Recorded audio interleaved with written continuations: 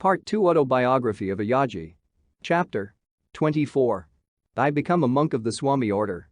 Master, my father has been anxious for me to accept an executive position with the Bengal Nagpur Railway.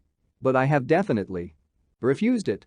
I added hopefully, Sir, will you not make me a monk of the Swami order? I looked pleadingly at my guru. During preceding years, in order to test the depth of my determination, he had refused this same request. Today, however, he smiled graciously. Very well, tomorrow I will initiate you into Swamiship. He went on quietly, I am happy that you have persisted in your desire to be a monk. Lahiri Mahasaya often said. If you don't invite God to be your summer guest, he won't come in the winter of your life. Dear Master, I could never falter in my goal to belong to the Swami order like your revered self. I smiled at him with measureless affection. He that is unmarried careth for the things that belong to the Lord, how he may please the Lord. But he that is married careth for the things of the world, how he may please his wife. FN 24:1. I had analyzed the lives of many of my friends who, after undergoing certain spiritual discipline, had then married. Launched on the sea of worldly responsibilities, they had forgotten their resolutions to meditate deeply. To allot God a secondary place in life was, to me, inconceivable. Though he is the sole owner of the cosmos, silently showering us with gifts from life to life, one thing yet remains which he does not own, and which each human heart is empowered to withhold or bestow: man's love. The Creator, in taking infinite pains to shroud with mystery his presence in every atom of creation, could have had but one motive: a sensitive desire that men seek him only through free will. With what velvet glove of every humility has he not covered the iron hand of omnipotence? The following day was one of the most memorable in my life. It was a sunny Thursday, I remember, in July 1914, a few weeks after my graduation from college. On the inner balcony of his Serampur hermitage, Master dipped a new piece of white silk into a dye of ochre, the traditional color of the Swami order. After the cloth had dried, my guru draped it around me as a renunciate's robe. Someday you will go to the West, where silk is preferred, he said. As a symbol, I have chosen for you this silk material instead of the customary cotton.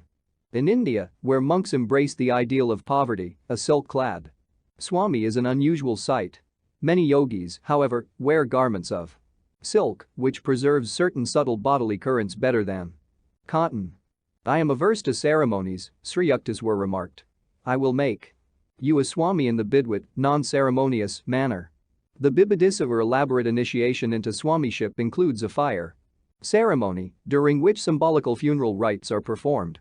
The physical body of the disciple is represented as dead, cremated in the flame of wisdom.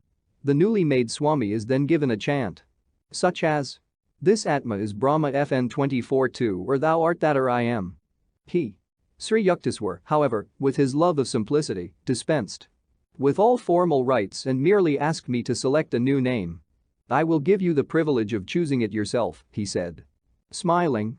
Yogananda, I replied, after a moment's thought. The name literally means bliss, Ananda, through divine union, yoga. Be it so. Forsaking your family name of Mukunda Lal Ghosh, henceforth you shall be called Yogananda of the Giri branch of the Swami order. As I knelt before Sri Yukteswar and for the first time heard him pronounce my new name, my heart overflowed with gratitude. How lovingly and tirelessly had he labored that the boy Mukunda be someday transformed into the monk Yogananda.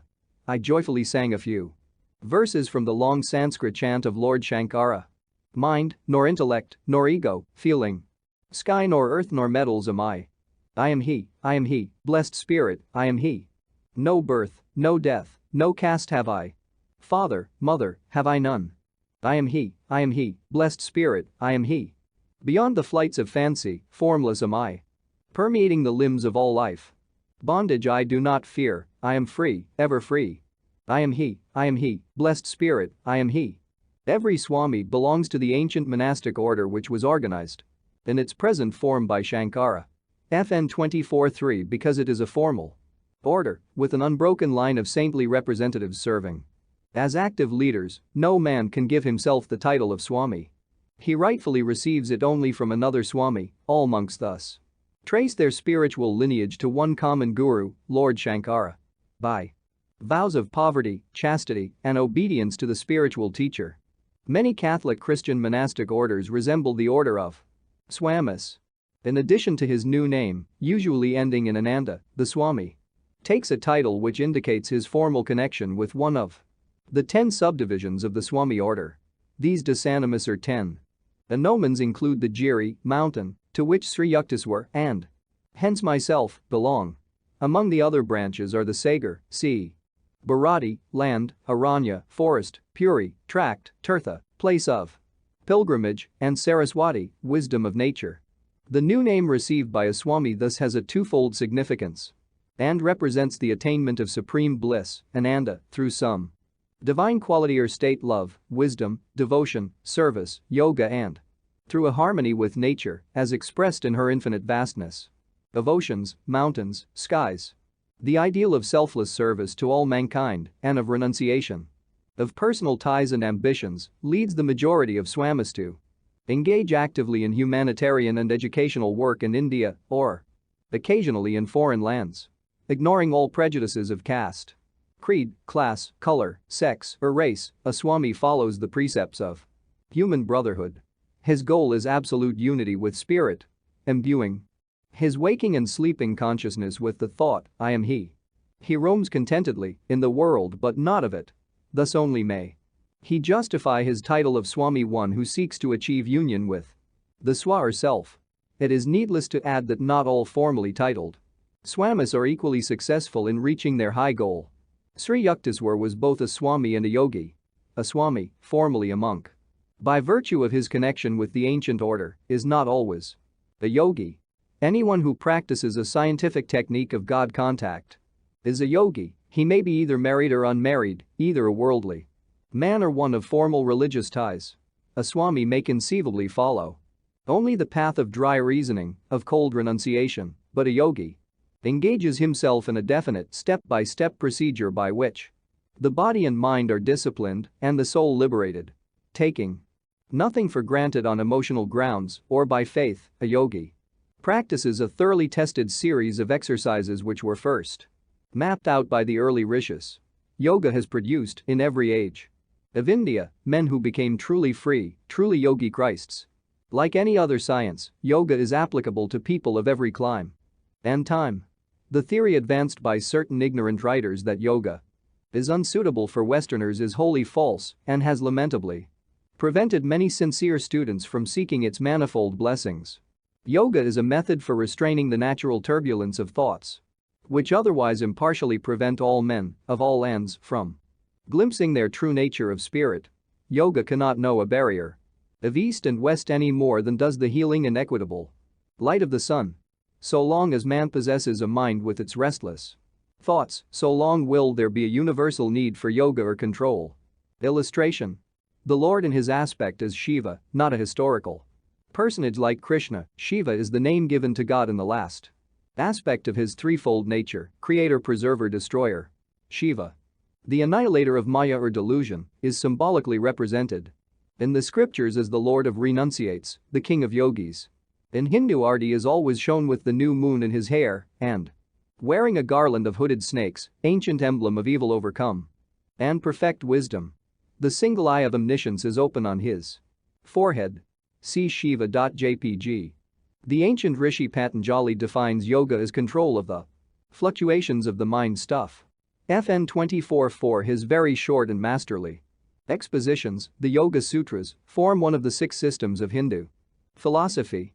FN 24:5. In contradistinction to Western philosophies, all 6 Hindu systems embody not only theoretical but practical teachings. In addition to every conceivable ontological inquiry, the 6 systems formulate 6 definite disciplines aimed at the permanent removal of suffering and the attainment of timeless bliss. The common thread linking all 6 systems is the declaration that no true freedom for man is possible without knowledge of the ultimate reality. The later Upanishads uphold the Yoga Sutras, among the 6 systems, as containing the most efficacious methods for achieving direct perception of truth. Through the practical techniques of yoga, man leaves behind forever the barren realms of speculation and conizes in experience the veritable essence. The yoga system as outlined by Patanjali is known as the Eightfold Path. The first steps, 1, yama and 2, niyama, require observance of 10 negative and positive moralities, avoidance of injury to others, of untruthfulness, of stealing, of incontinence, of gift receiving, which brings obligations, and purity of body and mind, contentment, self-discipline, study, and devotion to God. The next steps are 3, asana, right posture, the spinal column must be held straight and the body firm in a comfortable position. For meditation, 4, pranayama, control of prana, subtle life currents, and 5, pratyahara, withdrawal of the senses from external objects. The last steps are forms of yoga proper. 6, dharana, concentration, holding the mind to one thought, 7, dhyana, meditation, and 8, samadhi, superconscious perception. This is the Eightfold Path of Yoga FN 24/6, which leads one to the final goal of Kaivalya, absoluteness, a term which might be more comprehensively put as realization of the truth beyond all intellectual apprehension. Which is greater, one may ask, a Swami or a yogi? If and when final oneness with God is achieved, the distinctions of the various paths disappear. The Bhagavad Gita, however, points out that the methods of yoga are all embracive. Its techniques are not meant only for certain types and temperaments, such as those few who incline toward the monastic life. Yoga requires no formal allegiance. Because the yogic science satisfies a universal need, it has a natural universal applicability. A true yogi may remain dutifully in the world, there he is like butter on water, and not like the easily diluted milk of unchurned and undisciplined humanity. To fulfill one's earthly responsibilities is indeed the higher path, provided the yogi, maintaining a mental uninvolvement with egotistical desires, plays his part as a willing instrument of God. There are a number of great souls living in American or European or other non-Hindu bodies today who, though they may never have heard the words yogi and swami, are yet true exemplars of those terms through their disinterested service to mankind, or through their mastery over passions and thoughts, or through their single-hearted love of God, or through their great powers of concentration. They are, in a sense, yogis. They have set themselves the goal of yoga self-control. These men could rise to even greater heights if they were taught the definite science of yoga, which makes possible a more conscious direction of one's mind and life. Yoga has been superficially misunderstood by certain Western writers, but its critics have never been its practitioners. Among many thoughtful tributes to yoga may be mentioned one by Dr. C.G. Jung, the famous Swiss psychologist. When a religious method recommends itself as scientific, it can be certain of its public in the West. Yoga fulfills this expectation. Dr. Jung writes, FN 24/7, quite apart from the charm of the new and the fascination of the half-understood, there is good cause for yoga to have many adherents. It offers the possibility of controllable experience and thus satisfies the scientific need of facts, and besides this, by reason of its breadth and depth, its venerable age, its doctrine and method, which include every phase of life, it promises undreamed of possibilities. Every religious or philosophical practice means a psychological discipline, that is, a method of mental hygiene. The manifold, purely bodily procedures of yoga FN 24/8 also mean a physiological hygiene which is superior to ordinary gymnastics and breathing exercises, inasmuch as it is not merely mechanistic and scientific, but also philosophical in its training of the parts of the body. It unites them with the whole of the spirit, as is quite clear. For instance, in the pranayama exercises where prana is both the breath and the universal dynamics of the cosmos. When the thing which the individual is doing is also a cosmic event, the effect experienced in the body, the innervation, unites with the emotion of the spirit, the universal idea, and out of this there develops a lively unity which no technique, however scientific, can produce. Yoga practice is unthinkable and would also be ineffectual without the concepts on which yoga is based. It combines the bodily and the spiritual with each other in an extraordinarily complete way.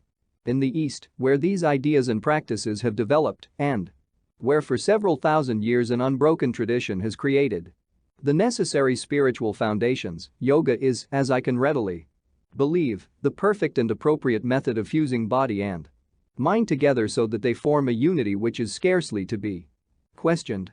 This unity creates a psychological disposition which makes possible intuitions that transcend consciousness. The Western day is indeed nearing when the inner science of self-control will be found as necessary as the outer conquest of nature.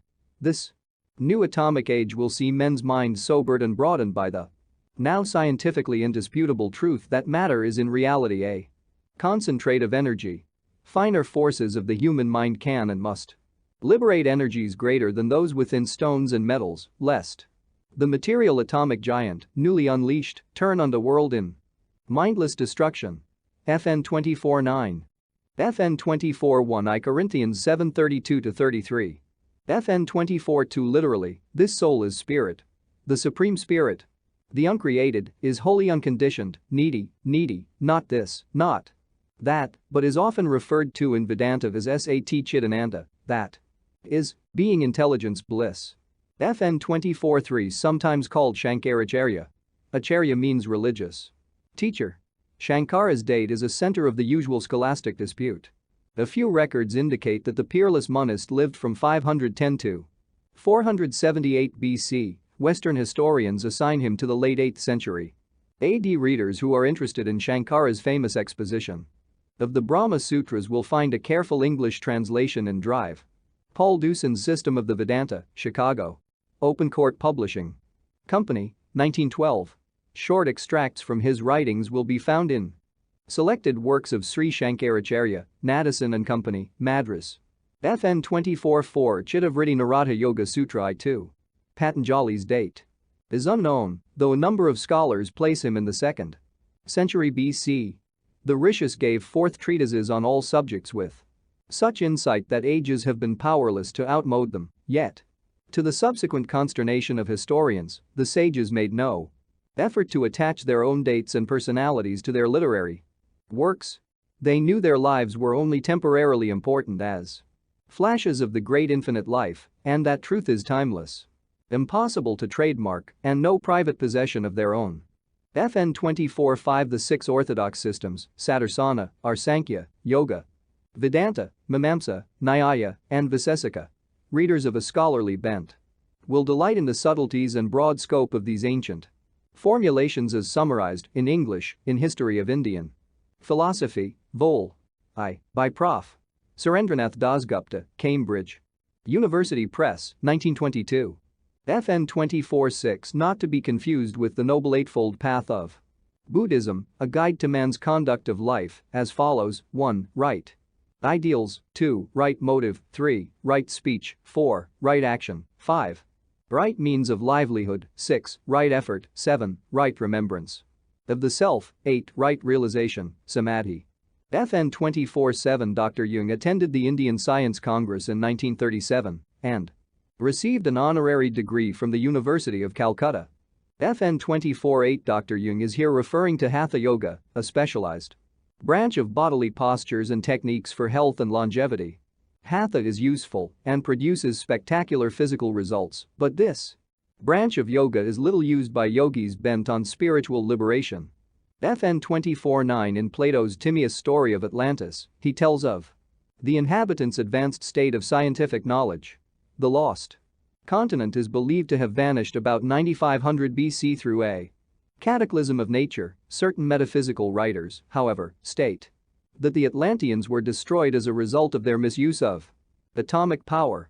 2 French writers have recently compiled a bibliography of Atlantis, listing over 1700 historical and other references. Chapter 25. Brother Ananta and Sister Nalini. Ananta cannot live, the sands of his karma for this life have run out. These inexorable words reached my inner consciousness as I sat one morning in deep meditation.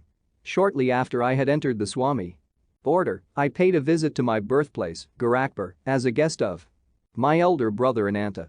A sudden illness confined him to his bed. I nursed him lovingly. The solemn inward pronouncement filled me with grief. I felt that I could not bear to remain longer in Gorakhpur, only to see my brother removed before my helpless gaze. Amidst uncomprehending criticism from my relatives, I left India on the first available boat. It cruised along Burma and the China Sea to Japan. I disembarked At Kobe, where I spent only a few days. My heart was too heavy for sightseeing. On the return trip to India, the boat touched at Shanghai. There, Dr. Misra, the ship's physician, guided me to several curio shops, where I selected various presents for Sri Yukteswar and my family and friends. For Ananta I purchased a large carved bamboo piece. No sooner had the Chinese salesman handed me the bamboo souvenir than I dropped it on the floor, crying out, "I have bought this for my dear dead brother." A clear realization had swept over me that his soul was just being freed in the infinite. The souvenir was sharply and symbolically cracked by its fall. Amidst sobs, I wrote on the bamboo surface, "For my beloved Ananta, now gone." My companion, the doctor, was observing these proceedings with a sardonic smile. "Save your tears," he remarked. "Why shed them until you are sure he is dead?" When our boat reached Calcutta, Dr. Misra again accompanied me. My youngest brother Bishnu was waiting to greet me at the dock. "I know Ananta has departed this life," I said to Bishnu before he had time to speak. "Please tell me, and the doctor here, when Ananta died." Bishnu named the date, which was the very day that I had bought the souvenirs in Shanghai. "Look here," Dr. Misra ejaculated. "Don't let any word of this get around. The professors will be adding a year's study of mental telepathy to the medical course, which is already long enough." Father embraced me warmly as I entered our Gurpa road home. "You have come," he said tenderly. 2 large tears dropped from his eyes. Ordinarily undemonstrative, he had never before shown me these signs of affection. Outwardly the grave father, inwardly he possessed the melting heart of a mother. In all his dealings with the family, his dual parental role was distinctly manifest. Soon after Ananta's passing, my younger sister Nalini was brought back from death's door by a divine healing. Before relating the story, I will refer to a few phases of her earlier life. The childhood relationship between Nalini and myself had not been of the happiest nature. I was very thin, she was thinner still. Through an unconscious motive or complex which psychiatrists will have no difficulty in identifying, I often used to tease my sister about her cadaverous appearance. Her retorts were equally permeated with the callous frankness of extreme youth. Sometimes mother intervened, ending the childish quarrels temporarily by a gentle box on my ear as the elder ear. Time passed, Nalini was betrothed to a young Calcutta physician, Panchanan Bose. He received a generous dowry from father, presumably, as I remarked to sister, to compensate the bridegroom to be for his fate in allying himself with a human beanpole. Elaborate marriage rites were celebrated in due time. On the wedding night, I joined the large and jovial group of relatives in the living room of our Calcutta home. The bridegroom was leaning on an immense gold-brocaded pillow with Nalini at his side. A gorgeous purple silk sari FN 25-1 could not, alas, wholly hide her angularity. I sheltered myself behind the pillow of my new brother-in-law and grinned at him in friendly fashion. He had never seen Nalini until the day of the nuptial ceremony, when he finally learned what he was getting in the matrimonial lottery. Feeling my sympathy, Dr. Bose pointed unobtrusively to Nalini and whispered in my ear, "Say, what's this?" "Why, doctor," I replied, "it is a skeleton for your observation." Convulsed with mirth, my brother-in-law and I were hard put to it to maintain the proper decorum before our assembled relatives. As the years went on, Dr. Bose endeared himself to our family, who called on him whenever illness arose. He and I became fast friends, often joking together, usually with Nalini as our target. "It is a medical curiosity," my brother-in-law remarked to me one day. "I have tried everything on your lean sister: cod liver oil, butter, malt, honey, fish, meat, eggs, tonics. Still she fails to bulge even 1/100th of an inch." We both chuckled. A few days later I visited the Bose home. My errand there took only a few minutes. I was leaving, unnoticed, I thought, by Nalini. As I reached the front door, I heard her voice, cordial but commanding. "Brother, come here. You are not going to give me the slip this time. I want to talk to you." I mounted the stairs to her room. To my surprise, she was in tears. "Dear brother," she said, "let us bury the old hatchet. I see that your feet are now firmly set on the spiritual path. I want to become like you in every way. She added hopefully, "You are now robust. In appearance, can you help me? My husband does not come near me. And I love him so dearly. But still more I want to progress in God realization, even if I must remain thin FN 25-2 and unattractive." My heart was deeply touched at her plea. Our new friendship steadily progressed. One day she asked to become my disciple. "Train me in any way you like. I put my trust in God instead of tonics." She gathered together an armful of medicines and poured them down the roof drain. As a test of her faith, I asked her to omit from her diet all fish, meat, and eggs. After several months, during which Nalini had strictly followed the various rules I had outlined and had adhered to her vegetarian diet in spite of numerous difficulties, I paid her a visit. "Sis, you have been conscientiously observing the spiritual injunctions, your reward is near." I smiled mischievously. "How plump do you want to be, as fat as our aunt who hasn't seen her feet in years?" "No. But I long to be as stout as you are," I replied solemnly. "By the grace of God, as I have spoken truth always, I speak truly now. FN 25-3 through the divine blessings. Your body shall verily change from today, in 1 month it shall have the same weight as mine." These words from my heart found fulfillment. In 30 days, Nalini's weight equaled mine. The new roundness gave her beauty. Her husband fell deeply in love. Their marriage, begun so inauspiciously, turned out to be ideally happy. On my return from Japan, I learned that during my absence Nalini had been stricken with typhoid fever. I rushed to her home and was aghast to find her reduced to a mere skeleton. She was in a coma. Before her mind became confused by illness, my brother-in-law told me, she often said, "If Brother Mukunda were here, I would not be faring thus." He added despairingly, "The other doctors and myself see no hope. Blood dysentery has set in after her long bout with typhoid." I began to move heaven and earth with my prayers. Engaging an Anglo-Indian nurse who gave me full cooperation, I applied to my sister various yoga techniques of healing. The blood dysentery disappeared. But Dr. Bose shook his head mournfully.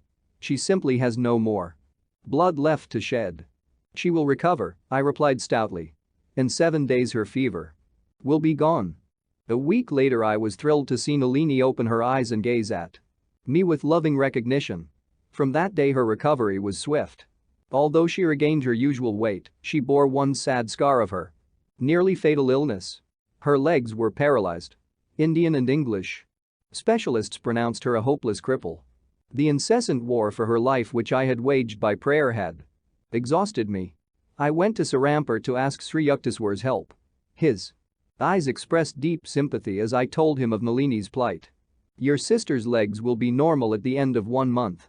He added, "Let her wear, next to her skin, a band with an unperforated 2-carat pearl held on by a clasp." I prostrated myself at his feet with joyful relief. "Sir, you are a master, your word of her recovery is enough, but if you insist I shall immediately get her a pearl." My guru nodded. "Yes, do that." He went on to correctly describe the physical and mental characteristics of Nalini, whom he had never seen. "Sir," I inquired, "is this an astrological analysis? You do not know her birthday or hour?" Sri Yukteswar smiled. "There is a deeper astrology, not dependent on the testimony of calendars and clocks. Each man is a part of the creator or cosmic man. He has a heavenly body as well as one of earth. The human eye sees the physical form, but the inward eye penetrates more profoundly, even to the universal pattern of which each man is an integral and individual part." I returned to Calcutta and purchased a pearl for Nalini. A month later, her paralyzed legs were completely healed. Sister asked me to convey her heartfelt gratitude to my guru. He listened to her message in silence. But as I was taking my leave, he made a pregnant comment. "Your sister has been told by many doctors that she can never bear children. Assure her that in a few years she will give birth to 2 daughters." Some years later, to Nalini's joy, she bore a girl, followed in a few years by another daughter. "Your master has blessed our home, our entire family," my sister said. "The presence of such a man is a sanctification on the whole of India. Dear brother, please tell Sri Yukteswarji that, through you, I humbly count myself as one of his Kriya Yoga disciples." FN 25-1 The gracefully draped dress of Indian women. FN 25-2 Because most persons in India are thin, reasonable plumpness is considered very desirable. FN 25-3 The Hindu scriptures declare that those who habitually speak the truth will develop the power of materializing their words. What commands they utter from the heart will come true in life. Chapter 26. The Science of Kriya Yoga. The science of Kriya Yoga, mentioned so often in these pages, became widely known in modern India through the instrumentality of Lahiri Mahasaya, my guru's guru. The Sanskrit root of Kriya is kri, to do, to act and react. The same root is found in the word karma, the natural principle of cause and effect. Kriya Yoga is thus union. Yoga with the infinite through a certain action or rite. A yogi who faithfully follows its technique is gradually freed from karma, or the universal chain of causation.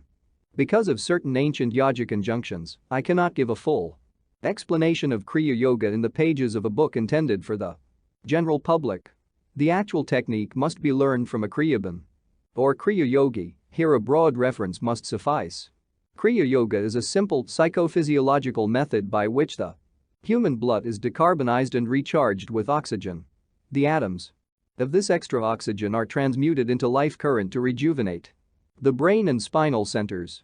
FN 26-1 By stopping the accumulation of venous blood, the yogi is able to lessen or prevent the decay of tissues. The advanced yogi transmutes his cells into pure energy. Elijah, Jesus, Kabir and other prophets were past masters in the use of Kriya or a similar technique by which they caused their bodies to dematerialize at will. Kriya is an ancient science. Lahiri Mahasaya received it from his guru, Babaji, who rediscovered and clarified the technique after it had been lost in the dark ages. The Kriya Yoga which I am giving to the world through you in this 19th century, Babaji told Lahiri Mahasaya, is a revival of the same science which Krishna gave millenniums ago to Arjuna and which was later known to Patanjali and to Christ, St. John, St. Paul and other disciples. Kriya Yoga is referred to by Krishna, India's greatest prophet, in a stanza of the Bhagavad Gita, offering inhaling breath into the outgoing breath and offering the outgoing breath into the inhaling breath. The yogi neutralizes both these breaths. He thus releases the life force from the heart and brings it under his control. FN 26-2 The interpretation is the yogi arrests decay in the body by an addition of life force and arrests the mutations of growth in the body by a pan, eliminating current, thus neutralizing decay and growth. By quieting the heart, the yogi learns life control. Krishna also relates FN 26-3 that it was he, in a former incarnation, who communicated the indestructible yoga to an ancient illuminato, Vivasvat, who gave it to Manu, the great legislator. FN 26-4 He, in turn, instructed Ikshwaku, the father of India's solar warrior dynasty. Passing thus from one to another, the royal yoga was guarded by the rishis until the coming of the materialistic ages. FN 26-5 Then, due to priestly secrecy and man's indifference, the sacred knowledge gradually became inaccessible. Kriya Yoga is mentioned twice by the ancient sage Patanjali, foremost exponent of yoga, who wrote, Kriya Yoga consists of body discipline, mental control, and meditating on Om. FN 26-6 Patanjali speaks of God as the actual cosmic sound of Om heard in meditation. FN 26-7. Om is the creative word. FN 26-8 The sound of the vibratory motor. Even the yoga beginner soon inwardly hears the wondrous sound of Om. Receiving this blissful spiritual encouragement, the devotee becomes assured that he is in actual touch with divine realms. Patanjali refers a second time to the life controller Kriya technique. Thus, liberation can be accomplished by that pranayama which is attained by disjoining the course of inspiration and expiration. FN 26-9. St. Paul knew Kriya Yoga, or a technique very similar to it, by which he could switch life currents to and from the senses. He was therefore able to say, Verily, I protest by our rejoicing which I have in Christ, I die daily. FN 26-10. By daily withdrawing his bodily life force, he united it by yoga union with the rejoicing eternal bliss of the Christ consciousness. In that felicitous state, he was consciously aware of being dead to the delusive sensory world of Maya. In the initial states of God contact, Sabakalpa Samadhi, the devotee's consciousness merges with the cosmic spirit, his life force is withdrawn from the body, which appears dead or motionless and rigid. The yogi is fully aware of his bodily condition of suspended animation.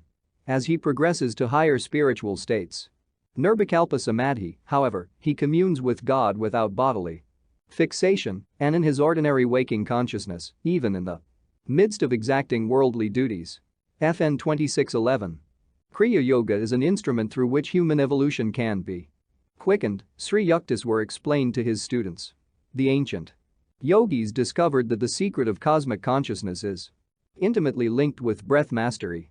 This is India's unique and deathless contribution to the world's treasury of knowledge.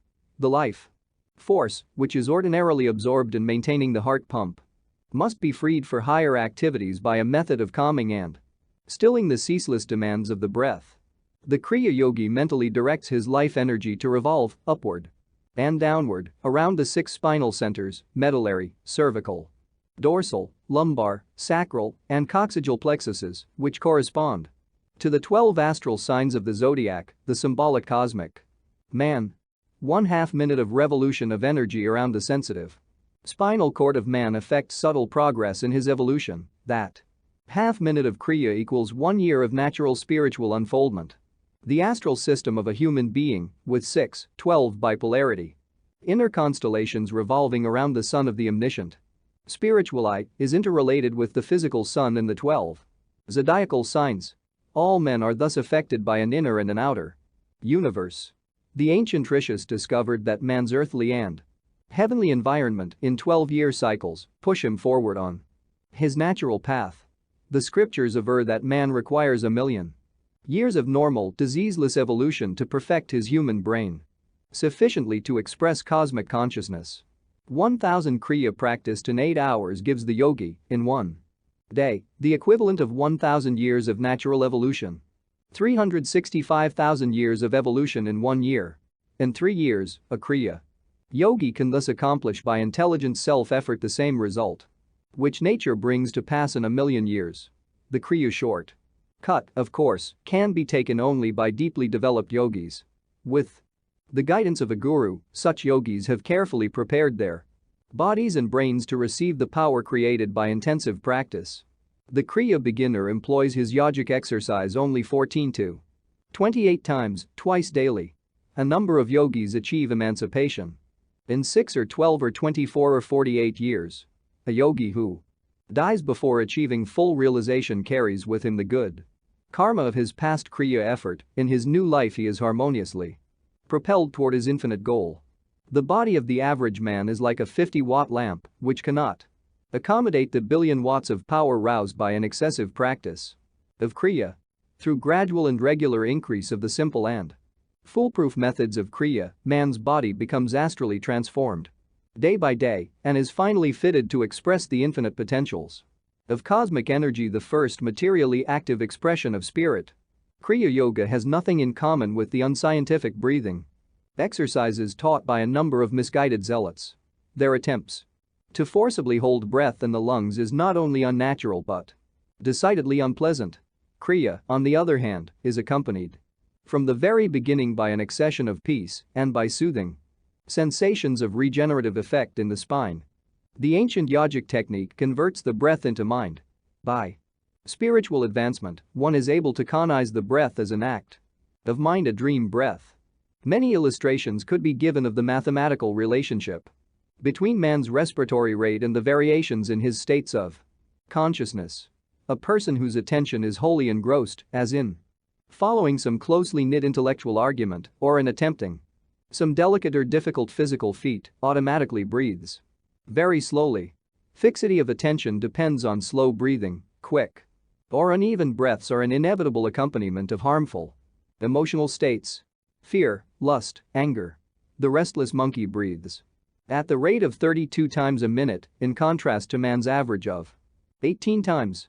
The elephant, tortoise, snake and other animals noted for their longevity have a respiratory rate which is less than man's. The tortoise, for instance, who may attain the age of 300 years, FN 2612, breathes only 4 times per minute. The rejuvenating effects of sleep are due to man's temporary unawareness of body and breathing. The sleeping man becomes a yogi. Each night he unconsciously performs the yogic rite of releasing himself from bodily identification and of merging the life force with healing currents in the main brain region and the 6 sub-dynamos of his spinal centers. The sleeper thus dips unknowingly into the reservoir of cosmic energy which sustains all life. The voluntary yogi performs a simple, natural process consciously, not unconsciously like the slow-paced sleeper.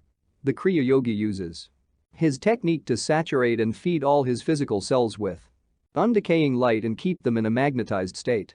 He scientifically makes breath unnecessary without producing the states of subconscious sleep or unconsciousness. By Kriya, the outgoing life force is not wasted and abused in the senses, but constrained to reunite with subtler spinal energies. By such reinforcement of life, the yogi's body and brain cells are electrified with the spiritual elixir. Thus he removes himself from studied observance of natural laws, which can only take him by circuitous means as given by proper food, sunlight, and harmonious thoughts to a million-year goal. It needs 12 years of normal, healthful living to effect even slight perceptible change in brain structure, and 1,000,000 solar returns are exacted to sufficiently refine the cerebral tenement for manifestation of cosmic consciousness. Untying the cord of breath which binds the soul to the body, Kriya, serves to prolong life and enlarge the consciousness to infinity. The yoga method overcomes the tug of war between the mind and the matter-bound senses and frees the devotee to inherit his eternal kingdom. He knows his real nature is bound neither by physical encasement nor by breath, symbol of the mortal enslavement to air, to nature's elemental compulsions.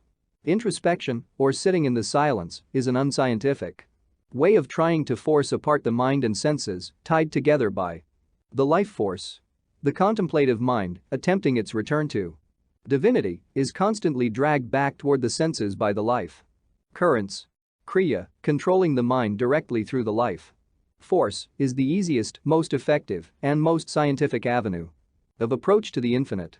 In contrast to the slow, uncertain, bullock cart theological path to God, Kriya may justly be called the airplane route.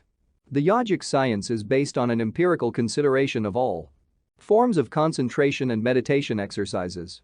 Yoga enables the devotee to switch off or on, at will, life current from the 5 sense telephones of sight, sound, smell, taste, and touch. Attaining this power of sense disconnection, the yogi finds it simple to unite his mind at will with divine realms or with the world of matter. No longer is he unwillingly brought back by the life force to the mundane sphere of rowdy sensations and restless thoughts. Master of his body and mind, the Kriya yogi ultimately achieves victory over the last enemy, death. So shalt thou feed on death, that feeds on men.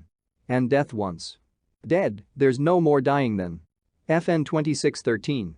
The life of an advanced Kriya yogi is influenced not by effects of past actions but solely by directions from the soul. The devotee thus avoids the slow evolutionary monitors of egoistic actions, good and bad, of common life, cumbrous and snail-like to the eagle hearts. The superior method of soul living frees the yogi who, shorn of his ego prison, tastes the deep air of omnipresence. The thraldom of natural living is, in contrast, set in a pace humiliating. Conforming his life to the evolutionary order, a man can command no concessionary haste from nature but, living without error against the laws of his physical and mental endowment, still requires about 1,000,000 years of incarnating masquerades to know final emancipation. The telescopic methods of yogis, disengaging themselves from physical and mental identifications in favor of soul individuality, thus commend themselves to those who eye with revolt 1,000,000 years. This numerical periphery is enlarged for the ordinary man who lives in harmony not even with nature, let alone his soul, but pursues instead unnatural complexities, thus offending in his body and thoughts the sweet sanities of nature. For him, 2 times a million years can scarce suffice for liberation. Gross man seldom or never realizes that his body is a kingdom governed by Emperor Soul on the throne of the cranium, with subsidiary regents in the 6 spinal centers or spheres of consciousness. This theocracy extends over a throng of obedient subjects. 27. 1,000 billion cells endowed with a sure-if automatic intelligence, by which they perform all duties of bodily growths, transformations, and dissolutions, and 50 million substratal thoughts, emotions, and variations of alternating phases in man's consciousness in an average life of 60 years. Any apparent insurrection of bodily or cerebral cells toward emperor soul, manifesting as disease or depression, is due to no disloyalty among the humble citizens, but to past or present misuse by man of his individuality or free will, given to him simultaneous with a soul and revocable never. Identifying himself with a shallow ego, man takes for granted that it is he who thinks, wills, feels, digests meals, and keeps himself alive, never admitting through reflection, only a little would suffice. That in his ordinary life he is naught but a puppet of past actions, karma, and of nature or environment. Each man's intellectual reactions, feelings, moods, and habits are circumscribed by effects of past causes, whether of this or a prior life. Lofty above such influences, however, is his regal soul. Spurning the transitory truths and freedoms, the Kriya Yogi passes beyond all disillusionment into his unfettered being. All scriptures declare man to be not a corruptible body, but a living soul. By Kriya he is given a method to prove the scriptural truth. Outward ritual cannot destroy ignorance, because they are not mutually contradictory, wrote Shankara in his famous Century of Verses. Realized knowledge alone destroys ignorance. Knowledge cannot spring up by any other means than inquiry. Who am I? How was this universe born? Who is its maker? What is its material cause? This is the kind of inquiry referred to. The intellect has no answer for these questions, hence the rishis evolved yoga as the technique of spiritual inquiry. Kriya Yoga is the real fire, right often extolled in the Bhagavad Gita. The purifying fires of yoga bring eternal illumination and thus differ much from outward and little effective religious fire ceremonies, where perception of truth is oft burned to solemn chanted accompaniment along with the incense. The advanced yogi, withholding all his mind, will, and feeling from false identification with bodily desires, uniting his mind with superconscious forces in the spinal shrines, thus lives in this world as God hath planned, not impelled by impulses from the past, nor by new witlessnesses of fresh human motivations. Such a yogi receives fulfillment of his supreme desire, safe in the final haven of inexhaustibly blissful spirit. The yogi offers his labyrinthine human longings to a monotheistic bonfire dedicated to the unparalleled God. This is indeed the true yogic fire ceremony, in which all past and present desires are fuel consumed by love divine. The ultimate flame receives the sacrifice of all human madness, and man is pure of dross, his bones stripped of all desirous flesh, his karmic skeleton bleached in the antiseptic sons of wisdom. He is clean at last, inoffensive before man and maker. Referring to yoga's sure and methodical efficacy, Lord Krishna praises the technological yogi in the following words: the yogi is greater than body disciplining ascetics, greater even than the followers of the path of wisdom, jnana yoga, or of the path of action, karma yoga. Be thou, O disciple Arjuna, a yogi. FN 2614. FN 26:1. The noted scientist, Dr. George W. Cryle of Cleveland, explained before a 1940 meeting of the American Association for the Advancement of Science the experiments by which he had proved that all bodily tissues are electrically negative except the brain and nervous system tissues, which remain electrically positive because they take up revivifying oxygen at a more rapid rate. FN 26:2, Bhagavad Gita, IV 29. FN 26:3, Bhagavad Gita IV 1-2. FN 26:4. The author of Manava Dharma Shastras. These institutes of canonized common law are effective in India to this day. The French scholar, Louis Jacqueliot, writes that the date of Manu is lost in the night of the anti-historical period of India, and no scholar has dared to refuse him the title of the most ancient lawgiver in the world. In La Bible dans Lind, pages 33-37, Jacqueliot reproduces parallel textual references to prove that the Roman Code of Justinian follows closely the laws of Manu. FN 26:5. The start of the materialistic ages, according to Hindu scriptural reckonings, was 3102 BC. This was the beginning of the Descending Wapara age, see page 174. Modern scholars, blithely believing that 10,000 years ago all men were sunk in a barbarous Stone Age, summarily dismiss as myths all records and traditions of very ancient civilizations in India, China, Egypt, and other lands. FN 26-6 Patanjali's Aphorisms, 2-1. In using the words Kriya Yoga, Patanjali was referring to either the exact technique taught by Babaji or one very similar to it. That it was a definite technique of life control is proved by Patanjali's Aphorism 249. FN 26-7 Patanjali's Aphorisms, I-27.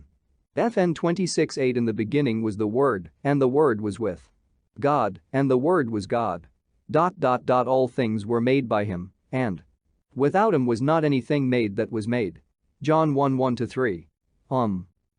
Of the Vedas became the sacred word Amin of the Muslims, of the Tibetans, and Amen of the Christians, its meaning in Hebrew being sure, faithful. These things saith the Amen, the faithful and true witness, the beginning of the creation of God. Revelations 3:14. FN 26-9, Aphorisms 249. FN 26-10 I Corinthians 15:31. Our rejoicing is the correct translation, not, as usually given, your rejoicing. St. Paul was referring to the omnipresence of the Christ consciousness.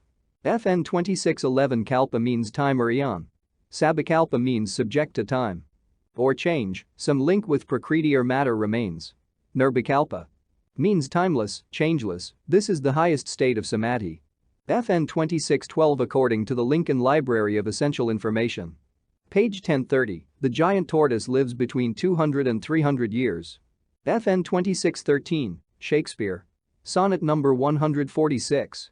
FN 26:14, Bhagavad Gita, Vi 46. Chapter 27. Founding a yoga school at Ranchi. Why are you averse to organizational work? Master's question startled me a bit. It is true that my private conviction at the time was that organizations were hornets' nests. It is a thankless task, sir, I answered. No matter what the leader does or does not, he is criticized. Do you want the whole divine chana, milk curd, for yourself alone? My guru's retort was accompanied by a stern glance. Could you or anyone else achieve God contact through yoga if a line of generous-hearted masters had not been willing to convey their knowledge to others? He added, God is the honey, organizations are the hives, both are necessary. Any form is useless, of course, without the spirit, but why should you not start busy hives full of the spiritual nectar? His counsel moved me deeply. Although I made no outward reply, an adamant resolution arose in my breast. I would share with my fellows, so far as lay in my power, the unshackling truths I had learned at my guru's feet. Lord, I prayed, may thy love shine forever on the sanctuary of my devotion, and may I be able to awaken that love in other hearts. On a previous occasion, before I had joined the monastic order, Sri Yukteswar had made a most unexpected remark. How you will miss the companionship of a wife in your old age. He had said. Do you not agree that the family man, engaged in useful work to maintain his wife and children, thus plays a rewarding role in God's eyes? Sir, I had protested in alarm, you know that my desire in this life is to espouse only the cosmic beloved. Master had laughed so merrily that I understood his observation was made merely as a test of my faith. Remember, he had said slowly, that he who discards his worldly duties can justify himself only by assuming some kind of responsibility toward a much larger family. The ideal of an all-sided education for youth had always been close to my heart. I saw clearly the arid results of ordinary instruction, aimed only at the development of body and intellect, moral and spiritual values, without whose appreciation no man can approach happiness, were yet lacking in the formal curriculum. I determined to found a school where young boys could develop to the full stature of manhood. My first step in that direction was made with 7 children at Dihika, a small countryside in Bengal. A year later, in 1918, through the generosity of Sir Manindra Chandra Nundy, the Maharaja of Kasambazar, I was able to transfer my fast-growing group to Ranchi. This town in Bihar, about 200 miles from Calcutta, is blessed with one of the most healthful climates in India. The Kasambazar Palace at Ranchi was transformed into the headquarters for the new school, which I called Brahmacharya Vidyalaya FN 27-1 in accordance with the educational ideals of the rishis. Their forest ashrams had been the ancient seats of learning, secular and divine, for the youth of India. At Ranchi I organized an educational program for both grammar and high school grades. It included agricultural, industrial, commercial, and academic subjects. The students were also taught yoga, concentration and meditation, and a unique system of physical development, yoga, whose principles I had discovered in 1916. Realizing that man's body is like an electric battery, I reasoned that it could be recharged with energy through the direct agency of the human will. As no action, slight or large, is possible without willing, man can avail himself of his prime mover, will, to renew his bodily tissues without burdensome apparatus or mechanical exercises. I therefore taught the Ranchi students my simple yoga techniques by which the life force, centered in man's medulla oblongata, can be consciously and instantly recharged from the unlimited supply of cosmic energy. The boys responded wonderfully to this training, developing extraordinary ability to shift the life energy from one part of the body to another part and to sit in perfect poise in difficult body postures. FN 27-2 They performed feats of strength and endurance which many powerful adults could not equal. My youngest brother, Bishnu Charan Ghosh, joined the Ranchi school. He later became a leading physical culturist in Bengal. He and one of his students traveled to Europe and America, giving exhibitions of strength and skill which amazed the university savants, including those at Columbia University in New York. At the end of the first year at Ranchi, applications for admission reached 2,000. But the school, which at that time was solely residential, could accommodate only about 100. Instruction for day students was soon added. In the Vidyalaya I had to play father-mother to the little children.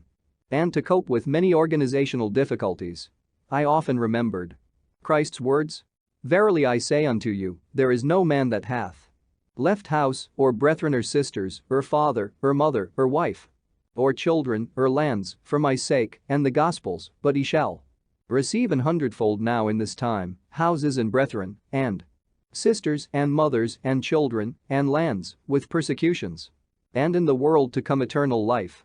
FN 27-3, Sri Yukteswar had interpreted these words.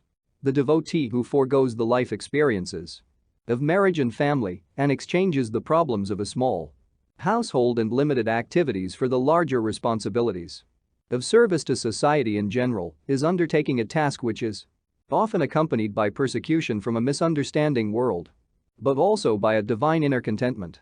Illustration. Yoga Math, beautiful hermitage of self-realization. Fellowship at Dakshineswar on the Ganges. Founded in 1938 as a yoga retreat for students of East and West. See math.jpg. Illustration. Central building of the Yogoda Sat Sangha Brahmacharya Vidyalaya at Ranchi, Bihar, established in 1918 as a yoga school for boys with grammar and high school education. Connected with it is the philanthropic Lahiri Mahasaya mission. See Ranchi.jpg. One day my father arrived in Ranchi to bestow a paternal blessing, long withheld because I had hurt him by refusing his offer of a position with the Bengal Nagpur Railway. "Son," he said, "I am now reconciled to your choice in life. It gives me joy to see you amidst these happy, eager youngsters. You belong here rather than with the lifeless figures of railroad timetables." He waved toward a group of a dozen little ones who were tagging at my heels. "I had only 8 children," he observed with twinkling eyes, "but I can feel for you. With a large fruit orchard and 25 fertile acres at our disposal, the students, teachers, and myself enjoyed many happy hours of outdoor labor in these ideal surroundings. We had many pets, including a young deer who was fairly idolized by the children. I, too, loved the fawn so much that I allowed it to sleep in my room. At the light of dawn, the little creature would toddle over to my bed for a morning caress. One day I fed the pet earlier than usual as I had to attend to some business in the town of Ranchi. Although I cautioned the boys not to feed the fawn until my return, one of them was disobedient and gave the baby deer a large quantity of milk. When I came back in the evening, sad news greeted me. The little fawn is nearly dead through overfeeding. In tears, I placed the apparently lifeless pet on my lap. I prayed piteously to God to spare its life. Hours later, the small creature opened its eyes, stood up, and walked feebly. The whole school shouted for joy. But a deep lesson came to me that night, one I can never forget. I stayed up with the fawn until 2 o'clock, when I fell asleep. The deer appeared in a dream and spoke to me. "You are holding me back. Please let me go, let me go." "All right," I answered in the dream. I awoke immediately and cried out, "Boys, the deer is dying." The children rushed to my side. I ran to the corner of the room where I had placed the pet. It made a last effort to rise, stumbled toward me, then dropped at my feet, dead. According to the mass karma which guides and regulates the destinies of animals, the deer's life was over and it was ready to progress to a higher form. But by my deep attachment, which I later realized was selfish, and by my fervent prayers, I had been able to hold it in the limitations of the animal form from which the soul was struggling for release. The soul of the deer made its plea in a dream because, without my loving permission, it either would not or could not go. As soon as I agreed, it departed. All sorrow left me. I realized anew that God wants his children to love everything as a part of him and not to feel delusively that death ends all. The ignorant man sees only the unsurmountable wall of death, hiding, seemingly forever, his cherished friends. But the man of unattachment, he who loves others as expressions of the Lord, understands that at death the dear ones have only returned for a breathing space of joy in him. The Ranchi school grew from small and simple beginnings to an institution now well known in India. Many departments of the school are supported by voluntary contributions from those who rejoice in perpetuating the educational ideals of the rishis. Under the general name of Yogoda Sat Sangha, FN 27-4 flourishing branch schools have been established at Midnapur, Lakshmanpur, and Puri. The Ranchi headquarters maintains a medical department where medicines and the services of doctors are supplied freely to the poor of the locality. The number treated has averaged more than 18,000 persons a year. The Vidyalaya has made its mark, too, in Indian competitive sports and in the scholastic field, where many Ranchi alumni have distinguished themselves in later university life. The school, now in its 28th year and the center of many activities, FN 27-5 has been honored by visits of eminent men from the East and the West. One of the earliest great figures to inspect the Vidyalaya in its first year was Swami Paramahansa, the Benares saint with two bodies. As the great master viewed the picturesque outdoor classes held under the trees and saw in the evening that young boys were sitting motionless for hours in yoga meditation, he was profoundly moved. "Joy comes to my heart," he said, "to see that Lahiri Mahasaya's ideals for the proper training of youth are being carried on in this institution. My guru's blessings be on it." A young lad sitting by my side ventured to ask the great Yogi a question. "Sir," he said, "shall I be a monk? Is my life only for God?" Though Swami Paramahansa smiled gently, his eyes were piercing. "The future? Child," he replied, "when you grow up, there is a beautiful bride waiting for you." The boy did eventually marry, after having planned for years to enter the Swami order. Sometime after Swami Paramahansa had visited Ranchi, I accompanied my father to the Calcutta house where the yogi was temporarily staying.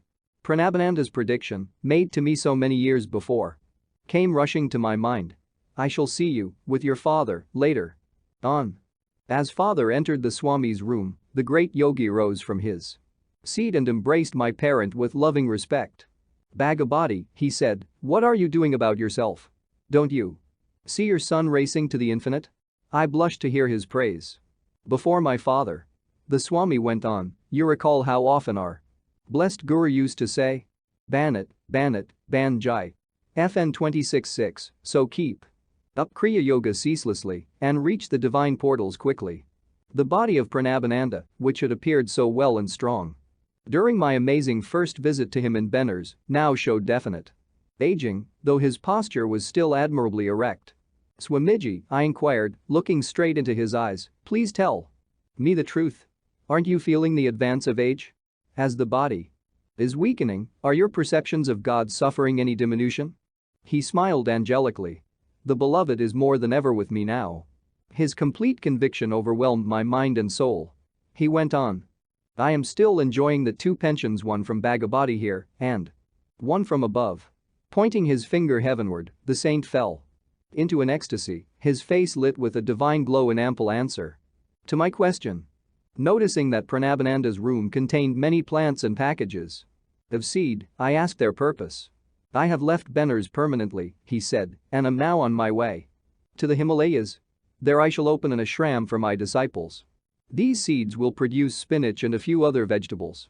My dear ones will live simply, spending their time in blissful God union. Nothing else is necessary. Father asked his brother disciple when he would return to Calcutta. Never again, the saint replied. This year is the one in which Lahiri Mahasaya told me I would leave my beloved Benners forever and go to the Himalayas, there to throw off my mortal frame. My eyes filled with tears at his words, but the Swami smiled tranquilly. He reminded me of a little heavenly child sitting securely on the lap of the Divine Mother. The burden of the years has no ill effect on a great yogi's full possession of supreme spiritual powers. He is able to renew his body at will, yet sometimes he does not care to retard the aging process but allows his karma to work itself out on the physical plane, using his old body as a time-saving device to exclude the necessity of working out karma in a new incarnation. Months later I met an old friend, Sanandan, who was one of Pranabananda's close disciples. My adorable guru is gone, he told me, amidst sobs. He established a hermitage near Rishikesh and gave us loving training. When we were pretty well settled and making rapid spiritual progress in his company, he proposed one day to feed a huge crowd from Rishikesh. I inquired why he wanted such a large number. This is my last festival ceremony, he said. I did not understand the full implications of his words. Pranabanandaji helped with the cooking of great amounts of food. We fed about 2,000 guests. After the feast, he sat on a high platform and gave an inspired sermon on the infinite.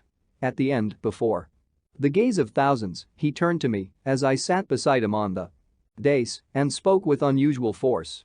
Sanandan, be prepared, I am going to kick the frame. FN 27:7. After a stunned silence, I cried loudly, Master, don't do it. Please, please, don't do it. The crowd was tongue-tied, watching us curiously. My guru smiled at me, but his solemn gaze was already fixed on eternity. Be not selfish, he said, nor grieve for me. I have been long cheerfully serving you all, now rejoice and wish me Godspeed. I go to meet my cosmic beloved. In a whisper, Pranabanandaji added. I shall be reborn shortly. After enjoying a short period of the infinite bliss, I shall return to earth and join Babaji. FN 27:8. You shall soon know when and where my soul has been encased in a new body. He cried again, Sanandan, here I kick the frame by the second. Kriya Yoga. FN 27:9. He looked at the sea of faces before us and gave a blessing. Directing his gaze inwardly to the spiritual eye, he became immobile. While the bewildered crowd thought he was meditating in an ecstatic state, he had already left the tabernacle of flesh and plunged his soul into the cosmic vastness. The disciples touched his body, seated in the lotus posture, but it was no longer the warm flesh. Only a stiffened frame remained. The tenant had fled to the immortal shore. I inquired where Pranabananda was to be reborn. That's a sacred trust I cannot divulge to anyone, Sanandan replied. Perhaps you may find out some other way. Years later I discovered from Swami Keshabananda FN 2710 that Pranabananda, a few years after his birth in a new body, had gone to Badrinarayan in the Himalayas and there joined a group of saints around the great Babaji. FN 27:1, Vidyalaya, school. Brahmacharya here refers to one of the 4 stages in the Vedic plan for man's life, as comprising that of 1. The celibate student, brahmachari, 2. The householder with worldly responsibilities, grihastha, 3. The hermit, vanaprastha, 4. The forest dweller or wanderer, free from all earthly concerns, sannyasi. This ideal scheme of life, while not widely observed in modern India, still has many devout followers.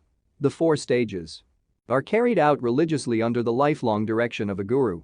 FN 27:2. A number of American students also have mastered various Asanas are postures, including Bernard Cole, an instructor in Los Angeles of the Self-Realization Fellowship teachings. FN 27.3 Mark 10:29-30. FN 27.4 Yoga, union, harmony, equilibrium, DA, that which imparts. Sat Sangha. SAT, truth, Sangha, fellowship. In the West. To avoid the use of a Sanskrit name, the Yogoda SAT Sangha movement has been called the Self-Realization Fellowship. FN 27.5 The activities at Ranchi are described more fully in Chapter 40.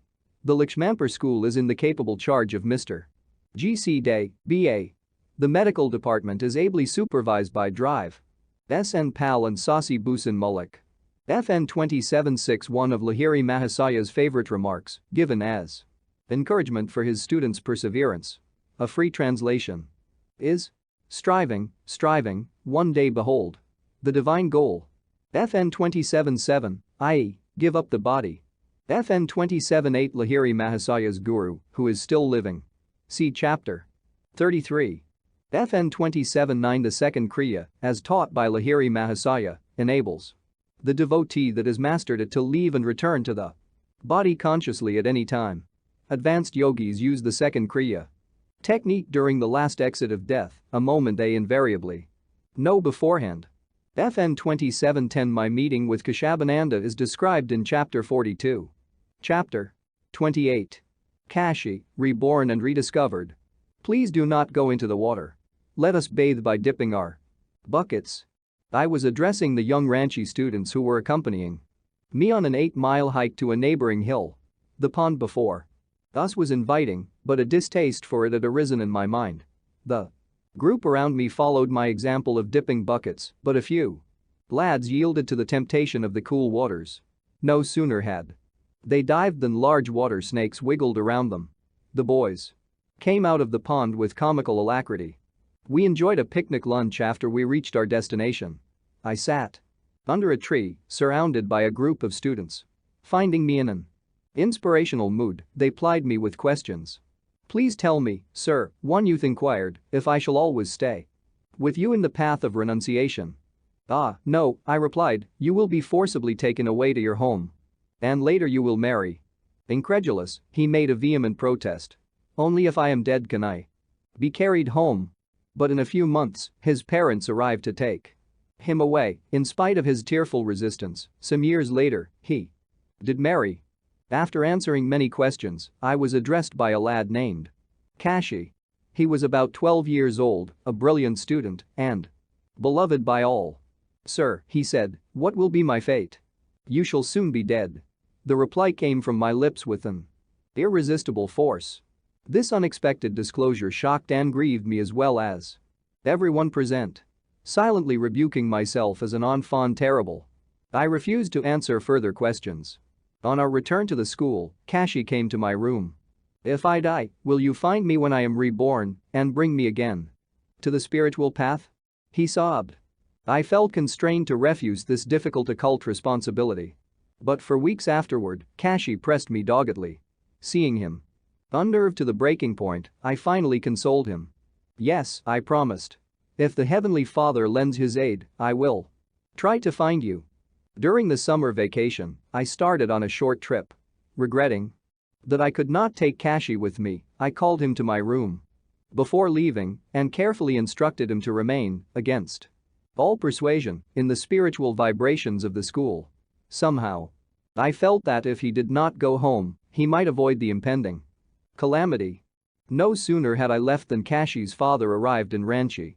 For 15 days he tried to break the will of his son, explaining that if Kashi would go to Calcutta for only 4 days to see his mother, he could then return. Kashi persistently refused.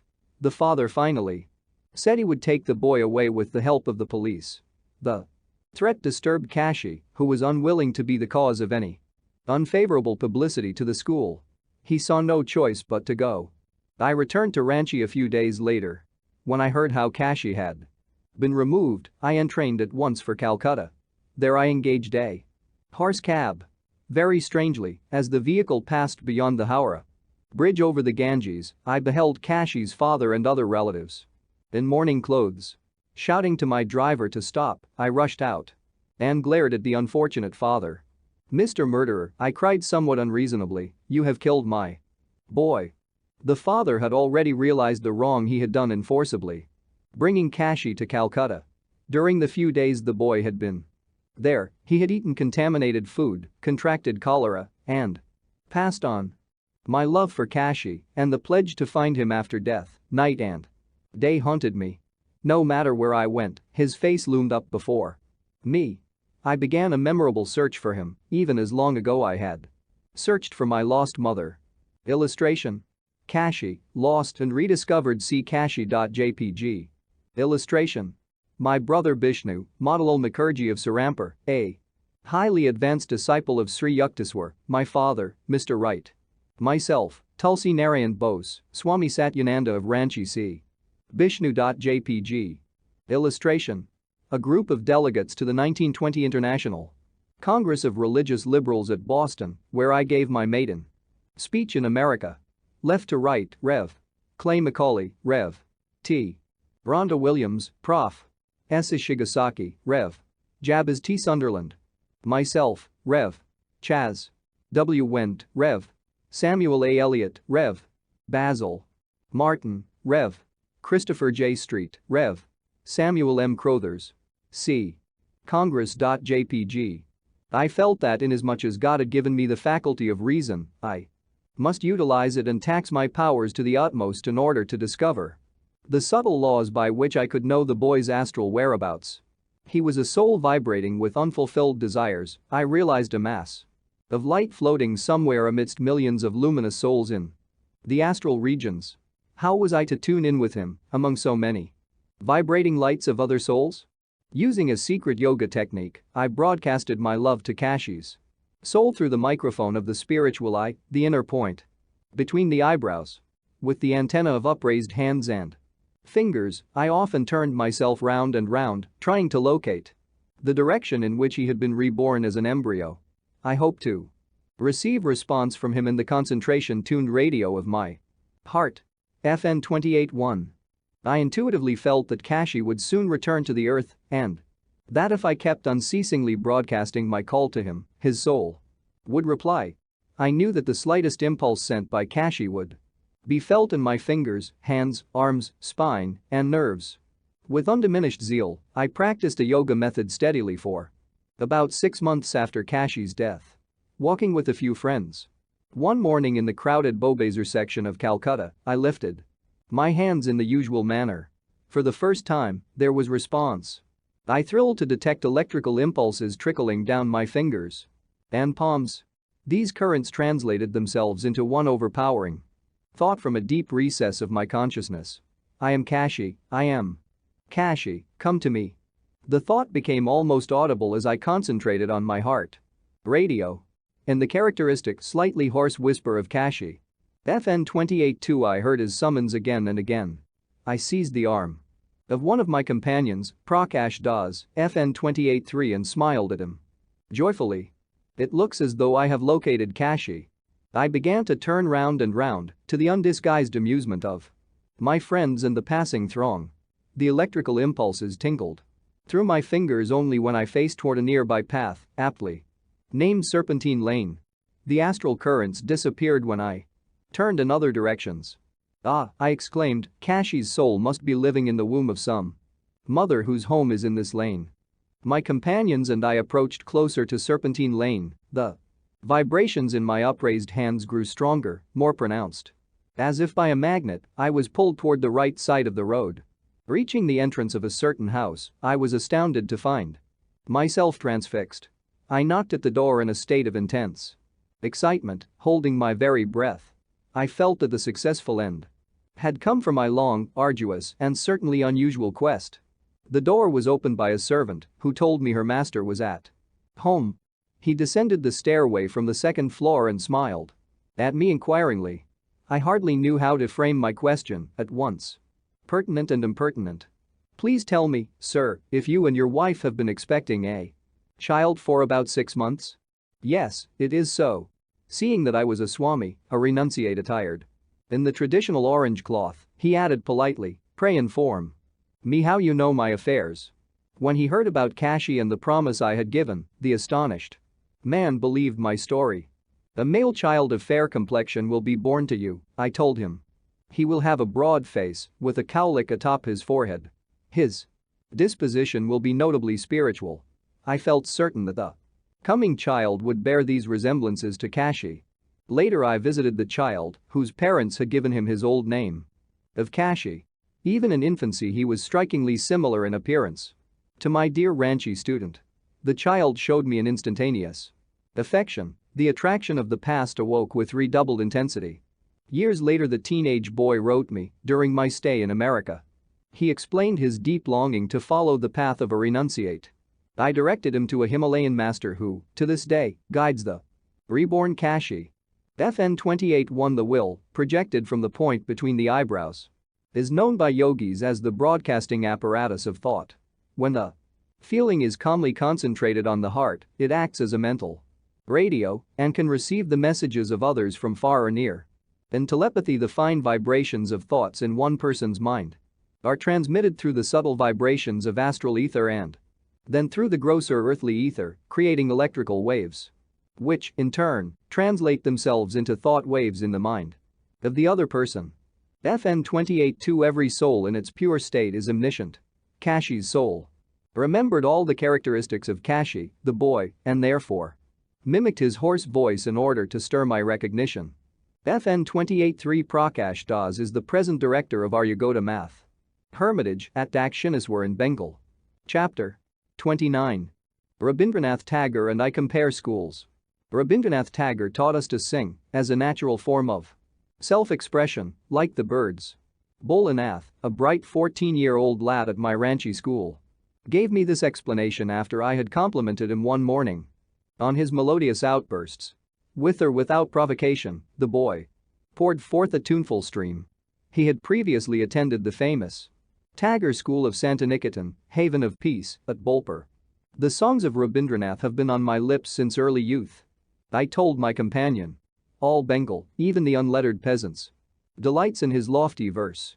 Bola and I sang together a few refrains from Tagore, who has set to music thousands of Indian poems, some original and others of Hari antiquity. I met Rabindranath soon after he had received the Nobel Prize for Literature. I remarked after our vocalizing.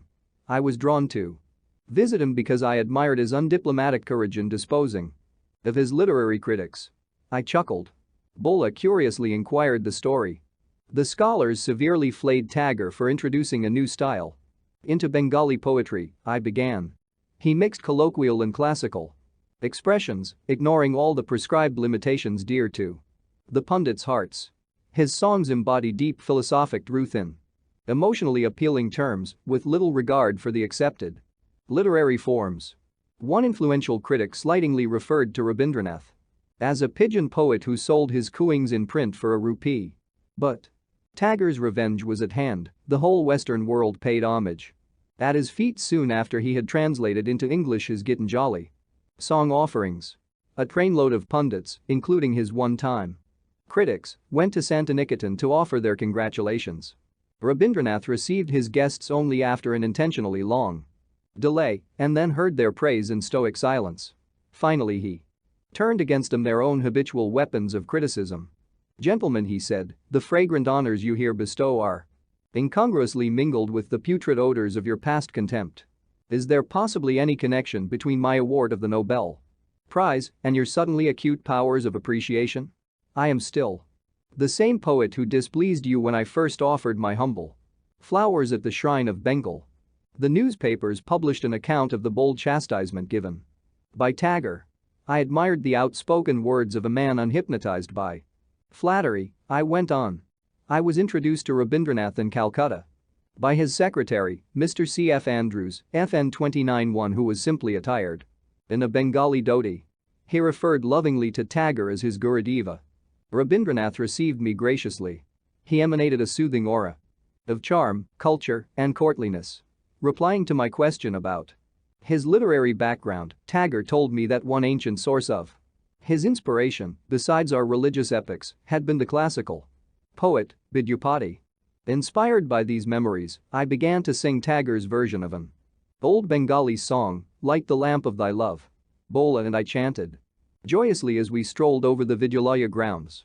About 2 years after founding the Ranchi school, I received an invitation from Rabindranath to visit him at Santiniketan in order to discuss our educational ideals.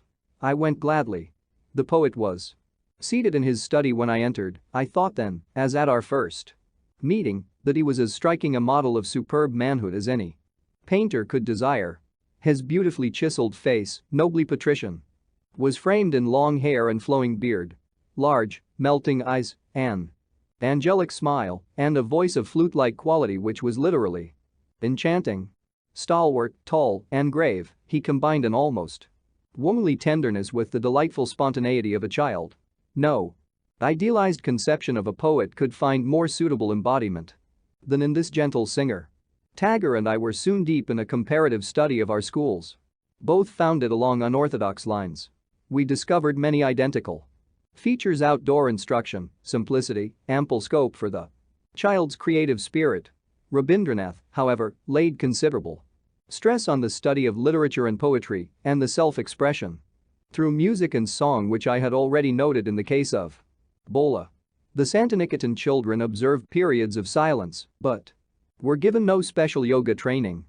The poet listened with flattering attention to my description of the energizing yoga exercises and the yoga concentration techniques, which are taught to all students at Ranchi. Tagore told me of his own early educational struggles. I fled from school after the 5th grade, he said, laughing.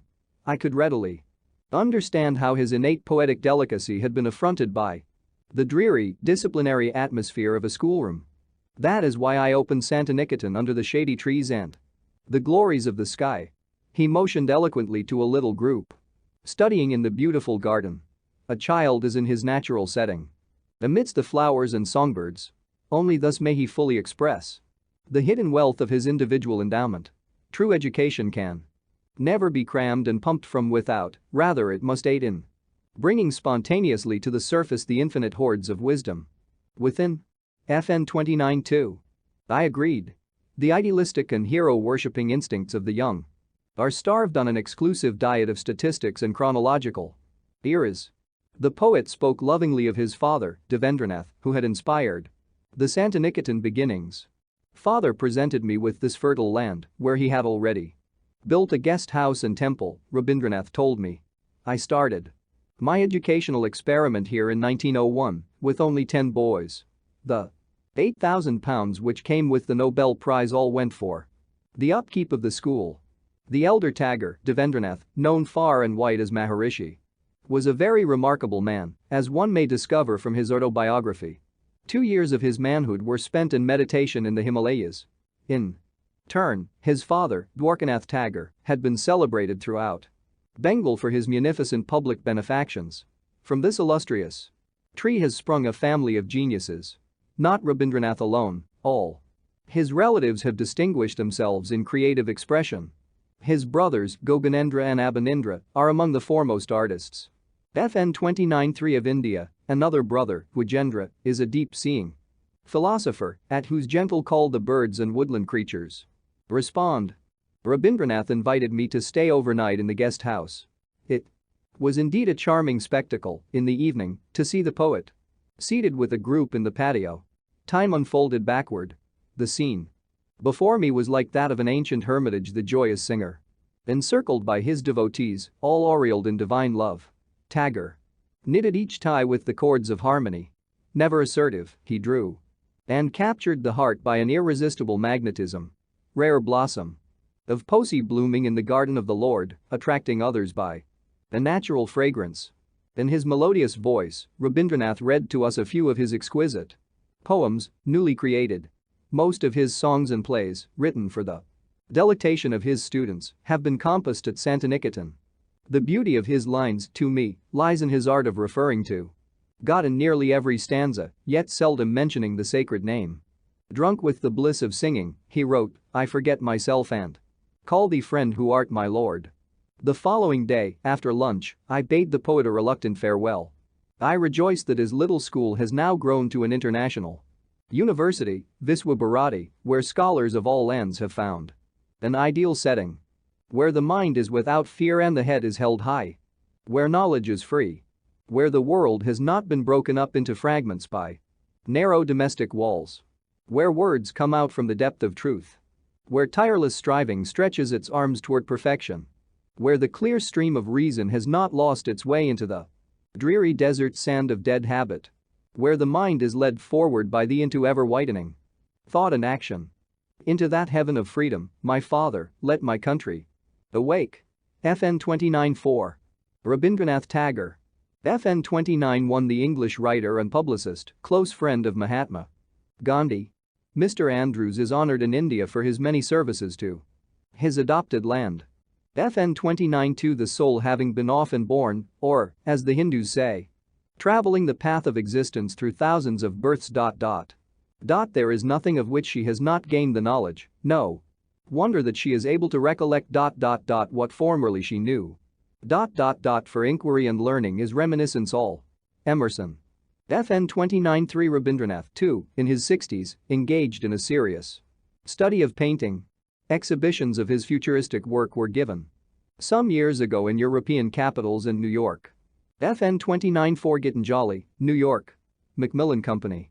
A thoughtful study of the poet will be found in the philosophy of Rabindranath Tagore by the celebrated scholar Sir S. Radhakrishnan, Macmillan, 1918. Another expository volume is B. K. Roy's Rabindranath Tagore, The Man and His Poetry, New York. Dodd, Mead, 1915. Buddha and the Gospel of Buddhism, New York. Putnam's, 1916, by the eminent Oriental art authority, Ananda K. Kumaraswamy, contains a number of illustrations in color by the poet's brother, Abanindranath Tagore. Chapter 30. The Law of Miracles. The great novelist Leo Tolstoy wrote a delightful story, The Three Hermits. His friend Nicholas Roerich FN 31 has summarized the tale as follows. On an island there lived three old hermits. They were so simple that the only prayer they used was, "We are three, thou art three, have mercy on us." Great miracles were manifested during this naive prayer.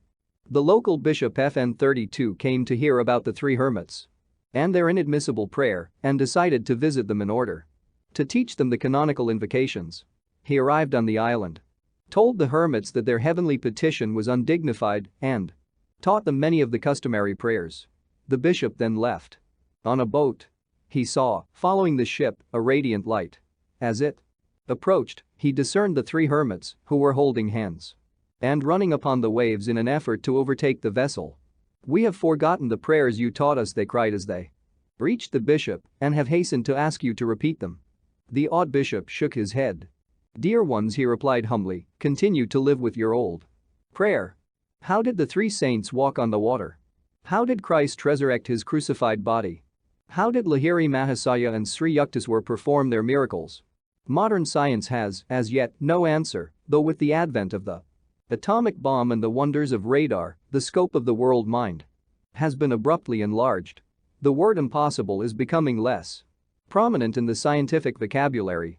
The ancient Vedic scriptures declare that the physical world operates under one fundamental law of Maya, the principle of relativity and duality. God, the soul life, is an absolute unity. He cannot appear as the separate and diverse manifestations of a creation except under a false or unreal veil. That cosmic illusion is Maya. Every great scientific discovery of modern times has served as a confirmation of this simple pronouncement of the rishis. Newton's law of motion is a law of Maya. To every action there is always an equal and contrary reaction. The mutual actions of any two bodies are always equal and oppositely directed. Action and reaction are thus exactly equal. To have a single force is impossible. There must be, and always is, a pair of forces equal and opposite. Fundamental natural activities all betray their maic origin. Electricity, for example, is a phenomenon of repulsion and attraction. Its electrons and protons are electrical opposites. Another example. The atom or final particle of matter is, like the Earth itself, a magnet with positive and negative poles. The entire phenomenal world is under the inexorable sway of polarity. No law of physics, chemistry, or any other science is ever found free from inherent opposite or contrasted principles. Physical science, then, cannot formulate laws outside of Maya, the very texture and structure of creation. Nature herself is Maya. Natural science must perforce deal with her ineluctable quiddity. In her own domain, she is eternal and inexhaustible. Future scientists can do no more than probe one aspect after another of her varied infinitude. Science thus remains in a perpetual flux, unable to reach finality, fit indeed to formulate the laws of an already existing and functioning cosmos, but powerless to detect the law framer and sole operator. The majestic manifestations of gravitation and electricity have become known, but what gravitation and electricity are, no mortal knoweth. FN 33. Illustration. A guru and disciple, forest hermitages were the ancient seats of learning, secular and divine, for the youth of India. Here a venerable guru, leaning on a wooden meditation elbow prop, is initiating his disciple into the august mysteries of spirit. See guru.jpg. To surmount Maya was the task assigned to the human race by the millennial prophets. To rise above the duality of creation and perceive the unity of the Creator was conceived of as man's highest goal. Those who cling to the cosmic illusion must accept its essential law of polarity. Flow and ebb, rise and fall, day and night, pleasure and pain, good and evil, birth and death. This cyclic pattern assumes a certain anguishing monotony after man has gone through a few thousand human births. He begins to cast a hopeful eye beyond the compulsions of Maya. To tear the veil of Maya is to pierce the secret of creation. The Yogi who thus denudes the universe is the only true monotheist. All others are worshipping heathen images. So long as man remains subject to the dualistic delusions of nature, the Janus-faced Maya is his goddess. He cannot know the one true God. The world illusion, Maya, is individually called avidya, literally. Not knowledge, ignorance, delusion. Maya or avidya can never be destroyed through intellectual conviction or analysis, but solely through attaining the interior state of nirvikalpa samadhi. The Old Testament prophets and seers of all ends and ages spoke from that state of consciousness. Ezekiel says, 43 1-2. Afterwards, he brought me to the gate, even the gate that looketh toward the east. And, behold, the glory of the God of Israel came from the way of the east. And his voice was like a noise of many waters. And the earth shined with his glory. Through the divine eye in the forehead, east, the yogi sails his consciousness into omnipresence. Hearing the word or divine sound of many waters or vibrations, which is the sole reality of creation. Among the trillion mysteries of the cosmos, the most phenomenal is light. Unlike sound waves, whose transmission requires air or other material media, light waves pass freely through the vacuum of interstellar space.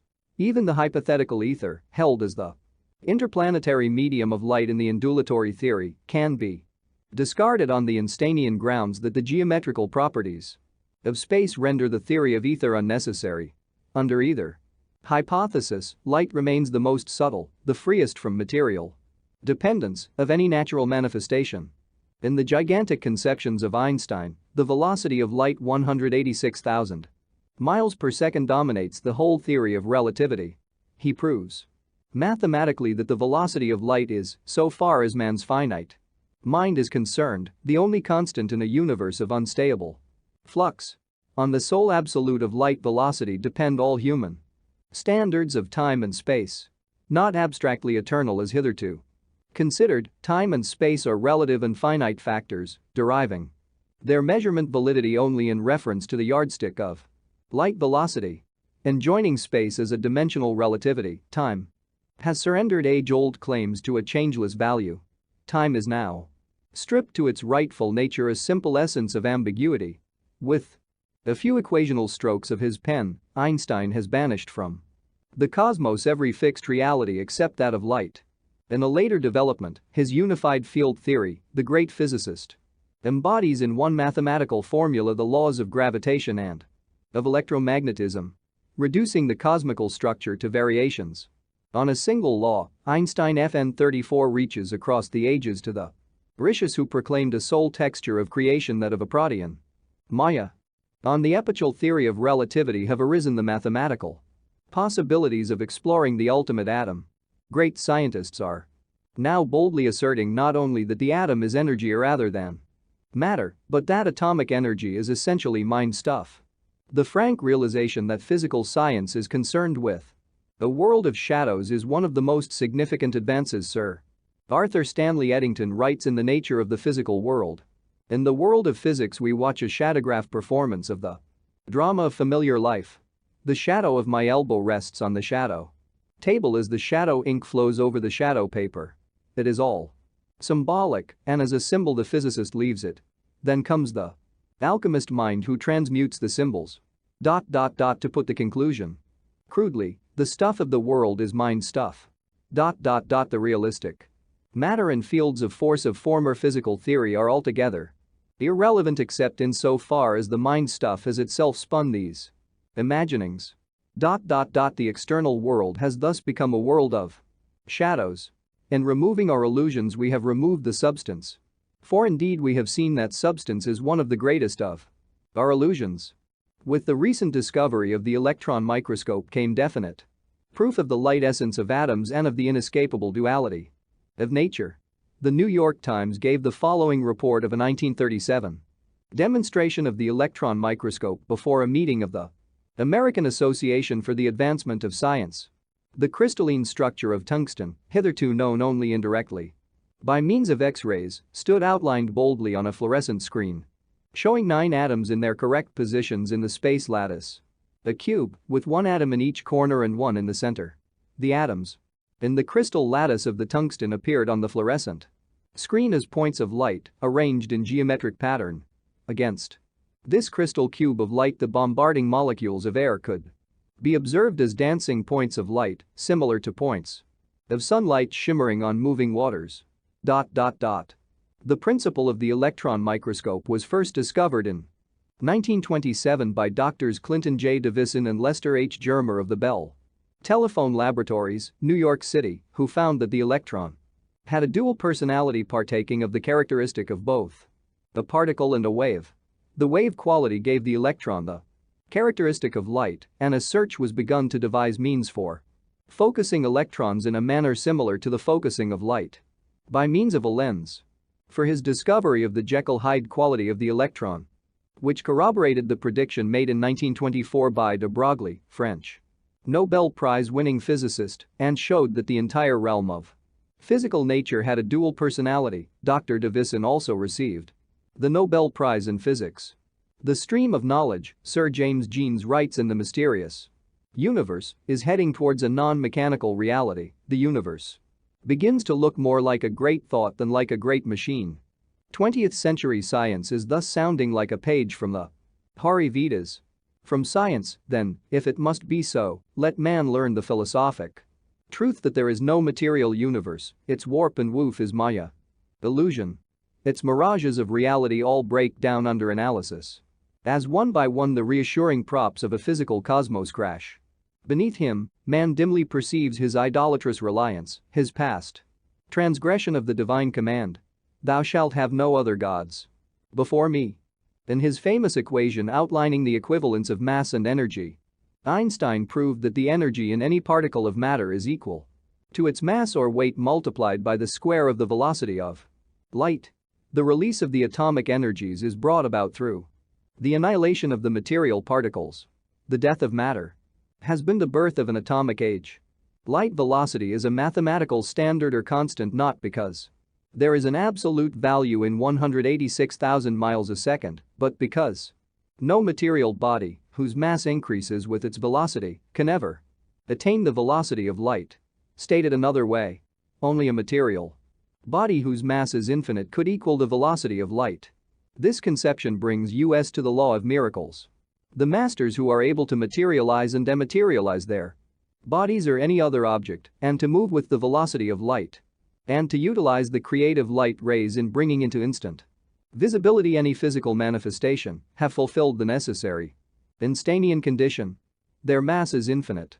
The consciousness of a perfected yogi is effortlessly identified not with a narrow body, but with the universal structure, gravitation. Whether the force of Newton or the instantaneous manifestation of inertia is powerless to compel a master to exhibit the property of weight, which is the distinguishing gravitational condition of all material objects. He who knows himself as the omnipresent Spirit is subject no longer to the rigidities of a body in time and space.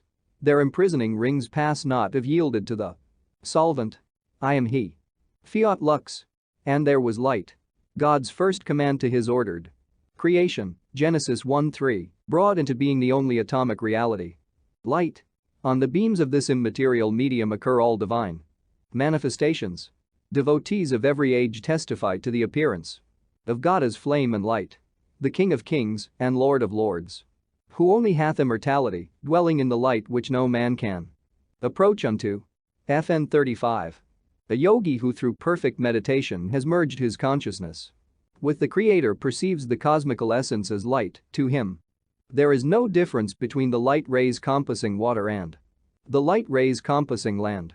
Free from matter consciousness, free from the three dimensions of space and the fourth dimension of time, a master transfers his body of light with equal ease over the light rays of earth, water, fire, or air.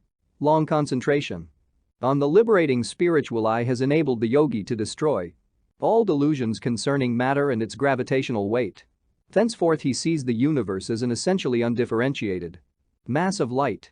Optical images, Dr. L.T. Troland of Harvard tells us, are built up on the same principle as the ordinary half-tone engravings. That is, they are made up of minute dottings or strippelings far too small to be detected by the eye. The sensitiveness of the retina is so great that a visual sensation can be produced by relatively few quanta of the right kind of light. Through a master's divine knowledge of light phenomena, he can instantly project into perceptible manifestation the ubiquitous light atoms. The actual form of the projection, whether it be a tree, a medicine, a human body, is in conformance with a yogi's powers of will and of visualization. In man's dream consciousness, where he has loosened in sleep his clutch on the egoistic limitations that daily hem him round, the omnipotence of his mind has a nightly demonstration. Lo! Therein the dream stand the long-dead friends, the remotest continents, the resurrected scenes of his childhood. With that free and unconditioned consciousness, known to all men in the phenomena of dreams, the God-tuned master has forged a never-severed link. Innocent of all personal motives and employing the creative will bestowed on him by the Creator, a yogi rearranges the light atoms of the universe to satisfy any sincere prayer of a devotee. For this purpose were man and creation made, that he should rise up as master of Maya, knowing his dominion over the cosmos. And God said, "Let us make man in our image, after our likeness. And let them have dominion over the fish of the sea, and over the fowl of the air, and over the cattle, and over all the earth, and over every creeping thing that creepeth upon the earth." FN 36. In 1915, shortly after I had entered the Swami order, I witnessed a vision of violent contrasts. In it the relativity of human consciousness was vividly established. I clearly perceived the unity of the eternal light behind the painful dualities of Maya. The vision descended on me as I sat one morning in my little attic room in father's Gurpur Road home. For months World War I had been raging in Europe. I reflected sadly on the vast toll of death. As I closed my eyes in meditation, my consciousness was suddenly transferred to the body of a captain in command of a battleship. The thunder of guns split the air as shots were exchanged between shore batteries and the ship's cannons. A huge shell hit the powder magazine and tore my ship asunder. I jumped into the water, together with the few sailors who had survived the explosion. Heart pounding, I reached the shore safely. But alas! A stray bullet ended its furious flight in my chest. I fell groaning to the ground. My whole body was paralyzed, yet I was aware of possessing it as one is conscious of a leg gone to sleep. At last the mysterious footstep of death has caught up with me, I thought. With a final sigh, I was about to sink into unconsciousness when lo! I found myself seated in the lotus posture in my Gurpur Road room. Hysterical tears poured forth as I joyfully stroked and pinched my regained possession of body free from any bullet hole in the breast. I rocked to and fro, inhaling and exhaling to assure myself that I was alive. Amidst these self-congratulations, again I found my consciousness transferred to the captain's dead body by the Gauri shore. Utter confusion of mind came upon me. Lord, I prayed, am I dead or alive? A dazzling play of light filled the whole horizon. A soft rumbling vibration formed itself into words. What is life or death to do with light? In the image of my light, I have made you. The relativities of life and death belong to the cosmic dream. Behold your dreamless being. Awake, my child, awake.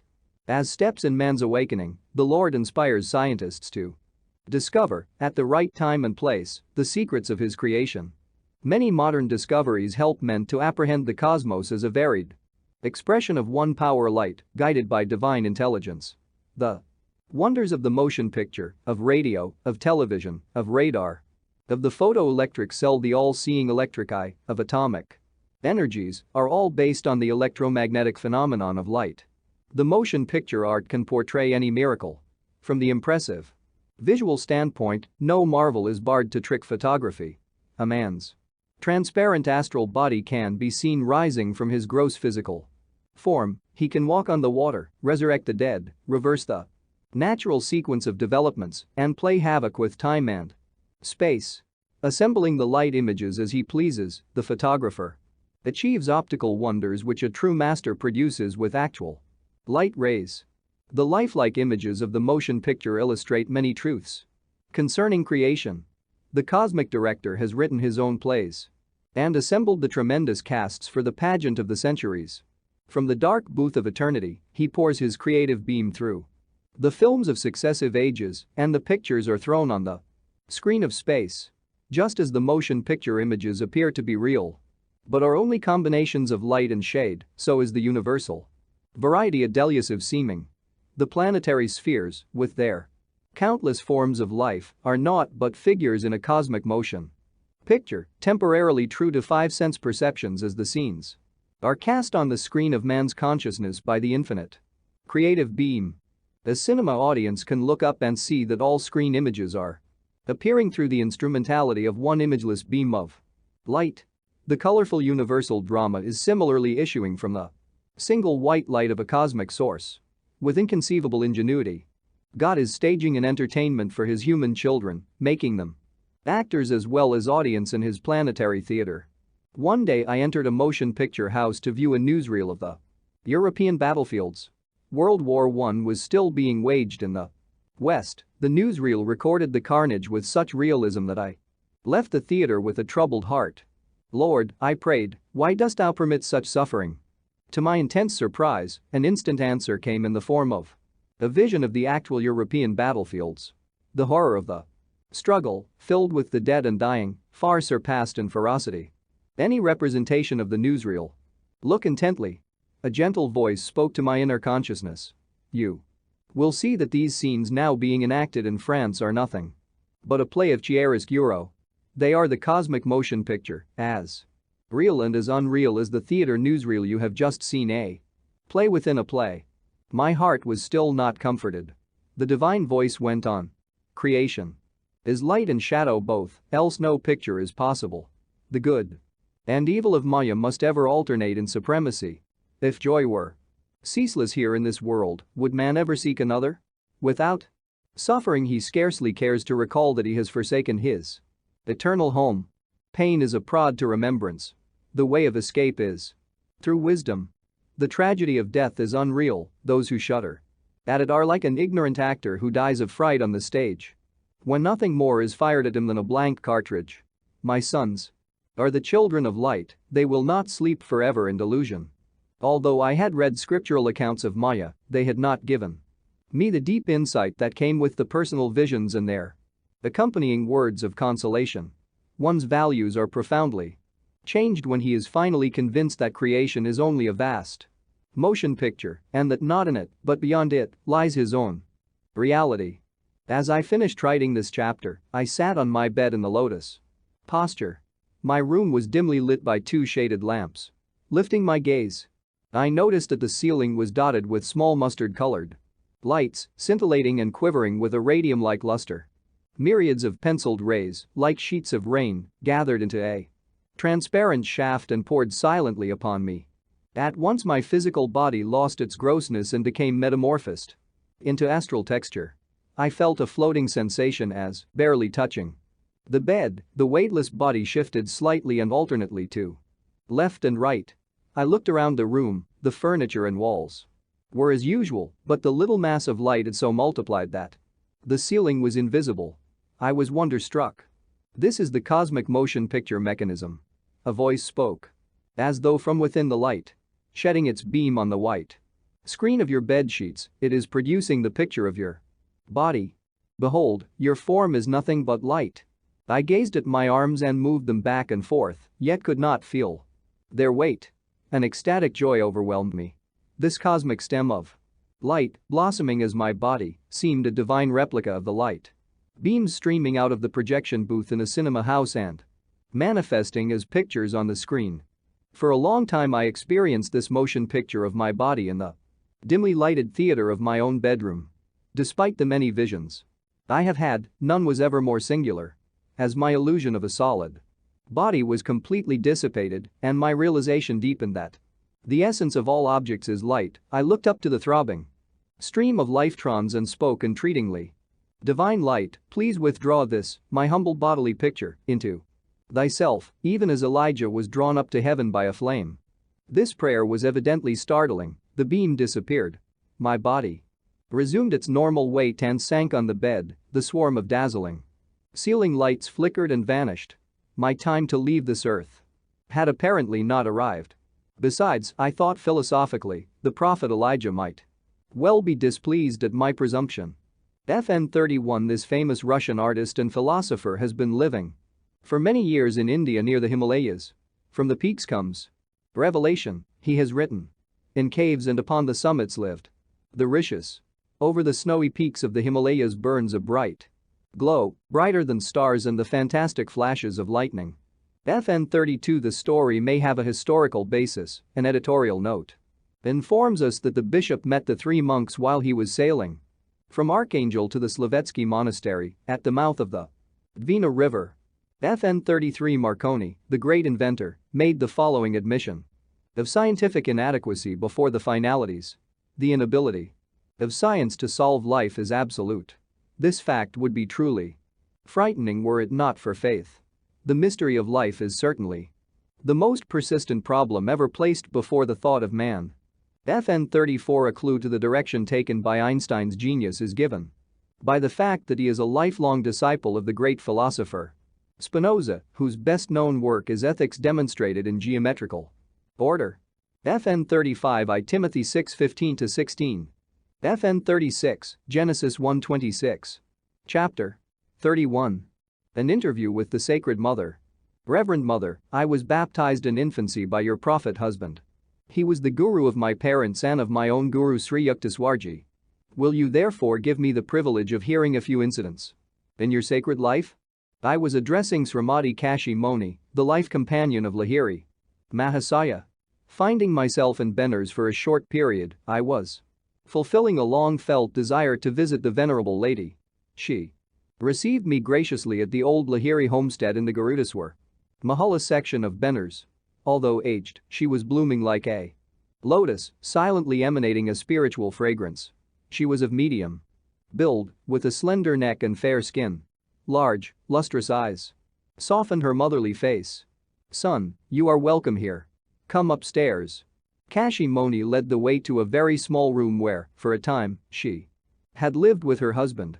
I felt honored to witness the shrine in which the peerless master had condescended to play the human drama of matrimony.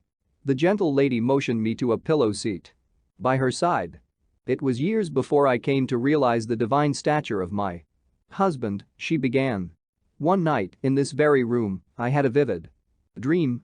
Glorious angels floated in unimaginable grace above me. So realistic was the sight that I awoke at once. The room was strangely enveloped in dazzling light. My husband, in lotus posture, was levitated in the center of the room, surrounded by angels who were worshipping him with the supplicating dignity of palm-folded hands. Astonished beyond measure, I was convinced that I was still dreaming. Woman, Lahiri Mahasaya said, "You are not dreaming.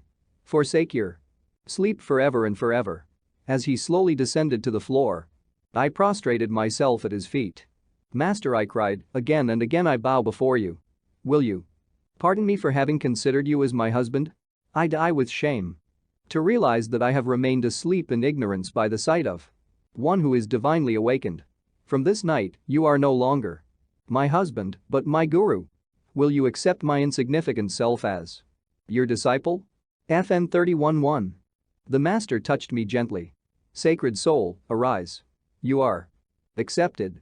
He motioned toward the angels. Please bow in turn to each of these holy saints. When I had finished my humble genuflections, the angelic voices sounded together like a chorus from an ancient scripture. Consort of the Divine One, thou art blessed. We salute thee. They bowed at my feet and lo, their refulgent forms vanished. The room darkened. My guru asked me to receive initiation into Kriya Yoga. Of course, I responded. I am sorry not to have had its blessing earlier in my life. The time was not ripe. Lahiri Mahasaya smiled consolingly. Much of your karma I have silently helped you to work out. Now you are willing and ready. He touched my forehead. Masses of whirling light appeared. The radiance gradually formed itself into the opal blue spiritual eye, ringed in gold and centered with a white pentagonal star. Penetrate your consciousness through the star into the kingdom of the infinite. My guru's voice had a new note, soft like distant music. Vision after vision broke as oceanic surf on the shores of my soul.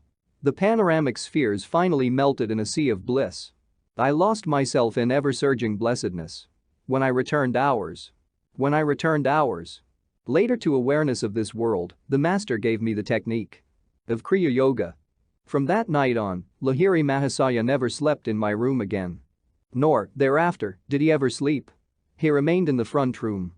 Downstairs, in the company of his disciples both by day and by night. The illustrious lady fell into silence. Realizing the uniqueness of her relationship with the sublime Yogi, I finally ventured to ask for further reminiscences. Son, you are greedy. Nevertheless, you shall have one more story. She smiled shyly. I will confess a sin which I committed against my guru husband. Some months after my initiation, I began to feel forlorn and neglected. One morning Lahiri Mahasaya entered this little room to fetch an article. I quickly followed him. Overcome by violent delusion, I addressed him scathingly. You spend all your time with the disciples. What about your responsibilities for your wife and children? I regret that you do not interest yourself in providing more money for the family. The master glanced at me for a moment, then lo, he was gone. Awed and frightened, I heard a voice resounding from every part of the room. It is all nothing, don't you see? How could a nothing like me produce riches for you? Guruji, I cried, I implore pardon 1,000,000 times. My sinful eyes can see you no more, please appear in your sacred form. I am here. This reply came from above me. I looked up and saw the master materialize in the air, his head touching the ceiling. His eyes were like blinding flames. Beside myself with fear, I lay sobbing at his feet after he had quietly descended to the floor. Woman, he said, seek divine wealth, not the paltry tinsel of earth. After acquiring inward treasure, you will find that outward supply is always forthcoming. He added, one of my spiritual sons will make provision for you. My guru's words naturally came true. A disciple did leave a considerable sum for our family. I thanked Kashi Moni for sharing with me her wondrous experiences. FN 31:2. On the following day I returned to her home and enjoyed several hours of philosophical discussion with Tinkauri and Dukauri. Lahiri. These two saintly sons of India's great yogi followed closely in his ideal footsteps. Both men were fair, tall, stalwart, and heavily bearded, with soft voices and an old-fashioned charm of manner. His wife was not the only woman disciple of Lahiri Mahasaya. There were hundreds of others, including my mother. A woman cello once asked the guru for his photograph. He handed her a print, remarking, if you deem it a protection, then it is so, otherwise it is only a picture. A few days later, this woman and Lahiri Mahasaya's daughter-in-law happened to be studying the Bhagavad Gita at a table behind which hung the guru's photograph. An electrical storm broke out with great fury. Lahiri Mahasaya, protect us. The women bowed before the picture. Lightning struck the book which they had been reading, but the two devotees were unhurt. I felt as though a sheet of ice had been placed around me to ward off the scorching heat, the Chela explained. Lahiri Mahasaya performed two miracles in connection with a woman disciple, Abhoya. She and her husband, a Calcutta lawyer, started. One day for Benners to visit the guru. Their carriage was delayed. By heavy traffic, they reached the Howrah main station only to hear the Benners train whistling for departure.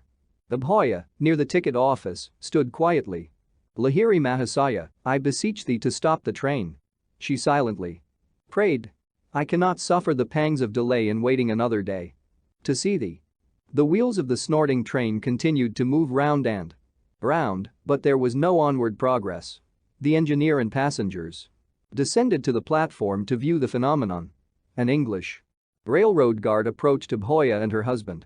Contrary to all precedent, he volunteered his services. Babu, he said, give me the money. I will buy your tickets while you get aboard. As soon as the couple was seated and had received the tickets, the train slowly moved forward. In panic, the engineer and passengers clambered again to their places, knowing neither how the train started nor why it had stopped in the first place. Arriving at the home of Lahiri Mahasaya in Benners, Abhoya silently prostrated herself before the master and tried to touch his feet. Compose yourself, Abhoya, he remarked. How you love to bother me. As if you could not have come here by the next train. Abhoya visited Lahiri Mahasaya on another memorable occasion. This time she wanted his intercession, not with a train, but with the stork. I pray you to bless me that my 9th child may live, she said. 8 babies have been born to me, all died soon after birth. The master smiled sympathetically. Your coming child will live. Please follow my instructions carefully. The baby, a girl, will be born at night. See that the oil lamp is kept burning until dawn. Do not fall asleep and thus allow the light to become extinguished. Abhoya's child was a daughter, born at night, exactly as foreseen by the omniscient guru. The mother instructed her nurse to keep the lamp filled with oil.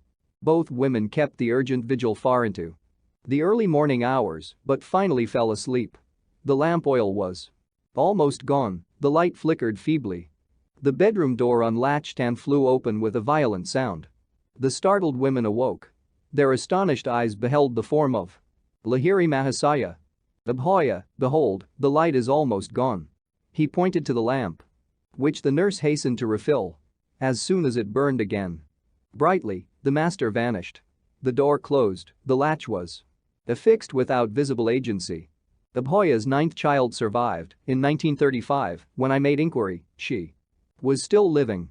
One of Lahiri Mahasaya's disciples, the Venerable Kali Kumar Roy, related to me many fascinating details of his life with the master. I was often a guest at his Benners home for weeks at a time. Roy told me. I observed that many saintly figures, Danda FN 31-3 Swamis, arrived in the quiet of night to sit at the Guru's feet. Sometimes they would engage in discussion of meditational and philosophical points. At dawn the exalted guests would depart. I found during my visits that Lahiri Mahasaya did not once lie down to sleep. During an early period of my association with the master, I had to contend with the opposition of my employer, Roy went on. He was steeped in materialism. I don't want religious fanatics on my staff, he would sneer. If I ever meet your charlatan guru, I shall give him some words to remember. This alarming threat failed to interrupt my regular program. I spent nearly every evening in my guru's presence. One night my employer followed me and rushed rudely into the parlor. He was doubtless fully bent on uttering the pulverizing remarks he had promised. No sooner had the man seated himself than Lahiri Mahasaya addressed the little group of about 12 disciples. Would you all like to see a picture? When we nodded, he asked us to darken the room. Sit behind one another in a circle, he said, and place your hands over the eyes of the man in front of you. I was not surprised to see that my employer also was following, albeit unwillingly, the master's directions. In a few minutes Lahiri Mahasaya asked us what we were seeing. Sir, I replied, a beautiful woman appears. She wears a red bordered sari and stands near an elephant ear plant. All the other disciples gave the same description. The master turned to my employer. Do you recognize that woman? Yes. The man was evidently struggling with emotions new to his nature. I have been foolishly spending my money on her, though I have a good wife. I am ashamed of the motives which brought me here. Will you forgive me and receive me as a disciple? If you lead a good moral life for 6 months, I shall accept you." The master enigmatically added, "Otherwise I won't have to initiate you." For 3 months my employer refrained from temptation, then he resumed his former relationship with the woman. 2 months later, he died. Thus I came to understand my guru's veiled prophecy about the improbability of the man's initiation. Lahiri Mahasaya had a very famous friend, Swami Trilanka, who was reputed to be over 300 years old. The two yogis often sat together in meditation. Trilanka's fame is so widespread that few Hindus would deny the possibility of truth in any story of his astounding miracles. If Christ returned to earth and walked the streets of New York, displaying his divine powers, it would cause the same excitement that was created by Trilanka decades ago as he passed through the crowded lanes of Benares. On many occasions the Swami was seen to drink, with no ill effect, the most deadly poisons. Thousands of people, including a few who are still living, have seen Trilanka floating on the Ganges. For days together he would sit on top of the water or remain hidden for very long periods under the waves. A common sight at the Benares bathing ghats was the Swami's motionless body on the blistering stone slabs, wholly exposed to the merciless Indian sun.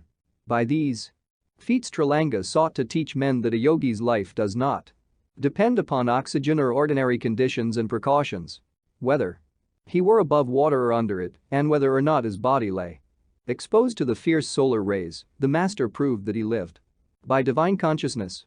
Death could not touch him. The yogi was great not only spiritually but physically. His weight exceeded 300 pounds, a pound for each year of his life.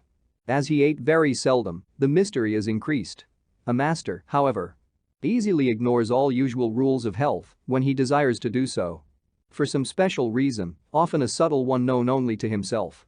Great saints who have awakened from the cosmic Maic dream and realized this world is an idea in the divine mind can do as they wish with the body, knowing it to be only a manipulatable form of condensed or frozen energy. Though physical scientists now understand that matter is nothing but congealed energy, fully illumined masters have long passed from theory to practice in the field of matter control. Trilanka always remained completely nude. The harassed police of Benares came to regard him as a baffling problem child. The natural Swami, like the early Adam in the Garden of Eden, was utterly unconscious of his nakedness. The police were quite conscious of it, however, and unceremoniously committed him to jail. General embarrassment ensued. The enormous body of Trilanka was soon seen in its usual entirety on the prison roof. His cell, still securely locked, offered no clue to his mode of escape. The discouraged officers of the law once more performed their duty. This time a guard was posted before the Swami's cell. Might again retired before right. Trilanka was soon observed in his nonchalant stroll over the roof. Justice is blind, the outwitted police decided to follow her example. The great yogi preserved a habitual silence. FN 31-4, in spite of his round face and huge barrel-like stomach, Trilanka ate only occasionally. After weeks without food, he would break his fast with potfuls of clabbered milk offered to him by devotees. A skeptic once determined to expose Trilanka as a charlatan. A large bucket of calcium lime mixture, used in whitewashing walls, was placed before the Swami. "Master," the materialist said, in mock reverence, "I have brought you some clabbered milk. Please drink it." Trilanka unhesitatingly drained, to the last drop, the containerful of burning lime. In a few minutes the evildoer fell to the ground in agony. "Help, Swami, help!" he cried. "I am on fire. Forgive my wicked test." The great yogi broke his habitual silence. "Scoffer," he said. "You did not realize when you offered me poison that my life is one with your own. Except for my knowledge that God is present in my stomach, as in every atom of creation, the lime would have killed me. Now that you know the divine meaning of boomerang, never again play tricks on anyone." The well-purged sinner, healed by Trilanka's words, slunk feebly away. The reversal of pain was not due to any volition of the master, but came about through unerring application of the law of justice, which upholds creation's farthest swinging orb. Men of God realization. Like Tralanga, allow the divine law to operate instantaneously. They have banished forever all thwarting crosscurrents of ego. The automatic adjustments of righteousness, often paid in an unexpected coin as in the case of Tralanga and his would-be murderer, assuage our hasty indignance at human injustice. Vengeance is mine. I will repay, saith the Lord. FN 31:5. What need for man's brief resources? The universe duly conspires for retribution. Dull minds discredit the possibility of divine justice, love, omniscience, immortality. Airy scriptural conjectures. This insensitive viewpoint, all is before the cosmic spectacle, arouses a train of events which brings its own awakening. The omnipotence of spiritual law was referred to by Christ on the occasion of his triumphant entry into Jerusalem. As the disciples and the multitude shouted for joy and cried, "Peace in heaven and glory in the highest," certain Pharisees complained of the undignified spectacle. "Master," they protested, "rebuke thy disciples. I tell you," Jesus replied, "that, if these should hold their peace, the stones would immediately cry out." FN 31:6. In this reprimand to the Pharisees, Christ was pointing out that divine justice is no figurative abstraction and that a man of peace, though his tongue be torn from its roots, will yet find his speech in his defense in the bedrock of creation, the universal order itself. Think you, Jesus was saying, to silence men of peace? As well may you hope to throttle the voice of God, whose very stones sing his glory and his omnipresence.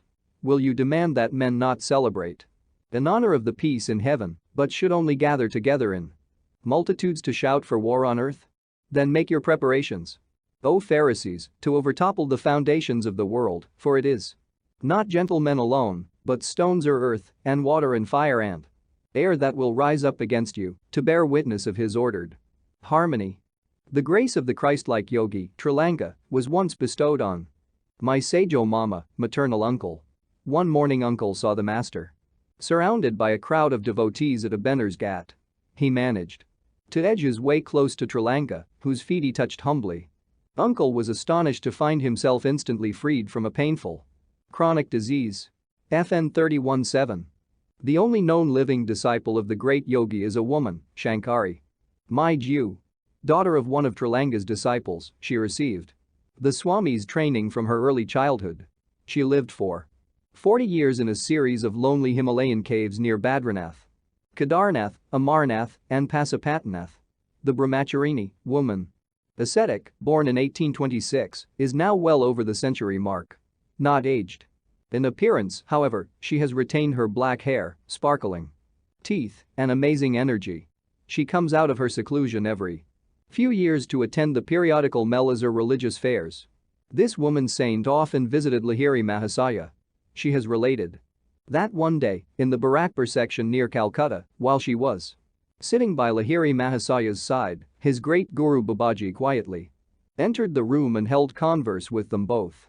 On one occasion her master Tralanga, forsaking his usual silence, honored Lahiri Mahasaya very pointedly in public.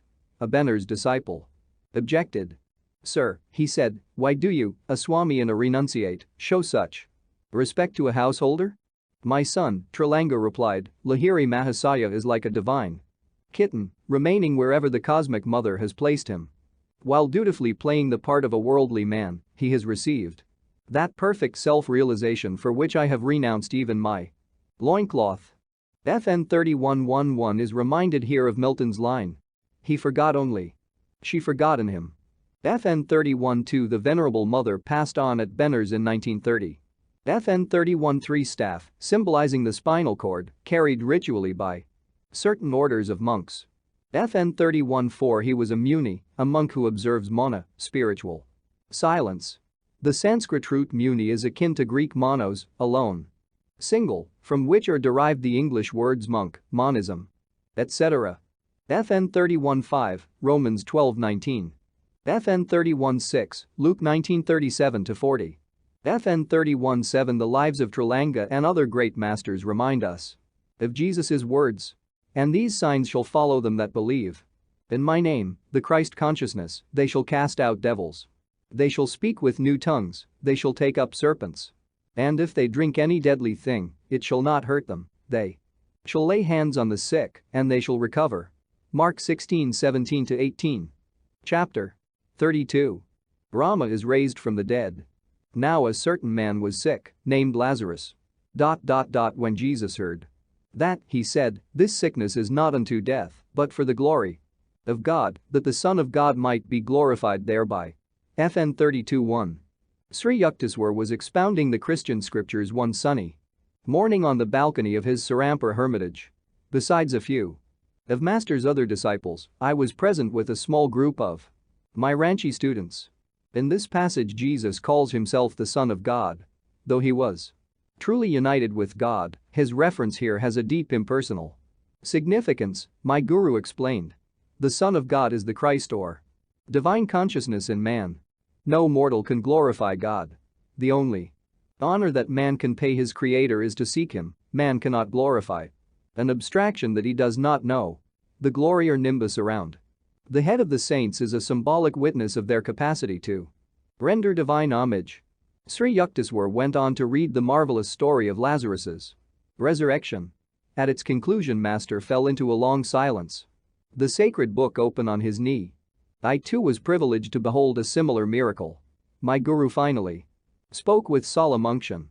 Lahiri Mahasaya resurrected one of my friends from the dead. The young lads at my side smiled with keen interest. There was enough of the boy in me, too, to enjoy not only the philosophy, but, in particular, any story I could get Sri Yukteswar to relate about his wondrous experiences with his guru. My friend Rama and I were inseparable, Master began. Because he was shy and reclusive, he chose to visit our guru Lahiri Mahasaya only during the hours of midnight and dawn, when the crowd of daytime disciples was absent. As Rama's closest friend, I served as a spiritual vent through which he let out the wealth of his spiritual perceptions. I found inspiration in his ideal companionship. My guru's face softened with memories. Rama was suddenly put to a severe test, Sri Yukteswar continued. He contracted the disease of Asiatic cholera. As our master never objected to the services of physicians at times of serious illness, 2 specialists were summoned. Amidst a frantic rush of ministering to the stricken man, I was deeply praying to Lahiri Mahasaya for help. I hurried to his home and sobbed out the story. The doctors are seeing Rama. He will be well. My guru smiled jovially. I returned with a light heart to my friend's bedside, only to find him in a dying state. He cannot last more than 1 or 2 hours, one of the physicians told me with a gesture of despair. Once more I hastened to Lahiri Mahasaya. The doctors are conscientious men. I am sure Rama will be well. The master dismissed me blithely. At Rama's place I found both doctors gone. One had left me a note. "We have done our best, but his case is hopeless." My friend was indeed the picture of a dying man. I did not understand how Lahiri Mahasaya's words could fail to come true, yet the sight of Rama's rapidly ebbing life kept suggesting to my mind, all is over now. Tossing thus on the seas of faith and apprehensive doubt, I ministered to my friend as best I could. He roused himself to cry out, "Yukteswar, run to master and tell him I am gone. Ask him to bless my body before its last rites." With these words Rama sighed heavily and gave up the ghost. FN 32:2. I wept for an hour by his beloved form. Always a lover of quiet. Now he had attained the utter stillness of death. Another disciple came in. I asked him to remain in the house until I returned. Half dazed, I trudged back to my guru. "How is Rama now?" Lahiri Mahasaya's face was wreathed in smiles. "Sir, you will soon see how he is," I blurted out emotionally. "In a few hours you will see his body before it is carried to the crematory grounds." I broke down and moaned openly. "Yukteswar, control yourself. Sit calmly and meditate." My guru retired into samadhi. The afternoon and night passed in unbroken silence. I struggled unsuccessfully to regain an inner composure. At dawn Lahiri Mahasaya glanced at me consolingly. "I see you are still disturbed. Why didn't you explain yesterday that you expected me to give Rama tangible aid in the form of some medicine?" The master pointed to a cup-shaped lamp containing crude castor oil. "Fill a little bottle from the lamp, put 7 drops into Rama's mouth." "Sir," I remonstrated, "he has been dead since yesterday noon." "Of What use is the oil now? Never mind, just do as I ask. Lahiri Mahasaya's cheerful mood was incomprehensible. I was still in the unassuaged agony of bereavement. Pouring out a small amount of oil, I departed for Rama's house. I found my friend's body rigid in the death clasp. Paying no attention to his ghastly condition, I opened his lips with my right finger and managed, with my left hand and the help of the cork, to put the oil drop by drop over his clenched teeth. As the seventh drop touched his cold lips, Rama shivered violently. His muscles vibrated from head to foot as he sat up wonderingly. I saw Lahiri Mahasaya in a blaze of light, he cried. He shone like the sun. Arise, forsake your sleep, he commanded me. Come with Yuktaswar to see me. I could scarcely believe my eyes when Rama dressed himself and was strong enough after that fatal sickness to walk to the home of our guru. There he prostrated himself before Lahiri Mahasaya with tears of gratitude. The master was beside himself with mirth. His eyes twinkled at me mischievously. Yuktaswar, he said, surely henceforth you will not fail to carry with you a bottle of castor oil.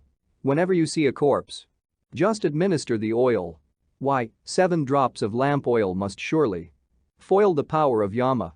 FN 32-3. Guruji, you are ridiculing me. I don't understand, please point out the nature of my error. I told you twice that Rama would be well, yet you could not fully believe me, Lahiri Mahasaya explained. I did not mean the doctors would be able to cure him, I remarked only that they were in attendance. There was no causal connection between my two statements. I didn't want to interfere with the physicians, they have to live too. In a voice resounding with joy, my guru added, always know that the inexhaustible Paramatman FN 32-4 can heal anyone, doctor or no doctor. I see my mistake, I acknowledged remorsefully. I know now that your simple word is binding on the whole cosmos. As Sri Yuktaswar finished the awesome story, one of the spellbound listeners ventured a question that, from a child, was doubly understandable. Sir, he said, why did your guru use castor oil? Child, giving the oil had no meaning, except that I expected something material, and Lahiri Mahasaya chose the nearby oil as an objective symbol for awakening my greater faith. The master allowed Rama to die because I had partially doubted. But the divine guru knew that inasmuch as he had said the disciple would be well, the healing must take place, even though he had to cure Rama of death, a disease usually final. Sri Yuktaswar dismissed the little group and motioned me to a blanket seat at his feet. Yogananda, he said with unusual gravity, you have been surrounded from birth by direct disciples of Lahiri Mahasaya. The great master lived his sublime life in partial seclusion and steadfastly refused to permit his followers to build any organization around his teachings. He made, nevertheless, a significant prediction.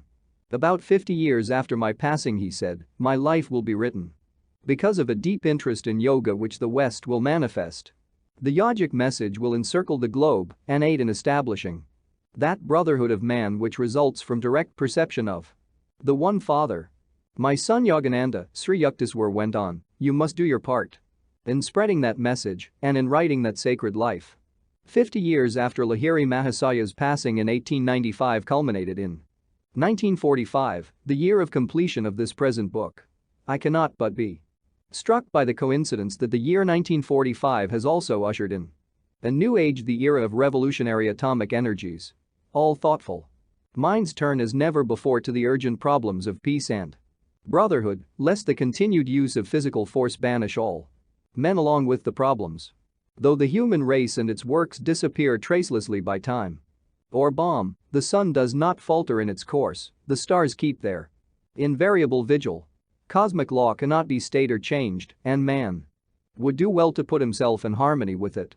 If the cosmos is against might, if the sun wars not with the planets but retires at due time to give the stars their little sway, what avails our mailed fist? Shall any peace indeed come out of it? Not cruelty, but goodwill arms the universal sinews, a humanity at peace will know the endless fruits of victory, sweeter to the taste than any nurtured on the soil of blood. The effective League of Nations will be a natural, nameless league of human hearts. The broad sympathies and discerning insight needed For the healing of earthly woes cannot flow from a mere intellectual consideration of man's diversities, but from knowledge of man's soul unity, his kinship with God, toward realization of the world's highest ideal, peace through brotherhood. May yoga, the science of personal contact with the divine, spread in time to all men in all lands. Though India's civilization is ancient above any other, few historians have noted that her feat of national survival is by no means an accident, but a logical incident in the devotion to eternal verities, which India has offered through her best men in every generation. By sheer continuity of being, by intransitivity before the ages can dusty scholars truly tell us how many? India has given the worthiest answer of any people to the challenge of time. The biblical story FN 32:5 of Abraham's plea to the Lord that the city of Sodom be spared if 10 righteous men could be found therein. And the divine reply, I will not destroy it for 10's sake, gains new meaning in the light of India's escape from the oblivion of Babylon, Egypt and other mighty nations who were once her contemporaries. The Lord's answer clearly shows that a land lives not by its material achievements but in its masterpieces of man. Let the divine words be heard again in this 20th century. Twice dyed in blood ere half over. No nation that can produce 10 men, great in the eyes of the unbribable judge, shall know extinction. Heeding such persuasions, India has proved herself not witless against 1,000 cunnings of time. Self-realized masters in every century have hallowed her soil, modern Christ-like sages, like Lahiri Mahasaya and his disciple Sri Yukteswar, rise up to proclaim that the science of yoga is more vital than any material advances to man's happiness and to a nation's longevity. Very scanty information about the life of Lahiri Mahasaya and his universal doctrine has ever appeared in print. For 3 decades. In India, America, and Europe, I have found a deep and sincere interest in his message of liberating yoga. A written account of the master's life, even as he foretold, is now needed in the West, where lives of the great modern yogis are little known. Nothing but 1 or 2 small pamphlets in English has been written on the Guru's life. One biography in Bengali, Sri Sri FN 32:6. Shyama Charan Lahiri Mahasaya, appeared in 1941. It was written by my disciple, Swami Satyananda, who for many years has been the Acharya, spiritual preceptor, at our Vidyalaya in Ranchi. I have translated a few passages from his book and have incorporated them into this section devoted to Lahiri Mahasaya. It was into a pious Brahmin family of ancient lineage that Lahiri Mahasaya was born September 30, 1828.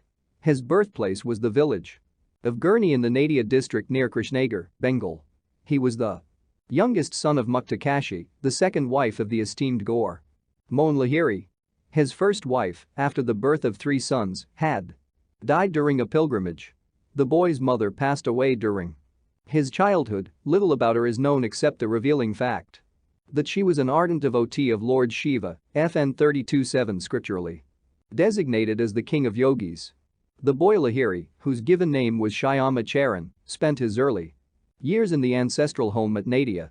At the age of 3 or 4, he was often observed sitting under the sands in the posture of a yogi, his body completely hidden except for the head. The Lahiri estate was destroyed in the winter of 1833 when the nearby Jalangi River changed its course and disappeared into the depths of the Ganges. One of the Shiva temples founded by the Lahiris went into the river along with the family home. A devotee rescued the stone image of Lord Shiva from the swirling waters and placed it in a new temple, now well known as the Gurni Shiva site. Gaur Mohan Lahiri and his family left Nadia and became residents of Benners, where the father immediately erected a Shiva temple. He conducted his household along the lines of Vedic discipline, with regular observance of ceremonial worship, acts of charity, and scriptural study. Just and open-minded, however, he did not ignore the beneficial current of modern ideas. The boy Lahiri took lessons in Hindi and Urdu in Benner's study groups. He attended a school conducted by Join Aryan Gosal, receiving instruction in Sanskrit, Bengali, French, and English.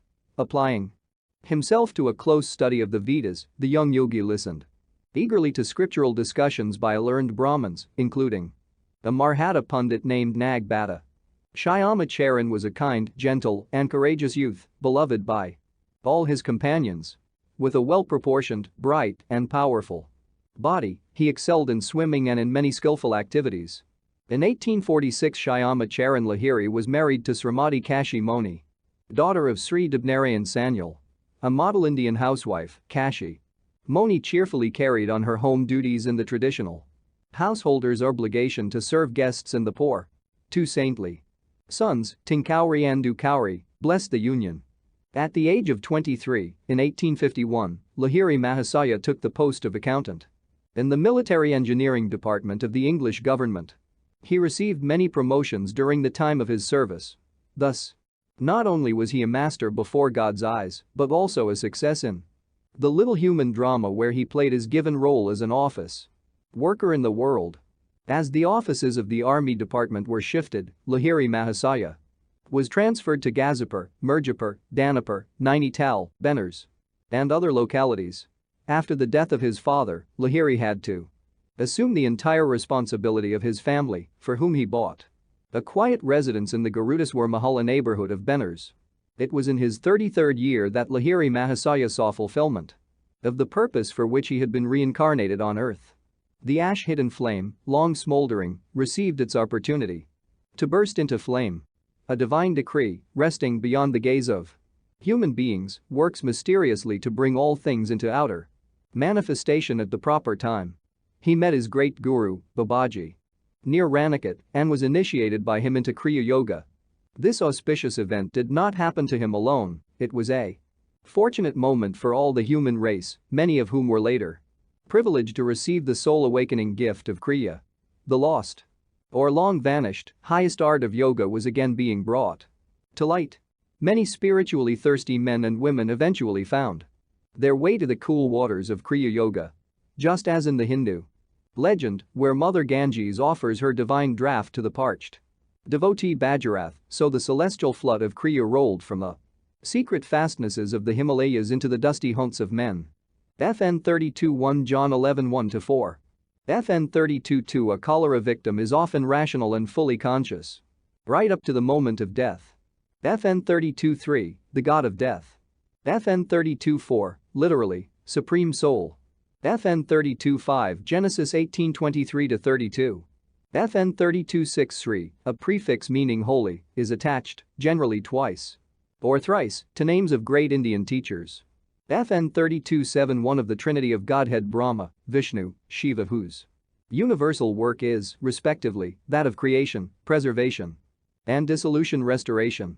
Shiva, sometimes spelled Siva, represented in mythology as the Lord of Renunciates, appears in visions to his devotees under various aspects, such as Mahadeva, the matted-haired ascetic, and Nataraja, the cosmic dancer. Chapter 33. Babaji, the Yogi Christ of modern India. The northern Himalayan crags near Badrinarayan are still blessed by the living presence of Babaji, guru of Lahiri Mahasaya. The secluded master has retained his physical form for centuries, perhaps for millenniums. The deathless Babaji is an avatara. This Sanskrit word means descent, its roots are ava, down, and tri, to pass. In the Hindu scriptures, avatara signifies the descent of divinity into flesh. Babaji's spiritual state is beyond human comprehension, Sri Yuktaswar explained to me. The dwarfed vision of men cannot pierce to his transcendental star. One attempts in vain even to picture the avatar's attainment. It is inconceivable. The Upanishads have minutely classified every stage of spiritual advancement. A siddha, perfected being, has progressed from the state of a jivanmukta, freed while living, to that of a paramukta, supremely free, full power over death. The latter has completely escaped from the Mayic thraldom and its reincarnational round. The paramukta therefore seldom returns to a physical body. If he does, he is an avatar, a divinely appointed medium of supernal blessings on the world. An avatar is unsubject to the universal economy. His pure body, visible as a light image, is free from any debt to nature. The casual gaze may see nothing extraordinary in an avatar's form, but it casts no shadow nor makes any footprint on the ground. These are outward symbolic proofs of an inward lack of darkness and material bondage. Such a God-man alone knows the truth behind the relativities of life and death. Omar Khayyam, so grossly misunderstood, sang of this liberated man in his immortal scripture, the Rubaiyat. Ah, moon of my delight who knowst no wane. The moon of heaven is rising once again. How oft hereafter rising shall she look through this same garden after me in vain? The moon of delight is God, eternal Polaris, anachronous never. The moon of heaven is the outward cosmos, fettered to the law of periodic recurrence. Its chains had been dissolved forever by the Persian seer through his self-realization. How oft hereafter rising shall she look after me in vain? What frustration of search by a frantic universe for an absolute omission. Christ expressed his freedom in another way. And a certain scribe came and said unto him, Master, I will follow thee whithersoever thou goest. And Jesus saith unto him, The foxes have holes, and the birds of the air have nests, but the Son of Man hath not whereto lay his head. FN 33:1. Spacious with omnipresence, could Christ indeed be followed except in the overarching spirit? Krishna, Rama, Buddha, and Patanjali were among the ancient Indian avatars. A considerable poetic literature in Tamil has grown up around Agastya, a South Indian avatar. He worked many miracles during the centuries preceding and following the Christian era and is credited with retaining his physical form even to this day. Babaji's mission in India has been to assist prophets in carrying out their special dispensations. He thus qualifies for the scriptural classification of Mahavatar, great avatar. He has stated that he gave yoga initiation to Shankara, ancient founder of the Swami order, and to Kabir, famous medieval saint. His chief 19th century disciple was, as we know, Lahiri Mahasaya, revivalist of the lost Kriya art. Illustration. Babaji, the Mahavatar, guru of Lahiri Mahasaya, I have helped an artist to draw a true likeness of the great Yogi Christ of modern India. See babaji.jpg. The Mahavatar is in constant communion with Christ, together they send out vibrations of redemption and have planned the spiritual technique of salvation for this age. The work of these two fully illumined masters, one with the body and one without it, is to inspire the nations to forsake suicidal wars, race hatreds, religious sectarianism, and the boomerang evils of materialism. Babaji is well aware of the trend of modern times, especially of the influence and complexities of Western civilization, and realizes the necessity of spreading the self-liberations of yoga equally in the West and in the East. That there is no historical reference to Babaji need not surprise us. The great guru has never openly appeared in any century. The misinterpreting glare of publicity has no place in his millennial plans. Like the creator, the sole but silent power, Babaji works in a humble obscurity. Great prophets like Christ and Krishna come to earth for a specific and spectacular purpose, they depart as soon as it is accomplished. Other avatars, like Babaji, undertake work which is concerned more with the slow evolutionary progress of man during the centuries than with any one outstanding event of history. Such masters always veil themselves from the gross public gaze and have the power to become invisible at will. For these reasons, and because they generally instruct their disciples to maintain silence about them, a number of towering spiritual figures remain world unknown. I give in these pages on Babaji merely a hint of his life, only a few facts which he deems it fit and helpful to be publicly imparted. No limiting facts about Babaji's family or birthplace, dear to the analyst's heart, have ever been discovered. His speech is generally in Hindi, but he converses easily in any language. He has adopted the simple name of Babaji, revered father. Other titles of respect given him by Lahiri Mahasaya's disciples are Mahamuni Babaji Maharaj, Supreme Ecstatic Saint, Mahayogi, Greatest of Yogis, Trambak, Baba and Shiva Baba, titles of avatars of Shiva. Does it matter that we know not the patronymic of an earth-released master? Whenever anyone utters with reverence the name of Babaji, Lahiri Mahasaya said, that devotee attracts an instant spiritual blessing. The deathless guru bears no marks of age on his body, he appears to be no more than a youth of 25. Fair-skinned, of medium build and height, Babaji's beautiful, strong body radiates a perceptible glow. His eyes are dark, calm, and tender, his long, lustrous hair is copper-colored. A very strange fact is that Babaji bears an extraordinarily exact resemblance to his disciple Lahiri Mahasaya. The similarity is so striking that, in his later years, Lahiri Mahasaya might have passed as the father of the youthful-looking Babaji. Swami Kabbalananda, my saintly Sanskrit tutor, spent some time with Babaji in the Himalayas. The peerless master moves with his group from place to place in the mountains, Kabbalananda told me. His small band contains two highly advanced American disciples. After Babaji has been in one locality for some time, he says, Dara Danda Uthau. Let us lift our camp and staff. He carries a symbolic danda, bamboo staff. His words are the signal for moving with his group instantaneously to another place. He does not always employ this method of astral travel, sometimes he goes on foot from peak to peak. Babaji can be seen or recognized by others only when he so desires. He is known to have appeared in many slightly different forms to various devotees, sometimes without beard and mustache, and sometimes with them. As his undecaying body requires no food, the master seldom eats. As a social courtesy to visiting disciples, he occasionally accepts fruits or rice cooked in milk and clarified butter. Two amazing incidents of Babaji's life are known to me, Kabbalananda went on.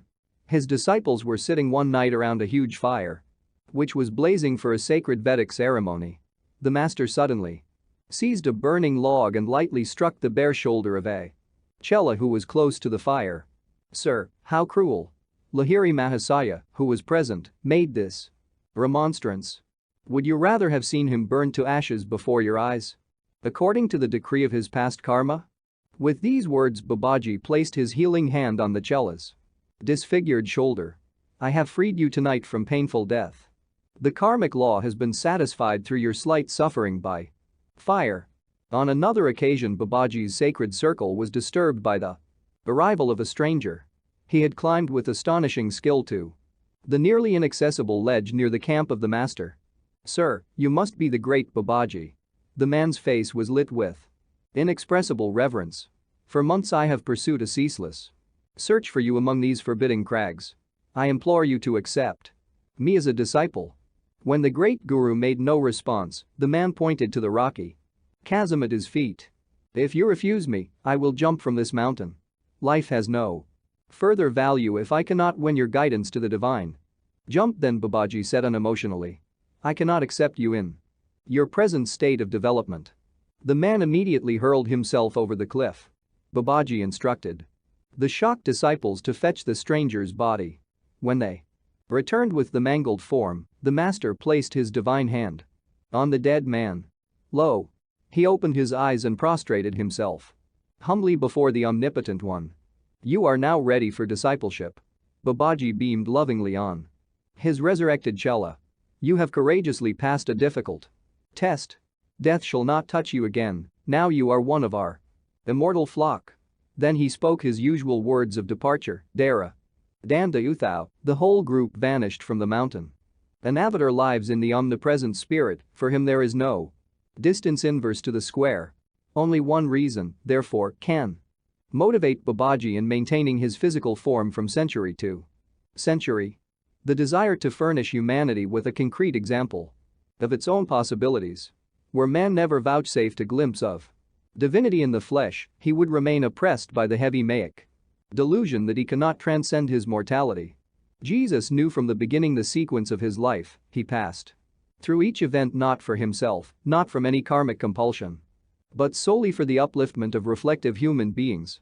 His four reporter disciples Matthew, Mark, Luke, and John recorded the ineffable drama for the benefit of later generations. For Babaji, also, there is no relativity of past, present, future. From the beginning he has known all phases of his life. Yet, accommodating himself to the limited understanding of men, he has played many acts of his divine life in the presence of one or more witnesses. Thus it came about that a disciple of Lahiri Mahasaya was present when Babaji deemed the time to be ripe for him to proclaim the possibility of bodily immortality. He uttered this promise before Ram Gopal Musumdar that it might finally become known for the inspiration of other seeking hearts.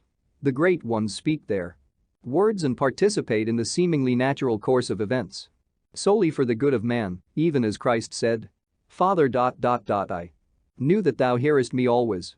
But because of the people which stand by I said it, that they may believe that thou hast sent me. FN 33-2 During my visit at Ranbajpur with Ram Gopal, the sleepless saint, FN 33-3 he related the wondrous story of his first meeting with Babaji.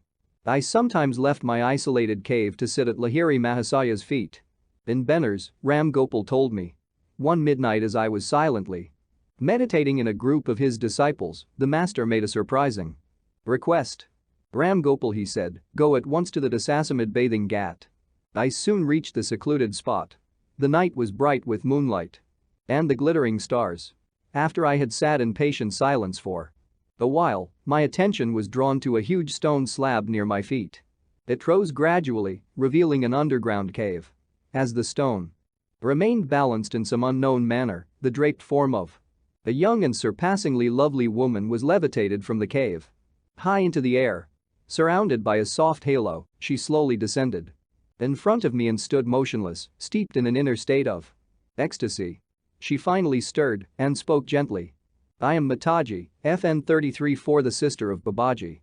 I have asked him and also Lahiri Mahasaya to come to my cave tonight to discuss a matter of great importance. A nebulous light was rapidly floating over the Ganges, the strange luminescence was reflected in the opaque waters that approached nearer and nearer until, with a blinding flash, it appeared by the side of Mataji and condensed itself instantly into the human form of Lahiri Mahasaya. He bowed humbly at the feet of the woman saint. Before I had recovered from my bewilderment, I was further wonderstruck to behold a circling mass of mystical light traveling in the sky. Descending swiftly, the flaming whirlpool neared our group and materialized itself into the body of a beautiful youth who, I understood at once, was Babaji. He looked like Lahiri Mahasaya. The only difference being that Babaji appeared much younger and had long, bright hair. Lahiri Mahasaya, Mataji, and myself knelt at the Guru's feet. An ethereal sensation of beatific glory thrilled every fiber of my being as I touched his divine flesh. Blessed Sister, Babaji said, I am intending to shed my form and plunge into the infinite current. I have already glimpsed your plan, beloved master.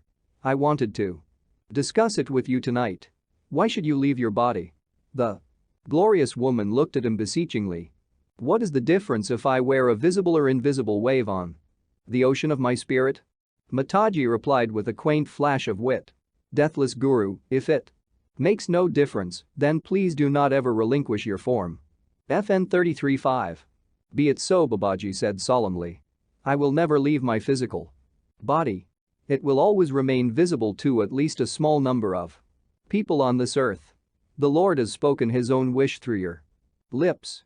As I listened in awe to the conversation between these exalted beings, the great Guru turned to me with a benign gesture. Fear not, Ram Gopal, he said, you are blessed to be a witness at the scene of this immortal promise. As the sweet melody of Babaji's voice faded away, his form and that of Lahiri Mahasaya slowly levitated and moved backward over the Ganges. An aureole of dazzling light templed their bodies as they vanished into the night sky. Mataji's form floated to the cave and descended. The stone slab closed of itself, as if working on an invisible leverage. Infinitely inspired, I wended my way back to Lahiri Mahasaya's place. As I bowed before him in the early dawn, my guru smiled at me understandingly. I am happy for you, Ram Gopal, he said. The desire of meeting Babaji and Mataji, which you have often expressed to me, has found at last a sacred fulfillment.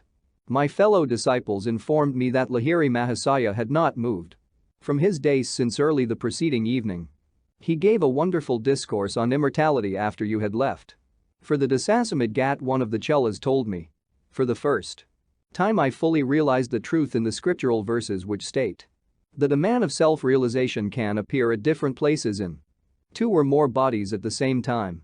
Lahiri Mahasaya later explained to me many metaphysical points concerning the hidden divine plan for this earth. Ram Gopal concluded.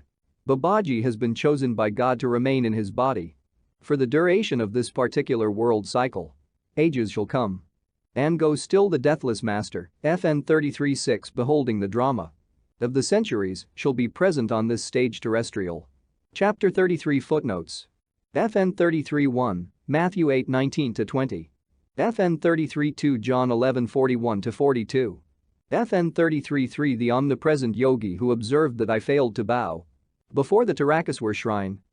Chapter 13. FN 33-4 Holy Mother. Mataji also has lived through the centuries. She is almost as far advanced spiritually as her brother. She remains in ecstasy in a hidden underground cave near the Dasasamad Ghat. FN 33-5 This incident reminds one of Thales, the great Greek philosopher, taught that there was no difference between life and death. Why, then, inquired a critic, do you not die? Because, answered Thales, it makes no difference. FN 33-6 Verily, verily, I say unto you, if a man keep my saying, remain unbrokenly in the Christ consciousness, he shall never see death. John 8:51. Chapter 34. Materializing a palace in the Himalayas. Babaji's first meeting with Lahiri Mahasaya is an enthralling story and one of the few which gives us a detailed glimpse of the deathless guru. These words were Swami Kabbalananda's preamble to a wondrous tale. The first time he recounted it, I was literally spellbound. On many other occasions I coaxed my gentle Sanskrit tutor to repeat the story, which was later told me in substantially the same words by Sri Yuktaswar. Both these Lahiri Mahasaya disciples had heard the awesome tale direct from the lips of their guru. My first meeting with Babaji took place in my 33rd year. Lahiri Mahasaya had said. In the autumn of 1861 I was stationed in Danapur as a government accountant in the military engineering department. One morning the office manager summoned me. Lahiri, he said, a telegram has just come from our main office. You are to be transferred to Ranikat, where an army post FN 34-1 is now being established. With one servant, I set out on the 500-mile trip. Traveling by horse and buggy, we arrived in 30 days at the Himalayan site of Ranikat. FN 34-2. My office duties were not onerous. I was able to spend many hours roaming in the magnificent hills. A rumor reached me that great saints blessed the region with their presence. I felt a strong desire to see them. During a ramble one early afternoon, I was astounded to hear a distant voice calling my name. I continued my vigorous upward climb on Dringiri mountain. A slight uneasiness beset me at the thought that I might not be able to retrace my steps before darkness had descended over the jungle. I finally reached a small clearing whose sides were dotted with caves. On one of the rocky ledges stood a smiling young man, extending his hand in welcome. I noticed with astonishment that, except for his copper-colored hair, he bore a remarkable resemblance to myself. Lahiri, you have come. The saint addressed me affectionately in Hindi. Rest here in this cave. It was I who called you. I entered a neat little grotto which contained several woolen blankets and a few kamandalas, begging bowls. Lahiri, do you remember that seat? The yogi pointed to a folded blanket in one corner. No, sir. Somewhat dazed at the strangeness of my adventure, I added, I must leave now, before nightfall. I have business in the morning at my office. The mysterious saint replied in English, the office was brought for you, and not you for the office. I was dumbfounded that this forest ascetic should not only speak English but also paraphrase the words of Christ. FN 34-3. I see my telegram took effect. The yogi's remark was incomprehensible to me. I inquired his meaning. I refer to the telegram that summoned you to these isolated parts. It was I who silently suggested to the mind of your superior officer that you be transferred to Ranikat. When one feels his unity with mankind, all minds become transmitting stations through which he can work at will. He added gently, Lahiri, surely this cave seems familiar to you? As I maintained a bewildered silence, the saint approached and struck me gently on the forehead. At his magnetic touch, a wondrous current swept through my brain, releasing the sweet seed memories of my previous life. I remember. My voice was half choked with joyous sobs. You are my Guru Babaji, who has belonged to me always. Scenes of the past arise vividly in my mind. Here in this cave I spent many years of my last incarnation. As ineffable recollections overwhelmed me, I tearfully embraced my master's feet. For more than 3 decades I have waited for you here, waited for you to return to me. Babaji's voice rang with celestial love. You slipped away and vanished into the tumultuous waves of the life beyond death. The magic wand of your karma touched you, and you were gone. Though you lost sight of me, never did I lose sight of you. I pursued you over the luminescent astral sea where the glorious angels sail. Through gloom, storm, upheaval, and light I followed you, like a mother bird guarding her young. As you lived out your human term of womb life and emerged a babe, my eye was ever on you.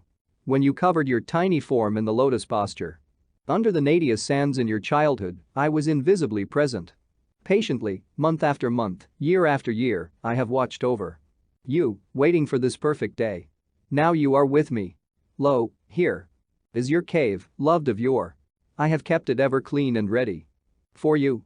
Here is your hallowed asana blanket, where you daily sat to fill your expanding heart with God. Behold there your bowl, from which you often drank the nectar prepared by me. See how I have kept the brass cup brightly polished, that you might drink again therefrom. My own, do you now understand?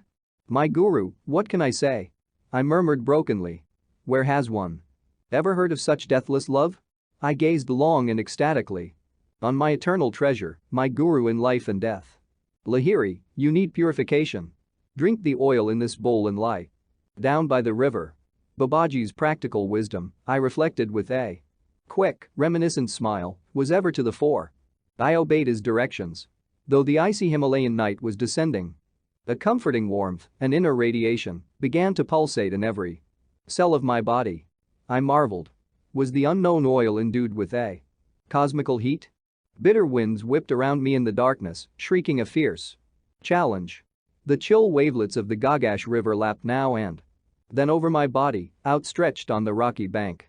Tigers howled nearby, but my heart was free of fear. The radiant force newly generated within me conveyed an assurance of unassailable protection. Several hours passed swiftly, faded memories of another life wove themselves into the present brilliant pattern of reunion with my divine guru. My solitary musings were interrupted by the sound of approaching footsteps. In the darkness, a man's hand gently helped me to my feet and gave me some dry clothing. Come, brother, my companion said. The master awaits you. He led the way through the forest. The summer night was suddenly lit by a steady luminosity in the distance. Can that be the sunrise? I inquired. Surely the whole night has not passed? The hour is midnight. My guide laughed softly. Yonder light is the glow of a golden palace, materialized here tonight by the peerless Babaji. In the dim past, you once expressed a desire to enjoy the beauties of a palace. Our master is now satisfying your wish, thus freeing you from the bonds of karma. FN 34:4 he added. The magnificent palace will be the scene of your initiation tonight into Kriya Yoga. All your brothers here join in a paean of welcome, rejoicing at the end of your long exile. Behold, a vast palace of dazzling gold stood before us. Studded with countless jewels and set amidst landscaped gardens, it presented a spectacle of unparalleled grandeur. Saints of angelic countenance were stationed by resplendent gates, half reddened by the glitter of rubies, diamonds, pearls, sapphires, and emeralds of great size and luster were embedded in the decorative arches. I followed my companion into a spacious reception hall. The odor of incense and of roses wafted through the air, dim lamps shed a multicolored glow. Small groups of devotees, some fair, some dark-skinned, chanted musically or sat in the meditative posture, immersed in an inner peace. A vibrant joy pervaded the atmosphere.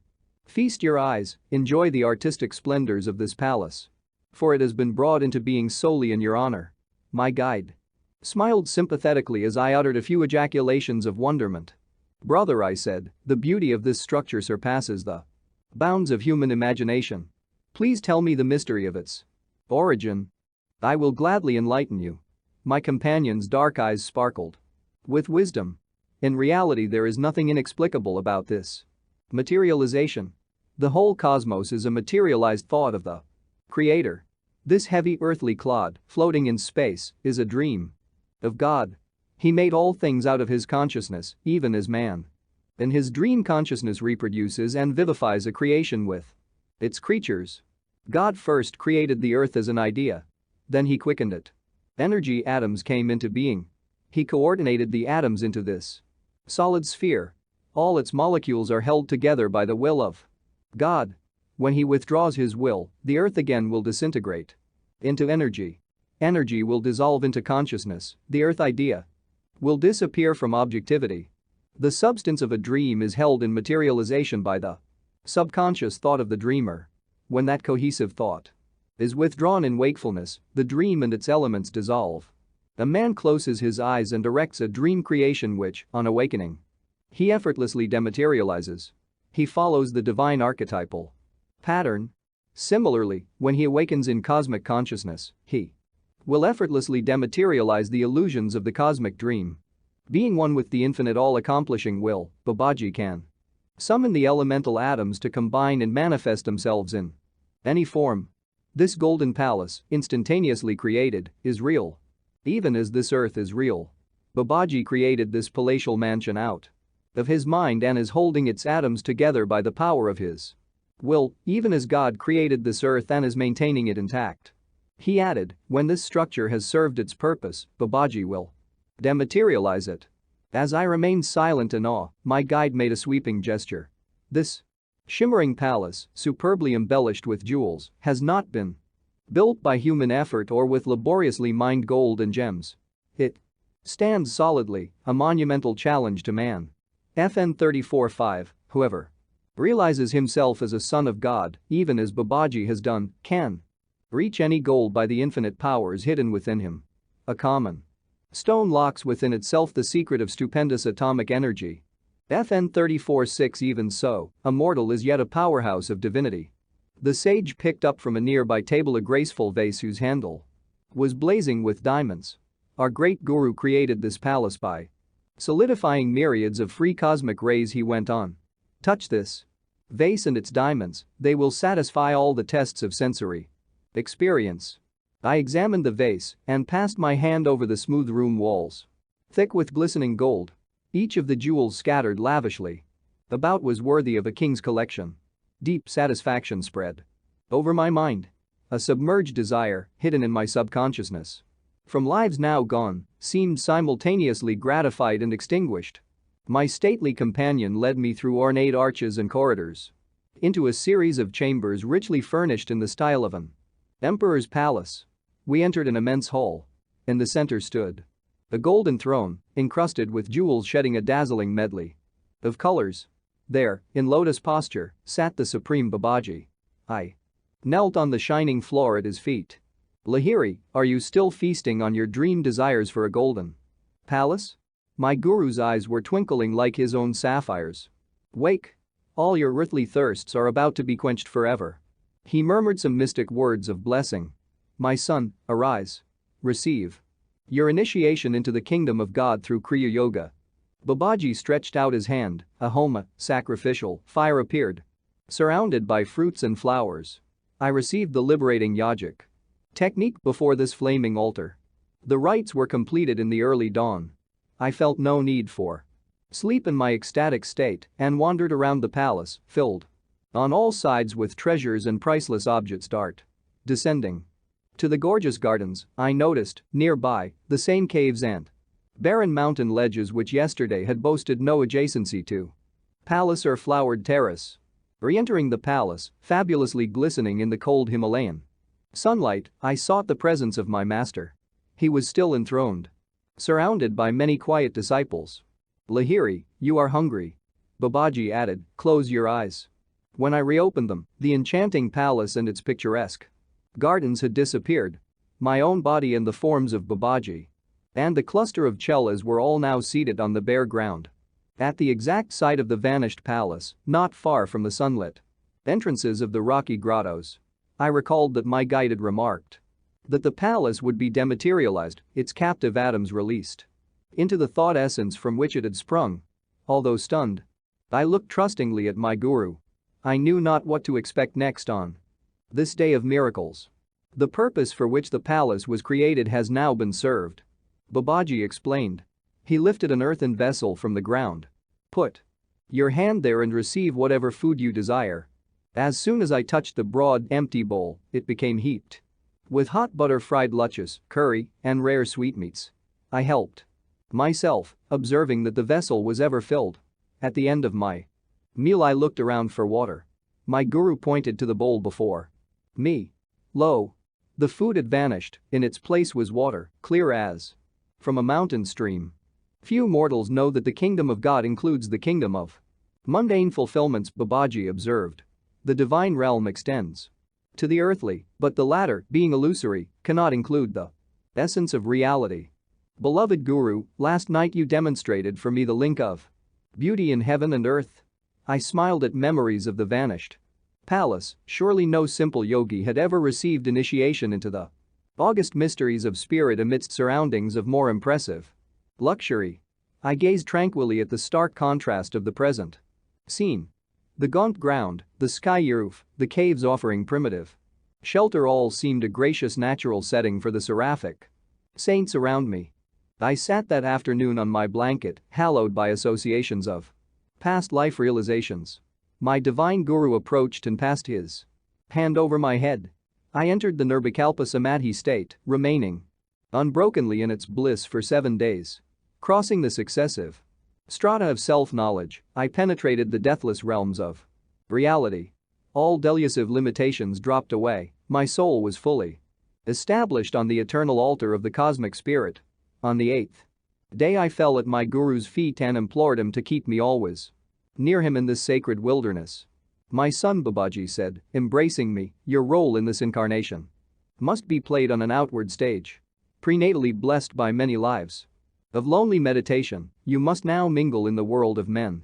A deep purpose underlay the fact that you did not meet me this time until you were already a married man with modest business responsibilities. You must put aside your thoughts of joining our secret band in the Himalayas. Your life lies in the crowded marts, serving as an example of the ideal yogi householder. The cries of many bewildered worldly men and women have not fallen unheard on the ears of the great ones. He went on. You have been chosen to bring spiritual solace through Kriya Yoga to numerous earnest seekers. The millions who are encumbered by family ties and heavy worldly duties will take new heart from you, a householder like themselves. You must guide them to see that the highest yogic attainments are not barred to the family man. Even in the world, the yogi who faithfully discharges his responsibilities without personal motive or attachment treads the sure path of enlightenment. No necessity compels you to leave the world, for inwardly you have already sundered its every karmic tie. Not of this world, you must yet be in it. Many years still remain during which you must conscientiously fulfill your family, business, civic, and spiritual duties. A sweet new breath of divine hope will penetrate the arid hearts of worldly men. From your balanced life, they will understand that liberation is dependent on inner rather than outer renunciations. How remote seemed my family, the office, the world, as I listened to my guru in the high Himalayan solitudes. Yet adamantine truth rang in his words. I submissively agreed to leave this blessed haven of peace. Babaji instructed me in the ancient rigid rules which govern the transmission of the yogic art from guru to disciple. Bestow the Kriya key only on qualified chelas, Babaji said. He who vows to sacrifice all in the quest of the divine is fit to unravel the final mysteries of life through the science of meditation. Angelic Guru, as you have already favored mankind by resurrecting the lost Kriya art, will you not increase that benefit by relaxing the strict requirements for discipleship? I gazed beseechingly at Babaji. I pray that you permit me to communicate Kriya to all seekers, even though at first they cannot vow themselves to complete inner renunciation. The tortured men and women of the world, pursued by the threefold suffering, FN 34/7 need special encouragement. They may never attempt the road to freedom if Kriya initiation be withheld from them. Be it so. The divine wish has been expressed through you. With these simple words, the merciful Guru banished the rigorous safeguards that for ages had hidden Kriya from the world. Give Kriya freely to all who humbly ask for help. After a silence, Babaji added, repeat to each of your disciples this majestic promise from the Bhagavad Gita. Swalpamasya dharmasya Trayata Mahato Boyat. Even a little bit of the practice of this religion will save you from dire fears and colossal sufferings. FN 34/8. As I knelt the next morning at my guru's feet for his farewell blessing, he sensed my deep reluctance to leave him. There is no separation for us, my beloved child. He touched my Shoulder affectionately. Wherever you are, whenever you call me. I shall be with you instantly. Consoled by his wondrous promise and rich with the newly found gold of God wisdom, I wended my way down the mountain. At the office I was welcomed by my fellow employees who for 10 days had thought me lost in the Himalayan jungles. A letter soon arrived from the head office. Lahiri should return to the Danapur FN 34-9 office at Tread. His transfer to Ranikat occurred by error. Another man should have been sent to assume the Ranikat duties. I smiled, reflecting on the hidden crosscurrents in the events which had led me to this furthermost spot of India. Before returning to Danapur, I spent a few days with a Bengali family at Moradabad. A party of 6 friends gathered to greet me. As I turned the conversation to spiritual subjects, my host observed gloomily, "Oh, in these days India is destitute of saints." "Babu," I protested warmly, "of course there are still great masters in this land." In a mood of exalted fervor, I felt impelled to relate my miraculous experiences in the Himalayas. The little company was politely incredulous. "Lahiri," one man said soothingly, "your mind has been under a strain in those rarefied mountain airs. This is some daydream you have recounted." Burning with the enthusiasm of truth, I spoke without due thought. "If I call him, my guru will appear right in this house."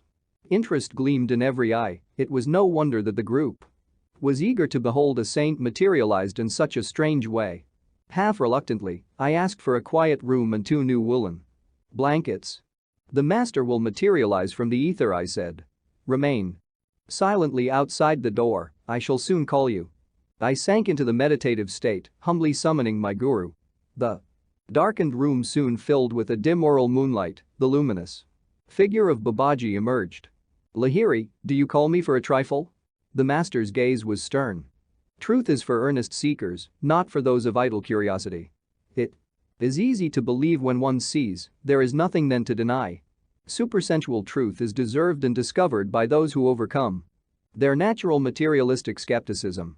He added gravely, "Let me go." I fell entreatingly at his feet. "Holy Guru, I realize my serious error. I humbly ask pardon. It was to create faith in these spiritually blinded minds that I ventured to call you. Because you have graciously appeared at my prayer, please do not depart without bestowing a blessing on my friends. Unbelievers though they be, at least they were willing to investigate the truth of my strange assertions. Very well, I will stay a while. I do not wish your word discredited before your friends." Babaji's face had softened, but he added gently, "Henceforth, my son, I shall come when you need me, and not always when you call me." FN 3410. Tense silence reigned in the little group when I opened the door. As if mistrusting their senses, my friends stared at the lustrous figure on the blanket seat. "This is mass hypnotism." One man laughed blatantly. "No one could possibly have entered this room without our knowledge." Babaji advanced smilingly and motioned to each one to touch the warm, solid flesh of his body. Doubts dispelled, my friends prostrated themselves on the floor in awed repentance. "Let Halua FN 3411 be prepared." Babaji made this request. I knew, to further assure the group of his physical reality. While the porridge was boiling, the divine guru chatted affably. Great was the metamorphosis of these doubting Thomases into devout street Pauls. After we had eaten, Babaji blessed each of us in turn. There was a sudden flash. We witnessed the instantaneous dechemicalization of the electronic elements of Babaji's body into a spreading vaporous light. The God-tuned willpower of the master had loosened its grasp of the ether atoms held together as his body. Forthwith the trillions of tiny lifetronic sparks faded into the infinite reservoir. With my own eyes I have seen the conqueror of death. Mitra. FN 3412, one of the group, spoke reverently. His face was transfigured with the joy of his recent awakening. The supreme guru played with time and space as a child plays with bubbles. I have beheld one with the keys of heaven and earth. I soon returned to Danapur. Firmly anchored in the spirit, again I assumed the manifold business and family obligations of a householder. Lahiri Mahasaya also related to Swami Kabbalananda and Sri Yukteswar the story of another meeting with Babaji under circumstances which recalled the Guru's promise. "I shall come whenever you need me." The scene was a Kumbh Mela at Allahabad, Lahiri Mahasaya told his disciples. I had gone there during a short vacation from my office duties. As I wandered amidst a throng of monks and sadhus who had come from great distances to attend the holy festival, I noticed an ash-smeared ascetic who was holding a begging bowl. The thought arose in my mind that the man was hypocritical, wearing the outward symbols of renunciation without a corresponding inward grace. No sooner had I passed the ascetic than my astounded eye fell on Babaji. He was kneeling in front of a matted-haired anchorite. Guruji. I hastened to his side. Sir, what are you doing here? I am washing the feet of this renunciate, and then I shall clean his cooking utensils. Babaji smiled at me like a little child. I knew he was intimating that he wanted me to criticize no one, but to see the Lord as residing equally in all body temples, whether of superior or inferior men. The great Guru added, by serving wise and ignorant sadhus, I am learning the greatest of virtues, pleasing to God above all others, humility. FN 34-1 now a military sanatorium. By 1861 the British government had already established certain telegraphic communications. FN 34-2 Ranakot, in the Almora district of United Provinces, is situated at the foot of Nanda Devi, the highest Himalayan peak. 25,661 feet in British India. FN 34-3 The Sabbath was made for man, and not man for the Sabbath. Mark 2:27. FN 34-4 The karmic law requires that every human wish find ultimate fulfillment. Desire is thus the chain which binds man to the reincarnational wheel. FN 34-5 What is a miracle? 'Tis a reproach. 'Tis an implicit satire on mankind. Edward Young, in Night Thoughts. FN 34-5 The theory of the atomic structure of matter was expounded in the ancient Indian Visesika and Nyaya treatises. There are vast worlds all placed away within the hollows of each atom, multifarious as the motes in a sunbeam. Yoga Vasishtha. FN 34-7 Physical, mental, and spiritual suffering, manifested respectively in disease, in psychological inadequacies or complexes, and in soul ignorance. FN 34-8, Chapter 240. FN 34-9 A town near Benners. FN 34-10 In the path to the infinite, even illumined masters like Lahiri Mahasaya may suffer from an excess of zeal and be subject to discipline. In the Bhagavad Gita, we read many passages where the divine Guru Krishna gives chastisement to the prince of devotees. Arjuna. FN 34-11 A porridge made of cream of wheat fried in butter and boiled with milk. FN 34-12 The man, Maitra, to whom Lahiri Mahasaya is here referring, afterward became highly advanced in self-realization. I met Maitra shortly after my graduation from high school. He visited the Mahamandal Hermitage in Benners while I was a resident. He told me then of Babaji's materialization before the group in Moradabad. As a result of the miracle, Maitra explained to me, I became a lifelong disciple of Lahiri Mahasaya. Chapter 35. The Christ-like life of Lahiri Mahasaya. Thus it becometh us to fulfill all righteousness. FN 35-1. In these words to John the Baptist, and in asking John to baptize him, Jesus was acknowledging the divine rights of his guru. From a reverent study of the Bible from an Oriental viewpoint, FN 35-2 and from intuitional perception, I am convinced that John the Baptist was, in past lives, the guru of Christ. There are numerous passages in the Bible which infer that John and Jesus in their last incarnations were, respectively, Elijah and his disciple Elisha. These are the spellings in the Old Testament. The Greek translators spelled the names as Elias and Eliseus. They reappear in the New Testament in these changed forms. The very end of the Old Testament is a prediction of the reincarnation of Elijah and Elisha. Behold, I will send you Elijah the prophet before the coming of the great and dreadful day of the Lord. FN 35-3 Thus John, Elijah, sent before the coming of the Lord, was born slightly earlier to serve as a herald for Christ. An angel appeared to Zacharias the father to testify that his coming son John would be no other than Elijah, Elias. But the angel said unto him, Fear not, Zacharias. For thy prayer is heard, and thy wife Elizabeth shall bear thee a son, and thou shalt call his name John. And many of the children of Israel shall he turn to the Lord their God. And he shall go before him FN 35:4 In the spirit and power of Elias, to turn the hearts of the fathers to the children, and the disobedient to the wisdom of the just, to make ready a people prepared for the Lord. FN 35:5. Jesus twice unequivocally identified Elijah, Elias, as John. Elias is come already, and they knew him not. Then the disciples understood that he spake unto them of John the Baptist. FN 35:6. Again, Christ says, for all the prophets and the law prophesied until John. And if ye will receive it, this is Elias, which was for to come. FN 35:7 When John denied that he was Elias, Elijah. FN 35:80 meant that in the humble garb of John, he came no longer in the outward elevation of Elijah the great guru. In his former incarnation he had given the mantle of his glory and his spiritual wealth to his disciple Elisha. And Elisha said, I pray thee, let a double portion of thy spirit be upon me. And he said, thou hast asked a hard thing. Nevertheless, if thou see me when I am taken from thee, it shall be so unto thee. And he took the mantle of Elijah that fell from him. FN 35:9. The roles became reversed because Elijah John was no longer needed to be the ostensible guru of Elisha Jesus, now perfected in divine realization. When Christ was transfigured on the mountain FN 35:10 it was his guru Elias, with Moses, whom he saw again in his hour of extremity. On the cross, Jesus cried out the divine name. Eli, Eli, lama sabachthani?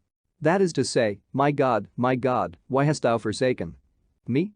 Some of them that stood there, when they heard that, said, this man calleth for Elias. Let us see whether Elias will come too. Save him. FN 35:11.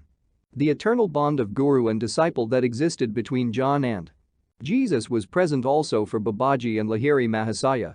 With tender solicitude the deathless guru swam the Lethean waters that swirled between the last two lives of his chela and guided the successive steps taken by the child and then by the man Lahiri Mahasaya. It was not until the disciple had reached his 33rd year that Babaji deemed the time to be ripe to openly re-establish the never-severed link. Then, after their brief meeting near Ranikat, the selfless master banished his dearly beloved disciple from the little mountain group, releasing him for an outward world mission. My son, I shall come whenever you need me. What mortal lover can bestow that infinite promise? Unknown to society in general, a great spiritual renaissance began to flow from a remote corner of Benners. Just as the fragrance of flowers cannot be suppressed, so Lahiri Mahasaya, quietly living as an ideal householder, could not hide his innate glory. Slowly, from every part of India, the devotee bees sought the divine nectar of the liberated master. The English office superintendent was one of the first to notice a strange transcendental change in his employee, whom he endearingly called ecstatic Babu. Sir, you seem sad. What is the trouble? Lahiri Mahasaya made this sympathetic inquiry one morning to his employer. My wife in England is critically ill. I am torn by anxiety. I shall get you some word about her. Lahiri Mahasaya left the room and sat for a short time in a secluded spot. On his return he smiled consolingly. Your wife is improving, she is now writing you a letter. The omniscient Yogi quoted some parts of the missive. Ecstatic Babu, I already know that you are no ordinary man. Yet I am unable to believe that, at will, you can banish time and space. The promised letter finally arrived. The astounded superintendent found that it contained not only the good news of his wife's recovery, but also the same phrases which, weeks earlier, Lahiri Mahasaya had repeated. The wife came to India some months later. She visited the office where Lahiri Mahasaya was quietly sitting at his desk. The woman approached him reverently. Sir, she said, it was your form, haloed in glorious light, that I beheld months ago by my sickbed in London. At that moment I was completely healed. Soon after, I was able to undertake the long ocean voyage to India. Day after day, one or two devotees besought the sublime guru for Kriya initiation. In addition to these spiritual duties, and to those of his business and family life, the great master took an enthusiastic interest in education. He organized many study groups and played an active part in the growth of a large high school in the Bengalatola section of Benners. His regular discourses on the scriptures came to be called his Gita assembly, eagerly attended by many truth seekers. By these manifold activities, Lahiri Mahasaya sought to answer the common challenge. After performing one's business and social duties, where is the time for devotional meditation? The harmoniously balanced life of the great householder guru became the silent inspiration of thousands of questioning hearts.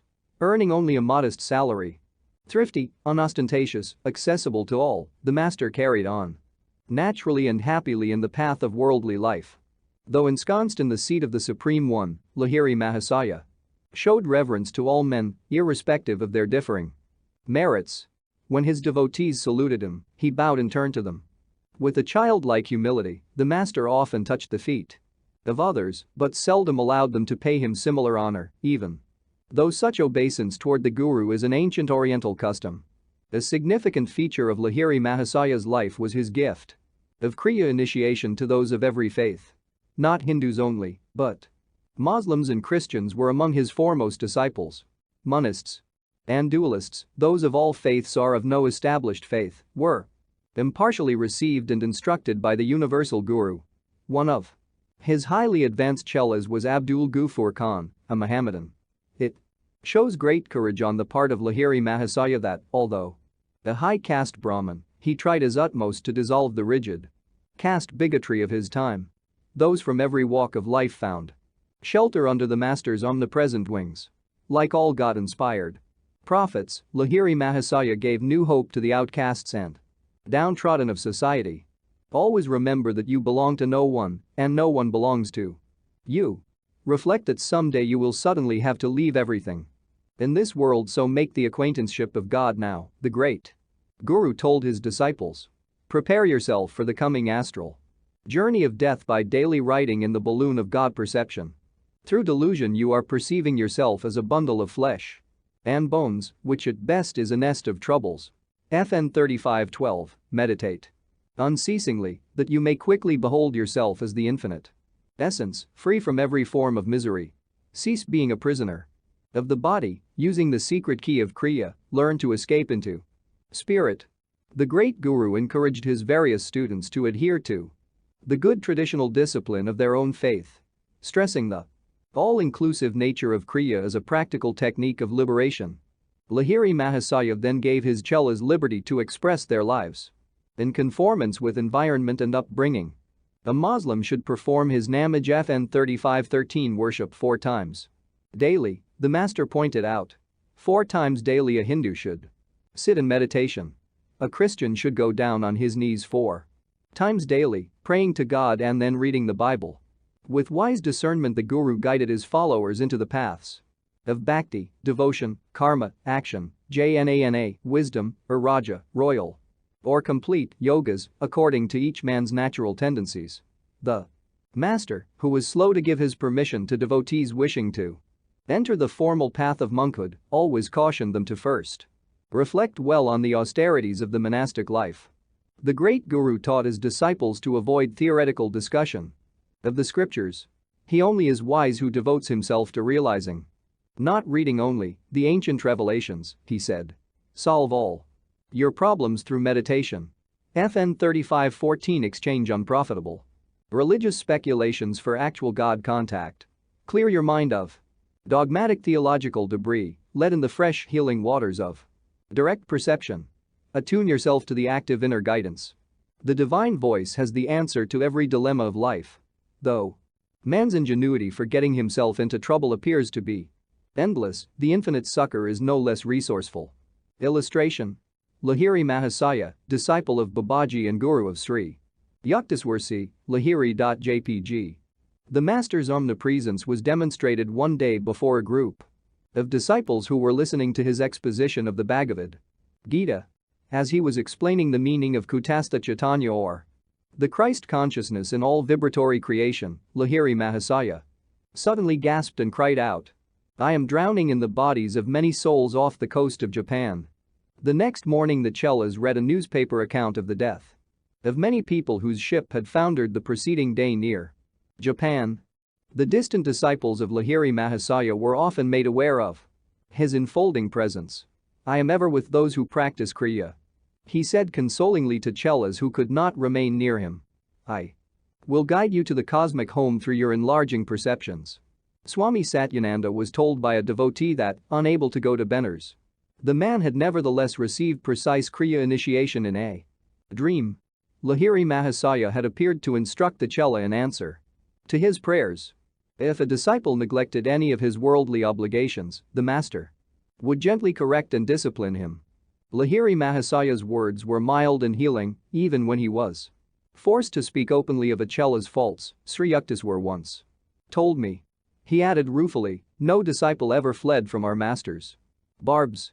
I could not help laughing, but I truthfully assured Sri Yukteswar that, sharp or not, his every word was music to my ears. Lahiri Mahasaya carefully graded Kriya into 4 progressive initiations. FN 3515 he bestowed the 3 higher techniques only after the devotee had manifested definite spiritual progress. 1. Day a certain Chela, convinced that his worth was not being duly evaluated, gave voice to his discontent. Master, he said, surely I am ready now for the 2nd initiation. At this moment the door opened to admit a humble disciple, Brinda Bhagat. He was a Benner's postman. Brinda, sit by me here. The great guru smiled at him affectionately. Tell me, are you ready for the 2nd technique of Kriya? The little postman folded his hands in supplication.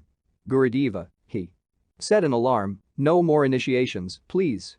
How can I assimilate any higher teachings? I have come today to ask your blessings. Because the first divine Kriya has filled me with such intoxication that I cannot deliver my letters. Already Brinda swims in the sea of spirit. At these words from Lahiri Mahasaya, his other disciple hung his head. Master, he said, I see I have been a poor workman, finding fault with my tools. The postman, who was an uneducated man, later developed his insight through Kriya to such an extent that scholars occasionally sought his interpretation on involved scriptural points. Innocent alike of sin and syntax, little Brinda won renown in the domain of learned pundits. Besides the numerous Benner's disciples of Lahiri Mahasaya, hundreds came to him from distant parts of India. He himself travelled to Bengal on several occasions, visiting at the homes of the fathers-in-law of his 2 sons. Thus blessed by his presence, Bengal became honeycombed with small Kriya groups, particularly in the districts of Krishnagar and Bishnupur. Many silent devotees to this day have kept the invisible current of spiritual meditation flowing.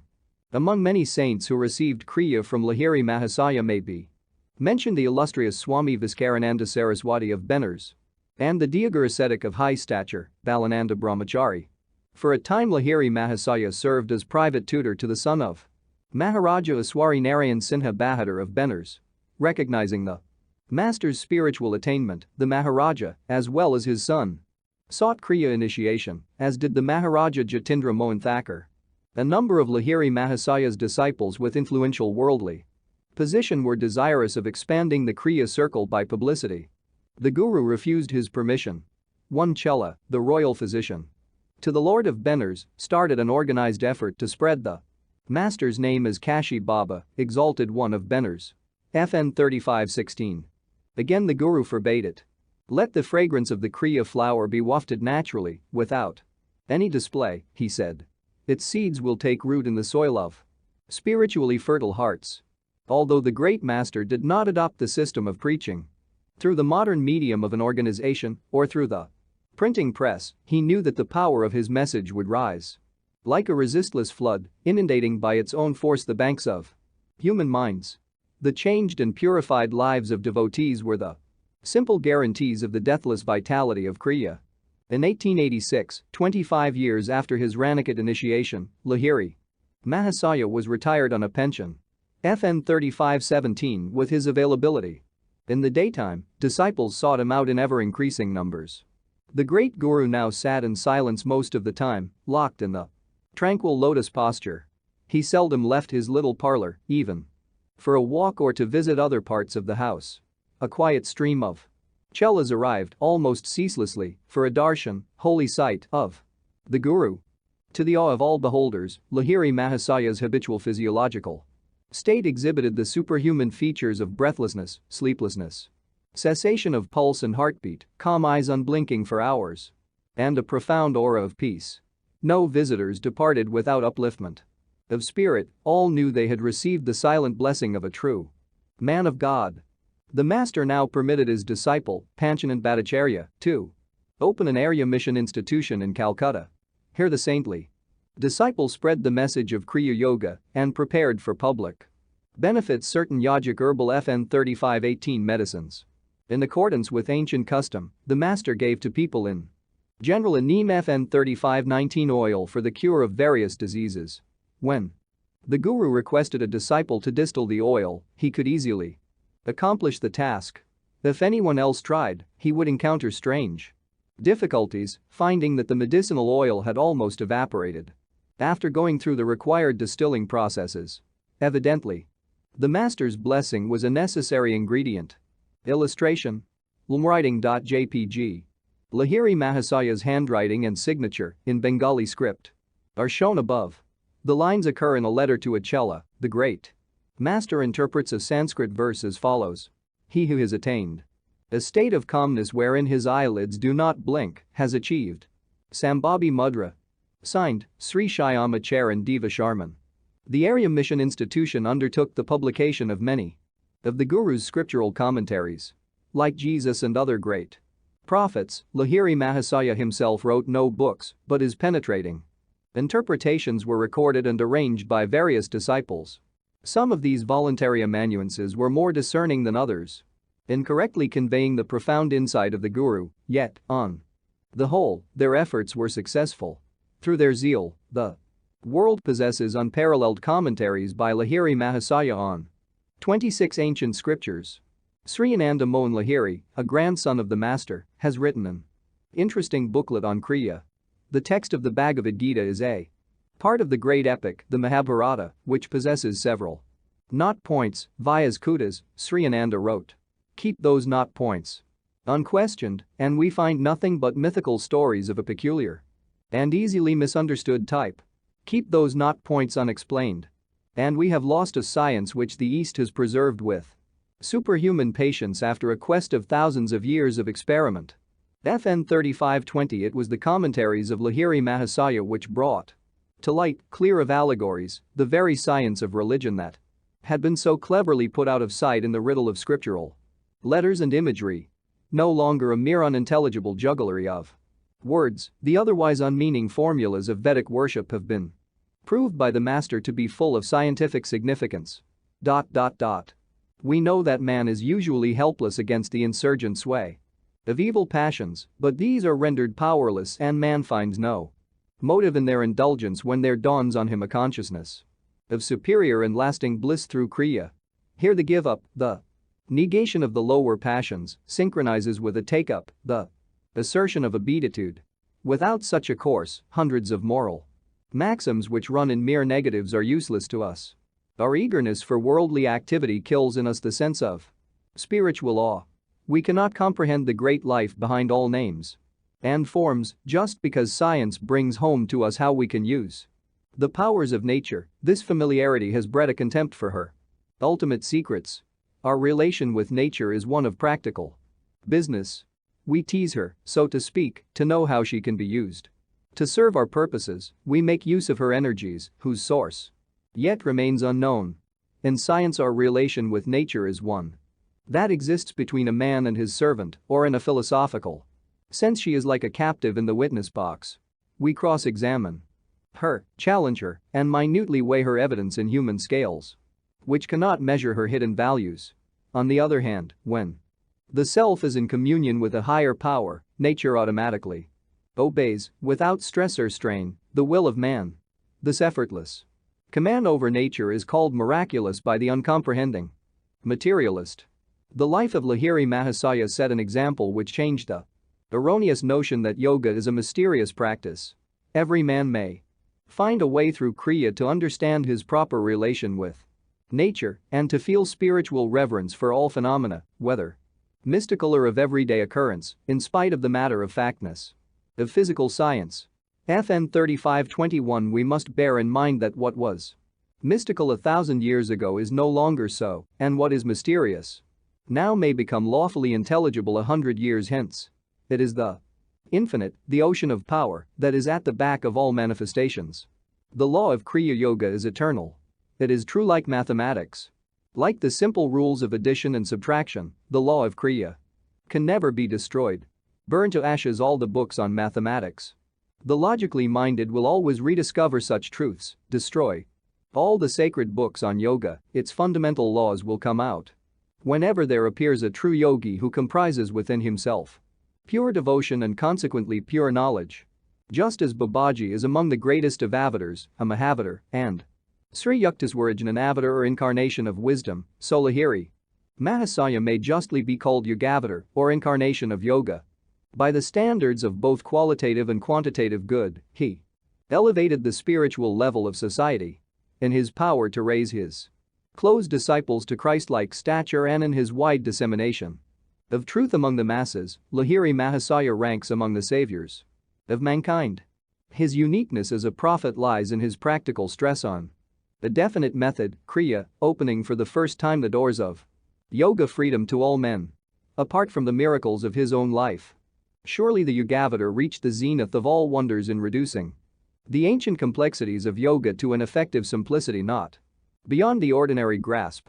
In reference to miracles, Lahiri Mahasaya often said, the operation of subtle laws which are unknown to people in general should not be publicly discussed or published without due discrimination. If in these pages I have appeared to flout his cautionary words, it is because he has given me an inward reassurance.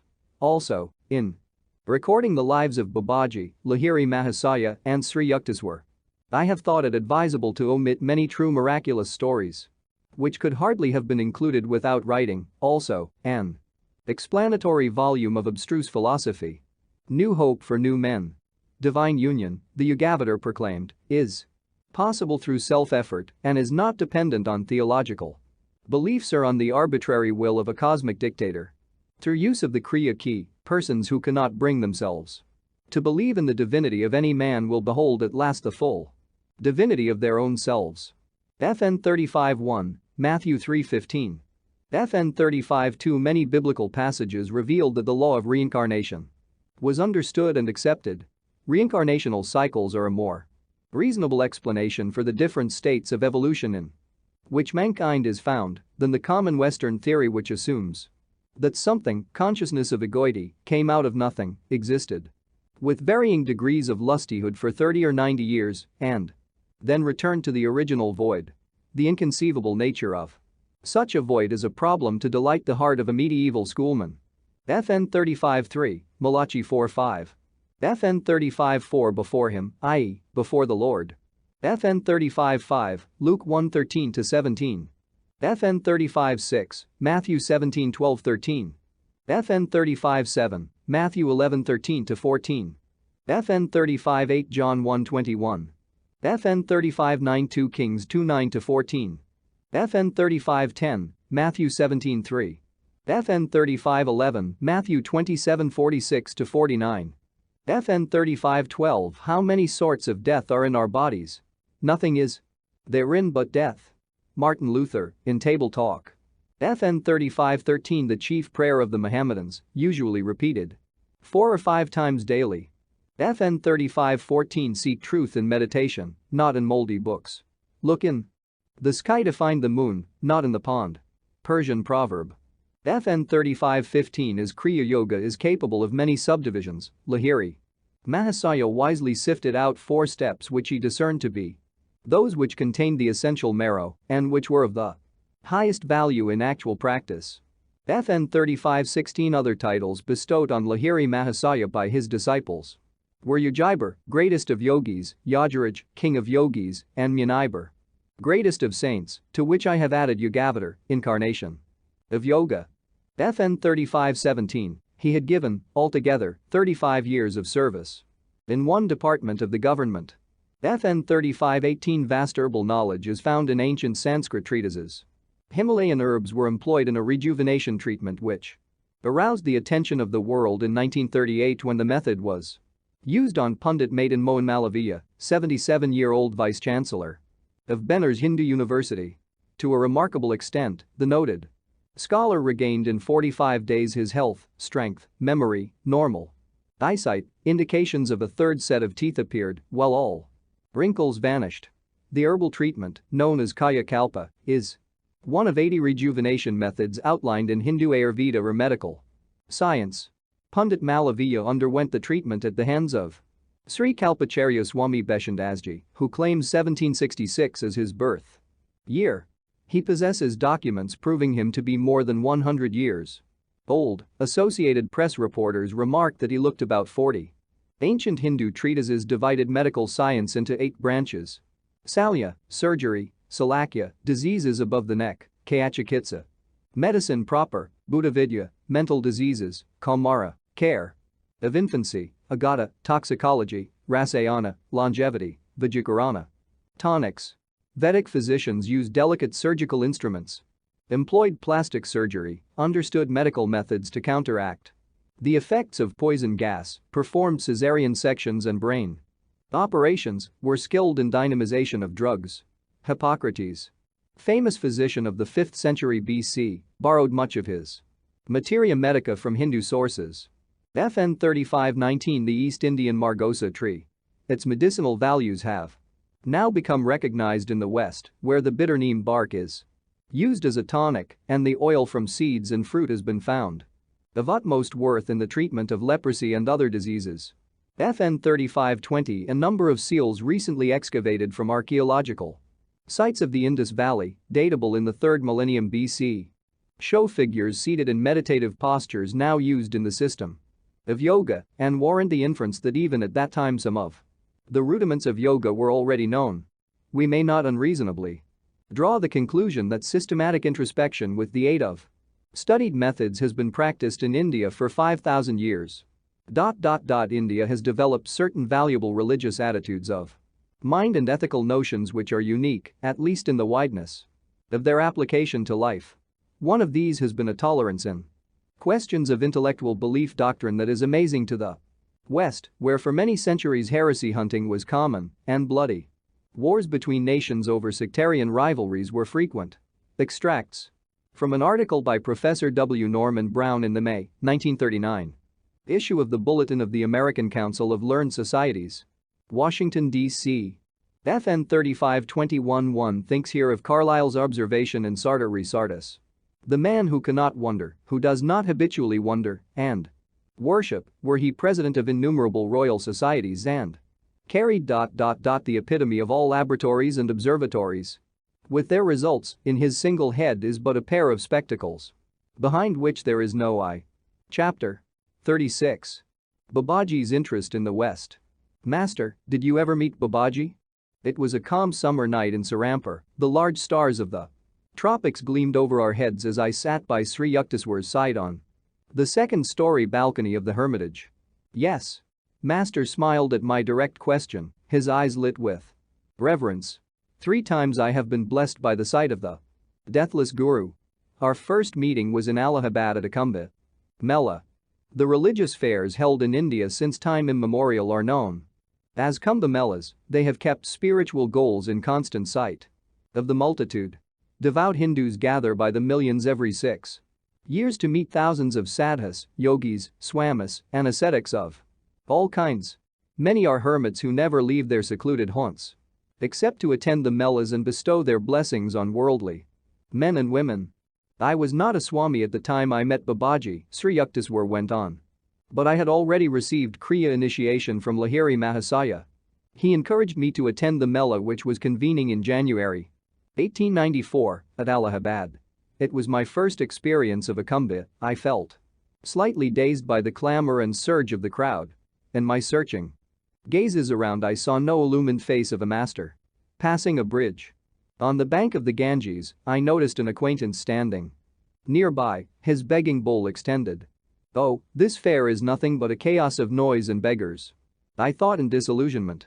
I wonder if Western scientists, patiently enlarging the realms of knowledge for the practical good of mankind, are not more pleasing to God than these idlers who profess religion but concentrate on alms. My smoldering reflections on social reform were interrupted by the voice of a tall sannyasi who halted before me. Sir, he said, a saint is calling you. Who is he? Come and see for yourself. Hesitantly following this laconic advice, I soon found myself near a tree whose branches were sheltering a guru with an attractive group of disciples. The master, a bright unusual figure, with sparkling dark eyes, rose at my approach and embraced me. "Welcome, Swamiji," he said affectionately. "Sir," I replied emphatically, "I am not a Swami. Those on whom I am divinely directed to bestow the title of Swami never cast it off." The saint addressed me simply, but deep conviction of truth rang in his words. I was engulfed in an instant wave of spiritual blessing. Smiling at my sudden elevation into the ancient monastic order, FN 36-1, I bowed at the feet of the obviously great and angelic being in human form who had thus honored me. Babaji, for it was indeed he, motioned me to a seat near him under the tree. He was strong and young and looked like Lahiri Mahasaya. Yet the resemblance did not strike me, even though I had often heard of the extraordinary similarities in the appearance of the two masters. Babaji possesses a power by which he can prevent any specific thought from arising in a person's mind. Evidently the great guru wished me to be perfectly natural in his presence, not overawed by knowledge of his identity. "What do you think of the Kumbh Mela?" "I was greatly disappointed, sir," I added hastily, "up until the time I met you.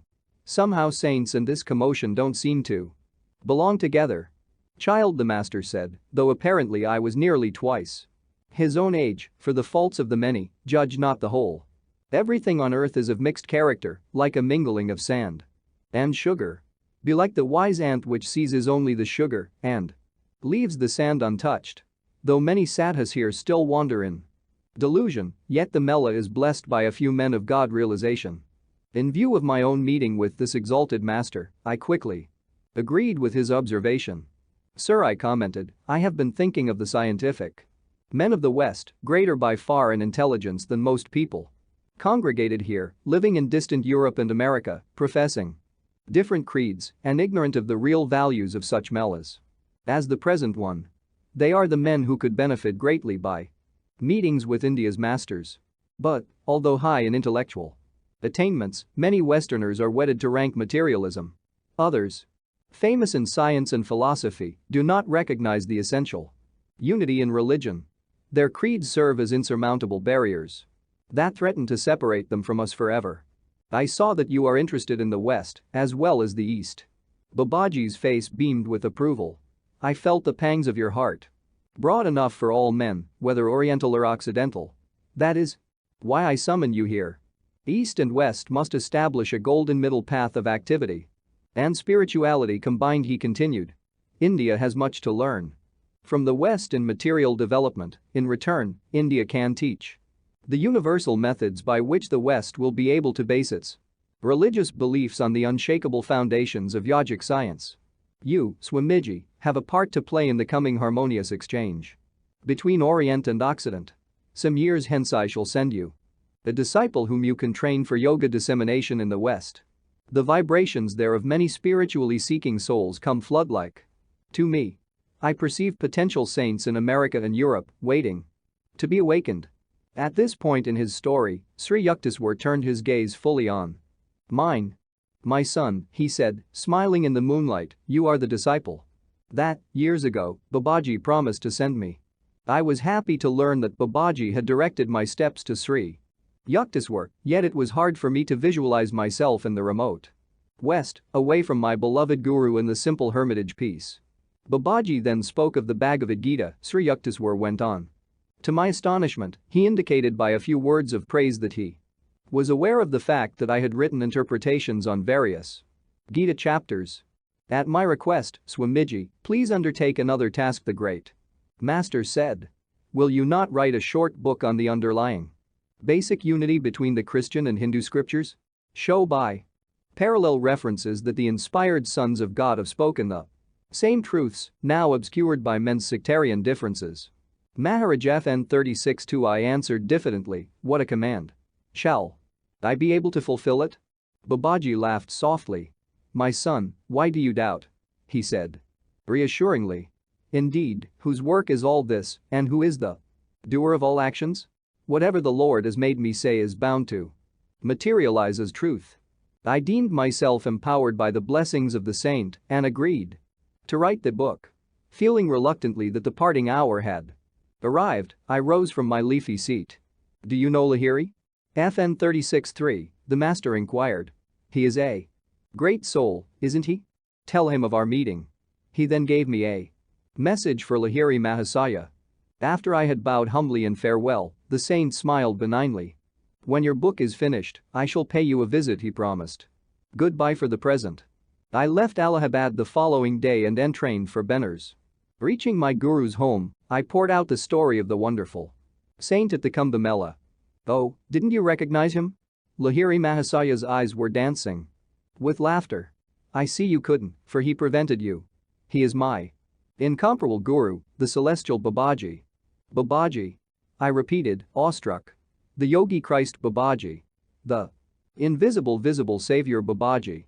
Oh, if I could just recall the past and be once more in his presence to show my devotion at his lotus feet.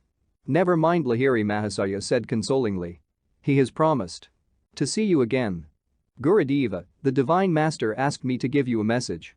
Tell Lahiri, he said, that the stored up power for this life now runs low, it is nearly finished. At my utterance of these enigmatic words, Lahiri Mahasaya's figure trembled as though touched by a lightning current. In an instant, everything about him fell silent, his smiling countenance turned incredibly stern.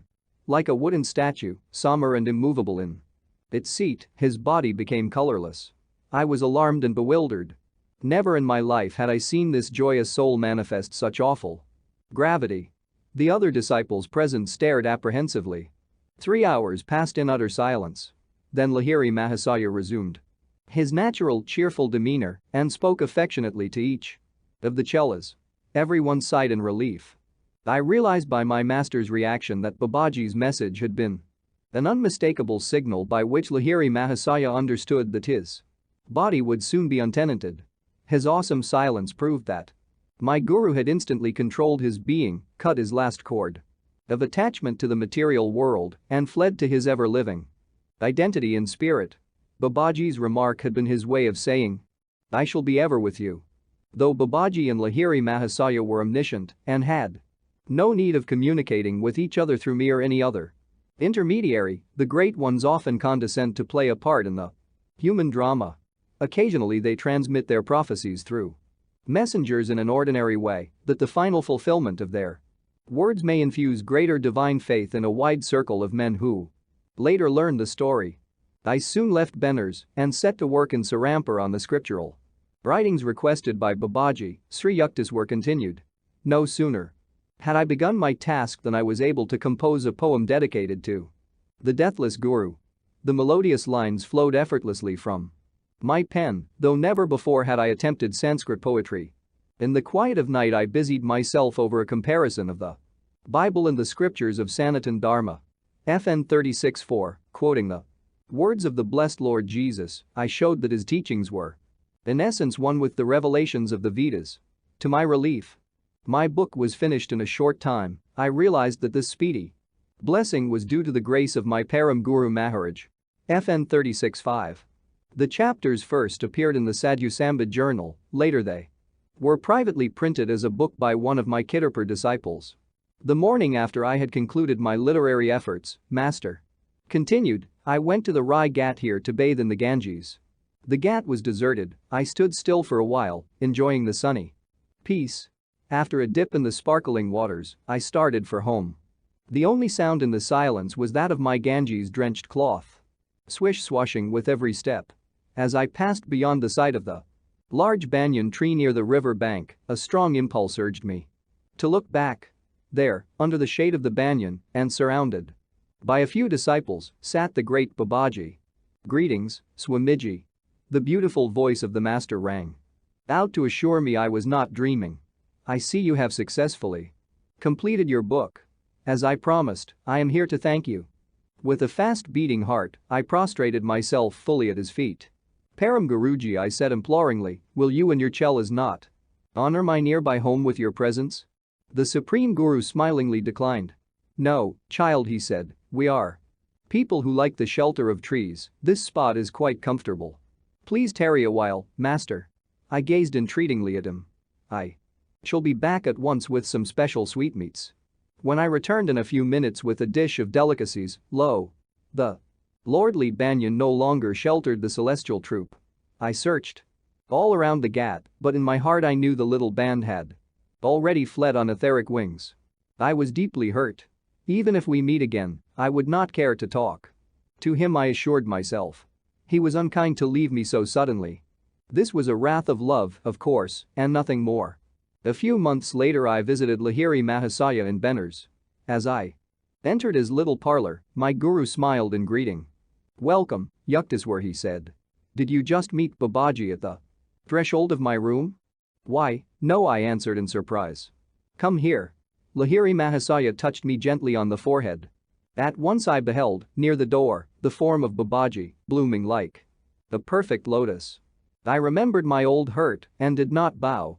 Lahiri Mahasaya looked at me in astonishment. The divine guru gazed at me with fathomless eyes. "You are annoyed with me?" "Sir, why shouldn't I be?" I answered. "Out of the air you came with your magic group and into the thin air you vanished. I told you I would see you, but didn't say how long I would remain." Babaji laughed softly. "You were full of excitement. I assure you that I was fairly extinguished in the ether by the gust of your restlessness." I was instantly satisfied by this unflattering explanation. I knelt at his feet. The Supreme Guru patted me kindly on the shoulder. "Child, you must meditate more," he said. "Your gaze is not yet faultless. You could not see me hiding behind the sunlight." With these words in the voice of a celestial flute, Babaji disappeared into the hidden radiance. That was one of my last visits to Benners to see my guru, Sri Yukteswar concluded. Even as Babaji had foretold at the Kumbh Mela, the householder incarnation of Lahiri Mahasaya was drawing to a close. During the summer of 1895 his stalwart body developed a small boil on the back.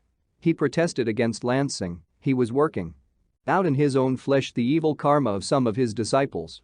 Finally, a few chelas became very insistent. The master replied cryptically, "The body has to find a cause to go. I will be agreeable to whatever you want to do."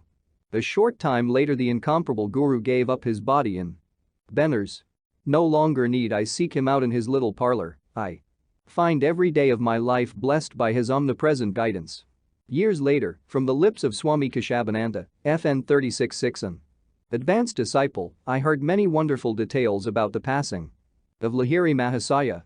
A few days before my guru relinquished his body, Keshavananda told me, he materialized himself before me as I sat in my hermitage at Hardwar. "Come at once to Benners." With these words Lahiri Mahasaya vanished. I entrained immediately for Benners. At my guru's home I found many disciples assembled. For hours that day FN 36-7 the master expounded the Gita, then he addressed us simply. "I am going home." Sobs of anguish broke out like an irresistible torrent. "Be comforted, I shall rise again."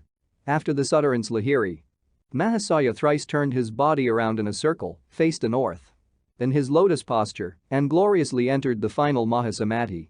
FN 36-8. Lahiri Mahasaya's beautiful body, so dear to the devotees, was cremated with solemn householder rites at Manikarnika Ghat by the holy Ganges, Keshavananda continued. The following day, at 10:00 in the morning, while I was still in Benners, my room was suffused with a great light. Lo! Before me stood the flesh and blood form of Lahiri Mahasaya. It looked exactly like his old body, except that it appeared younger and more radiant. My divine guru spoke to me. "Keshavananda," he said, "it is I. From the disintegrated atoms of my cremated body, I have resurrected a remodeled form. My householder work in the world is done, but I do not leave the earth entirely. Henceforth I shall spend some time with Babaji in the Himalayas and with Babaji in the cosmos." With a few words of blessing to me, the transcendent master vanished. Wondrous inspiration filled my heart. I was uplifted in spirit even as were the disciples of Christ in Kabir FN 36-9. When they had gazed on their living gurus after physical death. When I returned to my isolated Hardwar hermitage, Keshavananda went on, I carried with me the sacred ashes of my guru. I know he has escaped the spatio-temporal cage, the bird of omnipresence is freed. Yet it comforted my heart to enshrine his sacred remains. Another disciple who was blessed by the sight of his resurrected guru was the saintly Panchanan Bhattacharya, founder of the Calcutta Area Mission Institution. FN 3610. I visited Panchanan at his Calcutta home and listened with delight to the story of his many years with the master. In conclusion, he told me of the most marvelous event in his life. Here in Calcutta, Panchanan said, at 10 o'clock of the morning, which followed his cremation, Lahiri Mahasaya appeared before me in living glory. Swami Pranabananda, the saint with two bodies, also confided to me the details of his own supernal experience. A few days before Lahiri Mahasaya left his body, Pranabananda told me at the time he visited my Ranchi school, I received a letter from him requesting me to come at once to Benners. I was delayed, however, and could not leave immediately. As I was in the midst of my travel preparations, about 10 o'clock in the morning, I was suddenly overwhelmed with joy to see the shining figure of my guru. Why hurry to Benners? Lahiri Mahasaya said, smiling. You shall find me there no longer. As the import of his words dawned on me, I sobbed broken-heartedly, believing that I was seeing him only in a vision. The master approached me comfortingly. Here, touch my flesh, he said. I am living, as always. Do not lament, am I not with you forever? From the lips of these three great disciples, a story of wondrous truth has emerged. At the morning hour of 10, on the day after the body of Lahiri Mahasaya had been consigned to the flames, the resurrected master, in a real but transfigured body, appeared before three disciples, each one in a different city. So when this corruptible shall have put on incorruption, and this mortal shall have put on immortality, then shall be brought to pass the saying that is written, death is swallowed up in victory. O death, where is thy sting? O grave, where is thy victory? FN 3611. FN 36-1 Sri Yukteswar was later formally initiated into the Swami order by the Mahant, monastery head of Bodh Gaya. FN 36-2, Great King, a title of respect. FN 36-3 A guru usually refers to his own disciple simply by his name, omitting any title. Thus, Babaji said Lahiri, not Lahiri Mahasaya. FN 36-4 Literally, eternal religion, the name given to the body of Vedic teachings. Sanatan Dharma has come to be called Hinduism since the time of the Greeks, who designated the people on the banks of the river Indus as Indus or Hindus. The word Hindu, properly speaking, refers only to followers of Sanatan Dharma or Hinduism. The term Indian applies equally to Hindus and Mohammedans and other inhabitants of the soil of India, and also, through the confusing geographical error of Columbus, to the American Mongoloid aboriginals. The ancient name for India is Aryavarta, literally, abode of the Aryans. The Sanskrit root of Arya is worthy, holy, noble. The later ethnological misuse of Aryan to signify not spiritual, but physical characteristics led the great Orientalist, Max Muller, to say quaintly to me, an ethnologist who speaks of an Aryan race, Aryan blood, Aryan eyes and hair, is as great a sinner as a linguist who speaks of a dolichocephalic dictionary or a brachycephalic grammar. FN 36-5 Param Guru is literally Guru Supreme or Guru Beyond, signifying a line or succession of teachers. Babaji, the Guru of Lahiri Mahasaya, was the Param Guru of Sri Yukteswar. FN 36-6 My visit to Keshabananda's ashram is described on pages 405 to 408. FN 36-7 September 26, 1895 is the date on which Lahiri Mahasaya left his body. In a few more days he would have reached his 68th birthday. FN 36-8 Facing the north and thrice revolving the body are parts of a Vedic rite used by masters who know beforehand when the final hour is about to strike for the physical body. The last meditation, during which the master merges himself in the cosmic Om, is called the Maha or Great Samadhi. FN 36-9 Kabir was a great 16th century saint whose large following included both Hindus and Mohammedans. At the time of his death, the disciples quarreled over the manner of conducting the funeral ceremonies.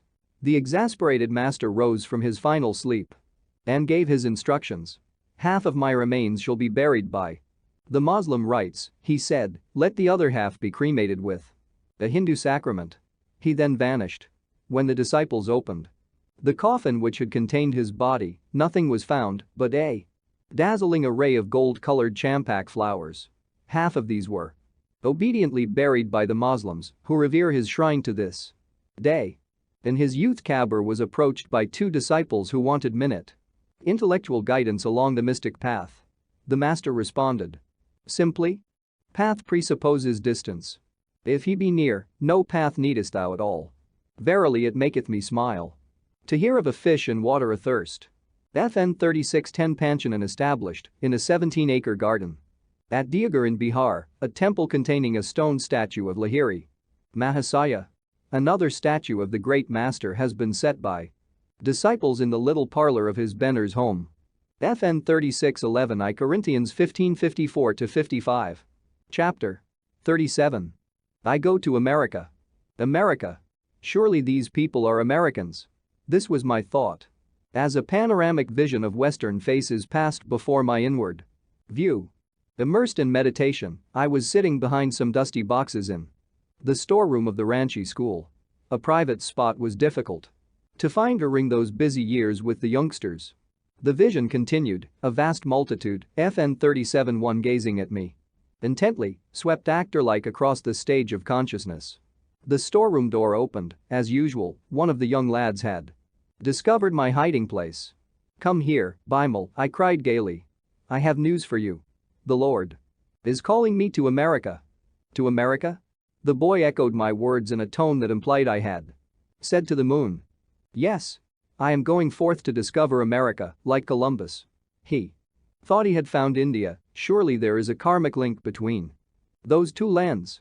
Bimal scampered away, soon the whole school was informed by the two-legged newspaper. FN 37-2, I summoned the bewildered faculty and gave the school into its charge.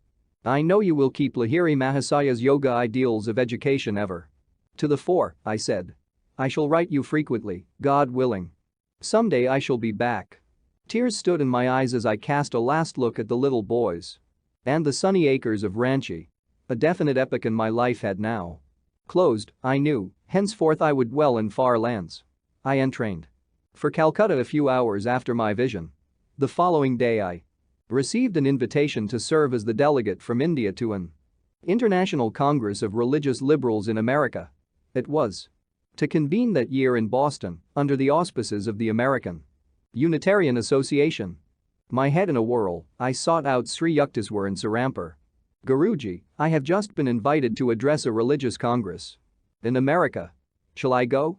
"All doors are open for you," Master replied simply. "It is now or never." "But, sir," I said in dismay, "what do I know about public speaking? Seldom have I given a lecture, and never in English. English or no English, your words on yoga shall be heard in the West." I laughed. "Well, dear Guruji, I hardly think the Americans will learn Bengali. Please bless me with a push over the hurdles of the English language." FN 37-3. When I broke the news of my plans to father, he was utterly taken aback. To him America seemed incredibly remote, he feared he might never see me again. "How can you go?" he asked sternly. "Who will finance you?" As he had affectionately borne the expenses of my education and whole life, he doubtless hoped that his question would bring my project to an embarrassing halt.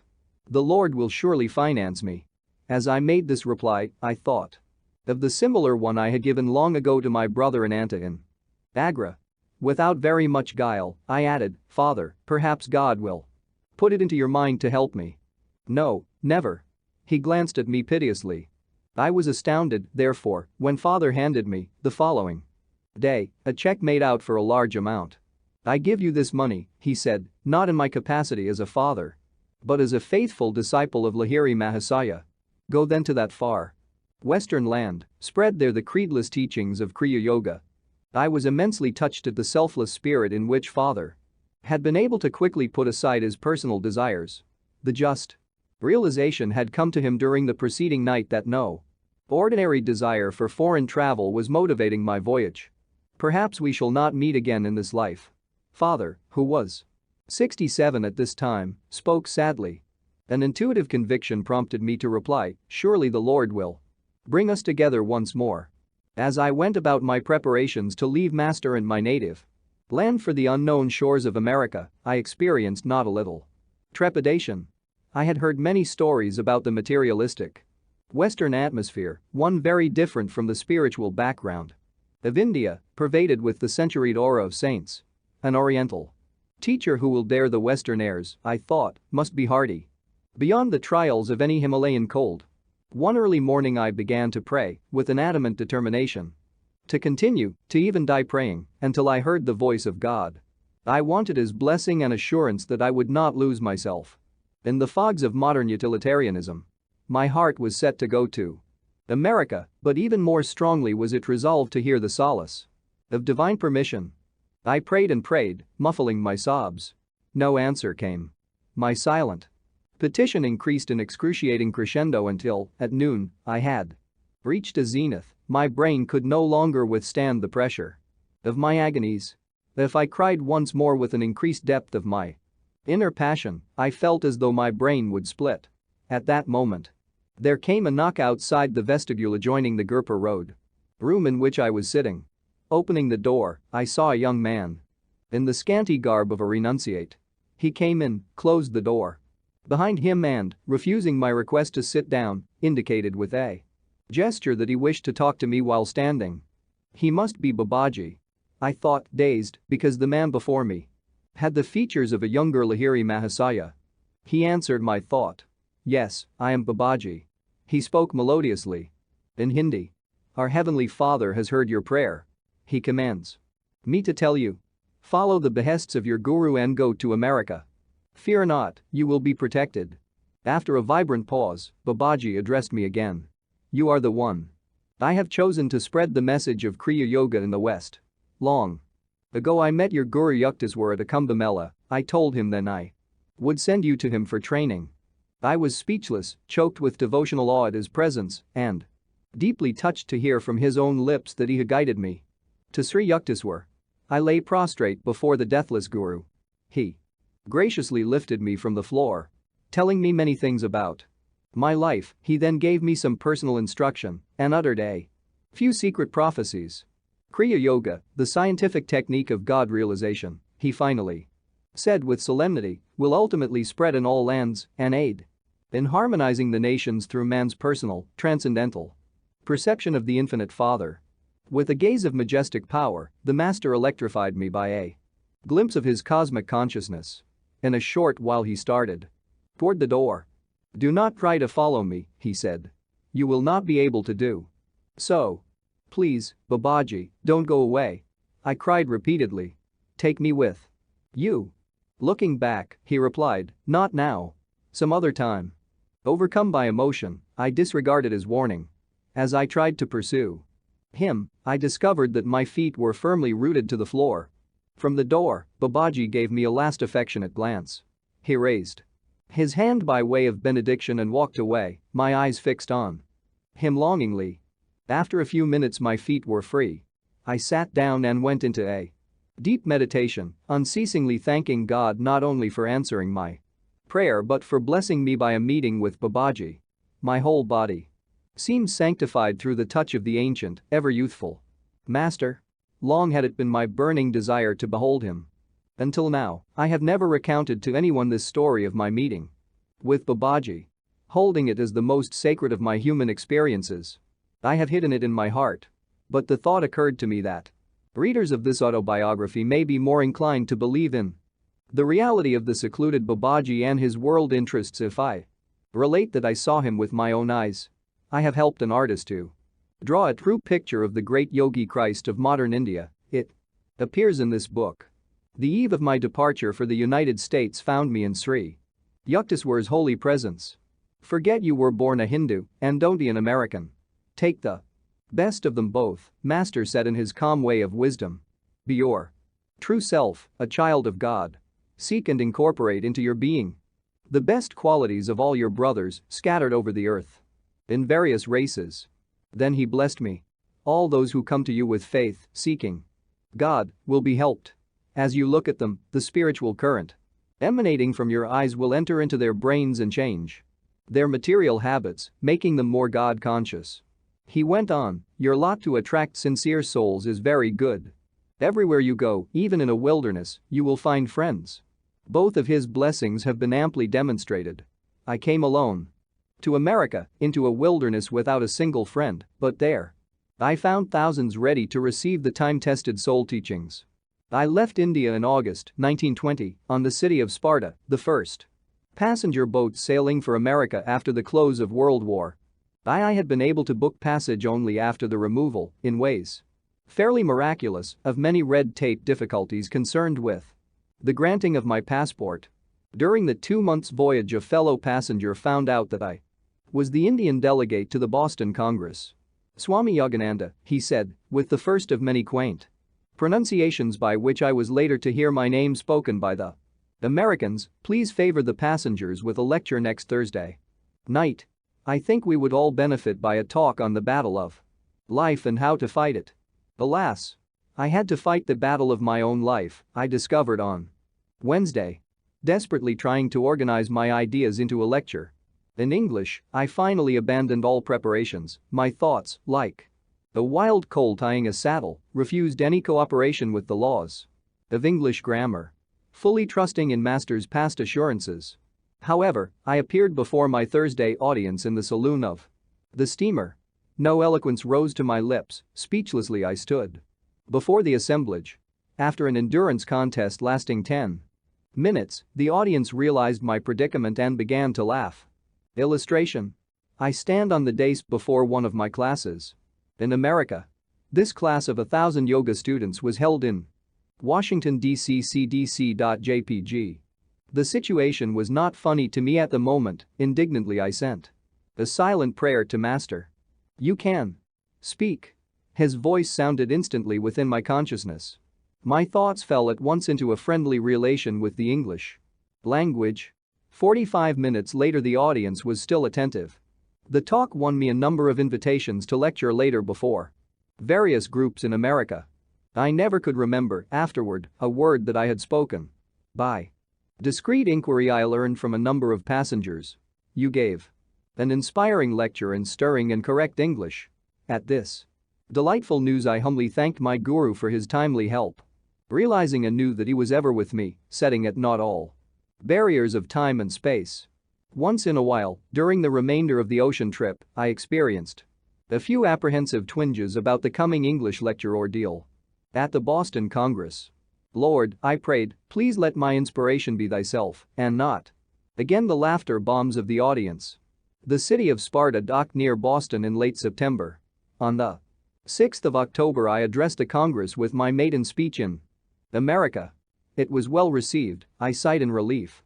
The magnanimous Secretary of the American Unitarian Association wrote the following comment in a published account FN 37-4 of the Congress proceedings. Swami Yogananda, delegate from the Brahmacharya Ashram of Ranchi, India, brought the greetings of his association to the Congress. In fluent English and a forcible delivery he gave an address of a philosophical character on the science of religion which has been printed in pamphlet form for a wider distribution. Religion, he maintained, is universal and it is one. We cannot possibly universalize particular customs and convictions, but the common element in religion can be universalized, and we can ask all alike to follow and obey it. Due to Father's generous check, I was able to remain in America. After the Congress was over, 4 happy years were spent in humble circumstances in Boston. I gave public lectures, taught classes, and wrote a book of poems, Songs of the Soul, with a preface by Dr. Frederick B. Robinson, president of the College of the City of New York. FN 37-5. Starting a transcontinental tour in the summer of 1924, I spoke before thousands in the principal cities, ending my western trip with a vacation in the beautiful Alaskan North. With the help of large-hearted students, by the end of 1925 I had established an American headquarters on the Mount Washington Estates in Los Angeles. The building is the one I had seen years before in my vision at Kashmir. I hastened to send Sri Yukteswar pictures of these distant American activities. He replied with a postcard in Bengali, which I here translate. 11th August, 1926. Child of my heart, O Yogananda. Seeing the photos of your school and students, what joy comes in My life I cannot express in words. I am melting in joy to see your yoga students of different cities. Beholding your methods in chant, affirmations, healing vibrations, and divine healing prayers, I cannot refrain from thanking you from my heart. Seeing the gate, the winding hilly way upward, and the beautiful scenery spread out beneath the Mount Washington estates, I yearn to behold it all with my own eyes. Everything here is going on well. Through the grace of God, may you ever be in bliss. Sri Yukteswar Jiri. Years sped by. I lectured in every part of my new land and addressed hundreds of clubs, colleges, churches, and groups of every denomination. Tens of thousands of Americans received yoga initiation. To them all I dedicated a new book of prayer thoughts. In 1929, Whispers from Eternity, with a preface by Amelita Gali Kersey. FN 37-6 I give here, from the book, a poem entitled God. God. God. Compassed one night as I stood on a lecture platform. From the depths of slumber. As I ascend the spiral stairway of wakefulness. I whisper. God. God. God. Thou art the food, and when I break my fast of nightly separation from thee, I taste thee, and mentally say, God. God. God. No matter where I go, the spotlight of my mind ever keeps turning on thee.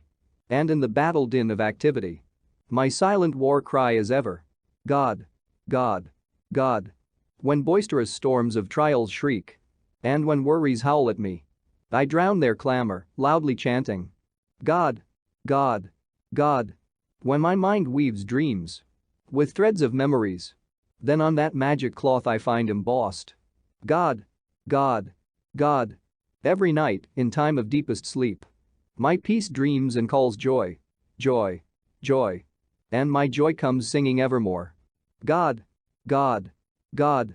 In waking, eating, working, dreaming, sleeping, serving, meditating, chanting, divinely loving, my soul constantly hums, unheard by any. God. God. God. Sometimes, usually on the first of the month when the bills rolled in for upkeep of the Mount Washington and other self-realization fellowship centers, I thought longingly of the simple peace of India. But daily I saw a widening understanding between West and East. My soul rejoiced. I have found the great heart of America expressed in the wondrous lines by Emma Lazarus, carved at the base of the Statue of Liberty. The mother of exiles. From her beacon hand glows world-wide welcome, her mild eyes command the air-bridged harbor that twin cities frame. Keep, ancient lands, your storied pomp, cries she. With silent lips. Give me your tired, your poor, your huddled masses yearning to breathe free. The wretched refuse of your teeming shore. Send these, the homeless, tempest-tossed to me. I lift my lamp beside the golden door. FN 37-1 Many of those faces I have since seen in the West, and instantly recognized.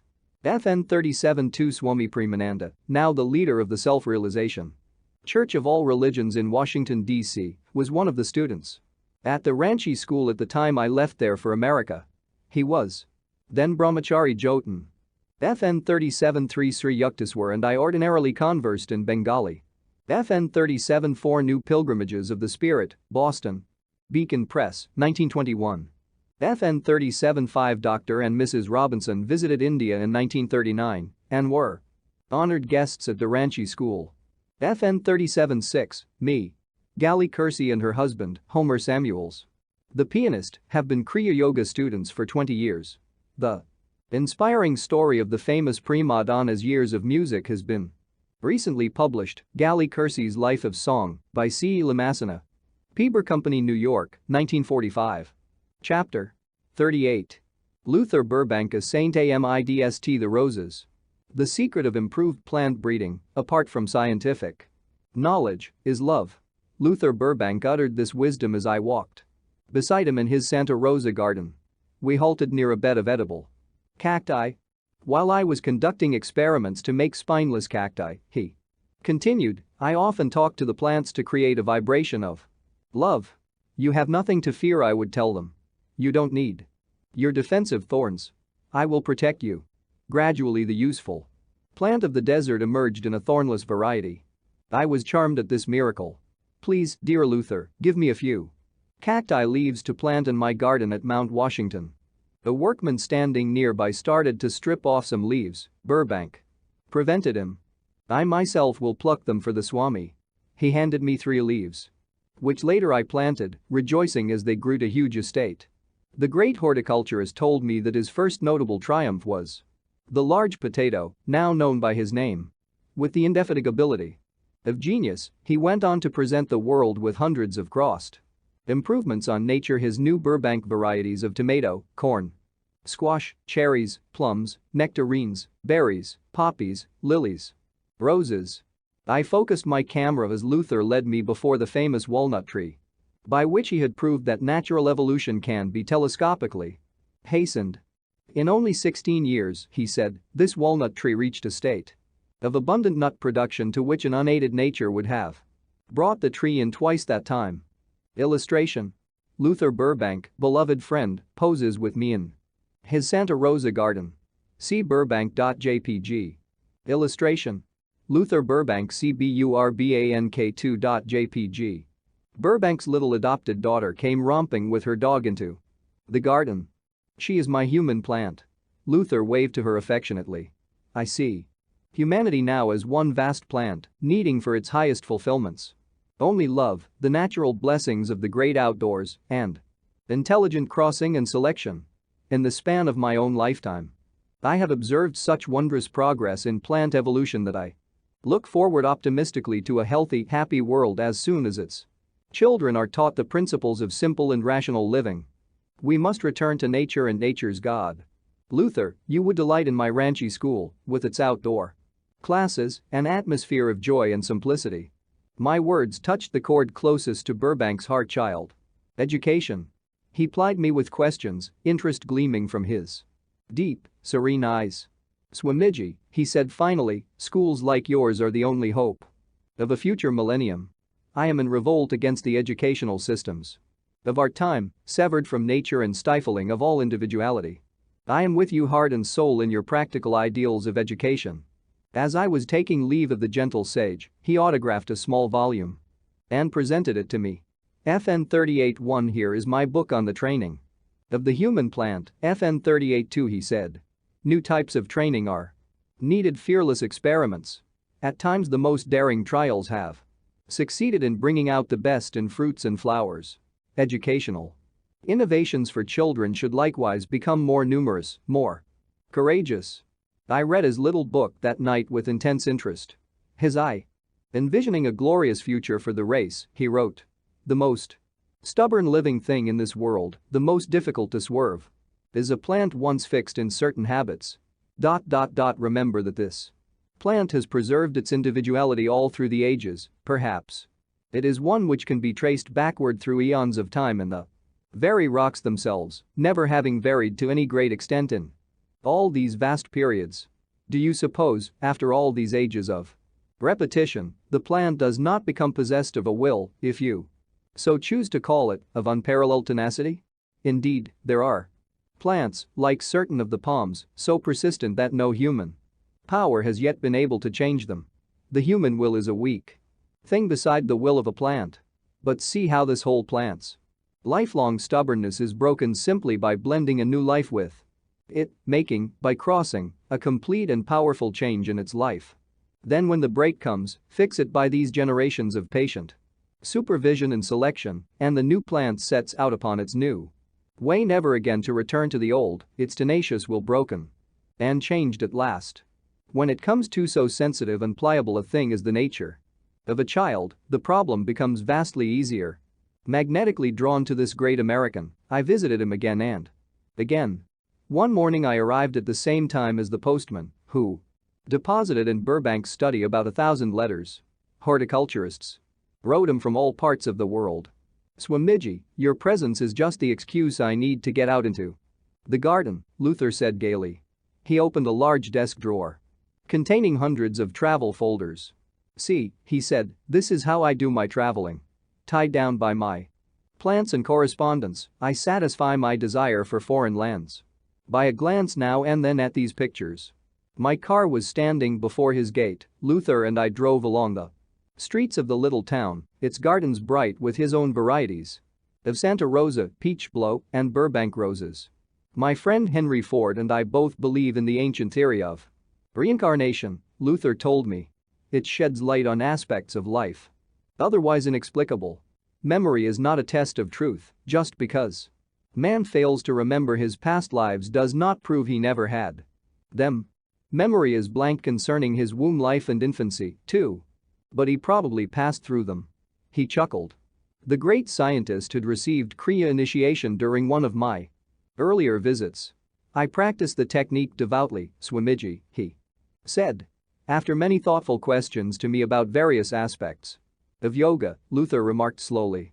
The East indeed possesses immense hoards of knowledge which the West has scarcely begun to explore. Intimate communion with nature, who unlocked to him many of her jealously guarded secrets, had given Burbank a boundless spiritual reverence. Sometimes I feel very close to the infinite power, he confided. Shyly. His sensitive, beautifully modeled face lit with his memories. Then I have been able to heal sick persons around me, as well as many ailing plants. He told me of his mother, a sincere Christian. Many times after her death, Luther said, I have been blessed by her appearance in visions, she has spoken to me. We drove back reluctantly toward his home and those waiting thousand letters. Luther, I remarked, next month I am starting a magazine to present the truth offerings of East and West. Please help me decide on a good name for the journal. We discussed titles for a while and finally agreed on East-West. After we had re-entered his study, Burbank gave me an article he had written on science and civilization. This will go in the first issue of East-West, I said gratefully. As our friendship grew deeper, I called Burbank my American saint. Behold a man, I quoted, in whom there is no guile. His heart was fathomlessly deep, long acquainted with humility, patience, sacrifice. His little home amidst the roses was austerely simple. He knew the worthlessness of luxury, the joy of few possessions.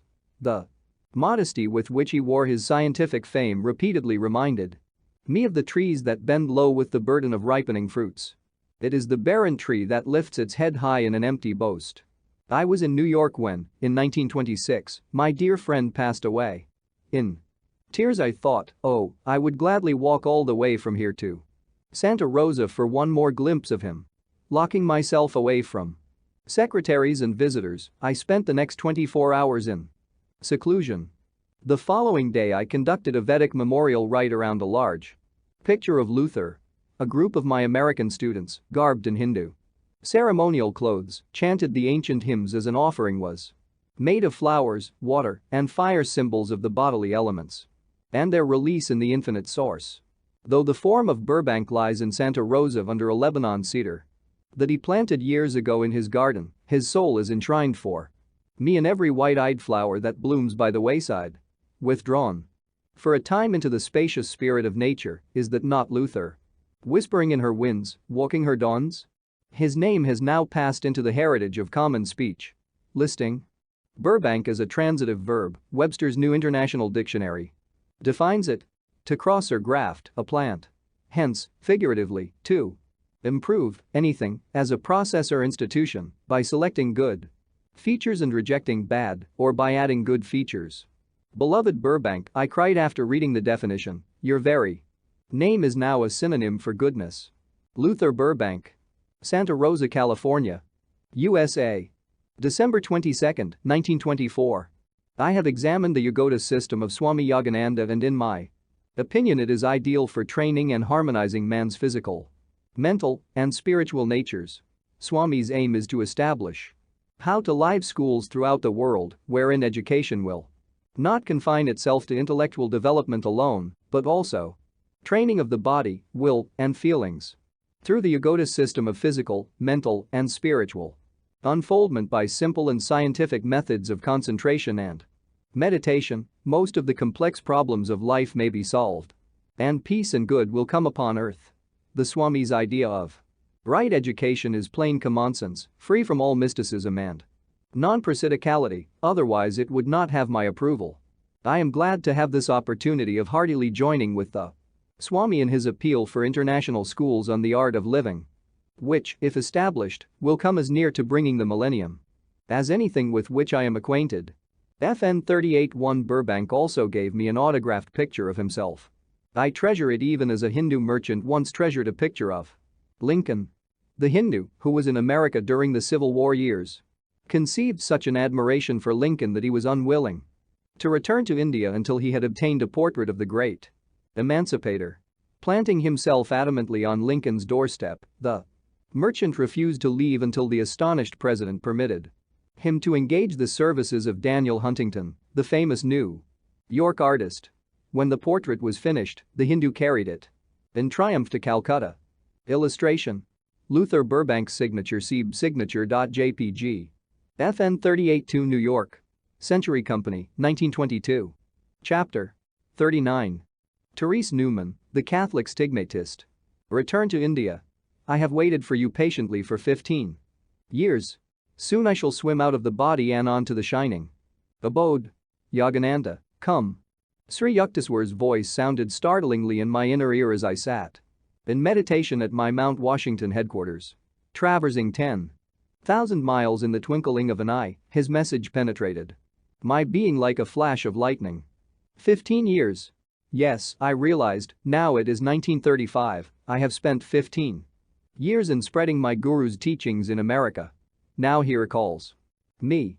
That afternoon I recounted my experience to a visiting disciple. His spiritual development under Kriya Yoga was so remarkable that I often called him saint, remembering Babaji's prophecy that America too would produce men and women of divine realization through the ancient yogic path. This disciple and a number of others generously insisted on making a donation for my travels. The financial problem thus solved, I made arrangements to sail via Europe for India. Busy weeks of preparations. At Mount Washington. In March 1935, I had the self-realization fellowship chartered under the laws of the state of California as a non-profit corporation. To this educational institution go all public donations as well as the revenue from the sale of my books, magazine, written courses, class tuition, and every other source of income. I shall be back, I told my students. Never shall I forget America. At a farewell banquet given to me in Los Angeles by loving friends, I looked long at their faces and thought gratefully, Lord, he who remembers thee as the sole giver will never lack the sweetness of friendship among mortals. I sailed from New York on June 9, 1935, FN 39-1 in the Europa.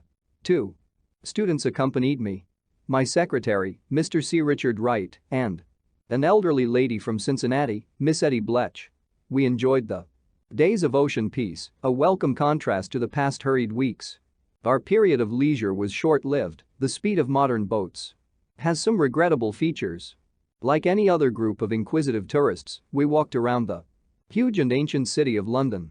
The following day I was invited to address a large meeting in Caxton Hall, at which I was introduced to the London audience by Sir Francis Youngisband. Our party spent a pleasant day as guests of Sir Harry Lauder at his estate in Scotland. We soon crossed the English Channel to the continent. For I wanted to make a special pilgrimage to Bavaria.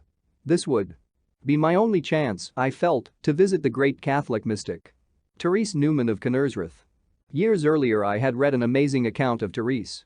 Information given in the article was as follows. 1. Therese, born in 1898, had been injured in an accident at the age of 20, she became blind and paralyzed. 2. She miraculously regained her sight in 1923 through prayers to Saint Teresa, the Little Flower. Later Therese Newman's limbs were instantaneously healed. 3. From 1923 onward, Therese has abstained completely from food and drink, except for the daily swallowing of one small consecrated wafer. 4. The stigmata or sacred wounds of Christ appeared in 1926 on Teresa's head, breast, hands, and feet on Friday of every week. Thereafter, she has passed through the Passion of Christ, suffering in her own body all his historic agonies. 5. Knowing ordinarily only the simple German of her village. During her Friday trances Therese utters phrases which scholars have identified as ancient Aramaic. At appropriate times in her vision, she speaks Hebrew or Greek. 6. By ecclesiastical permission, Therese has several times been under close scientific observation. Dr. Fritz Gerlich, editor of a Protestant German newspaper, went to Knersreuth to expose the Catholic fraud, but ended up by reverently writing her biography. FN 39-2. As always, whether in east or west, I was eager to meet a saint. I rejoiced as our little party entered, on July 16, the quaint village of Knersreuth. The Bavarian peasants exhibited lively interest in our Ford automobile, brought with us from America, and its assorted group: an American young man, an elderly lady, and an olive-hued Oriental with long hair tucked under his coat collar. Teresa's little cottage, clean and neat, with geraniums blooming by a primitive well, was alas silently closed. The neighbors and even the village postman who passed by could give us no information. Rain began to fall. My companions suggested that we leave. No, I said stubbornly, I will stay here until I find some clue leading to Therese. 2 hours later we were still sitting in our car amidst a dismal rain. Lord, I sighed complainingly, why didst thou lead me here? If she has disappeared? An English-speaking man halted beside us, politely offering his aid. I don't know for certain where Therese is, he said, but she often visits at the home of Professor Wers, a seminary master of Eichstätt, 80 miles from here. The following morning our party motored to the quiet village of Eichstätt, narrowly lined with cobblestone streets. Dr. Wers greeted us cordially at his home. Yes, Therese is here. He sent her word of the visitors. A messenger soon appeared with her reply. Though the bishop has asked me to see no one without his permission, I will receive the man of God from India. Deeply touched at these words, I followed Dr. Wers upstairs to the sitting room. Therese entered immediately, radiating an aura of peace and joy. She wore a black gown and spotless white head dress. Although her age was 37 at this time, she seemed much younger, possessing indeed a childlike freshness and charm. Healthy, well-formed, rosy-cheeked, and cheerful, this is the saint that does not eat. Therese greeted me with a very gentle handshaking. We both beamed in silent communion, each knowing the other to be a lover of God. Dr. Wers kindly offered to serve as interpreter. As we seated ourselves, I noticed that Therese was glancing at me with naive curiosity. Evidently Hindus had been rare in Bavaria. Don't you eat anything? I wanted to hear the answer from her own lips. No, except a consecrated rice flour wafer, once every morning at 6 o'clock. How large is the wafer? It is paper thin, the size of a small coin. She added, I take it for sacramental reasons. If it is unconsecrated, I am unable to swallow it. Certainly you could not have lived on that for 12 whole years? I live by God's light. How simple her reply, how instantaneous. I see you realize that energy flows to your body from the ether, sun, and air. A swift smile broke over her face. I am so happy to know you understand how I live. Your sacred life is a daily demonstration of the truth uttered by Christ. Man shall not live by bread alone, but by every word that proceedeth out of the mouth of God. FN 39-3. Again she showed joy at my explanation. It is indeed so. One of the reasons I am here on earth today is to prove that man can live by God's invisible light and not by food only. Can you teach others how to live without food? She appeared a trifle shocked. I cannot do that, God does not wish it.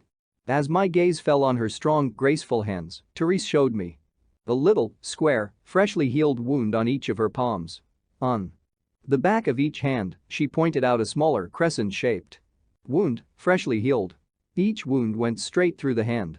The sight brought to my mind distinct recollection of the large, square iron nails with crescent-tipped ends, still used in the Orient, but which I do not recall having seen in the West. The saint told me something of her weekly trances. As a helpless onlooker, I observed the whole passion of Christ. Each week, from Thursday midnight until Friday afternoon at 1 o'clock, her wounds open and bleed. She loses 10 pounds of her ordinary 121-pound weight. Suffering intensely in her sympathetic love, Therese yet looks forward joyously to these weekly visions of her Lord. I realized at once that her strange life is intended by God to reassure all Christians of the historical authenticity of Jesus' life and crucifixion as recorded in the New Testament and to dramatically display the ever-living bond between the Galilean master and his devotees. Professor Wers related some of his experiences with the saint. Several of us, including Therese, often travel for days on sightseeing trips throughout Germany, he told me. It is a striking Contrast while we have 3 meals a day, Therese eats nothing. She remains as fresh as a rose, untouched by the fatigue which the trips cause us. As we grow hungry and hunt for wayside inns, she laughs merrily. The professor added some interesting physiological details. Because Therese takes no food, her stomach has shrunk. She has no excretions. But her perspiration glands function, her skin is always soft and firm. At the time of parting, I expressed to Therese my desire to be present at her trance. "Yes, please come to Knersworth next Friday," she said graciously. "The bishop will give you a permit. I am very happy you sought me out in Eichstätt." Therese shook hands gently, many times, and walked with our party to the gate. Mr. Wright turned on the automobile radio, the saint examined it with little enthusiastic chuckles. Such a large crowd of youngsters gathered that Therese retreated into the house. We saw her at a window where she peered at us, childlike, waving her hand. From a conversation the next day with 2 of Therese's brothers, very kind and amiable, we learned that the saint sleeps only 1 or 2 hours at night. In spite of the many wounds in her body, she is active and full of energy. She loves birds, looks after an aquarium of fish, and works often in her garden. Her correspondence is large. Catholic devotees write her for prayers and healing blessings. Many seekers have been cured through her of serious diseases. Her brother Ferdinand, about 23, explained that Therese has the power, through prayer, of working out on her own body the ailments of others. The saint's abstinence from food dates from a time when she prayed that the throat disease of a young man of her parish, then preparing to enter holy orders, be transferred to her own throat. On Thursday afternoon our party drove to the home of the bishop, who looked at my flowing locks with some surprise. He readily wrote out the necessary permit. There was no fee, the rule made by the church is simply to protect Therese from the onrush of casual tourists who in previous years had flocked on Fridays by the thousands. We arrived Friday morning about 9:30 in Knersworth.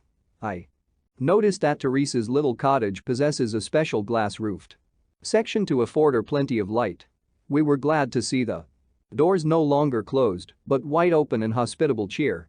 There was a line of about 20 visitors, armed with their permits. Many had come from great distances to view the mystic trance. Therese had passed my first test at the professor's house by her intuitive knowledge that I wanted to see her for spiritual reasons and not just to satisfy a passing curiosity. My second test was connected with the fact that, just before I went upstairs to her room, I put myself into a yogic trance state. In order to be one with her in telepathic and televisic rapport, I entered her chamber, filled with visitors. She was lying in a white robe on the bed. With Mr. Wright following closely behind me, I halted just inside the threshold, awestruck at a strange and most frightful spectacle. Illustration: Therese Neumann, famous Catholic stigmatist who inspired my 1935 pilgrimage to Knersworth, Bavaria. See Neumann.jpg. Blood flowed thinly and continuously in an inch-wide stream from Therese's lower eyelids.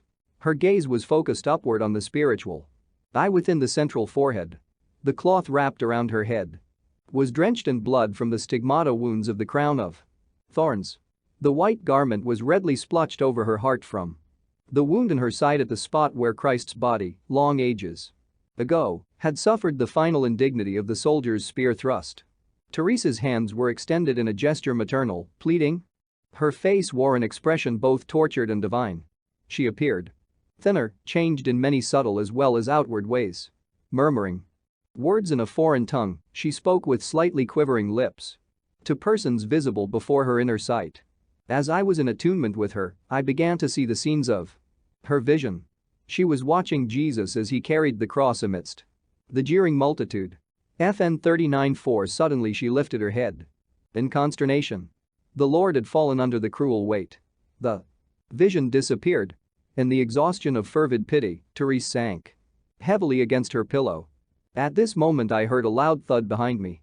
Turning my head for a second, I saw 2 men carrying out a prostrate body.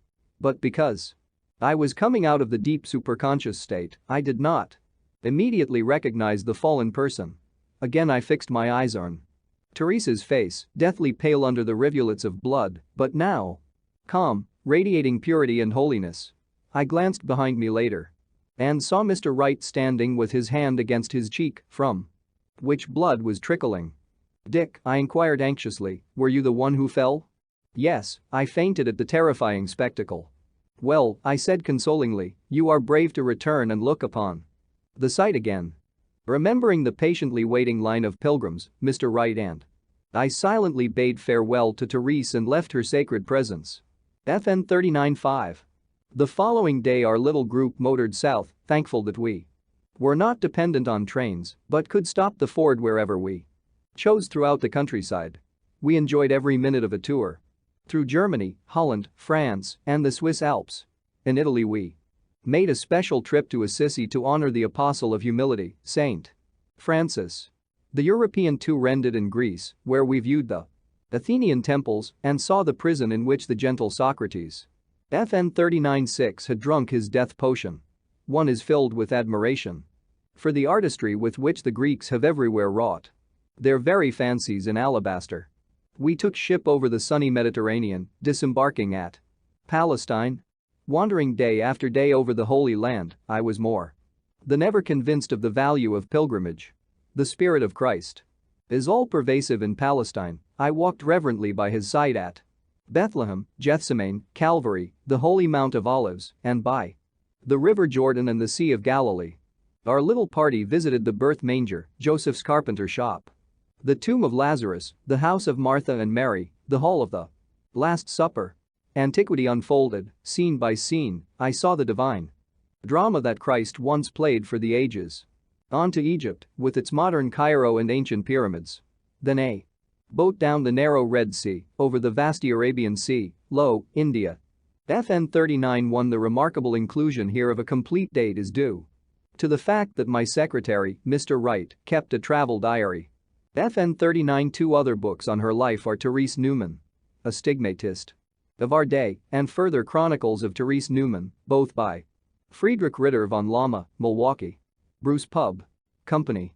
FN 39-3. Matthew 4:4. Man's body battery is not sustained by gross food, bread, alone, but by the vibratory cosmic energy, word, or Om. The invisible power flows into the human body through the gate of the medulla oblongata. This sixth bodily center is located at the back of the neck at the top of the 5 spinal chakras. Sanskrit for wheels or centers of radiating force. The medulla is the principal entrance for the body's supply of universal life force, Om, and is directly connected with man's power of will, concentrated in the 7th or Christ consciousness center. Kutastha, in the 3rd eye between the eyebrows. Cosmic energy is then stored up in the brain as a reservoir of infinite potentialities. Poetically mentioned in the Vedas as the 1,000-petaled lotus of light. The Bible invariably refers to Om as the Holy Ghost, or invisible life force which divinely upholds all creation. What? Know ye not that your body is the temple of the Holy Ghost which is in you, which ye have of God, and ye are not your own? I. Corinthians 6:19. FN 39-4. During the hours preceding my arrival, Therese had already passed through many visions of the closing days in Christ's life.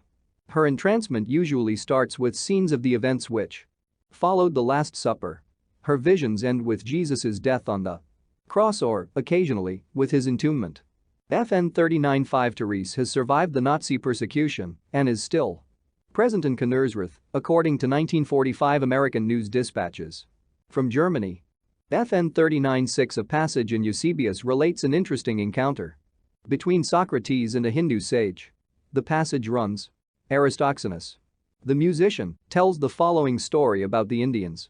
One of these men met Socrates at Athens and asked him what was the scope of his philosophy. An inquiry into human phenomena, replied Socrates. At this the Indian burst out laughing. How can a man inquire into human phenomena, he said, when he is ignorant of divine ones? The Aristoxenus mentioned was a pupil of Aristotle and a noted writer on harmonics. His date is 330 BC. Chapter 40. I returned to India. Gratefully I was inhaling the blessed air of India. Our boat Rajputana docked on August 22, 1935, in the huge harbour of Bombay. Even this, my first day off the ship, was a foretaste of the year Ahead 12 months of ceaseless activity. Friends had gathered. At the dock with garlands and greetings, soon, at our suite in the Taj Mahal Hotel, there was a stream of reporters and photographers. Bombay was a city new to me. I found it energetically modern, with many innovations from the West. Palms lined the spacious boulevards. Magnificent state structures vie for interest with ancient temples. Very little time was given to sightseeing, however, I was impatient. Eager to see my beloved guru and other dear ones. Consigning the Ford to a baggage car, our party was soon speeding eastward by train toward Calcutta. FN 41. Our arrival at Howrah station found such an immense crowd assembled to greet us that for a while we were unable to dismount from the train. The young Maharaja of Kasam Bazar and my brother Bishnu headed the reception committee. I was unprepared for the warmth and magnitude of our welcome. Preceded by a line of automobiles and motorcycles, and amidst a joyous sound of drums and conch shells, Miss Bletch, Mr. Wright, and myself, flower garlanded from head to foot, drove slowly to my father's home. My aged parent embraced me as one returning from the dead. Long we gazed on each other, speechless with joy. Brothers and sisters, uncles, aunts, and cousins, students and friends of years long past were grouped around me, not a dry eye among us. Passed now into the archives of memory, the scene of loving reunion vividly endures. Unforgettable in my heart. As for my meeting with Sri Yukteswar, words fail me, let the following description from my secretary suffice. Today, filled with the highest anticipations, I drove Yoganandaji from Calcutta to Serampore, Mr. Wright recorded in his travel diary. We passed by quaint shops, one of them the favorite eating haunt of Yoganandaji during his college days, and finally entered a narrow walled lane. A sudden left turn, and there before us towered the simple but inspiring two-story ashram, its Spanish-style balcony jutting from the upper floor. The pervasive impression was that of peaceful solitude. In grave humility I walked behind Yoganandaji into the courtyard. Within the hermitage walls, hearts beating fast, we proceeded up some old cement steps, trod, no doubt, by myriads of truth-seekers. The tension grew keener and keener as on we strode.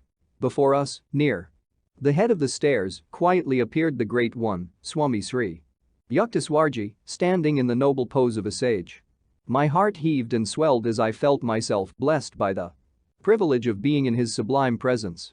Tears blurred my eager sight when Yoganandaji dropped to his knees and with bowed head offered his soul's gratitude and greeting, touching with his hand his guru's feet and then, in humble obeisance, his own head. He rose then and was embraced on both sides of the bosom by Sri Yukteswarji. No words passed at the beginning, but the most intense feeling was expressed in the mute phrases of the soul. How their eyes sparkled and were fired with the warmth of renewed soul union. A tender vibration surged through the quiet patio, and even the sun eluded the clouds to add a sudden blaze of glory. On bended knee before the master I gave my own unexpressed love and thanks, touching his feet, calloused by time and service, and receiving his blessing. I stood then and faced two beautiful, deep eyes smoldering with introspection, yet radiant with joy. We entered his sitting room, whose whole side opened to the outer balcony first seen from the street. The master braced himself against a worn davenport, sitting on a covered mattress on the cement floor. Yoganandaji and I sat near the guru's feet, with orange-colored pillows to lean against and ease our positions on the straw mat. I tried to penetrate the Bengali conversation between the two Swamijis, for English, I discovered, is null and void when they are together, although Swamiji Maharaj, as the great guru is called by others, can and often does speak it. But I perceived the saintliness of the Great One through his heart-warming smile and twinkling eyes. One quality easily discernible in his merry, serious conversation is a decided positiveness in statement, the mark of a wise man who knows he knows because he knows God. His great wisdom, strength of purpose, and determination are apparent in every way. Studying him reverently from time to time, I noted that he is of large athletic stature, hardened by the trials and sacrifices of renunciation. His poise is majestic. A decidedly sloping forehead, as if seeking the heavens, dominates his divine countenance. He has a rather large and homely nose, with which he amuses himself. In idle moments, flipping and wiggling it with his fingers, like a child. His powerful dark eyes are haloed by an ethereal blue ring. His hair, parted in the middle, begins as silver and changes to streaks of silvery gold and silvery black, ending in ringlets at his shoulders. His beard and mustache are scant or thinned out, yet seem to enhance his features and, like his character, are deep and light at the same time. He has a jovial and rollicking laugh which comes from deep in his chest, causing him to shake and quiver throughout his body, very cheerful and sincere. His face and stature are striking in their power, as are his muscular fingers. He moves with a dignified tread and erect posture. He was clad simply in the common dhoti and shirt, both once dyed a strong ochre color, but now a faded orange. Glancing about, I observed that this rather dilapidated room suggested the owner's non-attachment to material comforts. The weather-stained white walls of the long chamber were streaked with fading blue plaster. At one end of the room hung a picture of Lahiri Mahasaya, garlanded in simple devotion. There was also an old picture showing Yoganandaji as he had first arrived in Boston, standing with the other delegates to the Congress of Religions. I noted a quaint concurrence of modernity and antiquation. A huge, cut glass, candlelight chandelier was covered with cobwebs through disuse, and on the wall was a bright, up-to-date calendar. The whole room emanated a fragrance of peace and calmness. Beyond the balcony I could see coconut trees towering over the hermitage in silent protection. It is interesting to observe that the master has merely to clap his hands together and, before finishing, he is served or attended by some small disciple. Incidentally, I am much attracted to one of them, a thin lad named Prafulla, FN 42, with long black hair. To his shoulders, a most penetrating pair of sparkling black eyes. And a heavenly smile, his eyes twinkle as the corners of his mouth rise, like the stars and the crescent moon appearing at twilight. Swami Sri Yukteswarji's joy is obviously intense at the return of his product, and he seems to be somewhat inquisitive about the product's product. However, predominance of the wisdom aspect in the Great One's nature hinders his outward expression of feeling. Yoganandaji presented him with some gifts, as is the custom when the disciple returns to his guru. We sat down later to a simple but well-cooked meal. All the dishes were vegetable and rice combinations. Sri Yukteswarji was pleased at my use of a number of Indian customs, finger eating for example. After several hours of flying Bengali phrases and the exchange of warm smiles and joyful glances, we paid obeisance at his feet, baited you with a pranam, FN 43, and departed for Calcutta with an everlasting memory of a sacred meeting and reading. Although I write chiefly of my external impressions of him, yet I was always conscious of the true basis of the saint, his spiritual glory. I felt his power and shall carry that feeling as my divine blessing. From America, Europe, and Palestine, I had brought many presents for Sri Yukteswar. He received them smilingly, but without remark. For my own use, I had bought in Germany a combination umbrella cane. In India I decided to give the cane to master. This gift I appreciate indeed. My guru's eyes were turned on me with affectionate understanding as he made the unwonted comment. From all the presents, it was the cane that he singled out to display to visitors. Master, please permit me to get a new carpet for the sitting room. I had noticed that Sri Yukteswar's tiger skin was placed over a torn rug. Do so if it pleases you. My guru's voice was not enthusiastic. Behold, my tiger mat is nice and clean. I am monarch in my own little kingdom. Beyond it is the vast world, interested only in externals. As he uttered these words I felt the years roll back, once again. I am a young disciple, purified in the daily fires of chastisement. As soon as I could tear myself away from Serampore and Calcutta, I set out, with Mr. Wright, for Ranchi. What a welcome there, a veritable ovation. Tears stood in my eyes as I embraced the selfless teachers who had kept the banner of the school flying during my 15 years' absence. The bright faces and happy smiles of the residential and day students were ample testimony to the worth of their many-sided school and yoga training. Yet, alas, the Ranchi institution was in dire financial difficulties. Sir Manindra Chandra Nundy, the old Maharaja whose Kasambazar palace had been converted into the central school building and who had made many princely donations, was now dead. many free, benevolent. Features of the school were now seriously endangered for lack of sufficient public support. I had not spent years in America without learning some of its practical wisdom, its undaunted spirit before obstacles. For 1 week I remained in Ranchi, wrestling with critical problems. Then came interviews in Calcutta with prominent leaders and educators. A long talk with the young Maharaja of Kasambazar, a financial appeal to my father, and lo, the shaky foundations of Ranchi began to be righted. Many donations, including one huge check, arrived in the nick of time from my American students. Within a few months after my arrival in India, I had the joy of seeing the Ranchi school legally incorporated. My lifelong dream of a permanently endowed yoga educational center stood fulfilled. That vision had guided me in the humble beginnings in 1917 with a group of 7 boys. In the decades since 1935, Ranchi has enlarged its scope far beyond the boys' school. Widespread humanitarian activities are now carried on there in the Shyama Chair and Lahiri Mahasaya mission. The school, or Yagoda Sat Sangha Brahmacharya Vidyalaya, conducts outdoor classes in grammar and high school subjects. The residential students and day scholars also receive vocational training of some kind. The boys themselves regulate most of their activities through autonomous committees. Very early in my career as an educator, I discovered that boys who impishly delight in outwitting a teacher will cheerfully accept disciplinary rules that are set by their fellow students. Never a model pupil myself, I had a ready sympathy for all boyish pranks and problems. Sports and games are encouraged, the fields resound with hockey and football practice. Ranchi students often win the cup at competitive events. The outdoor gymnasium is known far and wide. Muscle recharging through willpower is the Yagoda feature. Mental direction of life. Energy to any part of the body. The boys are also taught asanas, postures, sard and lathi, stick play, and jiu-jitsu. The Yagoda health exhibitions at the Ranchi Vidyalaya have been attended by thousands. Instruction in primary subjects is given in Hindi to the Kols, Santals, and Mundas, Aboriginal tribes of the province. Classes for girls only have been organized in nearby villages.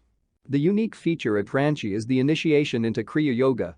The boys daily practice their spiritual exercises, engage in Gita chanting, and are taught by precept and example the virtues of simplicity, self-sacrifice, honor, and truth.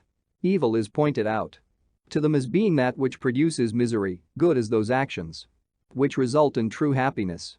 Evil may be compared to poisoned honey, tempting but laden with death.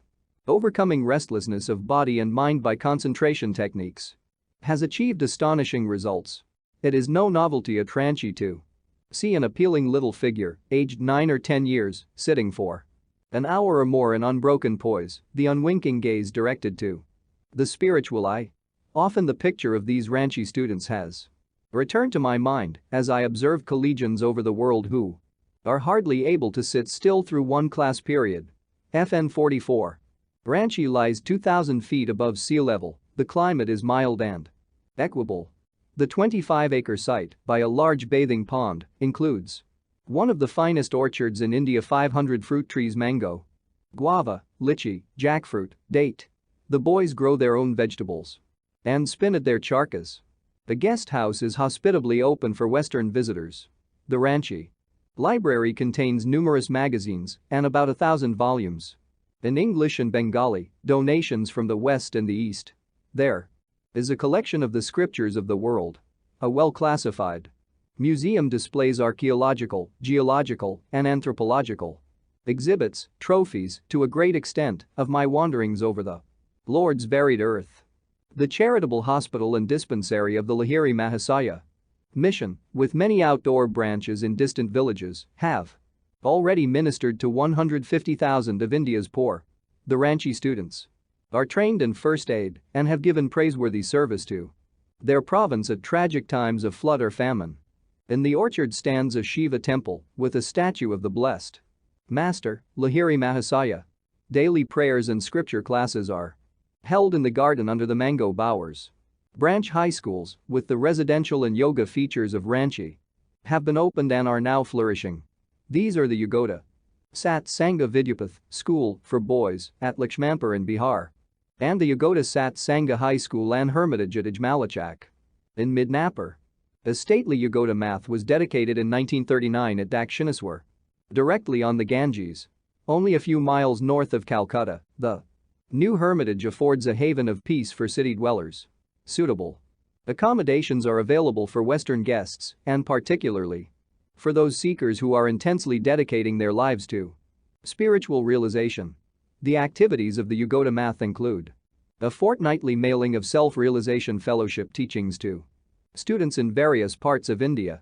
It is needless to say that all these educational and humanitarian activities have required the self-sacrificing service and devotion of many teachers and workers. I do not list their names here because they are so numerous, but in my heart each one has a lustrous niche. Inspired by the ideals of Lahiri Mahasaya, these teachers have abandoned promising worldly goals to serve humbly, to give greatly.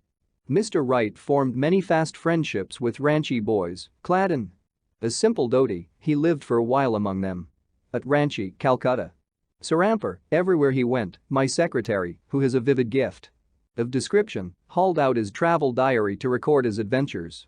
One evening I asked him a question. "Dick, what is your impression of India?" "Peace," he said thoughtfully. "The racial aura is peace." FN 41. We broke our journey in central provinces, halfway across the continent, to see Mahatma Gandhi at Wardha. Those days are described in chapter 44. FN 42. Prafulla was the lad who had been present with Master when a cobra approached, see page 116. FN 43. Literally, holy name, a word of greeting among Hindus, accompanied by palm-folded hands lifted from the heart to the forehead in salutation. A pranam in India takes the place of the Western greeting by handshaking. FN 44. Mental training through certain concentration techniques has produced in each Indian generation men of prodigious memory. Sir T. Vijayaragavachari, in the Hindustan Times, has described the tests put to the modern professional memory men of Madras. These men, he wrote, were unusually learned in Sanskrit literature. Seated in the midst of a large audience, they were equal to the tests that several members of the audience simultaneously put them to. The test would be like this. One person would start ringing a bell, the number of rings having to be counted by the memory man. A second person would dictate from a paper a long exercise in arithmetic involving addition, subtraction, multiplication, and division. A third would go on reciting from the Ramayana or the Mahabharata a long series of poems which had to be reproduced. A fourth would set problems in versification which required the composition of verses in proper meter on a given subject, each line to end in a specified word. A fifth man would carry on with a sixth a theological disputation, the exact language of which had to be quoted in the precise order in which the disputants conducted it, and a seventh man was all the while turning a wheel, the number of revolutions of which had to be counted. The memory expert had simultaneously to do all these feats purely by mental processes. As he was allowed no paper and pencil, the strain on the faculties must have been terrific. Ordinarily men in unconscious envy are apt to depreciate such efforts by affecting to believe that they involve only the exercise of the lower functionings of the brain. It is not, however, a pure question of memory. The greater factor is the immense concentration of mind. Chapter 41. An idyll in South India. You are the first Westerner, Dick, ever to enter that shrine. Many others have tried in vain.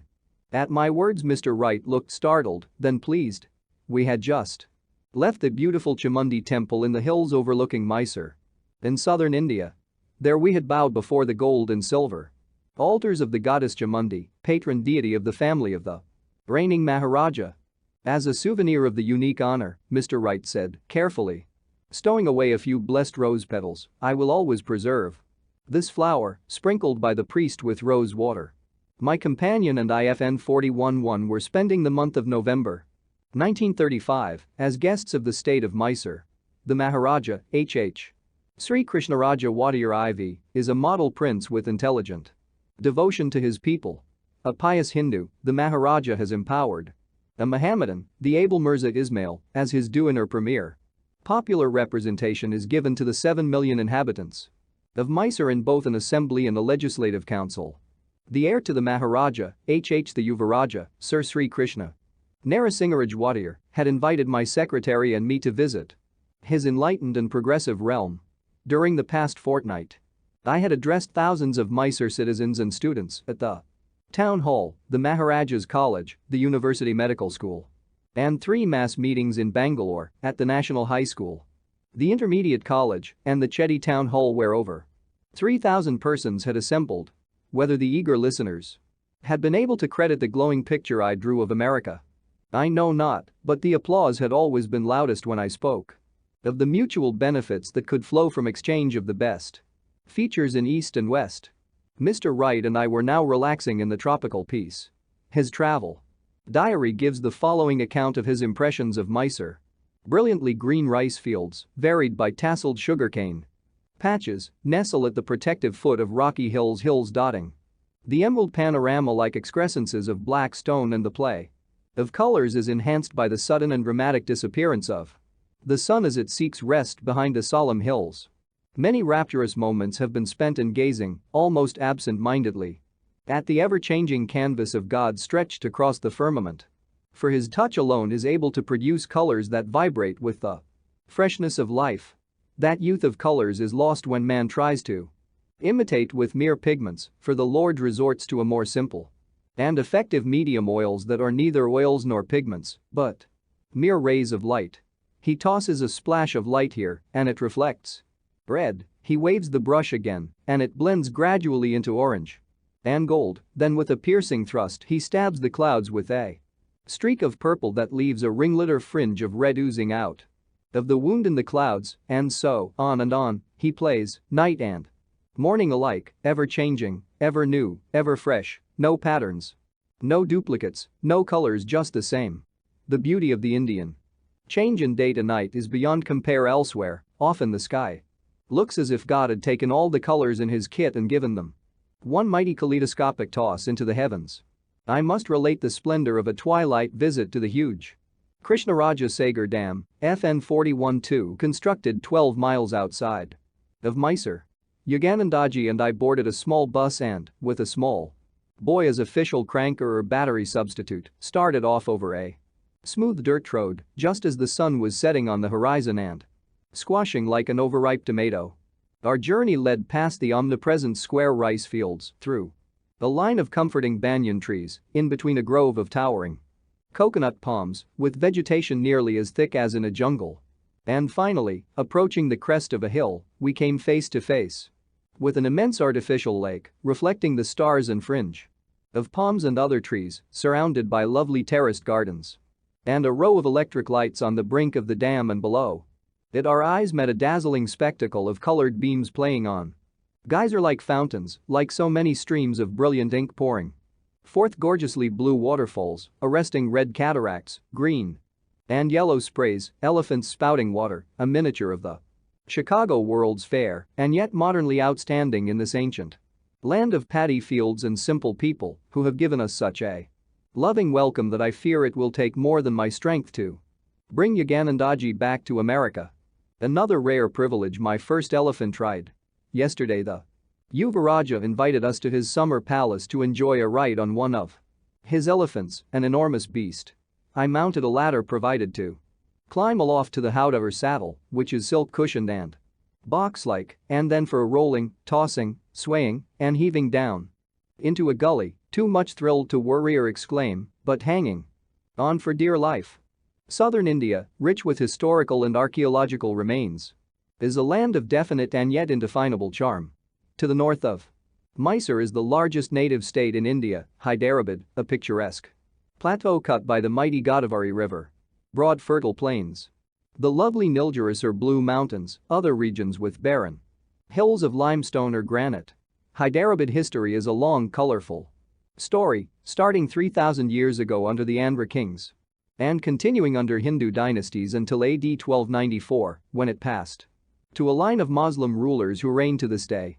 The most breathtaking display of architecture, sculpture, and painting in all India is found at Hyderabad in the ancient rock sculptured caves of Ellora and Ahanta.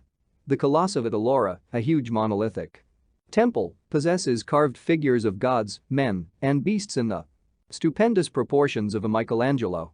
Ahanta is the site of 5 cathedrals and 25 monasteries, all rock excavations. Maintained by tremendous frescoed pillars on which artists and sculptors have immortalized their genius.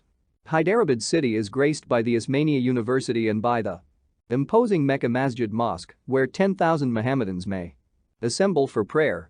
Mysore state too is a scenic wonderland, 3,000 feet above sea level, abounding in dense tropical forests, the home of wild elephants, bison, bears, panthers, and tigers. Its 2 chief cities, Bangalore and Mysore, are clean, attractive, with many parks and public gardens. Hindu architecture and sculpture achieved their highest perfection in Mysore under the patronage of Hindu kings from the 11th to the 15th centuries. The temple at Belur, an 11th century masterpiece completed during the reign of King Vishnuvardhana, is unsurpassed in the world for its delicacy of detail and exuberant imagery. The rock pillars found in northern Mysore date from the 3rd century BC, illuminating the memory of King Asoka. He succeeded to the throne of the Maurya dynasty then prevailing. His empire included nearly all of modern India, Afghanistan, and Balochistan. This illustrious emperor, considered even by Western historians to have been an incomparable ruler, has left the following wisdom on a rock memorial. This religious inscription has been engraved in order that our sons and grandsons may not think a new conquest is necessary, that they may not think conquest by the sword deserves the name of conquest, that they may see in it nothing but destruction and violence, that they may consider nothing as true conquest save the conquest of religion. Such conquests have value in this world and in the next. Illustration. My companions and I pose before the dream in marble. The Taj Mahal at Agra. See Taj.jpg. Asoka was a grandson of the formidable Chandragupta Maurya, known to the Greeks as Sandrakatas, who in his youth had met Alexander the Great. Later Chandragupta destroyed the Macedonian garrisons left in India, defeated the invading Greek army of Seleucus in the Punjab, and then received at his Patna court the Hellenic ambassador Megasthenes. Intensely interesting stories have been minutely recorded by Greek historians and others who accompanied or followed after Alexander in his expedition to India. The narratives of Arrian, Diodorus, Plutarch, and Strabo the geographer have been translated by Dr. J. W. Crintle FN 41-3 to throw a shaft of light on ancient India. The most admirable feature of Alexander's unsuccessful invasion was the deep interest he displayed in Hindu philosophy and in the yogis and holy men whom he encountered from time to time and whose society he eagerly sought. Shortly after the Greek warrior had arrived in Taxila in northern India, he sent a messenger, Anesicretos, a disciple of the Hellenic school of Diogenes, to fetch an Indian teacher, Dandamas, a great sannyasi of Taxila. Hail to thee, O teacher of Brahmins! Anesicretos said after seeking out Dandamas in his forest retreat. The son of the mighty god Zeus, being Alexander who is the sovereign lord of all men, asks you to go to him, and if you comply, he will reward you with great gifts, but if you refuse, he will cut off your head. The yogi received this fairly compulsive invitation calmly and did not so much as lift up his head from his couch of leaves. I also am a son of Zeus, if Alexander be such, he commented. I want nothing that is Alexander's, for I am content with what I have, while I see that he wanders with his men over sea and land for no advantage and is never coming to an end of his wanderings. Go and tell Alexander that God the Supreme King is never the author of insolent wrong, but is the creator of light, of peace, of life, of water, of the body of man and of souls. He receives all men when death sets them free, being in no way subject to evil disease. He alone is the God of my homage, who abhors slaughter and instigates no wars. Alexander is no god, since he must taste of death, continued the sage in quiet scorn. How can such as he be the world's master when he has not yet seated himself on a throne of inner universal dominion? Neither as yet has he entered living into Hades, nor does he know the course of the sun through the central regions of the earth, while the nations on its boundaries have not so much as heard his name. After this chastisement, surely the most caustic ever sent to assault the ears of the Lord of the world, the sage added ironically. If Alexander's present dominions be not capacious enough for His desires let him cross the Ganges river, there he will find a region able to sustain all his men, if the country on this side be too narrow to hold him.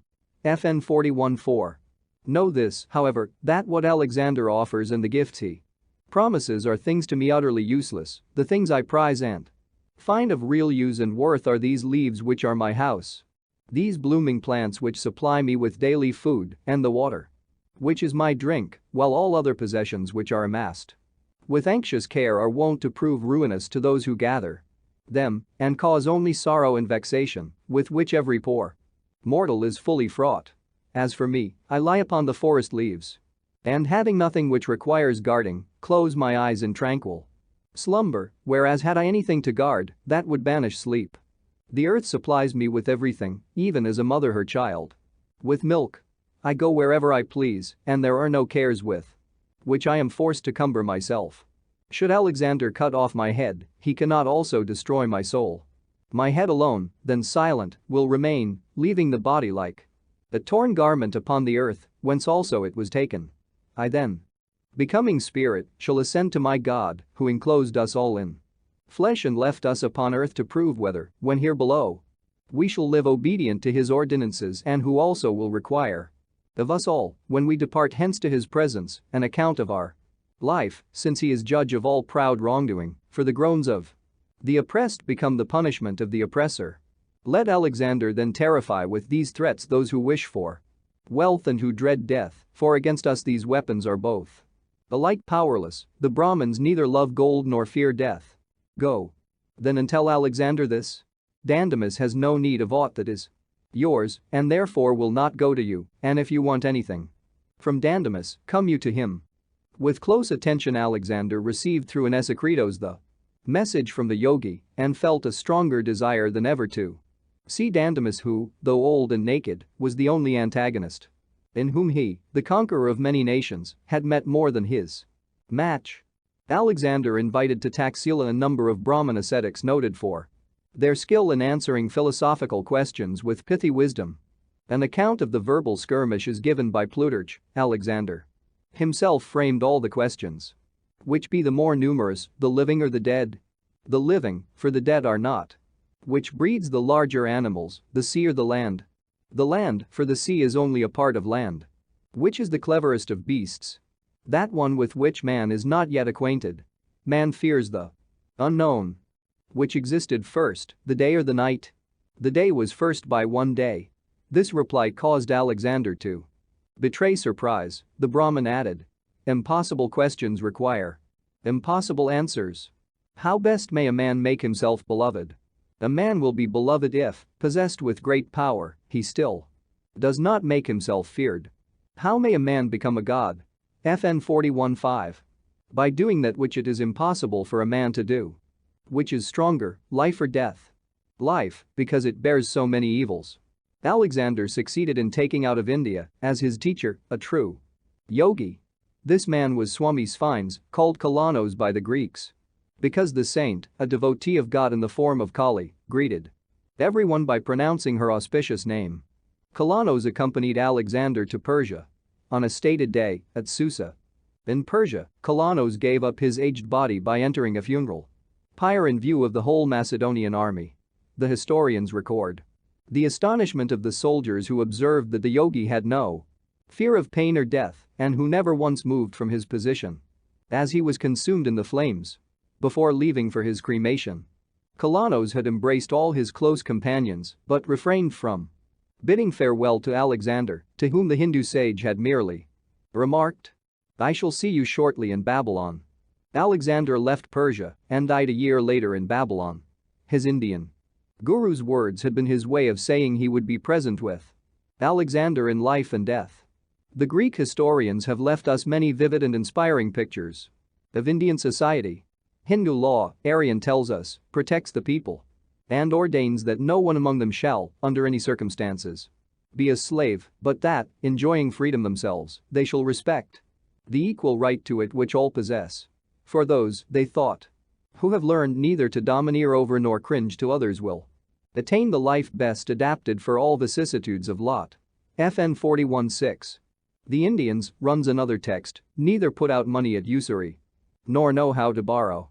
It is contrary to established usage for an Indian either to do or suffer a wrong, and therefore they neither make contracts nor require securities.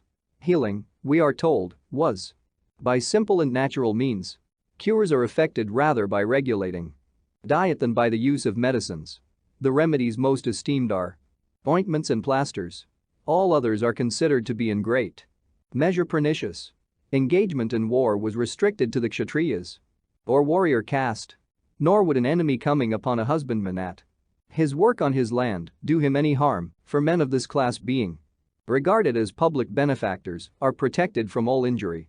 The land thus remaining unravaged and producing heavy crops supplies the inhabitants with the requisites to make life enjoyable. FN 41:7.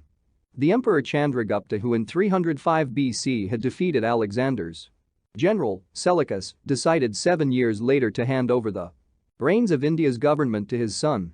Traveling to South India, Chandragupta spent the last 12 years of his life as a penniless ascetic, seeking self-realization in a rocky cave at Sravanabelagola, now honored as a Mysore shrine.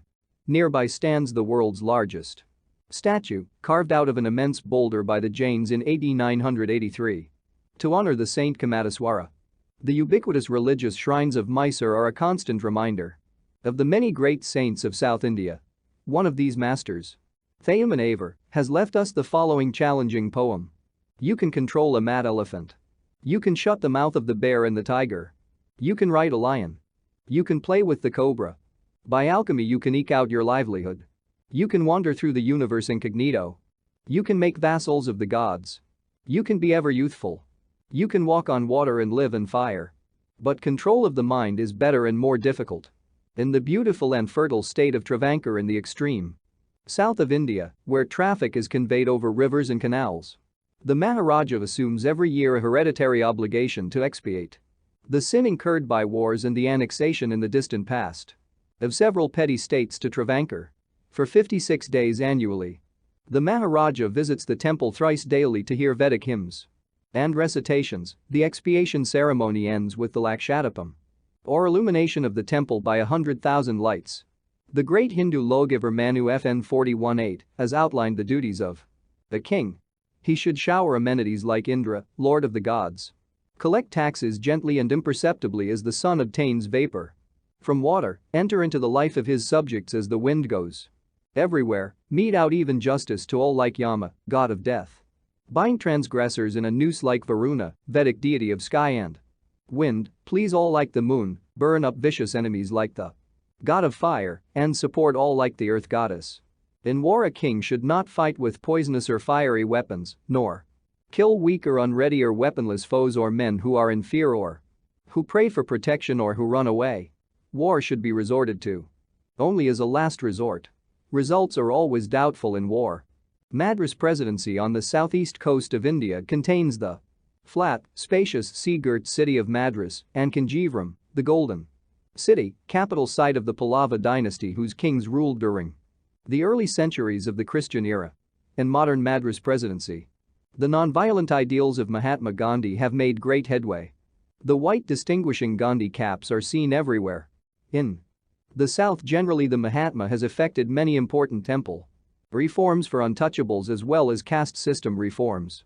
The origin of the caste system, formulated by the great legislator Manu, was admirable. He saw clearly that men are distinguished by natural evolution into 4 great classes: those capable of offering service to society through their bodily labor, Sudras, those who serve through mentality, skill, agriculture, trade, commerce, business, life in general, Vaisyas, those whose talents are administrative, executive, and protective rulers, and warriors, Kshatriyas, those of contemplative nature, spiritually inspired and inspiring, Brahmins, neither birth nor sacraments nor study nor ancestry can decide whether a person is twice born, i.e., a Brahmin. The Mahabharata declares, character and conduct only can decide. FN 41:9 Manu instructed society to show respect to its members insofar as they possessed wisdom, virtue, age, kinship or, lastly, wealth.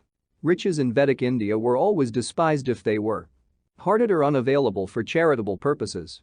Ungenerous men of great wealth were assigned a low rank in society.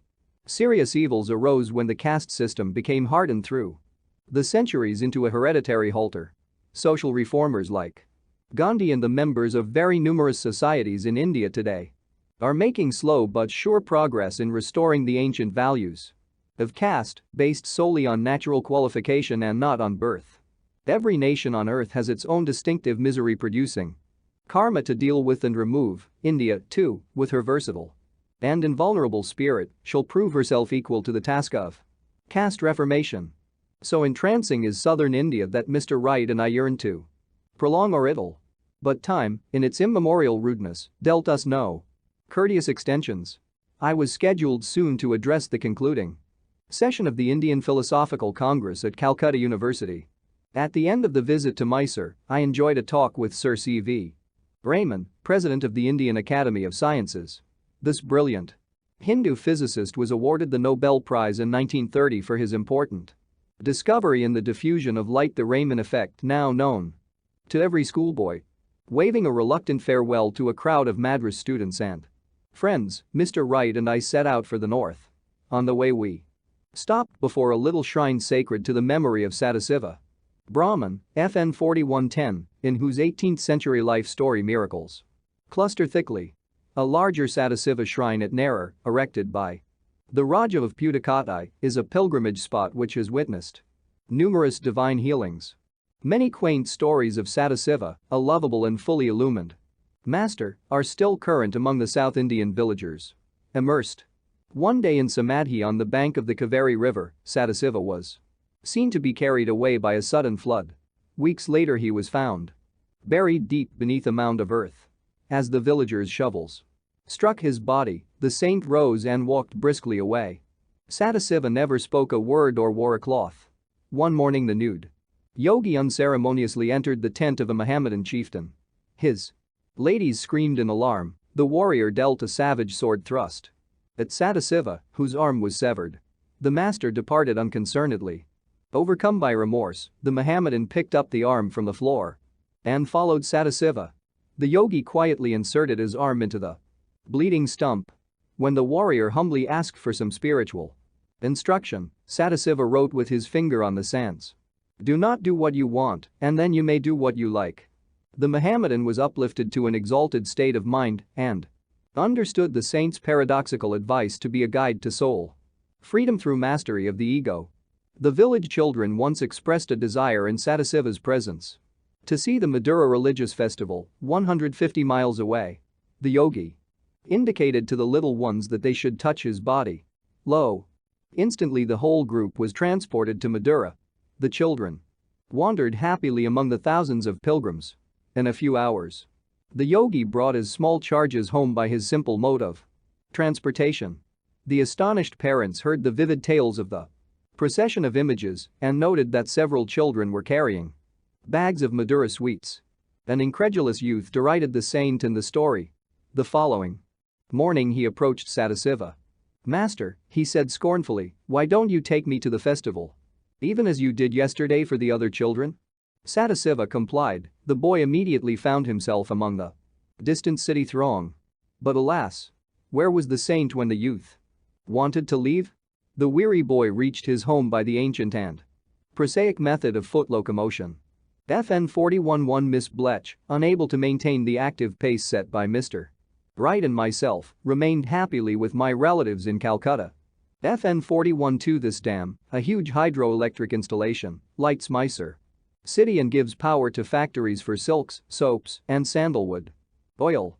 The sandalwood souvenirs from Mysore possess a delightful fragrance which time does not exhaust. A slight pinprick revives the odor. Mysore boasts some of the largest pioneer industrial undertakings in India, including the Kolar gold mines, the Mysore sugar factory, the huge iron and steel works at Bhadravati, and the cheap and efficient Mysore State Railway, which covers many of the state's 30,000 square miles. The Maharaja and Yuvaraja, who were my hosts in Mysore in 1935, have both recently died. The son of the Yuvaraja, the present Maharaja, is an enterprising ruler and has added to Mysore's industries a large airplane factory. FN 4136 volumes on Ancient India, Calcutta, 1879. FN 41-5 Neither Alexander nor any of his generals ever crossed the Ganges. Finding determined resistance in the northwest, the Macedonian army refused to penetrate farther. Alexander was forced to leave India and seek his conquests in Persia. FN 41-5 From this question we may surmise that the son of Zeus had an occasional doubt that he had already attained perfection. FN 41-6 All Greek observers comment on the lack of slavery in India, a feature at complete variance with the structure of Hellenic society. FN 41-7 Creative India by Prof. Benoy Kumar Sarkar gives a comprehensive picture of India's ancient and modern achievements and distinctive values in economics, political science, literature, art, and social philosophy. Lahore. Model Banarsi Das, Publishers. 1937, 714 pages, $5. Another recommended volume is Indian Culture Through the Ages by S. V. Vanatasvara, New York. Longmans, Green and Company, $5. FN 41-8 Manu is the universal lawgiver, not alone for Hindu society, but for the world. All systems of wise social regulations and even justice are patterned after Manu. Nietzsche has paid the following tribute.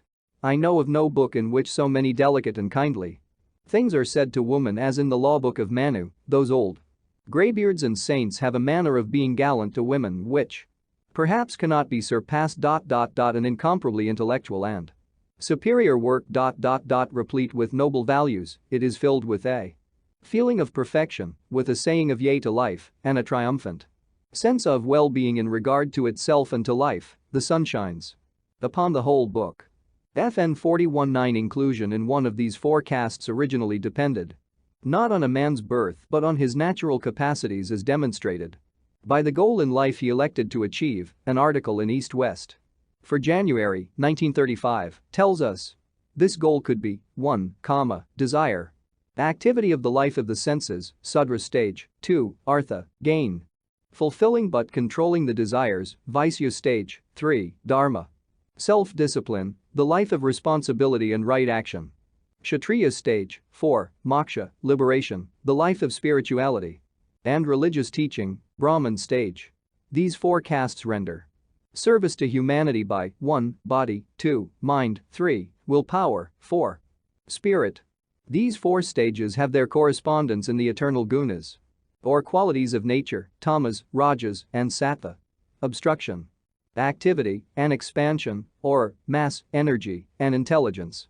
The four natural castes are marked by the gunas as 1, tamas, ignorance, 2, tamas rajas, mixture of ignorance and activity, 3, rajas sattva, mixture of right activity and enlightenment, 4, sattva, enlightenment. Thus has nature marked every man with his caste by the predominance in himself of one, or the mixture of two, of the gunas. Of course every human being has all three gunas in varying proportions. The guru will be able rightly to determine a man's caste or evolutionary status. To a certain extent, all races and nations observe and practice, if not in theory, the features of caste. Where there is great license or so-called liberty, particularly in intermarriage between extremes. In the natural castes, the race dwindles away and becomes extinct.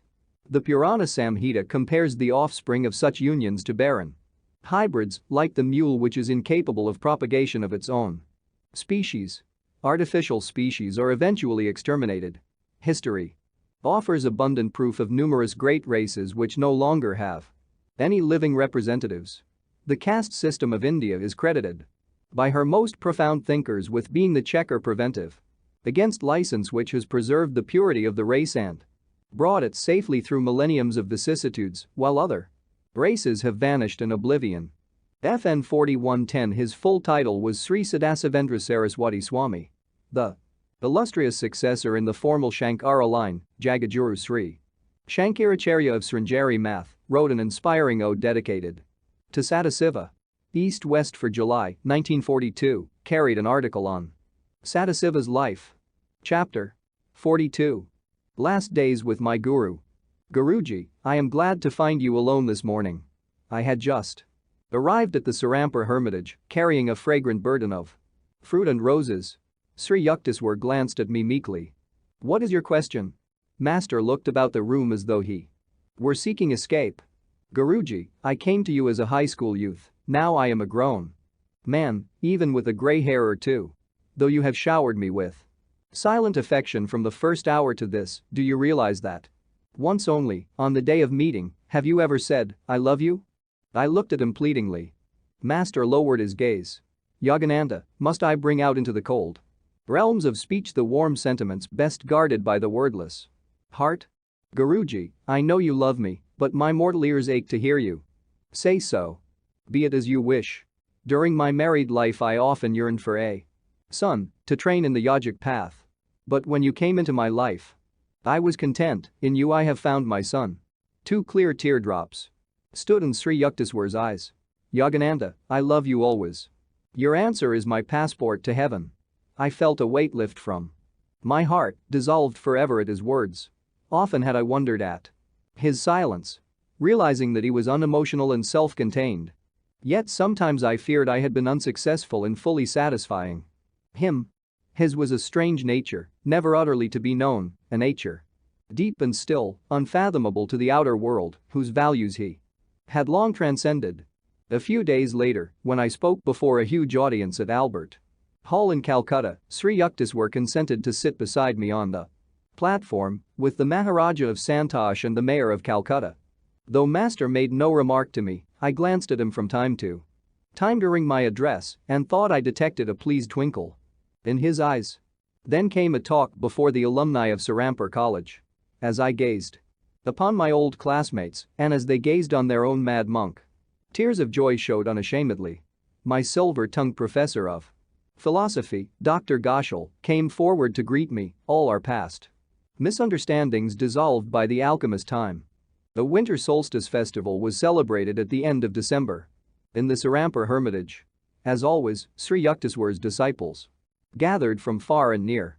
Devotional sankirtans, solos in the nectar-sweet voice of Christo Da, a feast served by young disciples.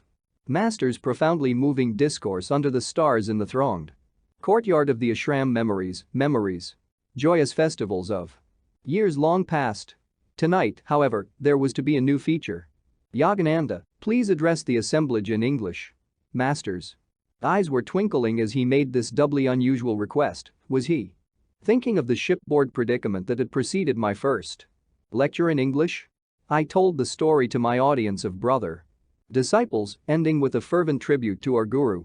His omnipresent guidance was with me not alone on the ocean steamer, I concluded, but daily throughout my 15 years in the vast and hospitable land of America. After the guests had departed, Sri Yukteswar called me to the same bedroom where once only, after a festival of my early years, I had been permitted to sleep on his wooden bed. Tonight my guru was sitting there quietly, a semicircle of disciples at his feet. He smiled as I quickly entered the room. "Yogananda, are you leaving now for Calcutta?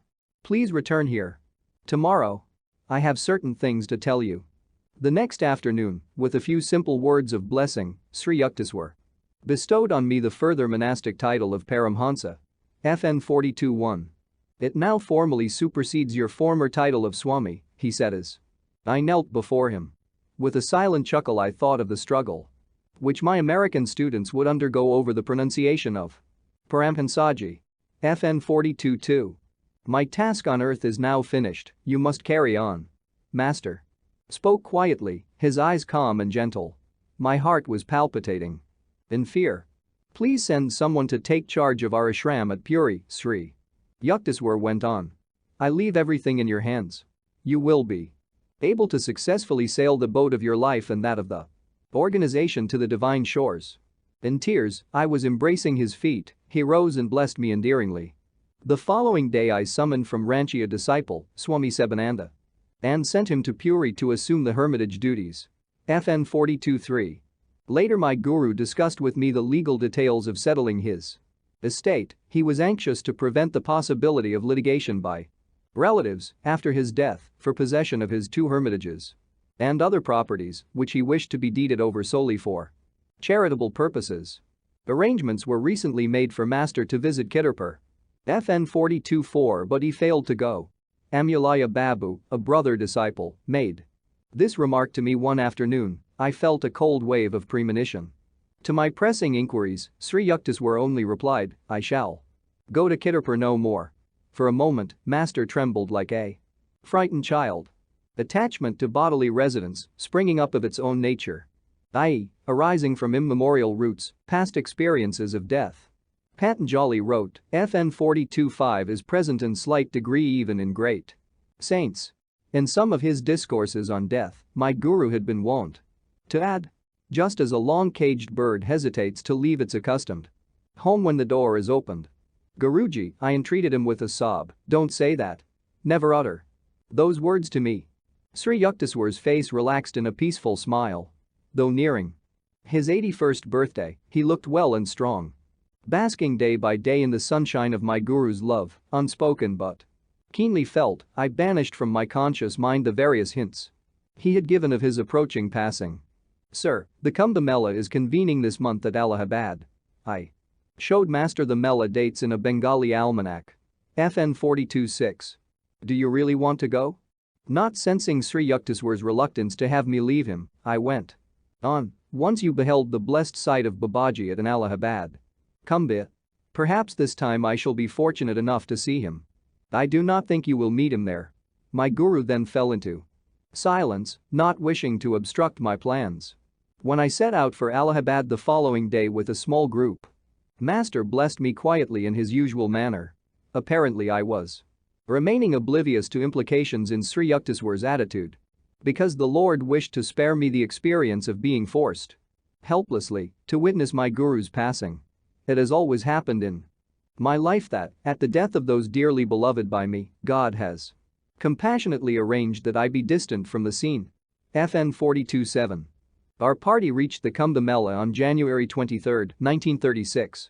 The surging crowd of nearly 2 million persons was an impressive sight, even an overwhelming one. The peculiar genius of the Indian people is the reverence innate in even the lowliest peasant for the worth of the spirit and for the monks and sadhus who have forsaken worldly ties to seek a diviner anchorage. Impostors and hypocrites there are indeed, but India respects all for the sake of the few who illumine the whole land with supernal blessings. Westerners who were viewing the vast spectacle had a unique opportunity to feel the pulse of the land, the spiritual ardor to which India owes her quenchless vitality before the blows of time. Illustration. The woman Yogi, Shankari Maiju, only living disciple of the great Trilanga Swami. The turban figure seated directly beside her is Swami Binoyananda, a director of our Ranchi yoga school for boys in Bihar. The picture was taken at the Hardwar Kumbh Mela in 1938. The woman saint was then 112 years old. See Maiju.jpg. Illustration. Krishnananda, at the 1936 Allahabad Kumbh Mela with his tame vegetarian lioness. See lion.jpg. Illustration. Second floor dining patio of Sri Yukteswar's Sarampur Hermitage. I am seated, in center, at my guru's feet. See Sarampur.jpg. The first day was spent by our group in sheer staring. Here were countless bathers dipping in the holy river for remission of sins. There we saw solemn rituals of worship, yonder were devotional offerings being strewn at the dusty feet of saints, a turn of our heads, and a line of elephants, caparisoned horses and slow-paced Rajputana camels filed by, or a quaint religious parade of naked sadhus, waving scepters of gold and silver, or flags and streamers of silk and velvet. Anchorites wearing only loincloths sat quietly in little groups, their bodies besmeared with the ashes that protect them from the heat and cold. The spiritual eye was vividly represented on their foreheads by a single spot of sandalwood paste.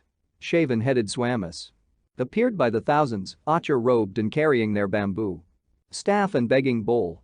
Their faces beamed with the renunciates' peace as they walked about or held philosophical discussions with disciples. Here and there under the trees, around huge piles of burning logs, were picturesque sadhus, FN 42.8, their hair braided and massed in coils on top of their heads. Some wore beards several feet in length, curled and tied in a knot. They meditated quietly or extended their hands in blessing to the passing throng. Beggars, maharajas on Elephants, women in multicolored saris, their bangles and anklets. Tinkling, fakirs with thin arms held grotesquely aloft, brahmacharis. Carrying meditation elbow props, humble sages whose solemnity hid an inner bliss. High above the din we heard the ceaseless summons of the temple bells. On our second Mela day my companions and I entered various ashrams and temporary huts, offering pranams to saintly personages. We received the blessing of the leader of the Jiri branch of the Swami order, a thin ascetical monk with eyes of smiling fire. Our next visit took us to a hermitage whose guru had observed for the past 9 years the vows of silence and a strict fruitarian diet. On the central dais in the ashram hall sat a blind sadhu, Praglachakshu, profoundly learned in the Shastras and highly revered by all sects. After I had given a brief discourse in Hindi on Vedanta, our group left the peaceful hermitage to greet a nearby Swami, Krishnananda, a handsome monk with rosy cheeks and impressive shoulders. Reclining near him was a tame lioness, succumbing to the monk's spiritual charm, not, I am sure, to his powerful physique. The jungle animal refuses all meat in favor of rice and milk. The Swami has taught the tawny-haired beast to utter in a deep, attractive growl, a cat devotee. Our next encounter, an interview with a learned young sadhu, is well described in Mr. Wright's sparkling travel diary. We rode in the ford across the very low Ganges on a creaking pontoon bridge, crawling snake-like through the crowds and over narrow, twisting lanes, passing the site on the river bank which Yoganandaji pointed out to me as the meeting place of Babaji and Sri Yukteswarji. Alighting from the car a short time later, we walked some distance through the thickening smoke of the sadhus's fires and over the slippery sands to reach a cluster of tiny, very modest mud and straw huts. We halted in front of one of these insignificant temporary dwellings with a pygmy doorless entrance. The shelter of Karapatri, a young wandering sadhu noted for his exceptional intelligence. There he sat, cross-legged on a pile of straw, his only covering and incidentally his only possession being a nachar cloth draped over his shoulders. Truly a divine face smiled at us after we had crawled on all fours into the hut and pronamed at the feet of this enlightened soul. While the kerosene lantern at the entrance flickered weird, dancing shadows on the thatched walls. His face, especially his eyes and perfect teeth, beamed and glistened. Although I was puzzled by the Hindi, his expressions were very revealing. He was full of enthusiasm, love, spiritual glory. No one could be mistaken as to his greatness. Imagine the happy life of one unattached to the material world. Free of the clothing problem, free of food craving, never begging. Never touching cooked food except on alternate days, never carrying a begging bowl, free of all money entanglements, never handling money, never storing things away, always trusting in God, free of transportation worries, never riding in vehicles, but always walking on the banks of the sacred rivers, never remaining in one place longer than a week in order to avoid any growth of attachment. Such a modest soul. Unusually learned in the Vedas and possessing an MA degree and the title of Shastri, Master of Scriptures, from Benares University. A sublime feeling pervaded me as I sat at his feet. It all seemed to be an answer to my desire to see the ancient India, for he is a true representative of this land of spiritual giants. I questioned Karapatri about his wandering life. Don't you have any extra clothes for winter? No, this is enough. Do you carry any books? No, I teach from memory those people who wish to hear me. What else do you do? I roam by the Ganges. At these quiet words, I was overpowered by a yearning for the simplicity of his life. I remembered America and all the responsibilities that lay on my shoulders. No, Yogananda, I thought, sadly for a moment, in this life. Roaming by the Ganges is not for you. After the sadhu had told me a few of his spiritual realizations, I shot an abrupt question. Are you giving these descriptions from scriptural lore or from inward experience? Half from book learning, he answered with a straightforward smile. And half from experience. We sat happily a while in meditative silence. After we had left his sacred presence, I said to Mr. Wright, he is a king sitting on a throne of golden straw. We had our dinner that night on the Mela grounds under the stars, eating from leaf plates pinned together with sticks.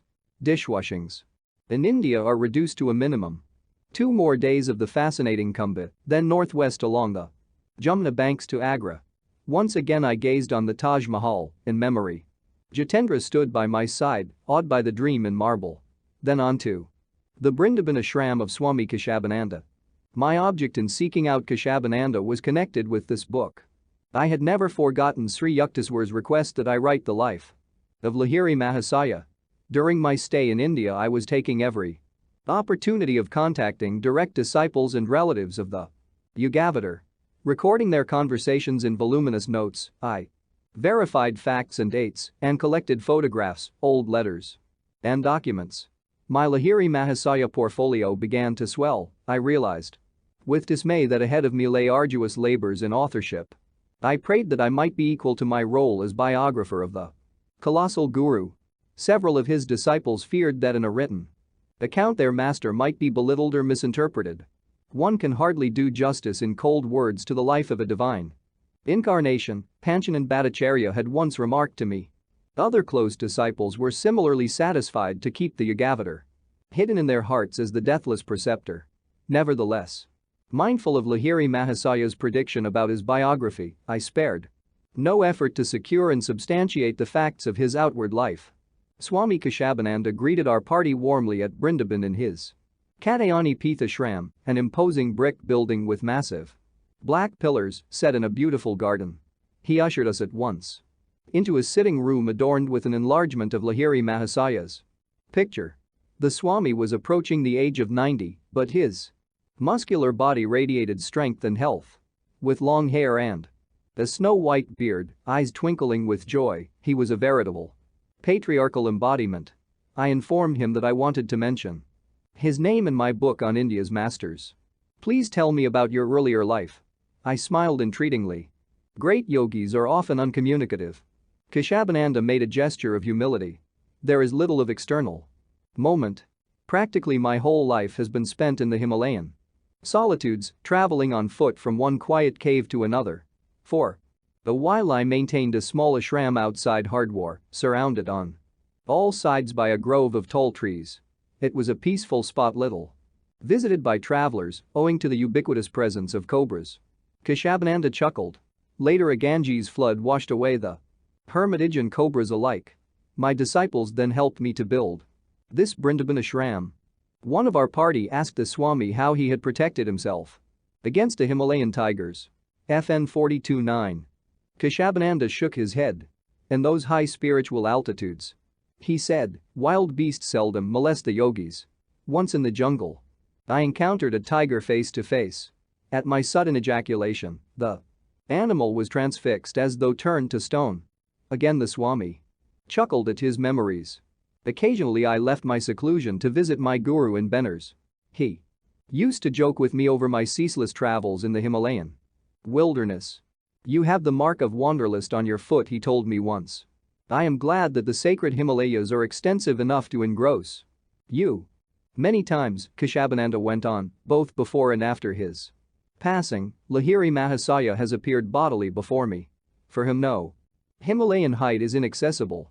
2 hours later he led us to a dining patio. I sighed in silent dismay. Another 15-course meal. Less than a year of Indian hospitality, and I had gained 50 pounds. Yet it would have been considered the height of rudeness to refuse any of the dishes carefully prepared for the endless banquets in my honor. In India. Nowhere else, alas. A well-padded Swami is considered a delightful sight. FN 4210. Illustration. Mr. Wright, myself, Miss Bletch in Egypt c. Camel.jpg. Illustration. Rabindranath Tagore, inspired poet of Bengal, and Nobel Prizeman in Literature c. Tagore.jpg. Illustration. Mr. Wright and I pose with the Venerable Swami Keshavananda and a disciple at the stately hermitage in Vrindavan c. Keshavananda.jpg. After dinner, Keshavananda led me to a secluded nook. Your arrival is not unexpected, he said. I have a message for you. I was surprised, no one had known of my plan to visit Keshavananda. While roaming last year in the northern Himalayas near Badrinarayan, the Swami continued, I lost my way. Shelter appeared in a spacious cave, which was empty, though the embers of a fire glowed in a hole in the rocky floor. Wondering about the occupant of this lonely Retreat, I sat near the fire, my gaze fixed on the sunlit entrance to the cave. Keshabananda, I am glad you are here. These words came from behind me. I turned, startled, and was dazzled to behold Babaji. The great guru had materialized himself in a recess of the cave. Overjoyed to see him again after many years, I prostrated myself at his holy feet. I called you here, Babaji went on. That is why you lost your way and were led to my temporary abode in this cave. It is a long time since our last meeting. I am pleased to greet you once more. The deathless master blessed me with some words of spiritual help. Then added, I give you a message for Yogananda. He will pay you a visit on his return to India. Many matters connected with his guru and with the surviving disciples of Lahiri will keep Yogananda fully occupied. Tell him, then, that I won't see him this time, as he is eagerly hoping, but I shall see him on some other occasion. I was deeply touched to receive from Keshabananda's lips this consoling promise from Babaji. A certain hurt in my heart vanished. I grieved no longer that, even as Sri Yukteswar had hinted, Babaji did not appear at the Kumbh Mela. Spending one night as guests of the ashram, our party set out the following afternoon for Calcutta. Riding over a bridge of the Jumna River, we enjoyed a magnificent view of the skyline of Brindaban. Just as the sun set fire to the sky, a veritable furnace of Vulcan in color, reflected below us in the still waters. The Jumna beach is hallowed by memories of the child Sri Krishna. Here he engaged with innocent sweetness in his Lilas, plays with the Gopas, maids, exemplifying the supernal love which ever exists between a divine incarnation and his devotees. The life of Lord Krishna has been misunderstood by many Western commentators. Scriptural allegory is baffling to literal minds. A hilarious blunder by a translator will illustrate this point. The story concerns an inspired medieval saint, the cobbler Ravidas, who sang in the simple terms of his own trait of the spiritual glory hidden in all mankind. Under the vast vault of blue lives the divinity clothed in hide. One turns aside to hide a smile on hearing the pedestrian interpretation given to Ravida's poem by a Western writer. He afterwards built a hut, set up in it an idol which he made from the hide, and applied himself to its worship. Ravidas was a brother disciple of the great Kabir. One of Ravida's exalted chelas was the Rani of Chitar. She invited a large number of Brahmins to a feast in honor of her teacher, but they refused to eat with a lowly cobbler. As they sat down in dignified aloofness to eat their own uncontaminated meal, lo, each Brahmin found at his side the form of Ravidas. This mass vision accomplished a widespread spiritual revival in Chitar. In a few days our little group reached Calcutta.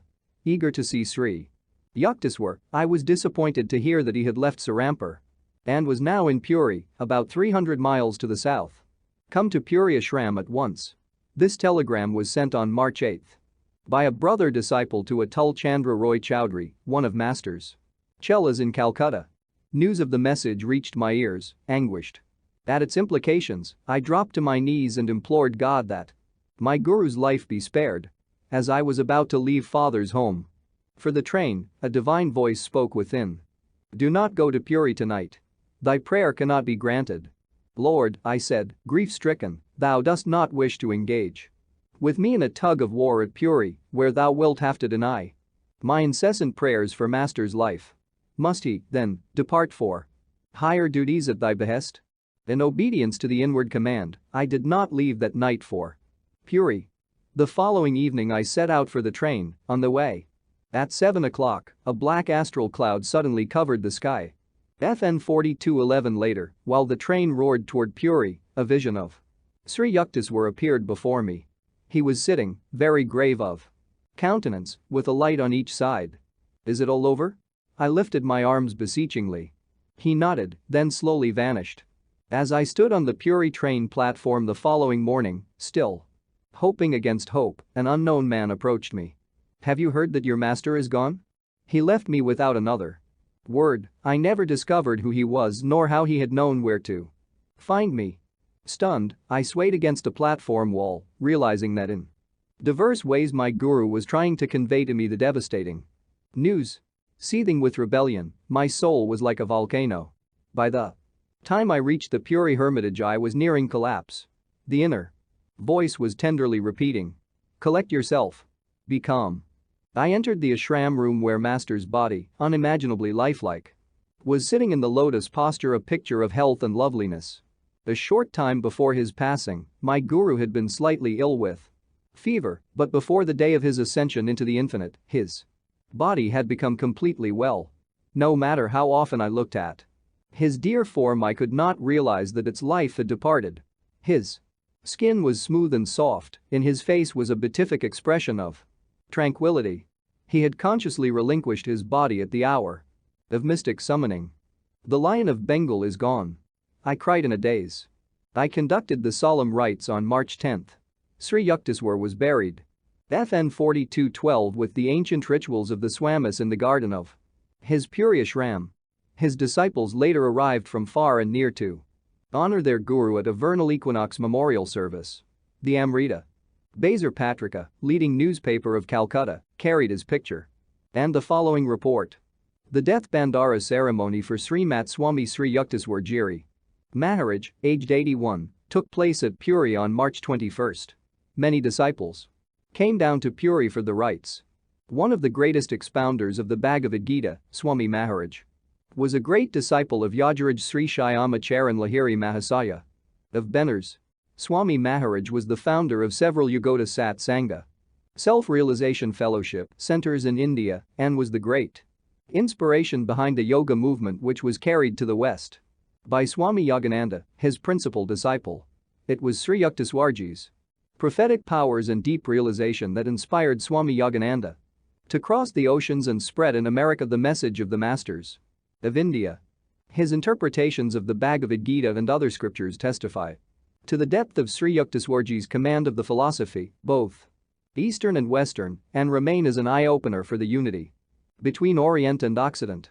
As he believed in the unity of all religious faiths, Sri Yukteswar Maharaj established Sadhu Sabha, Society of Saints, with the cooperation of leaders of various sects and faiths, for the inculcation of a scientific spirit in religion. At the time of his demise, he nominated Swami Yogananda, his successor, as the president of Sadhu Sabha. India is really poorer today by the passing of such a great man. May all fortunate enough to have come near him inculcate in themselves the true spirit of India's culture and sadhana, which was personified in him.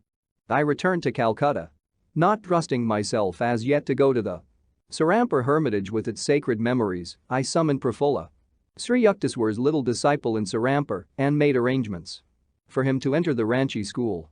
The morning you left for the Allahabad Mela, Prafulla told me. Master dropped heavily on the Davenport. Yogananda is gone. He cried. Yogananda is gone. He added cryptically, I shall have to tell him some other way. He sat then for hours in silence. My days were filled with lectures, classes, interviews, and reunions with old friends. Beneath a hollow smile and a life of ceaseless activity, a stream of black brooding polluted the inner river of bliss which for so many years had meandered under the sands of all my perceptions. Where has that divine sage gone? I cried silently from the depths of a tormented spirit. No answer came. It is best that Master has completed his union with the cosmic beloved, my mind assured me. He is eternally glowing in the dominion of deathlessness. Never again may you see him in the old Sarampur mansion, my heart lamented. No longer may you bring your friends to meet him or proudly say, behold, there sits India's Janavatar. Mr. Wright made arrangements for our party to sail from Bombay for the West in early June. After a fortnight in May of farewell banquets and speeches at Calcutta, Miss Bletch, Mr. Wright and myself left in the Ford for Bombay. On our arrival, the ship authorities asked us to cancel our passage as no room could be found for the Ford, which we would need again in Europe. Never mind, I said gloomily to Mr. Wright. I want to return once more to Puri. I silently added, let my tears once again water the grave of my guru. FN 42:1, literally, Param, highest, Hansa, swan. The Hansa is represented in scriptural lore as the vehicle of Brahma, supreme spirit, as the symbol of discrimination. The white Hansa swan is thought of as able to separate the true soma nectar from a mixture of milk and water.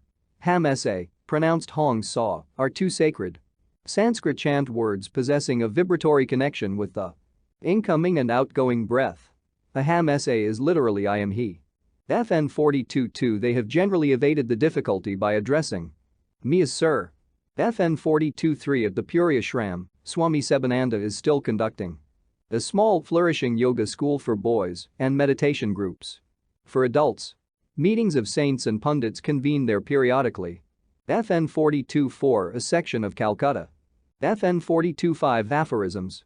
2-9. FN 42-6 Religious melas are mentioned in the ancient Mahabharata. The Chinese traveler Yuan Xiang has left an account of a vast Kumbh Mela held in AD 644 at Allahabad. The largest Mela is held every 12th year, the next largest, Ardha or half, Kumbh occurs every 6th year. Smaller Melas convene every 3rd year, attracting about 1 million devotees. The 4 sacred Mela cities are Allahabad, Hardwar, Nasik, and Ujjain. Early Chinese travelers have left us many striking pictures of Indian society. The Chinese priest Fa Xian wrote an account of his 11 years in India during the reign of Chandragupta II, early 4th century. The Chinese author relates, throughout the country, no one kills any living thing, nor drinks wine. They do not keep pigs or fowl, there are no dealings in cattle, no butchers. Shops or distilleries. Rooms with beds and mattresses, food and clothes are provided for resident and traveling priests without fail. And this is the same in all places. The priests occupy themselves with benevolent ministrations and with chanting liturgies, or they sit in meditation. Fa Xian tells us the Indian people were happy and honest, capital punishment was unknown. FN 42-7 I was not present at the deaths of my mother, elder brother Ananta, eldest sister Roma, master, father, or of several close disciples. Father passed on at Calcutta in 1942, at the age of 89. FN 42-8 The hundreds of thousands of Indian sadhus are controlled by an executive committee of 7 leaders representing 7 large sections of India. The present Mahamandaleswara president is Joyendra Puri. This saintly man is extremely reserved, often confining his speech to 3 words: truth, love, and work. A sufficient conversation. FN 42-9 There are many methods, it appears, for outwitting a tiger. An Australian explorer, Francis Birtles, has recounted that he found the Indian jungles varied, beautiful, and safe. His safety charm was flypaper. Every night I spread a quantity of sheets around my camp and was never disturbed, he explained. The reason is psychological. The tiger is an animal of great conscious dignity. He prowls around and challenges man until he comes to the flypaper, he then slinks away. No dignified tiger would dare face a human being after squatting down upon a sticky flypaper. FN 42-10 After I returned to America I took off 65 pounds. FN 42-11 Sri Yukteswar passed at this hour 7 p.m., March 9, 1936. FN 42-12 Funeral customs in India require cremation for householders. Swamis and monks of other orders are not cremated, but buried. There are occasional exceptions. The bodies of monks are symbolically considered to have undergone cremation in the fire of wisdom at the time of taking the monastic vow. Chapter 43. The Resurrection of Sri Yukteswar. Lord Krishna. The glorious form of the Avatar appeared in a shimmering blaze as I sat in my room at the Regent Hotel in Bombay. Shining over the roof of a high building across the street, the ineffable vision had suddenly burst on my sight as I gazed out of my long open 3rd-story window. The divine figure waved to me, smiling and nodding in greeting. When I could not understand the exact message of Lord Krishna, he departed with a gesture of blessing. Wondrously uplifted, I felt that some spiritual event was presaged. My western voyage had, for the time being, been cancelled. I was scheduled for several public addresses in Bombay before leaving on a return visit to Bengal. Sitting on my bed in the Bombay Hotel at 3 o'clock in the afternoon of June 19, 1936, 1 week after the vision of Krishna I, was roused from my meditation by a beatific light. Before my open and astonished eyes, the whole room was transformed into a strange world, the sunlight transmuted into supernal splendor. Waves of rapture engulfed me as I beheld the flesh and blood form of Sri Yukteswar. My son. Master spoke tenderly, on his face an angel bewitching smile. For the first time in my life I did not kneel at his feet in greeting but instantly advanced to gather him hungrily in my arms. Moment of moments. The anguish of past months was toll I counted. Weightless against a torrential bliss now descending. Master mine, beloved of my heart, why did you leave me? I was incoherent in an excess of joy. Why did you let me go to the Kumbh Mela? How bitterly have I blamed myself for leaving you. Illustration. Krishna, ancient prophet of India, a modern artist's conception of the divine teacher whose spiritual counsel in the Bhagavad Gita has become the Hindu Bible. Krishna is portrayed in Hindu art with a peacock feather in his hair, symbol of the Lord's Lila, player creative sport, and carrying a flute, whose enrapturing notes awaken the devotees, one by one, from their sleep of Maya or cosmic delusion. See Krishna.jpg. I did not want to interfere with your happy anticipation of seeing the pilgrimage spot where first I met Babaji. I left you only for a little while, am I not with you again? But is it you, Master, the same Lion of God? Are you wearing a body like the one I buried beneath the cruel Puri sands? Yes, my child, I am the same. This is a flesh and blood body. Though I see it as ethereal, to your sight it is physical. From the cosmic atoms I created an entirely new body, exactly like that cosmic dream physical body which you laid beneath the dream sands. At Puri in your dream world. I am in truth resurrected not on Earth but on an astral planet. Its inhabitants are better able than earthly humanity to meet my lofty standards. There you and your exalted loved ones shall someday come to be with me. Deathless Guru, tell me more. Master gave a quick mirthful chuckle. Please, dear one, he said. Won't you relax your hold a little? Only a little. I had been embracing him with an octopus grip. I could detect the same faint, fragrant, natural odor which had been characteristic of his body before. The thrilling touch of his divine flesh still persists around the inner sides of my arms and in my palms whenever I recall those glorious hours. As prophets are sent on earth to help men work out their physical karma, so I have been directed by God to serve on an astral planet. As a savior, Sri Yukteswar explained. It is called Hiranyaloka, or illumined astral planet. There I am aiding advanced beings to rid themselves of astral karma and thus attain liberation from astral rebirths. The dwellers on Hiranyaloka are highly developed. Spiritually, all of them had acquired, in their last earth incarnation, the meditation-given power of consciously leaving their physical bodies at death. No one can enter Hiranyaloka unless he has passed on earth beyond the state of Sabbakalpa Samadhi into the higher state of Nirvikalpa Samadhi. FN 43:1. The Hiranyaloka inhabitants have already passed through the ordinary astral spheres where nearly all beings from earth must go at death. There they worked out many seeds of their past actions. In the astral worlds, none but advanced beings can perform such redemptive work effectually in the astral worlds. Then, in order to free their souls more fully from the cocoon of karmic traces lodged in their astral bodies, these higher beings were drawn by cosmic law to be reborn with new astral bodies on Hiranyaloka, the astral sun or heaven, where I have resurrected to help them. There are also highly advanced beings on Hiranyaloka who have come from the superior, subtler, causal world. My mind was now in such perfect attunement with my gurus that he was conveying his word pictures to me partly by speech and partly by thought transference. I was thus quickly receiving his idea tabloids. You have read in the scriptures, Master went on, that God encased the human soul successively in three bodies: the idea, or causal body, the subtle astral body, seat of man's mental and emotional natures, and the gross physical body. On earth a man is equipped with his physical senses. An astral being works with his consciousness and feelings and a body made of lifetrons. FN 43:2, a causal-bodied being remains in the blissful realm of ideas. My work is with those astral beings who are preparing to enter the causal world. Adorable Master, please tell me more about the astral cosmos. Though I had slightly relaxed my embrace at Sri Yukteswar's request, my arms were still around him. Treasure beyond all treasures, my guru who had laughed at death to reach me. There are many astral planets, teeming with astral beings, Master began. The inhabitants use astral planes, or masses of light, To travel from one planet to another faster than electricity and radioactive energies.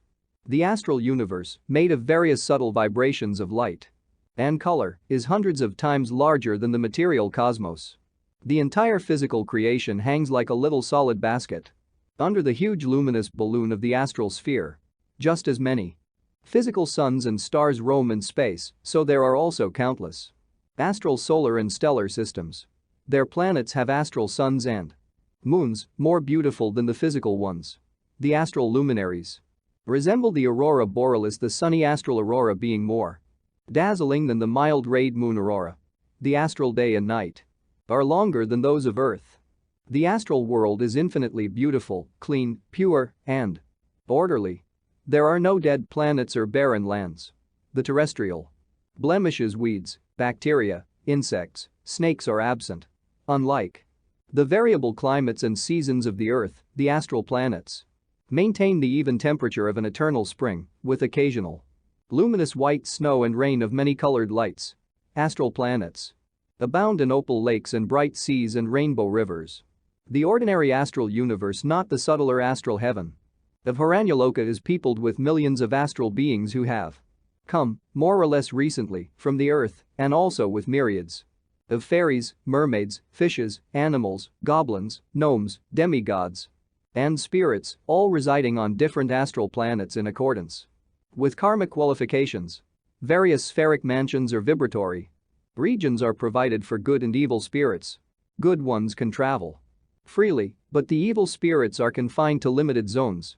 In the same way that human beings live on the surface of the earth, worms inside the soil, fish in water, and birds in air, so astral beings of different grades are assigned to suitable vibratory quarters. Among the fallen dark angels expelled from other worlds, friction and war take place with lifetronic bombs or mental mantric FN 43-3 vibratory rays. These beings dwell in the gloom-drenched regions of the lower astral cosmos, working out their evil karma.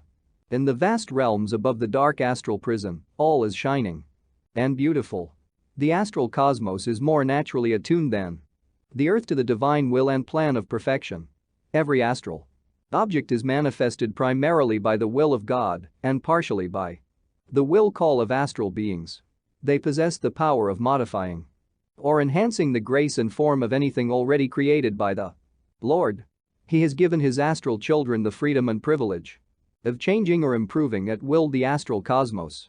On earth, a solid must be transformed into liquid or other form through natural or chemical processes, but astral solids are changed into astral liquids, gases, or energies solely and instantly by the will of the inhabitants. The earth is dark with warfare and murder in the sea, land, and air, my guru continued, but the astral realms know a happy harmony and equality. Astral beings dematerialize or materialize their forms at will. Flowers or fish or animals can metamorphose themselves, for a time, into astral men. All astral beings are free to assume any form and can easily commune together. No fixed, definite natural law hems them round. Any astral tree, for example, can be successfully asked to produce an astral mango or other desired fruit, flower, or indeed any other object. Certain karmic restrictions are present, but there are no distinctions in the astral world about desirability of various forms. Everything is vibrant with God's creative light. No one is born of woman, offspring are materialized by astral beings through the help of their cosmic will into specially patterned, astrally condensed forms. The recently physically disembodied being arrives in an astral family through invitation, drawn by similar mental and spiritual tendencies. The astral body is not subject to cold or heat or other natural conditions.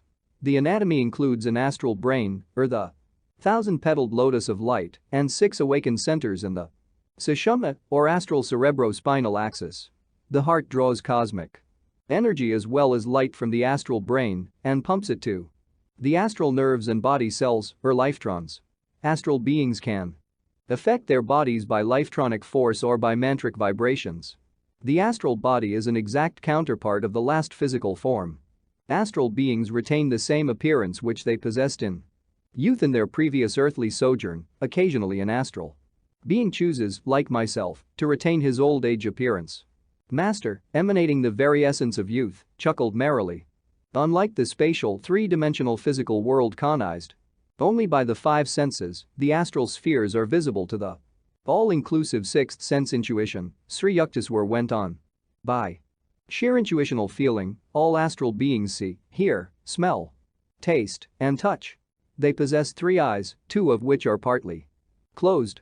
The third and chief astral eye, vertically placed on the forehead, is open. Astral beings have all the outer sensory organs, ears, eyes, nose, tongue, and skin, but they employ the intuitional sense to experience sensations through any part of the body. They can see through the ear, or nose, or skin. They are able to hear through the eyes or tongue, and can taste through the ears or skin, and so forth. FN 43:4. Man's physical body is exposed to countless dangers and is easily hurt or maimed. The ethereal astral body may occasionally be cut or bruised but is healed at once by mere willing. Gurudeva, are all astral persons beautiful? Beauty in the astral world is known to be a spiritual quality and not an outward conformation, Sri Yukteswar replied. Astral beings therefore attach little importance to facial features. They have the privilege, however, of costuming themselves at will with new, colorful, astrally materialized bodies. Just as worldly men don new array for gala events, so astral beings find occasions to bedeck themselves in specially designed forms.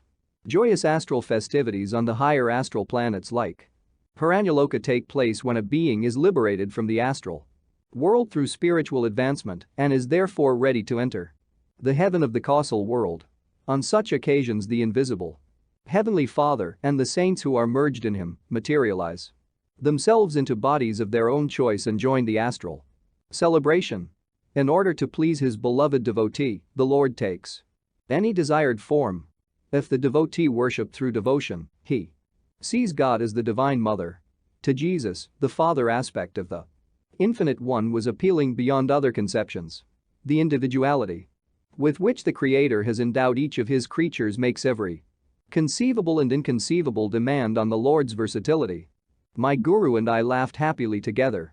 Friends of other lives easily recognize one another in the astral world, Sri Yukteswar went on in his beautiful flute-like voice.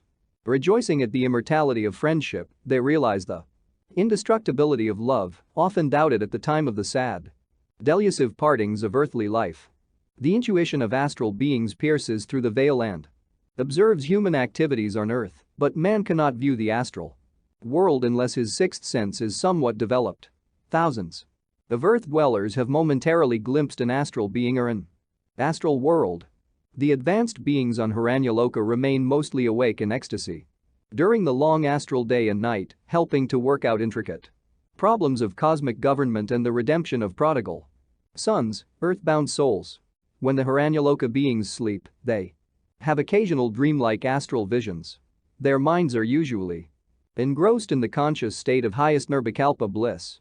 Inhabitants in all parts of the astral worlds are still subject to mental agonies. The sensitive minds of the higher beings on planets like Hiranyaloka feel keen pain if any mistake is made in conduct or perception of truth. These advanced beings endeavor to attune their every act and thought with the perfection of spiritual law. Communication among the astral inhabitants is held entirely by astral telepathy and television. There is none of the confusion and misunderstanding of the written and spoken word which earth dwellers must endure. Just as persons on the cinema screen appear to move and act through a series of light pictures and do not actually breathe, so the astral beings walk and work as intelligently guided and coordinated images of light without the necessity of drawing power from oxygen. Man depends upon solids, liquids, gases, and energy for sustenance. Astral beings sustain themselves principally by cosmic light. Master mine, do astral beings eat anything? I was drinking in his marvelous elucidations with the receptivity of all my faculties, mind, heart, soul. Superconscious perceptions of truth are permanently real and changeless, while fleeting sense experiences and impressions are never more than temporarily or relatively true and soon lose in memory all their vividness. My guru's words were so penetratingly imprinted on the parchment of my being that at any time, by transferring my mind to the superconscious state, I can clearly Relive the divine experience. Luminous ray-like vegetables abound in the astral soils, he answered. The astral beings consume vegetables and drink a nectar flowing from glorious fountains of light and from astral brooks and rivers. Just as invisible images of persons on the earth can be dug out of the ether and made visible by a television apparatus, later being dismissed again into space, so the God created unseen astral blueprints of vegetables and plants floating in the ether are precipitated on an astral planet by the will of its inhabitants. In the same way, from the wildest fancy of these beings, whole gardens of fragrant flowers are materialized, returning later to the etheric invisibility. Although dwellers on the heavenly planets like Hiranyaloka are almost freed from any necessity of eating, still higher is the unconditioned existence of almost completely liberated souls in the causal world who eat nothing save the manna of bliss. The earth-liberated astral being meets a multitude of relatives, fathers, mothers, wives, husbands, and friends acquired during different incarnations on earth, FN 43:5 as they appear from time to time in various parts of the astral realms.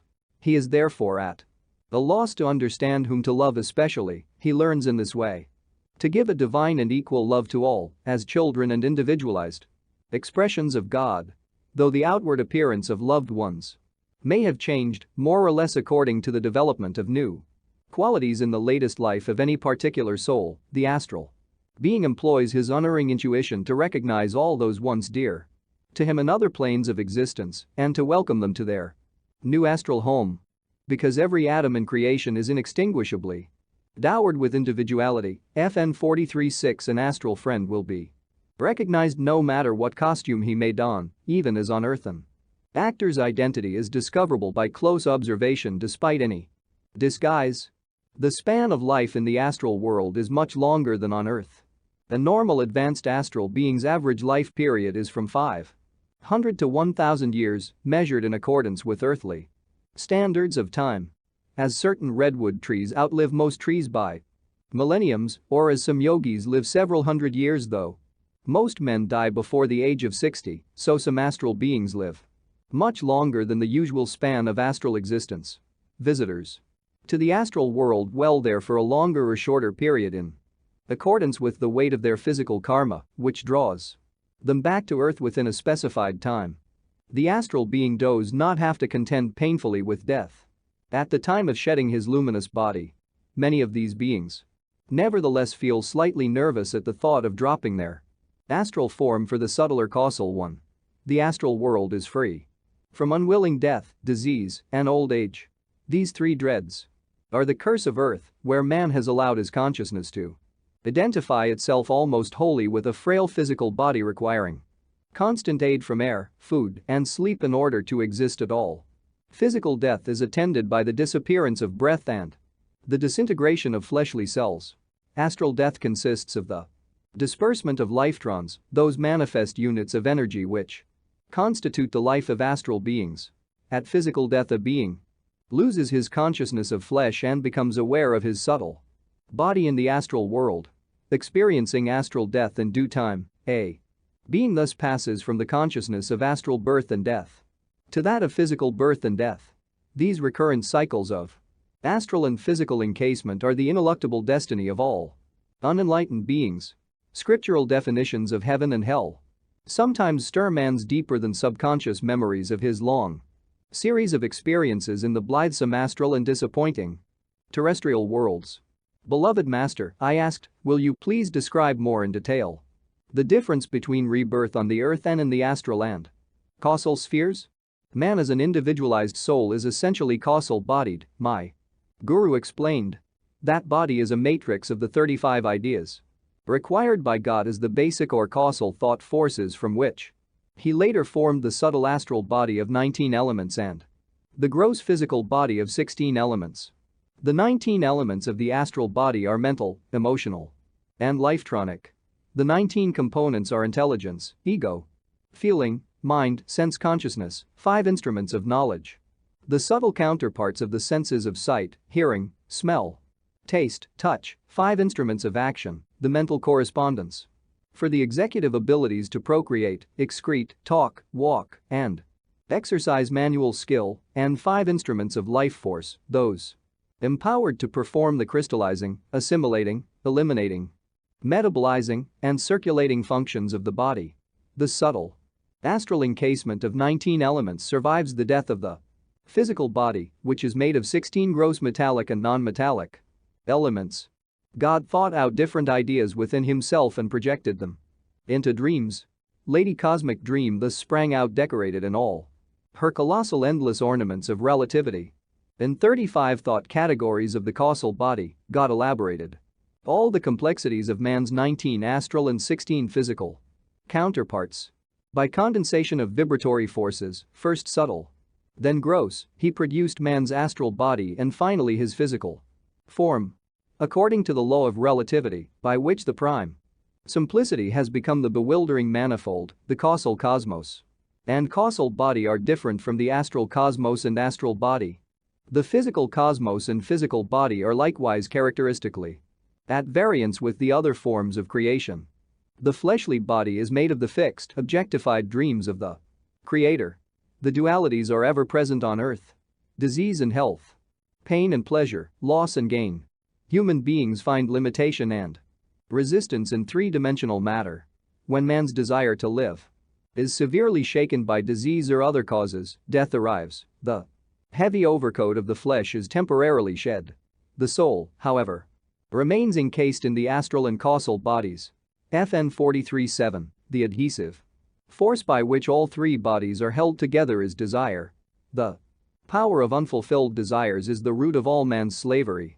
Physical desires are rooted in egotism and sense pleasures. The compulsion or temptation of sensory experience is more powerful than the desire force connected with astral attachments or causal perceptions. Astral desires center around enjoyment in terms of vibration.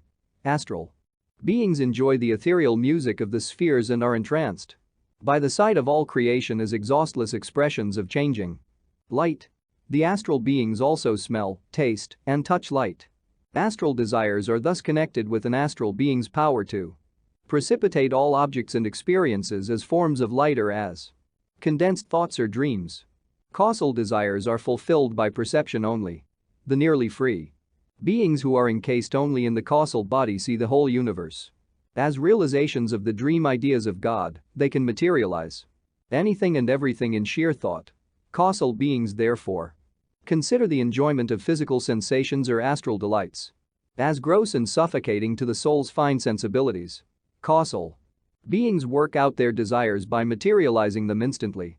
FN 43:8 Those who find themselves covered only by the delicate veil of the causal body can bring universes into manifestation even as the Creator.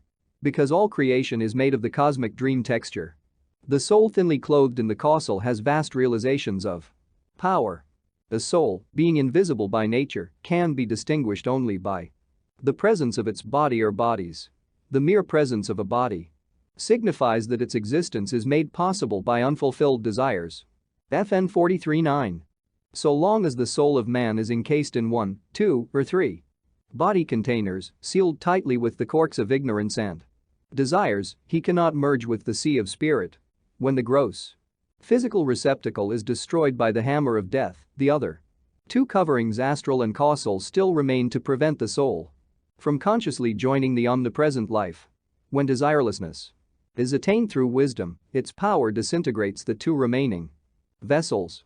The tiny human soul emerges, free at last. It is one with the measureless amplitude. I ask my divine guru to shed further light on the high and mysterious causal world.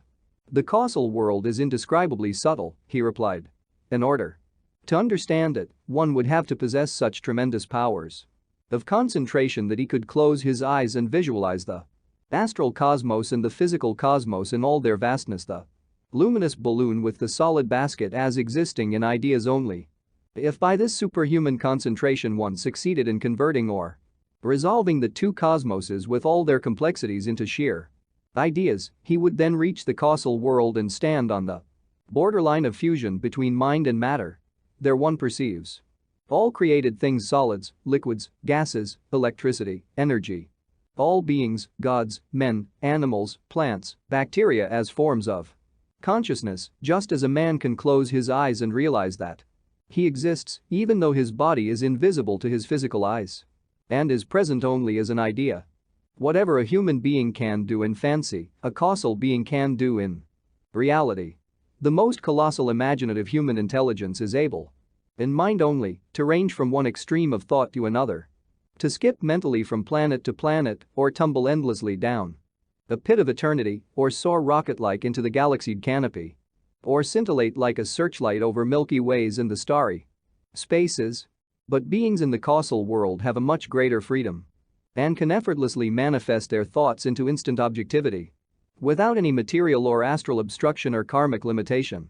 Causal beings realize that the physical cosmos is not primarily constructed of electrons, nor is the astral cosmos basically composed of lifetrons. Both in reality are created from the minutest particles of God thought, chopped and divided by Maya, the law of relativity which intervenes to apparently separate the noumenon from his phenomena.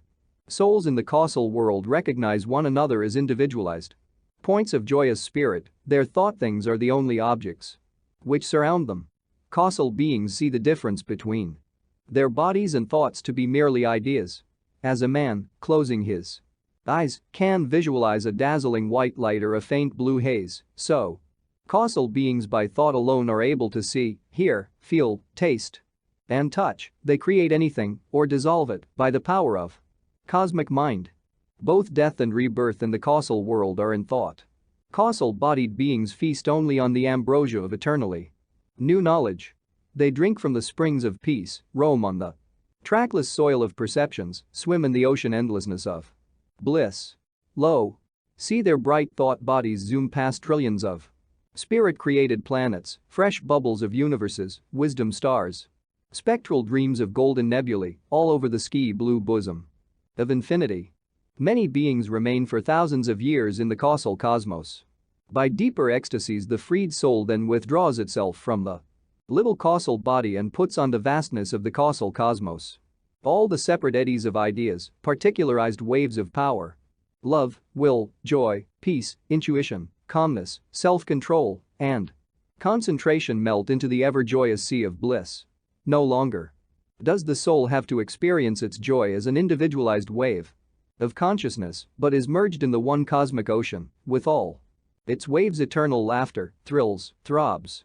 When a soul is out of the cocoon of the three bodies, it escapes forever from the law of relativity and becomes the ineffable, ever-existent.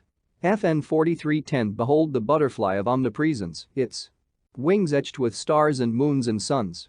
The soul expanded into spirit remains alone in the region of lightless light, darkless dark, thoughtless thought, intoxicated with its ecstasy of joy in God's dream of cosmic creation.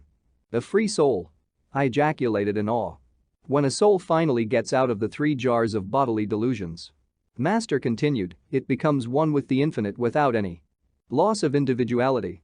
Christ had won this final freedom even before he was born as Jesus.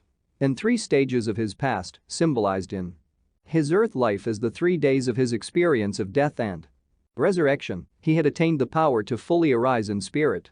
The undeveloped man must undergo countless earthly and astral and causal incarnations in order to emerge from his 3 bodies. A master who achieves this final freedom may elect to return to earth as a prophet to bring other human beings back to God, or, like myself, he may choose to reside in the astral cosmos. There a savior assumes some of the burden of the inhabitants' karma FN 4311 and thus helps them to terminate their cycle of reincarnation in the astral cosmos and go on permanently to the causal spheres. Or, a freed soul may enter the causal world to aid its beings to shorten their span in the causal body and thus attain the absolute freedom. Resurrected one, I want to know more about the karma which forces souls to return to the 3 worlds. I could listen forever. I thought to my omniscient master. Never in his earth life had I been able at one time to assimilate so much of his wisdom. Now for the first time I was receiving a clear, definite insight into the enigmatic interspaces on the checkerboard of life and death. The physical karma or desires of man must be completely worked out before his permanent stay in astral worlds becomes possible. My guru elucidated in his thrilling voice. 2 kinds of beings live in the astral spheres. those who still have earthly karma to dispose of and who must therefore inhabit a gross physical body in order to pay their karmic debts could be classified, after physical death, as temporary visitors to the astral world rather than as permanent residents. Beings with unredeemed earthly karma are not permitted after astral death to go to the high causal sphere of cosmic ideas, but must shuttle to and fro from the physical and astral worlds only, conscious successively of their physical body of 16 gross elements and of their astral body of 19 subtle elements. After each loss of his physical body, however, an undeveloped being from the earth remains for the most part in the deep stupor of the death sleep and is hardly conscious of the beautiful astral sphere. After the astral rest, such a man returns to the material plane for further lessons, gradually accustoming himself, through repeated journeys, to the worlds of subtle astral texture. Normal or long-established residents of the astral universe, on the other hand, are those who, freed forever from all material longings, need return no more to the gross vibrations of earth. Such beings have only astral and causal karma to work out.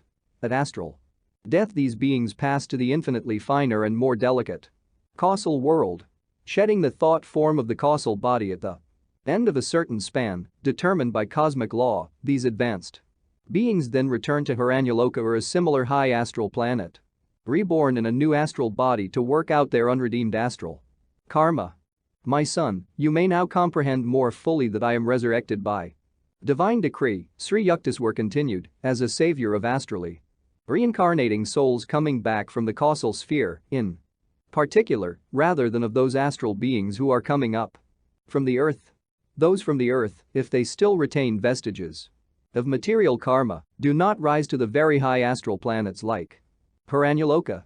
Just as most people on earth have not learned through meditation acquired vision to appreciate the superior joys and advantages of astral life, and thus, after death, desire to return to the limited, imperfect pleasures of earth, so many astral beings, during the normal disintegration of their astral bodies, fail to picture the advanced state of spiritual joy in the causal world and, dwelling on thoughts of the more gross and gaudy astral happiness, yearn to revisit the astral paradise. Heavy astral karma must be redeemed by such beings before they can achieve after astral death a permanent stay in the causal thought world, so thinly partitioned from the Creator. Only when a being has no further desires for experiences in the pleasing to the eye astral cosmos and cannot be tempted to go back there does he remain in the causal world, completing there the work of redeeming all causal karma or seeds of past desires. The confined soul thrusts out the last of the three corks of ignorance and, emerging from the final jar of the causal body, commingles with the eternal. Now do you understand? Master smiled so enchantingly. Yes, through your grace. I am speechless with joy and gratitude. Never from song or story had I ever received such inspiring knowledge. Though the Hindu scriptures refer to the causal and astral worlds and to man's three bodies, how remote and meaningless those pages compared with the warm authenticity of my resurrected master. For him indeed existed not a single undiscovered country from whose bourne no traveler returns. The interpenetration of man's three bodies is expressed in many ways through his threefold nature, my great guru went on. In the wakeful state on earth, a human being is conscious more or less of his three vehicles. When he is sensuously intent on tasting, smelling, touching, listening, or seeing, he is working principally through his physical body. Visualizing or willing, he is working mainly through his astral body. His causal medium finds expression when man is thinking or diving deep in introspection or meditation. The cosmical thoughts of genius come to the man who habitually contacts his causal body. In this sense, an individual may be classified broadly as a material man, an energetic man, or an intellectual man. A man identifies himself about 16 hours daily with his physical vehicle. Then he sleeps. If he dreams, he remains in his astral body, effortlessly creating any object even as do the astral beings. If man's sleep be deep and dreamless, for several hours he is able to transfer his consciousness or sense of I-ness to the causal body. Such sleep is revivifying. A dreamer is contacting his astral and not his causal body. His sleep is not fully refreshing. I had been lovingly observing Sri Yukteswar while he gave his wondrous exposition. Angelic Guru, I said, your body looks exactly as it did when last I wept over it in the Purya Shram. Oh yes, my new body is a perfect copy of the old one. I materialize or dematerialize this form anytime at will, much more frequently than I did while on earth.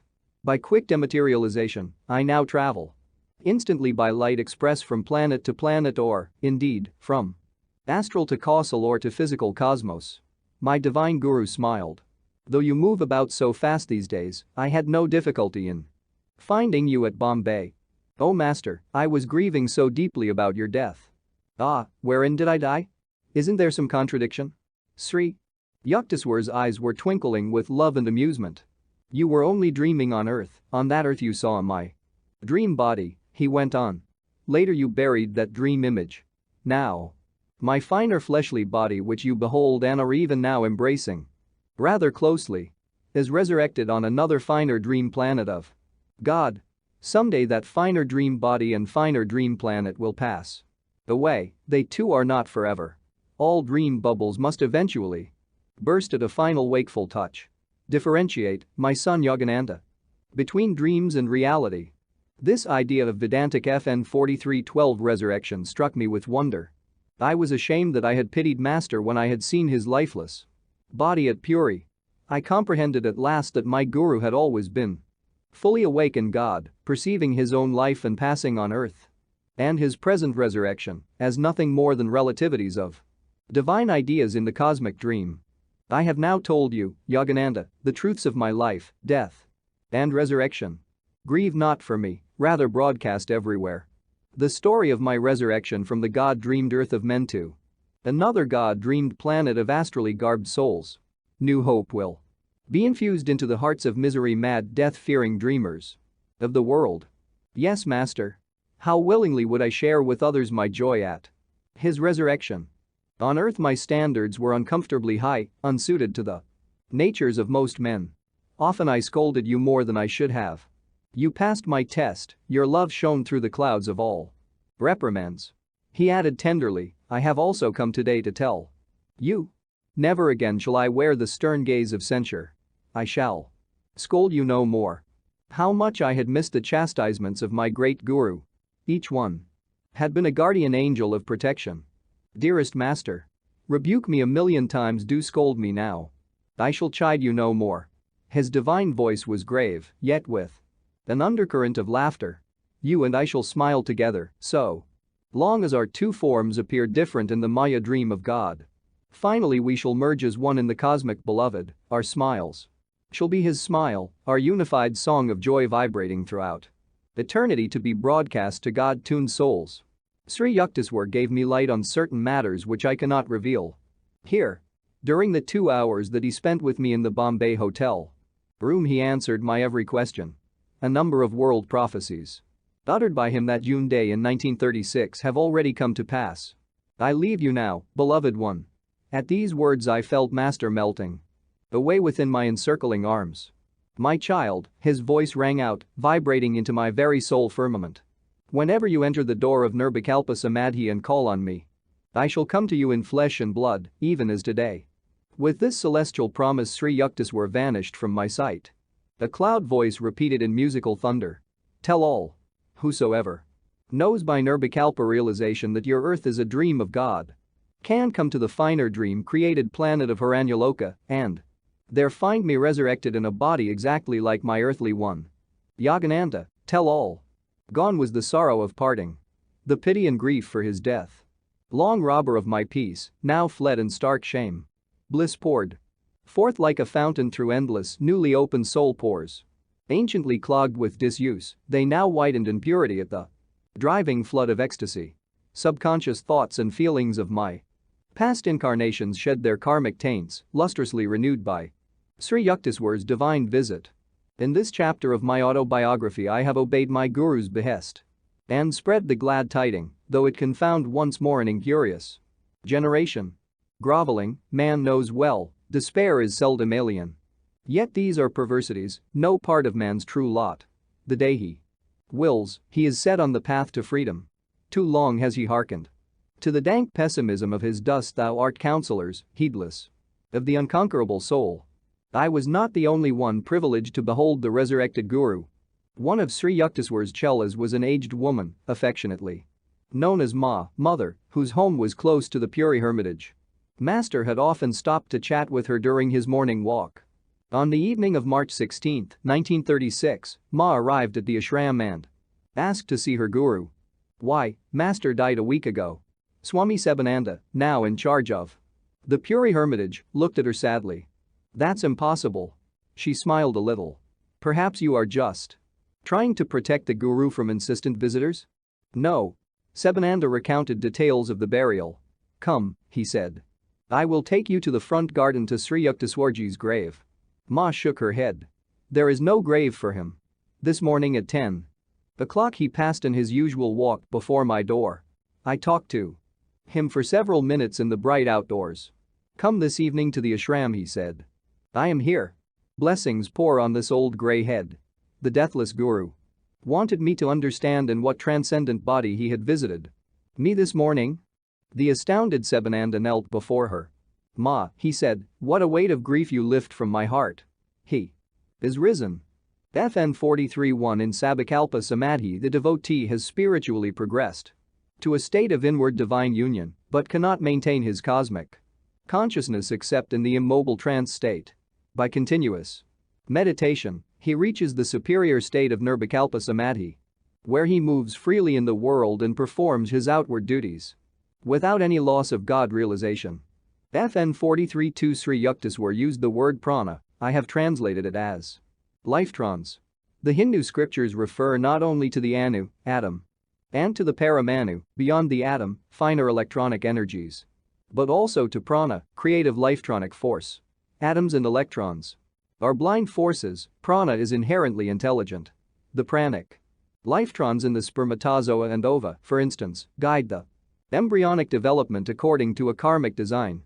FN 43:3 Adjective of mantra, chanted seed sounds discharged by the mental gun of concentration. The Puranas, ancient shastras or treatises, describe these mantric wars between devas and asuras, gods and demons. An asura once tried to slay a deva with a potent chant. But due to mispronunciation, the mental bomb acted as a boomerang and killed the demon. FN 43:4 Examples of such powers are not wanting even on earth, as in the case of Helen Keller and other rare beings. FN 43:5 Lord Buddha was once asked why a man should love all persons equally. Because, the great teacher replied, in the very numerous and varied lifespans of each man, every other being has at one time or another been dear to him. FN 43:6 The 8 elemental qualities which enter into all created life, from atom to man, are earth, water, fire, air, ether, motion, mind, and individuality. Bhagavad Gita. Vi 4. FN 43:7 Body signifies any soul encasement, whether gross or subtle. The 3 bodies are cages for the bird of paradise.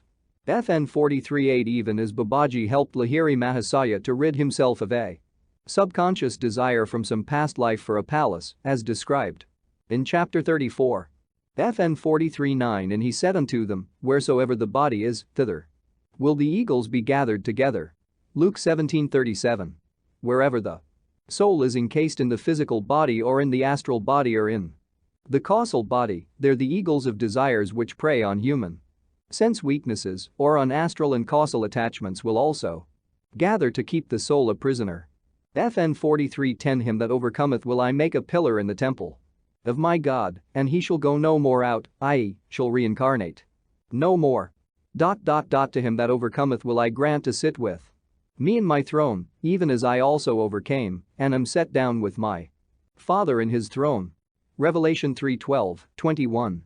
FN 43:11 Sri Yukteswar was signifying that, even as in his earthly incarnation he had occasionally assumed the weight of disease to lighten his disciples' karma, so in the astral world his mission as a savior enabled him to take on certain astral karma of dwellers on Hiranyaloka and thus hasten their evolution into the higher causal world.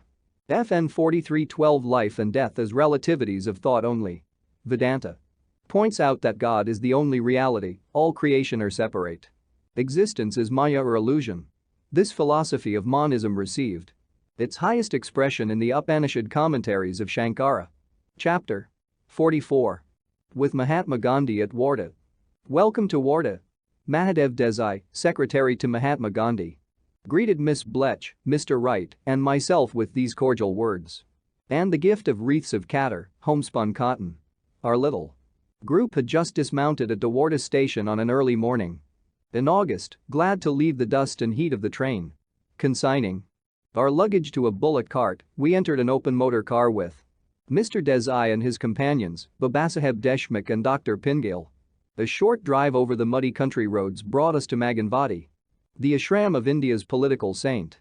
Mr. Desai led us at once to the writing room where, cross-legged, sat Mahatma Gandhi, pen in one hand and a scrap of paper in the other, on his face a vast, winning, warm-hearted smile. Welcome. He scribbled in Hindi. It was a Monday, his weekly day of silence. Though this was our first meeting, we beamed on each other affectionately.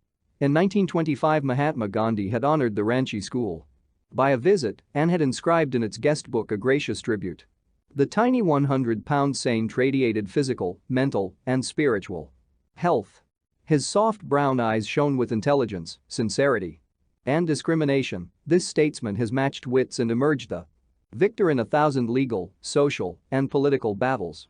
No other leader in the world has attained the secure niche in the hearts of his people that Gandhi occupies for India's unlettered millions. Their spontaneous tribute is his famous title Mahatma, Great Soul. FN 44-1 for the Malone. Gandhi confines his attire to the widely cartooned loincloth, symbol of his oneness with the downtrodden masses who can afford no more. Illustration. Mahatma Gandhi, I enjoy a quiet lunch with India's political saint at his hermitage in Wardha, August, 1935. C. Gandhi.jpg. The ashram residents are wholly at your disposal, please call on them for any service. With characteristic courtesy, the Mahatma handed me this hastily written note as Mr. Desai led our party from the writing room toward the guest house. Our guide led us through orchards and flowering fields to a tile-roofed building with latticed windows. A front yard well, 25 feet across, was used, Mr. Desai said, for watering stock. Nearby stood a revolving cement wheel for threshing rice. Each of our small bedrooms proved to contain only the irreducible minimum: a bed, handmade of rope. The whitewashed kitchen boasted a faucet in one corner and a fire pit for cooking in another. Simple Arcadian sounds reached our ears: the cries of crows and sparrows, the lowing of cattle, and the rap of chisels being used to chip stones. Observing Mr. Wright's travel diary, Mr. Desai opened a page and wrote on it a list of Satyagraha FN 44-2 vows taken by all the Mahatma's strict followers: satyagrahas, non-violence, truth, non-stealing, celibacy, non-possession, body labor, control of the palate, fearlessness, equal respect for all religions, Swadeshi, use of home manufactures, freedom from untouchability. These 11 should be observed as vows in a spirit of humility. Gandhi himself signed this page on the following day, giving the date also August 27, 1935. 2 hours after our arrival my companions and I were summoned to lunch. The Mahatma was already seated under the arcade of the ashram porch, across the courtyard from his study. About 25 barefooted satyagrahas were squatting before brass cups and plates.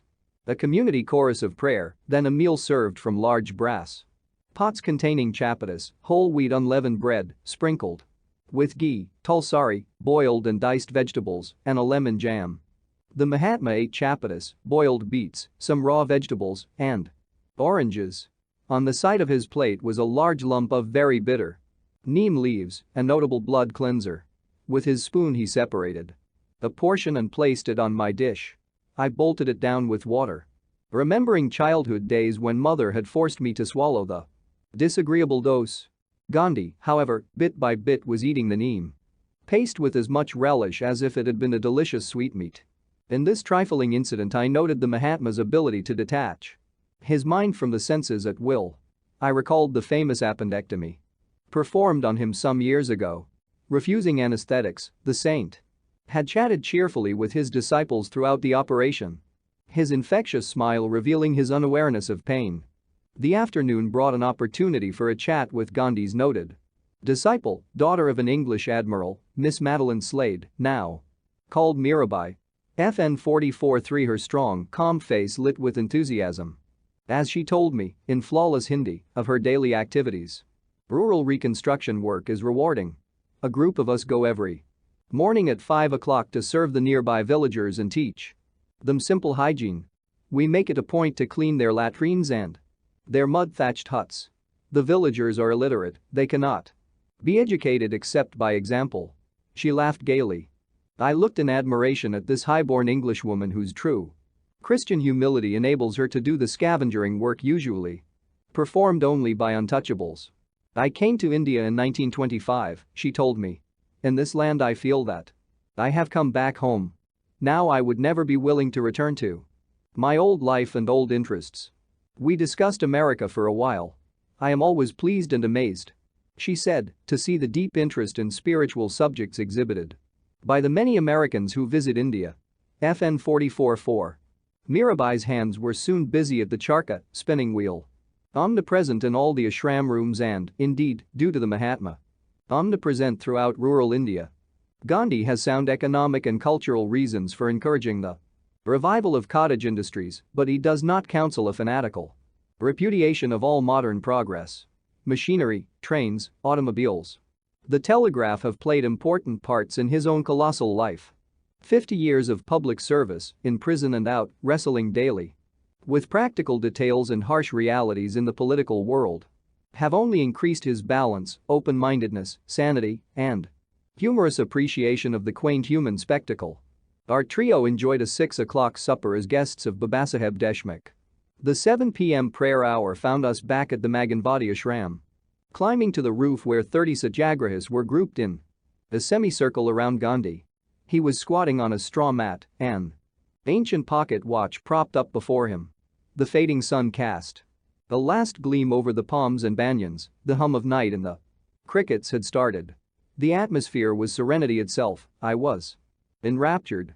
A solemn chant led by Mr. Desai, with responses from the group, then a Gita reading. The Mahatma motioned to me to give the concluding prayer. Such divine unison of thought and aspiration. A memory forever. The Warda rooftop meditation under the early stars. Punctually at 8 o'clock Gandhi ended his silence. The Herculean labors of his life require him to apportion his time minutely. Welcome Swamiji. The Mahatma's greeting this time was not via paper. We had just ascended from the roof to his writing room. Simply furnished with square mats, no chairs, a low desk with books, papers, and a few ordinary pens, not fountain pens, a nondescript clock ticked in a corner. An all-pervasive aura of peace and devotion. Gandhi was bestowing one of his captivating, cavernous, almost toothless smiles. Years ago, he explained, I started my weekly observance of a day of silence as a means for gaining time to look after my correspondence. But now those 24 hours have become a vital spiritual need. A periodical decree of silence is not a torture, but a blessing. I agreed wholeheartedly. FN 44-5. The Mahatma questioned me about America and Europe. We discussed India and world conditions. Mahadev, Gandhi said as Mr. Desai entered the room, please make arrangements at town hall for Swamiji to speak there on yoga tomorrow night. As I was bidding the Mahatma good night, he considerately handed me a bottle of citronella oil. The Warda mosquitoes don't know a thing about ahimsa. FN 44-6. Swamiji, he said, laughing. The following morning our little group breakfasted early on a tasty wheat porridge with molasses and milk. At 10:30 we were called to the ashram porch for lunch with Gandhi and the Satyagrahis. Today the menu included brown rice, a new selection of vegetables, and cardamom seeds. Noon found me strolling about the ashram grounds, onto the grazing land of a few imperturbable cows. The protection of cows is a passion with Gandhi. The cow to me means the entire subhuman world, extending man's sympathies beyond his own species, the Mahatma has explained. Man, through the cow, is enjoined to realize his identity with all that lives. Why the ancient rishis selected the cow for apotheosis is obvious to me. The cow in India was the best comparison. She was the giver of plenty. Not only did she give milk, but she also made agriculture possible. The cow is a poem of pity. One reads pity in the gentle animal. She is the second mother to millions of mankind. Protection of the cow means protection of the whole dumb creation. Of God. The appeal of the lower order of creation is all the more forceful because it is speechless. 3 daily rituals are enjoined on the Orthodox Hindu. One is Buddha Yajna, an offering of food to the animal kingdom. This ceremony symbolizes man's realization of his obligations to less evolved forms of creation, instinctively tied to bodily identifications which also corrode human life, but lacking in that quality of liberating reason which is peculiar to humanity. Buddha Yajna thus reinforces man's readiness to succor the weak, as he in turn is comforted by countless solicitudes of higher unseen beings. Man is also under bond for rejuvenating gifts of nature, prodigal in earth, sea, and sky. The evolutionary barrier of incommunicability among nature, animals, man, and astral angels is thus overcome by offices of silent love. The other 2 daily yajnas are Pitri and Nri. Pitri Yajna is an offering of oblations to ancestors as a symbol of man's acknowledgement of his debt to the past, essence of whose wisdom illumines humanity today. Nri Yajna is an offering of food to strangers or the poor, symbol of the present responsibilities of man, his duties to contemporaries. In the early afternoon I fulfilled a neighborly Nri Yajna by a visit to Gandhi's ashram for little girls. Mr. Wright accompanied me on the 10-minute drive. Tiny young flower-like faces atop the long-stemmed colorful saris. At the end of a brief talk in Hindi, FN 44/7 which I was giving outdoors, the skies unloosed a sudden downpour. Laughing, Mr. Wright and I climbed aboard the car and sped back to Maganvadi amidst sheets of driving silver. Such tropical intensity and splash. Re-entering the guest house I was struck anew by the stark simplicity and evidences of self-sacrifice which are everywhere present. The Gandhi vow of non-possession came early in his married life. Renouncing an extensive legal practice which had been yielding him an annual income of more than $20,000, the Mahatma dispersed all his wealth to the poor. Sri Yukteswar used to poke gentle fun at the commonly inadequate conceptions of renunciation. A beggar cannot renounce wealth, Master would say.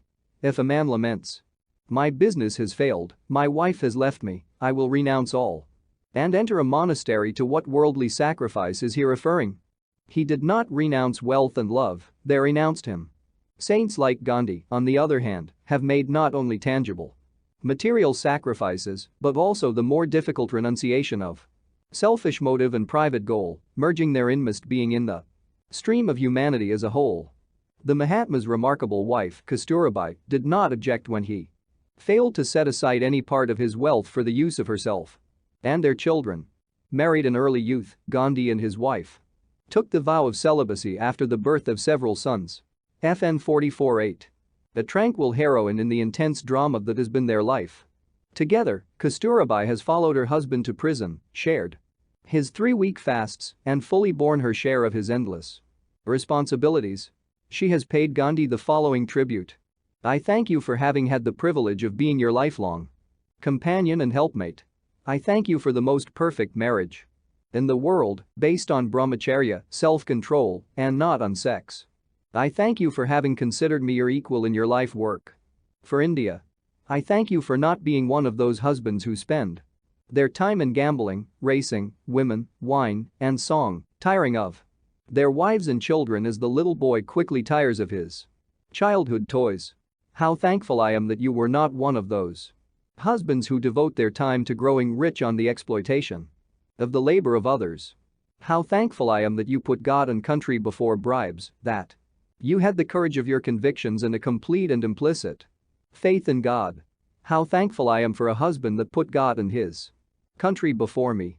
I am grateful to you for your tolerance of me and my shortcomings of youth when I grumbled and rebelled against the change you made in our mode of living from so much to so little. As a young child, I lived in your parents' home. Your mother was a great and good woman. She trained me, taught me how to be a brave, courageous wife and how to keep the love and respect of her son, my future husband.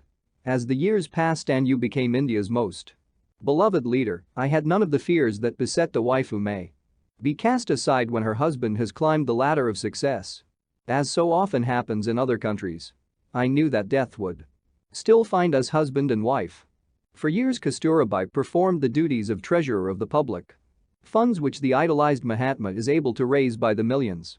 There are many humorous stories in Indian homes to the effect that husbands are nervous about their wives wearing any jewelry to a Gandhi meeting, the Mahatma's magical tongue, pleading for the downtrodden, charms the gold bracelets and diamond necklaces right off the arms and necks of the wealthy into the collection basket. One day the public treasurer, Kasturabai, could not account for a disbursement of 4 rupees. Gandhi duly published an auditing in which he inexorably pointed out his wife's 4 rupee discrepancy. I had often told this story before classes of my American students. One evening a woman in the hall had given an outraged gasp.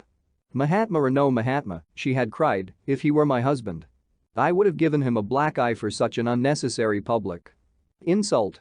After some good-humored banter had passed between us on the subject of American wives and Hindu wives, I had gone on to a fuller explanation. Mrs. Gandhi considers the Mahatma not as her husband, but as her guru, one who has the right to discipline her for even insignificant errors, I had pointed out. Sometime after Kasturabai had been publicly rebuked, Gandhi was sentenced to prison on a political charge. As he was calmly bidding farewell to his wife, she fell at his feet. Master, she said humbly, if I have ever offended you, please forgive me. FN 44-9.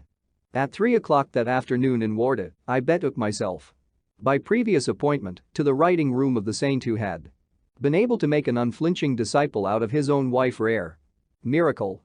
Gandhi looked up with his unforgettable smile. Mahatmaji, I said as I squatted beside him on the uncushioned mat, please tell me your definition of ahimsa. The avoidance of harm to any living creature in thought or deed. Beautiful ideal. But the world will always ask, may one not kill a cobra to protect a child or oneself? I could not kill a cobra without violating 2 of my vows: fearlessness and non-killing. I would rather try inwardly to calm the snake by vibrations of love. I cannot possibly lower my standards to suit my circumstances. With his amazing candor, Gandhi added, I must confess that I could not carry on this conversation were I faced by a cobra. I remarked on several very recent Western books on diet which lay on his desk. Yes, diet is important in the Satyagraha movement as everywhere else, he said with a chuckle. Because I advocate complete continence. For Satyagrahas, I am always trying to find out the best diet for the celibate. One must conquer the palate before he can control the procreative instinct. Semi-starvation or unbalanced diets are not the answer. After overcoming the inward greed for food, a Satyagrahi must continue to follow a rational vegetarian diet with all necessary vitamins, minerals, calories, and so forth. By inward and outward wisdom in regard to eating, the Satyagrahi's sexual fluid is easily turned into vital energy for the whole body. The Mahatma and I compared our knowledge of good meat substitutes. The avocado is excellent, I said. There are numerous avocado groves near my center in California. Gandhi's face lit with interest. I wonder if they would grow in Warda? The Satyagrahis would appreciate a new food. I will be sure to send some avocado plants from Los Angeles to Warda. FN 4410. I added, eggs are a high-protein food, are they forbidden to Satyagrahis? Not unfertilized eggs. The Mahatma laughed reminiscently. For years I would not countenance their use, even now I personally do not eat them.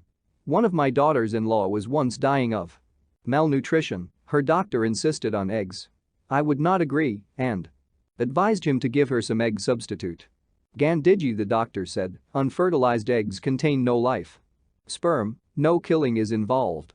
I then gladly gave permission for my daughter-in-law to eat eggs. She was soon restored to health.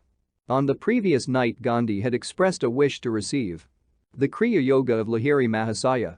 I was touched by the Mahatma's open-mindedness and spirit of inquiry. He is childlike in his divine quest, revealing that pure receptivity which Jesus praised. In children. Of such is the kingdom of heaven. The hour for my promised instruction had arrived. Several Satyagrahis now entered the room: Mr. Desai, Dr. Pingale, and a few others who desired the Kriya technique. I first taught the little class the physical Yogoda exercises. The body is visualized as divided into 20 parts, the will directs energy in turn to each section. Soon everyone was vibrating before me like a human motor. It was easy to observe the rippling effect on Gandhi's 20 body parts, at all times completely exposed to view. Though very thin, he is not unpleasingly so. The skin of his body is smooth and unwrinkled. Later I initiated the group into the liberating technique of Kriya Yoga. The Mahatma has reverently studied all world religions, the Jain scriptures, the biblical New Testament, and the sociological writings of Tolstoy. FN 4411 are the three main sources of Gandhi's nonviolent convictions. He has stated his credo thus: I believe the Bible, the Quran, and the Zendavesta. FN 4412 to be as divinely inspired as the Vedas. I believe in the institution of gurus, but in this age millions must go without a guru because it is a rare thing to find a combination of perfect purity and perfect learning. But one need not despair of ever knowing the truth of one's religion, because the fundamentals of Hinduism, as of every great religion, are unchangeable and easily understood. I believe, like every Hindu, in God and his oneness, in rebirth and salvation. I can no more describe my feeling for Hinduism than for my own wife. She moves me as no other woman in the world can. Not that she has no faults, I dare say she has many more than I see myself. But the feeling of an indissoluble bond is there. Even so, I feel for and about Hinduism with all its faults and limitations. Nothing delights me so much as the music of the Gita or the Ramayana by Tulsidas. When I fancied I was taking my last breath, the Gita was my solace. Hinduism is not an exclusive religion. In it there is room for the worship of all the prophets of the world. FN 4413, it is not a missionary religion in the ordinary sense of the term. It has no doubt absorbed many tribes in its fold, but this absorption has been of an evolutionary, imperceptible character. Hinduism tells each man to worship God according to his own faith or dharma. FN 4414, and so lives at peace with all religions. Of Christ, Gandhi has written, I am sure that if he were living here now among men, he would bless the lives of many who perhaps have never even heard his name. Just as it is written, not every one that saith unto me, Lord, Lord. But he that doeth the will of my Father. FN 4415. In the lesson of his own life, Jesus gave humanity the magnificent purpose and the single objective toward which we all ought to aspire. I believe that he belongs not solely to Christianity, but to the entire world, to all ends and races. On my last evening in Warded, I addressed a meeting which had been called by Mr. Desai in Town Hall. The room was thronged to the windowsills with about 400 people assembled to hear the talk on yoga. I spoke first in Hindi, then in English. Our little group returned to the ashram in time for a good night glimpse of Gandhi enfolded in peace and correspondence. Night was still lingering when I rose at 5 a.m. Village life was already stirring, first a bullock cart by the ashram gates, then a peasant with his huge burden balanced precariously on his head. After breakfast our trio sought out Gandhi for farewell pranams. The saint rises at 4 o'clock for his morning prayer. Mahatmaji, goodbye. I knelt to touch his feet. India is safe in your keeping. Years have rolled by since the war at Idle, the earth, oceans, and skies have darkened with a world at war. Alone among great leaders, Gandhi has offered a practical non-violent alternative to armed might. To redress grievances and remove injustices, the Mahatma has employed non-violent means which again and again have proved their effectiveness. He states his doctrine in these words: I have found that life persists in the midst of destruction. Therefore there must be a higher law than that of destruction. Only under that law would well-ordered society be intelligible and life worth living. If that is the law of life, we must work it out in daily existence. Wherever there are wars, wherever we are confronted with an opponent, conquer by love. I have found that the certain law of love has answered in my own life as the law of destruction has never done. In India we have had an ocular demonstration of the operation of this law on the widest scale possible.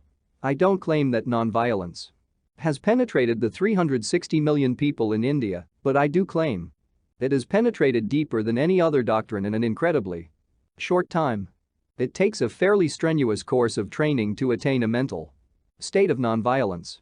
It is a disciplined life, like the life of a soldier. The perfect state is reached only when the mind, body, and speech are in proper coordination.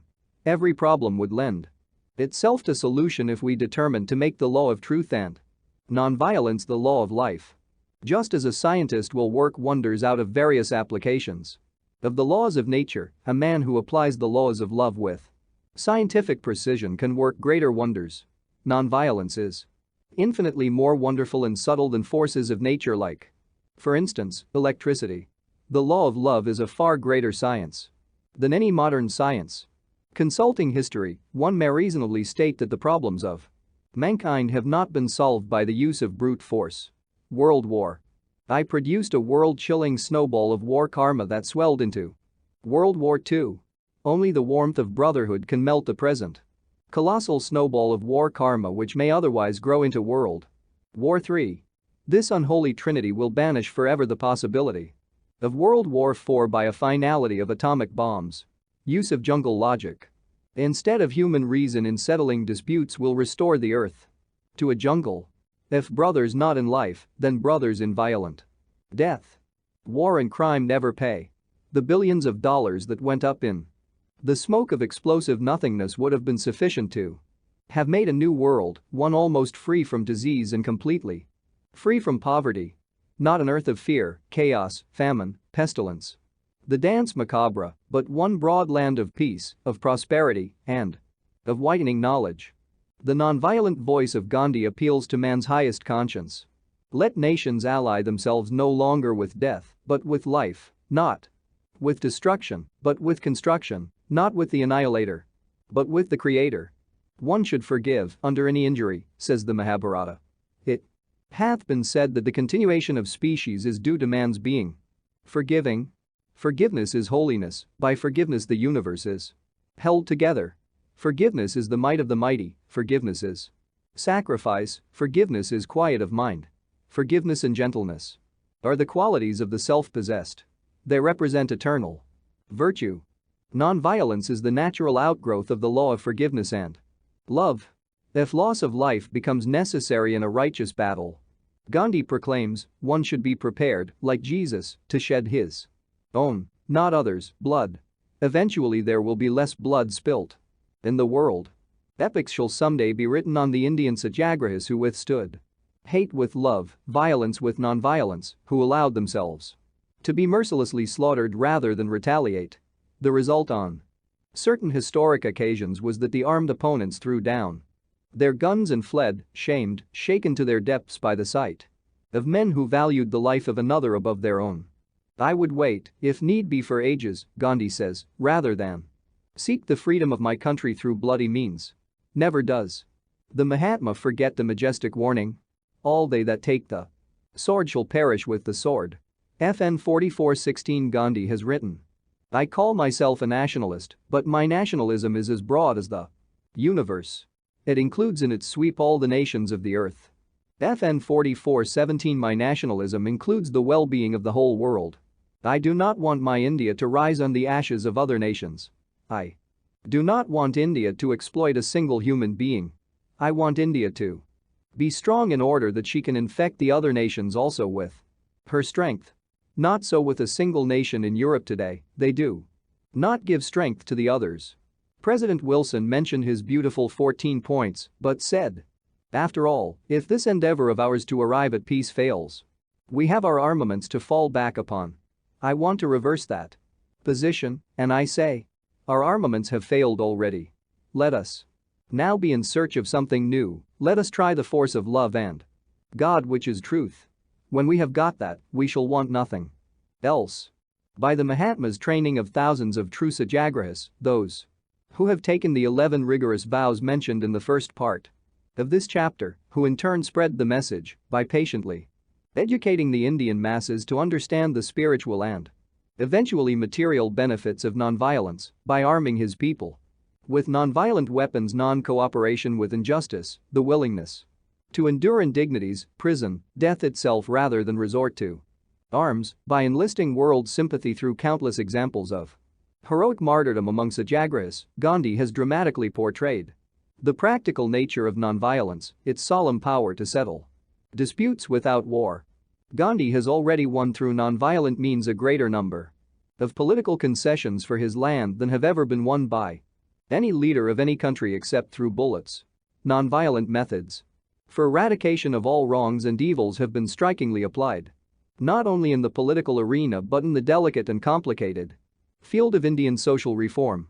Gandhi and his followers have removed many long-standing feuds between Hindus and Mohammedans. Hundreds of thousands of Muslims look to the Mahatma as their leader.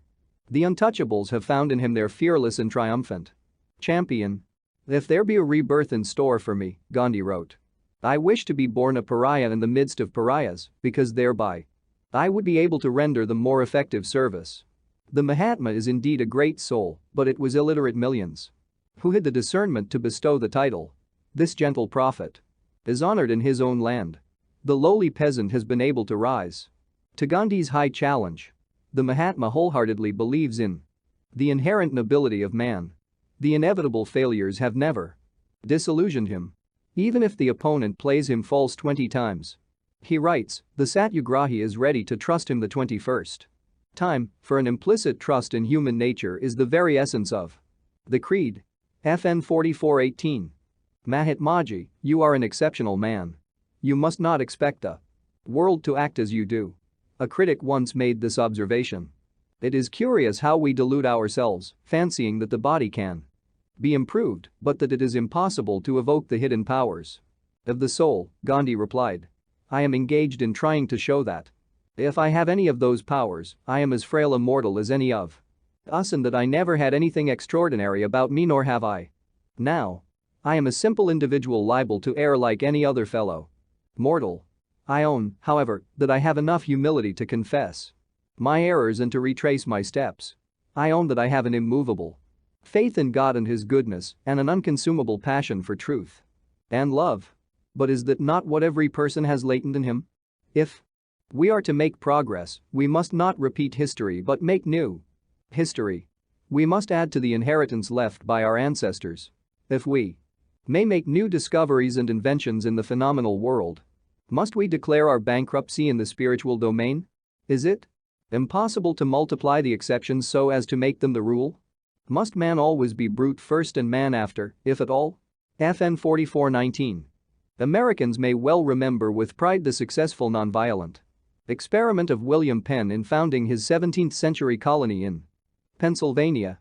There were no forts, no soldiers, no militia, even no arms. Amidst the savage frontier wars and the butcheries that went on between the new settlers and the Red Indians, the Quakers of Pennsylvania alone remained unmolested. Others were slain, others were massacred, but they were safe. Not a Quaker woman suffered assault, not a Quaker child was slain, not a Quaker man was tortured. When the Quakers were finally forced to give up the government of the state, war broke out and some Pennsylvanians were killed. But only 3 Quakers were killed, 3 who had so far fallen from their faith as to carry weapons of defense. Resort to force in the Great War failed to bring tranquility. Franklin D. Roosevelt has pointed out, victory and defeat were alike sterile. That lesson the world should have learned. The more weapons of violence, the more misery to mankind, Lao Tzu taught. The triumph of violence ends in a festival of mourning. I am fighting for nothing less than world peace, Gandhi has declared. If the Indian movement is carried to success on a nonviolent satyagraha basis, it will give a new meaning to patriotism. And, if I may say so in all humility, to life itself. Before the West dismisses Gandhi's program as one of an impractical dreamer, let it first reflect on a definition of satyagraha by the Master of Galilee. Ye have heard that it hath been said, an eye for an eye, and a tooth for a tooth. But I say unto you, that ye resist not evil. FN 4420. But whosoever shall smite thee on thy right cheek, turn to him the other also. Gandhi's epoch has extended, with the beautiful precision of cosmic timing, into a century already desolated and devastated by 2 world wars. A divine handwriting appears on the granite wall of his life. A warning against a further shedding of blood among brothers. Mahatma Gandhi's handwriting in Hindi. Illustration see Gandhi2.jpg. Mahatma Gandhi visited my high school with yoga training at Ranchi. He graciously wrote the above lines in the Ranchi guest book. The translation is, "This institution has deeply impressed my mind. I cherish high hopes that this school will encourage the further practical use of the spinning wheel." Signed, Mohandas Gandhi, September 17, 1925. Illustration C. Gandhiflag.jpg. A national flag for India was designed in 1921 by Gandhi.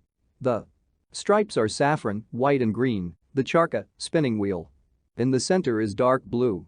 The charkha symbolizes energy. He wrote and reminds us that during the past eras of prosperity in India's history, hand spinning and other domestic crafts were prominent. FN 44-1. His family name is Mohandas Karamchand Gandhi. He never refers to himself as Mahatma. FN 44-2. The literal translation from Sanskrit is holding to truth. Satyagraha is the famous nonviolence movement led by Gandhi. FN 44-3. False and alas, malicious reports were recently circulated that Miss Slade has severed all her ties with Gandhi and forsaken her vows. Miss Slade, the Mahatma's Satyagraha disciple for 20 years, issued a signed statement to the United Press, dated December 29, 1945, in which she explained that a series of baseless rumors arose after she had departed, with Gandhi's blessings, for a small site in northeastern India near the Himalayas for the purpose of founding there her now flourishing Kaisan Ashram, Center for Medical and Agricultural Aid to Peasant Farmers. Mahatma Gandhi plans to visit the new ashram during 1946. FN 44-4. Miss Slade reminded me of another distinguished Western woman, Miss Margaret Woodrow Wilson, eldest daughter of America's great president. I met her in New York. She was intensely interested in India. Later she went to Pondicherry, where she spent the last 5 years of her life, happily pursuing a path of discipline at the feet of Sri Aurobindo Ghosh. This sage never speaks, he silently greets his disciples on 3 annual occasions only. FN 44-5. For years in America I had been observing periods of silence, to the consternation of callers and secretaries. FN 44-6. Harmlessness, nonviolence, the foundation rock of Gandhi's creed. He was born into a family of strict Jains who revere ahimsa as the root virtue. Jainism, a sect of Hinduism, was founded in the 6th century BC by Mahavira, a contemporary of Buddha. Mahavira means great hero, may he look down the centuries on his heroic son Gandhi. FN 44-7. Hindi is the lingua franca for the whole of India. An Indo-Aryan language based largely on Sanskrit roots, Hindi is the chief vernacular of northern India. The main dialect of western Hindi is Hindustani, written both in the Devanagari, Sanskrit characters and in Arabic characters. Its subdialect, Urdu, is spoken by Muslims. FN 44-8. Gandhi has described his life with a devastating candor. In The Story of My Experiments with Truth, Ahmedabad. Navajivan Press, 1927-29, 2 vol. This autobiography has been summarized in Mahatma Gandhi, His Own Story, edited by C.F. Andrews, with an introduction by John Haynes Holmes, New York. Macmillan Company, 1930. Many autobiographies replete with famous names and colorful events are almost completely silent on any phase of inner analysis or development. One lays down each of these books with a certain dissatisfaction, as though saying, "Here is a man who knew many notable persons but who never knew himself." This reaction is impossible with Gandhi's autobiography. He exposes his faults and subterfuges with an impersonal devotion to truth rare in annals of any age. FN 44-9. Kasturabai Gandhi died in imprisonment at Pune on February 22, 1944. The usually unemotional Gandhi wept silently. Shortly after her admirers had suggested a memorial fund in her honor, 125 lakhs of rupees, nearly $4 million, poured in from all over India. Gandhi has arranged that the fund be used for village welfare work among women and children. He reports his activities in his English weekly, Harijan. FN 44-10. I sent a shipment toward it soon after my return to America. The plants, alas, died on the way, unable to withstand the rigors of the long ocean transportation. FN 44-11. Thoreau, Ruskin, and Mazzini are 3 other Western writers whose sociological views Gandhi has studied carefully. FN 44-12. The sacred scripture given to Persia about 1000 BC by Zoroaster FN 4413. The unique feature of Hinduism among the world religions is that it derives not from a single great founder but from the impersonal Vedic scriptures. Hinduism thus gives scope for worshipful incorporation into its fold of prophets of all ages and all lands. The Vedic scriptures regulate not only devotional practices but all important social customs in an effort to bring man's every action into harmony with divine law. FN 4414. A comprehensive Sanskrit word for law, conformity to law, or natural righteousness. Duty is inherent in the circumstances in which a man finds himself at any given time. The scriptures define dharma as the natural universal laws whose observance enables man to save himself from degradation and suffering. FN 4415, Matthew 7:21. FN 4416, Matthew 26:52. FN 4417. Let not a man glory in this, that he love his country. Let him rather glory in this, that he love his kind. Persian proverb. FN 4418. Then came Peter to him and said, Lord, how oft shall my brother sin against me, and I forgive him? Till 7 times? Jesus saith unto him, I say not unto thee, until 7 times, but until 70 times 7. Matthew 18:21-22. FN 4419. Charles P. Steinmetz, the great electrical engineer, was once asked by Mr. Roger W. Babson, what line of research will see the greatest development during the next 50 years? I think the greatest discovery will be made along spiritual lines, Steinmetz replied. Here is a force which history clearly teaches has been the greatest power in the development of men. Yet we have merely been playing with it and have never seriously studied it as we have the physical forces. Someday people will learn that material things do not bring happiness and are of little use in making men and women creative and powerful. Then the scientists of the world will turn their laboratories over to the study of God and prayer and the spiritual forces which as yet have hardly been scratched. When this day comes, the world will see more advancement in one generation than it has seen in the past 4. FN 4420. That is, resist not evil with evil. Matthew 5:38-39. Chapter 45. The Bengali joy permeated mother. Sir, please do not leave India without a glimpse of Nirmala Devi. Her sanctity is intense, she is known far and wide as Ananda Moyi Ma. Joy permeated mother. My niece, Amio Bose, gazed at me earnestly. Of course. I want very much to see the woman saint. I added, I have read of her advanced state of God realization. A little article about her appeared years ago in East West. I have met her, Amio went on. She recently visited my own little town of Jamshedpur. At the entreaty of a disciple, Ananda Moyi Ma went to the home of a dying man.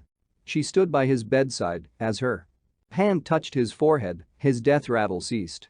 The disease vanished at once. To the man's glad astonishment, he was well. A few days later I heard that the blissful mother was staying at the home of a disciple in the Boyanapur section of Calcutta.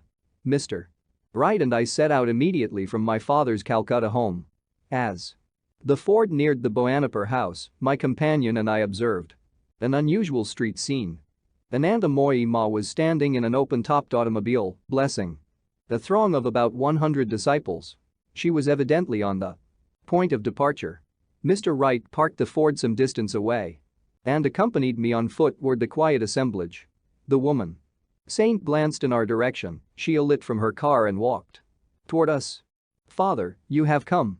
With these fervent words she put her arm around my neck and her head on my shoulder. Mr. Wright, to whom I had just remarked that I did not know the saint, was hugely enjoying this extraordinary demonstration of welcome. The eyes of the 100 Chelas were also fixed with some surprise on the affectionate tableau. I had instantly seen that the saint was in a high state of samadhi. Utterly oblivious to her outward garb as a woman, she knew herself as the changeless soul. From that plane she was joyously greeting another devotee of God. She led me by the hand into her automobile. Ananda Moyi Ma, I am delaying your journey. I protested. Father, I am meeting you for the first time in this life, after ages. She said. Please do not leave yet. We sat together in the rear seats of the car. The blissful mother soon entered the immobile ecstatic state. Her beautiful eyes glanced heavenward and, half opened, became stilled, gazing into The near far inner Elysium. The disciples chanted gently. Victory. To Mother Divine. I had found many men of God realization in India, but never before had I met such an exalted woman saint. Her gentle face was burnished with the ineffable joy that had given her the name of Blissful Mother. Long black tresses lay loosely behind her unveiled head. A red dot of sandalwood paste on her forehead symbolized the spiritual eye, ever open within her. Tiny face, tiny hands, tiny feet, a contrast to her spiritual magnitude. I put some questions to a nearby woman Chella, while Ananda Moyi Ma remained entranced. The Blissful Mother travels widely in India, in many parts she has hundreds of disciples, the Chella told me. Her courageous efforts have brought about many desirable social reforms. Although a Brahmin, the saint recognizes no caste distinctions. FN 45 won a group of us always travel with her, looking after her comforts. We have to mother her, she takes no notice of her body. If no one gave her food, she would not eat or make any inquiries. Even when meals are placed before her, she does not touch them. To prevent her disappearance from this world, we disciples feed her with our own hands. For days together she often stays in the divine trance, scarcely breathing, her eyes unwinking. One of her chief disciples is her husband. Many years ago, soon after their marriage, he took the vow of silence. The Chella pointed to a broad-shouldered, fine-featured man with long hair and hoary beard. He was standing quietly in the midst of the gathering, his hands folded in a disciple's reverential attitude. Refreshed by her dip in the infinite, Ananda Moyi Ma was now focusing her consciousness on the material world. Father, please tell me where you stay. Her voice was clear and melodious. At present, in Calcutta or Ranchi, but soon I shall be returning to America. America? Yes. An Indian woman saint would be sincerely appreciated there by spiritual seekers. Would you like to go? If Father can take me, I will go. This reply caused her nearby disciples to start an alarm. 20 or more of us always travel with the Blissful Mother, one of them told me firmly. We could not live without her. Wherever she goes, we must go. Reluctantly I abandoned the plan, as possessing an impractical feature of spontaneous enlargement. Please come at least to Ranchi with your disciples, I said on taking leave of the saint. As a divine child yourself, you will enjoy the little ones in my school. Whenever Father takes me, I will gladly go. A short time later the Ranchi Vidyalaya was in gala array for the saint's promised visit. The youngsters looked forward to any day of festivity, no lessons, hours of music, and a feast for the climax. Victory. Ananda Moyi Ma, Kai Jai. This reiterated chant from scores of enthusiastic little throats greeted the saint's party as it entered the school gates. Showers of marigolds, tinkle of cymbals, lusty blowing of conch shells and beat of the mridanga drum. The Blissful Mother wandered smilingly over the sunny Vidyalaya grounds, ever carrying within her the portable paradise. It is beautiful here, Ananda Moyi Ma said graciously as I led her into the main building. She seated herself with a childlike smile by my side. The closest of dear friends, she made one feel, yet an aura of remoteness was ever around her, the paradoxical isolation of omnipresence. Please tell me something of your life. Father knows all about it, why repeat it? She evidently felt that the factual history of one short incarnation was beneath notice. I laughed, gently repeating my question. Father, there is little to tell. She spread her graceful hands in a deprecatory gesture. My consciousness has never associated itself with this temporary body. Before I came on this earth, Father, I was the same. As a little girl, I was the same. I grew into womanhood, but still I was the same. When the family in which I had been born made arrangements to have this body married, I was the same. And when, passion drunk, my husband came to me and murmured endearing words, lightly touching my body, he received a violent shock, as if struck by lightning, for even then I was the same. My husband knelt before me, folded his hands, and implored my pardon. Mother, he said, because I have desecrated your bodily temple by touching it with the thought of lust, not knowing that within it dwelt not my wife but the Divine Mother. I take this solemn vow. I shall be your disciple, a celibate follower, ever caring for you. In silence as a servant, never speaking to anyone again as long as I live. May I thus atone for the sin I have today committed against you, my guru. Even when I quietly accepted this proposal of my husband's, I was the same. And, Father, in front of you now, I am the same. Ever afterward, though the dance of creation change around me in the hall of eternity, I shall be the same. Ananda Moyi Ma sank into a deep meditative state. Her form was statue still, she had fled to her ever-calling kingdom. The dark pools of her eyes appeared lifeless and glassy. This expression is often present when saints remove their consciousness from the physical body, which is then hardly more than a piece of soulless clay. We sat together for an hour in the ecstatic trance. She returned to this world with a gay little laugh. Please, Ananda Moyi Ma, I said, come with me to the garden. Mr. Wright will take some pictures. Of course, Father. Your will is my will. Her glorious eyes retained the unchanging divine luster as she posed for many photographs. Time for the feast. Ananda Moyi Ma squatted on her blanket seat. A disciple at her elbow to feed her. Like an infant, the saint obediently swallowed the food after the chela had brought it to her lips. It was plain that the blissful mother did not recognize any difference between curries and sweetmeats. As dusk approached, the saint left with her party amidst a shower of rose petals, her hands raised in blessing on the little lads. Their faces shone with the affection she had effortlessly awakened. Thou shalt love the Lord thy God with all thy heart, and with all thy soul, and with all thy mind, and with all thy strength. Christ has proclaimed, this is the first commandment. FN 45:2. Casting aside every inferior attachment, Ananda Moyi Ma offers her sole allegiance to the Lord. Not by the hair-splitting distinctions of scholars, but by the sure logic of faith, the childlike saint has solved the only problem in human life: establishment of unity with God. Man has forgotten this stark simplicity, now befogged by a million issues. Refusing a monotheistic love to God, the nations disguise their infidelity by punctilious respect before the outward shrines of charity. These humanitarian gestures are virtuous because for a moment they divert man's attention from himself, but they do not free him from his single responsibility in life, referred to by Jesus as the first commandment. The uplifting obligation to love God is assumed with man's first breath of an air freely bestowed by his only benefactor. On one other occasion after her Ranchi visit I had opportunity to see Ananda Moyi Ma. She stood among her disciples some months later on the Serampur station platform, waiting for the train. Father, I am going to the Himalayas, she told me. Generous disciples have built me a hermitage in Dehradun. As she boarded the train, I marveled to see that whether amidst a crowd, on a train, feasting, or sitting in silence, her eyes never looked away from God. Within me I still hear her voice, an echo of measureless sweetness. Behold, now and always one with the eternal, I am ever the same. FN 45:1. I find some further facts of Ananda Moyi Ma's life, printed in East-West. The saint was born in 1893 at Dhaka in central Bengal. Illiterate, she has yet stunned the intellectuals by her wisdom. Her verses in Sanskrit have filled scholars with wonderment. She has brought consolation to bereaved persons and effected miraculous cures by her mere presence. FN 45:2, Mark 12:30. Chapter 46. The woman yogi who never eats. Sir, whither are we bound this morning?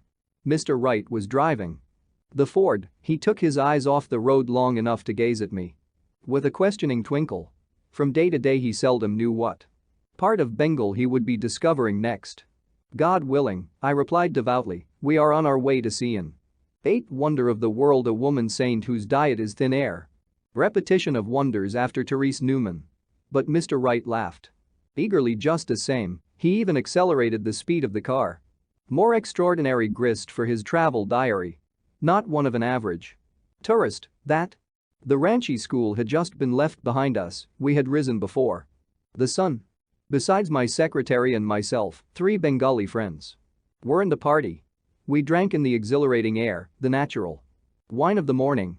Our driver guided the car warily among the early peasants and the 2-wheeled carts, slowly drawn by yacht hump-shouldered bullocks, inclined to dispute the road with a honking interloper.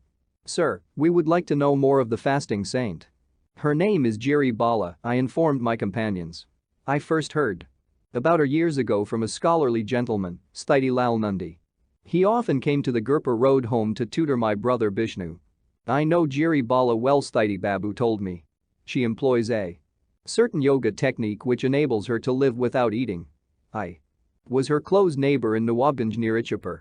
FN 46-1, I made it a point to watch her closely, never did I find evidence that she was taking either food or drink.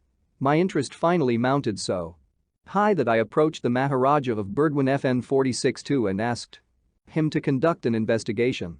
Astounded at the story, he invited her to his palace. She agreed to a test and lived for 2 months, locked up in a small section of his home. Later she returned for a palace visit of 20 days and then for a third test of 15 days. The Maharaja himself told me that these 3 rigorous scrutinies had convinced him beyond doubt of her non-eating state. This story of Sthiti Babu's has remained in my mind for over 25 years, I concluded. Sometimes in America I wondered if the river of time would not swallow the Eugenie FN 46-3 before I could meet her. She must be quite aged now.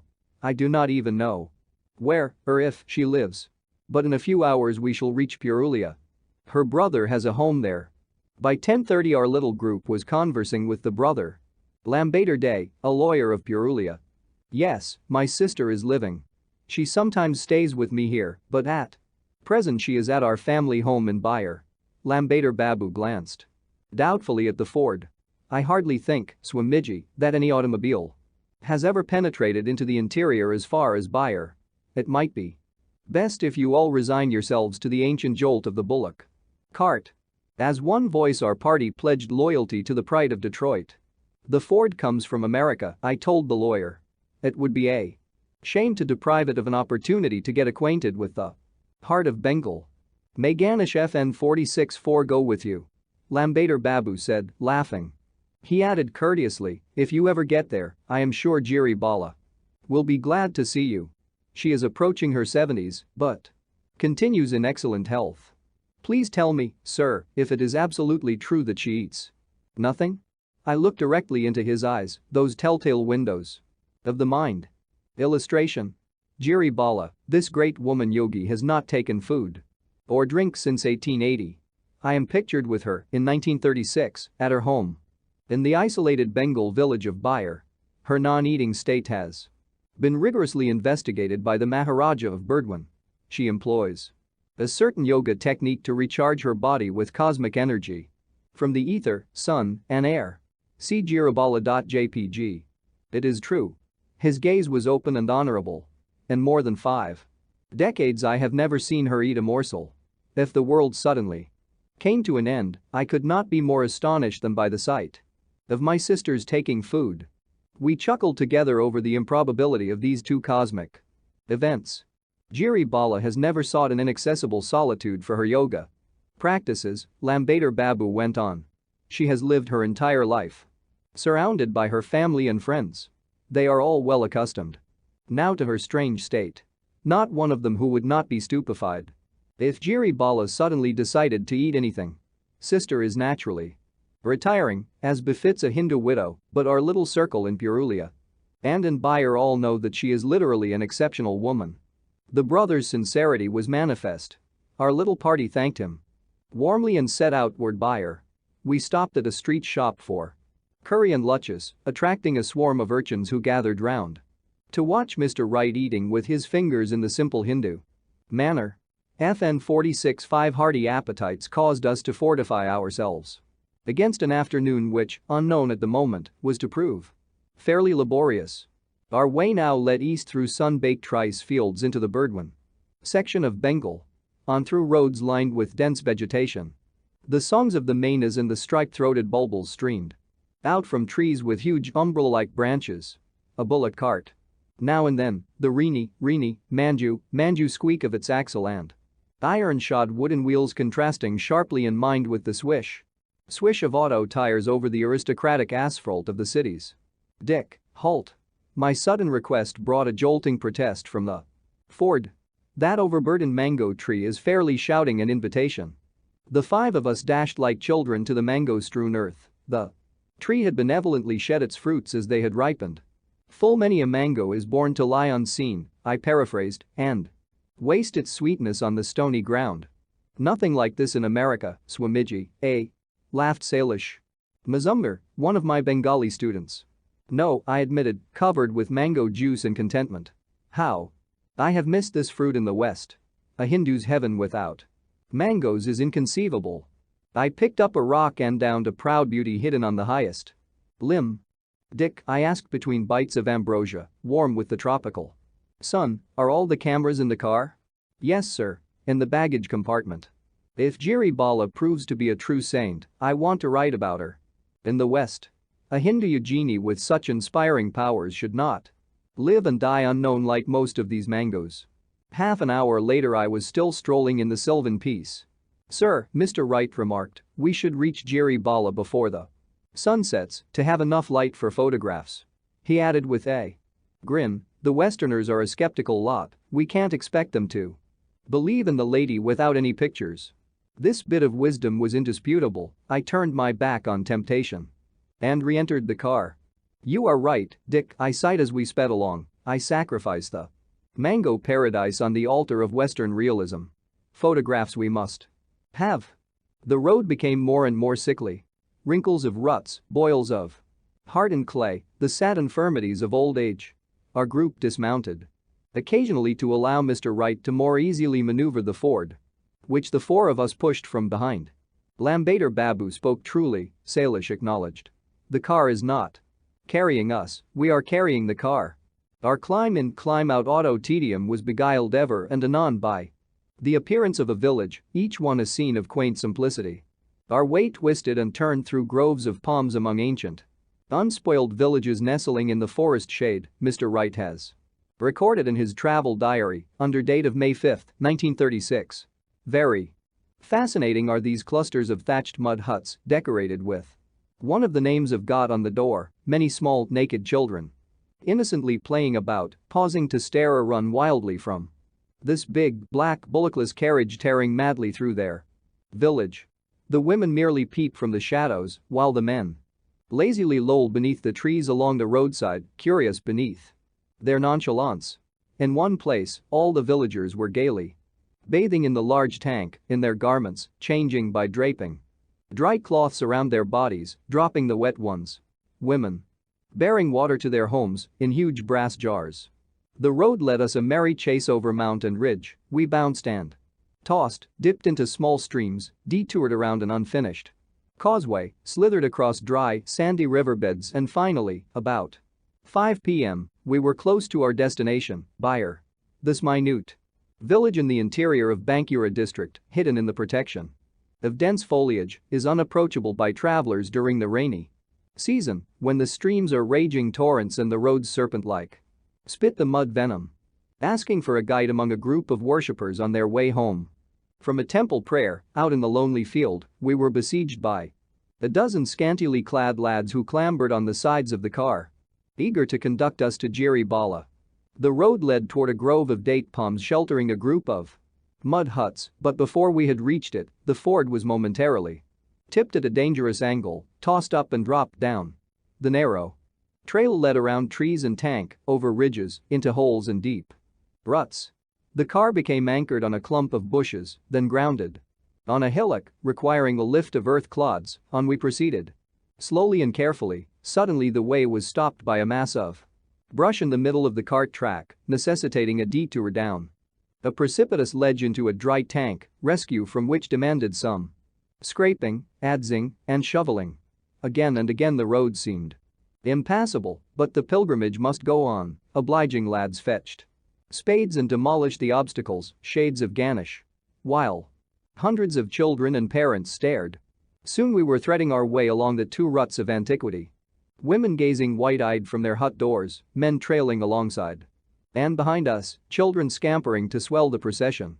Ours was perhaps the first auto to traverse these roads. The bullock cart union must be omnipotent here. What a sensation we created, a group piloted by an American and pioneering in a snorting car right into their hamlet fastness, invading the ancient privacy and sanctity. Halting by a narrow lane, we found ourselves within 100 feet of Jiri Bala's ancestral home. We felt the thrill of fulfillment. After the long road struggle crowned by a rough finish, we approached a large two-storied building of brick and plaster, dominating the surrounding adobe huts. The house was under the process of repair. For around it was the characteristically tropical framework of bamboos. With feverish anticipation and suppressed rejoicing we stood before the open doors of the one blessed by the Lord's hungerless touch. Constantly agape were the villagers, young and old, bare and dressed, women aloof somewhat but inquisitive too, men and boys unabashedly at our heels as they gazed on this unprecedented spectacle. Soon a short figure came into view in the doorway. Jiri Bala. She was swathed in a cloth of dull, goldish silk, in typically Indian fashion. She drew forward modestly and hesitatingly, peering slightly from beneath the upper fold of her Swadeshi cloth. Her eyes glistened like smoldering embers in the shadow of her head. Peace, we were enamored by a most benevolent and kindly face, a face of realization and understanding, free from the taint of earthly attachment. Meekly she approached and silently assented to our snapping a number of pictures with our still and movie cameras. FN 46.6. Patiently and shyly she endured our photo techniques of posture, adjustment and light arrangement. Finally we had recorded for posterity many photographs of the only woman in the world who is known to have lived without food or drink for over 50 years. Therese Newman, of course, has fasted since 1923. Most motherly was Jiri Bala's expression as she stood before us, completely covered in the loose flowing cloth, nothing of her body visible but her face with its downcast eyes, her hands, and her tiny feet. A face of rare peace and innocent poise, a wide, childlike, quivering lip, a feminine nose, narrow, sparkling eyes, and a wistful smile. Mr. Wright's impression of Jiri Bala was shared by myself. Spirituality enfolded her like her gently shining veil. She pronamed before me in the customary gesture of greeting from a householder to a monk. Her simple charm and quiet smile gave us a welcome beyond that of honeyed oratory. Forgotten was our difficult, dusty trip. The little saint seated herself cross-legged on the veranda. Though bearing the scars of age, she was not emaciated. Her olive-colored skin had remained clear and healthy in tone. "Mother," I said in Bengali, "for over 25 years I have thought eagerly of this very pilgrimage. I heard about your sacred life from Sthiti Lal Nandi Babu." She nodded in acknowledgement. "Yes, my good neighbor in Nawabganj. During those years I have crossed the oceans, but I never forgot my early plan to someday see you. The sublime drama that you are here playing so inconspicuously should be blazoned before a world that has long forgotten the inner food divine." The saint lifted her eyes for a minute, smiling with serene interest. "Baba, honored father, knows best," she answered meekly. I was happy that she had taken no offense. One never knows how great yogis or yoginis will react to the thought of publicity. They shun it, as a rule, wishing to pursue in silence the profound soul research. An inner sanction comes to them when the proper time arrives to display their lives openly for the benefit of seeking minds. "Mother," I went on, "please forgive me, then, for burdening you with many questions. Kindly answer only those that please you. I shall understand your silence, also." She spread her hands in a gracious gesture. "I am glad to reply. Insofar as an insignificant person like myself can give satisfactory answers." "Oh, no, not insignificant," I protested sincerely. "You are a great soul. I am the humble servant of all."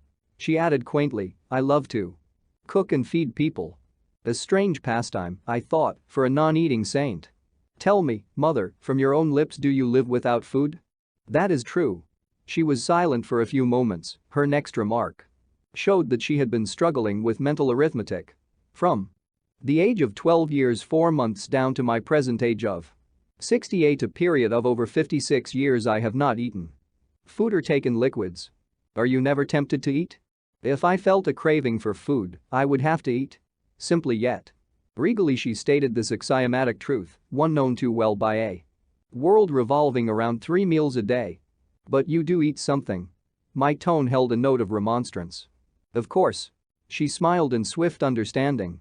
"Your nourishment derives from the finer energies of the air and sunlight, FN 46.7, and from the cosmic power which recharges your body through the medulla oblongata.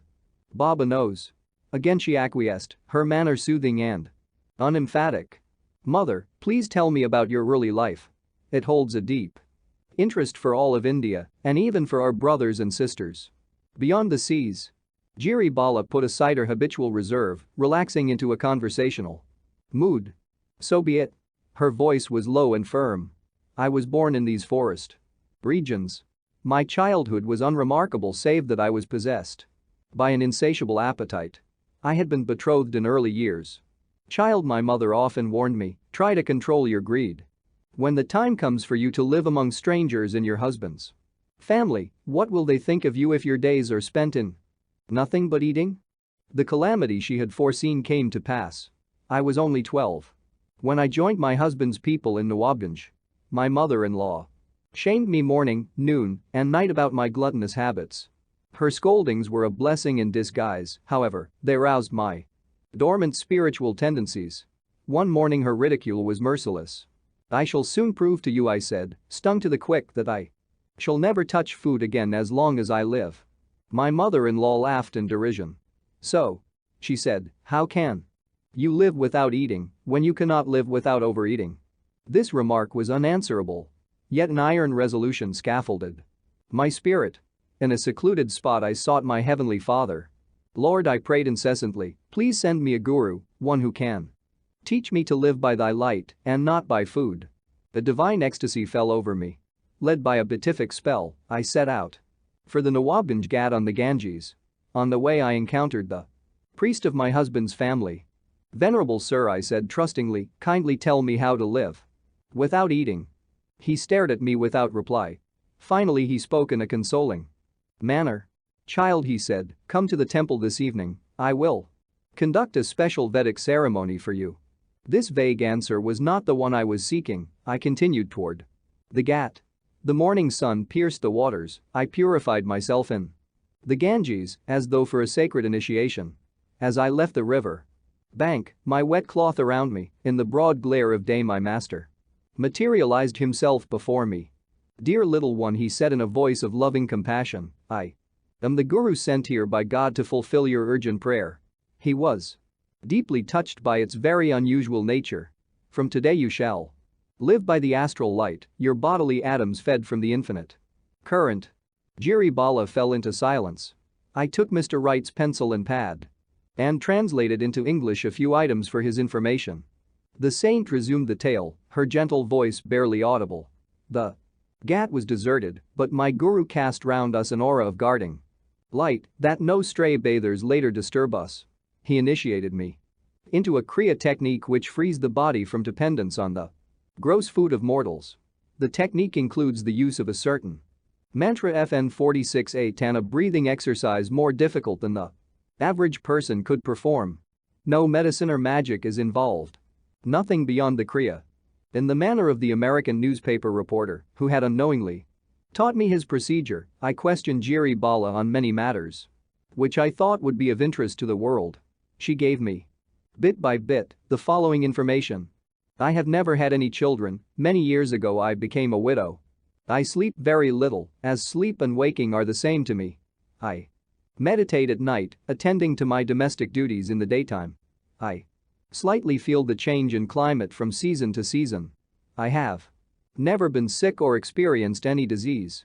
I feel only slight pain when accidentally injured. I have no bodily excretions. I can control my heart and breathing.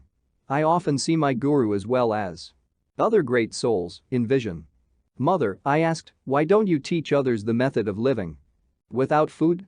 My ambitious hopes for the world's starving millions were nipped in the bud. No. She shook her head. I was strictly commanded by my guru not to divulge the secret. It is not his wish to tamper with God's drama of creation.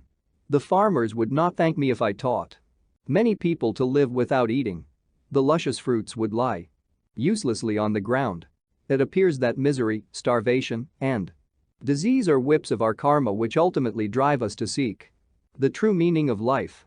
Mother, I said slowly, what is the use of your having been singled out to live without eating?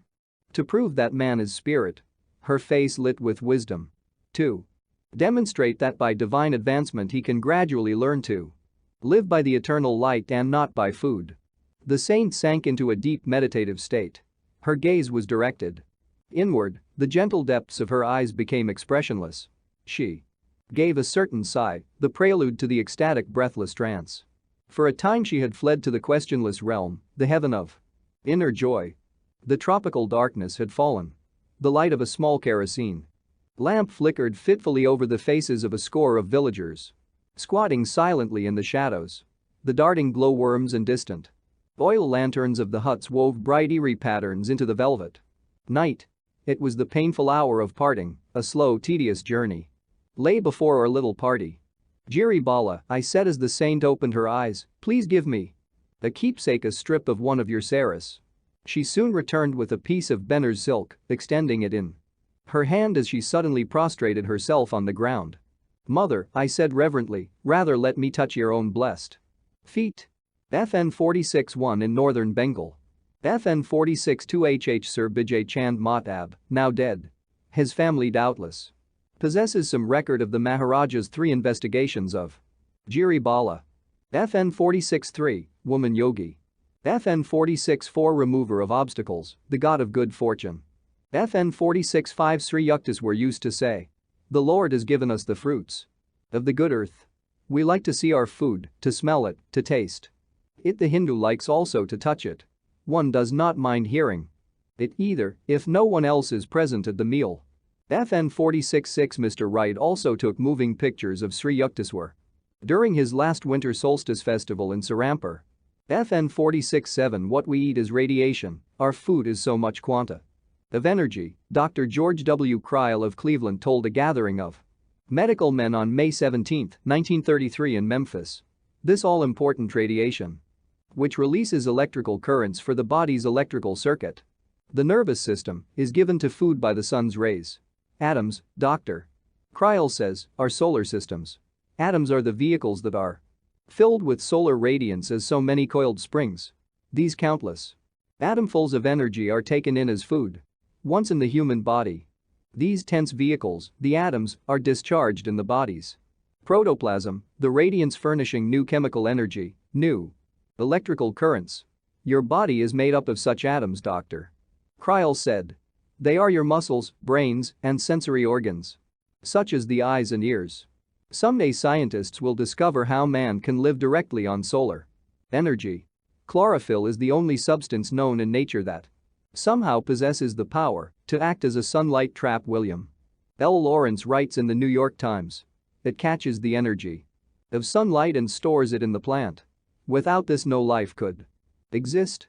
We obtain the energy we need for living from the solar energy stored in the plant food we eat or in the flesh of the animals that eat the plants.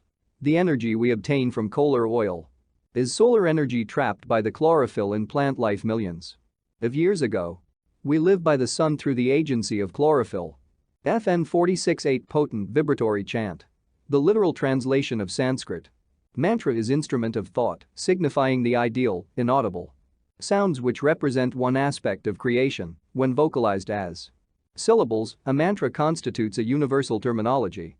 The infinite powers of sound derive from Om, the word or creative hum of the cosmic motor.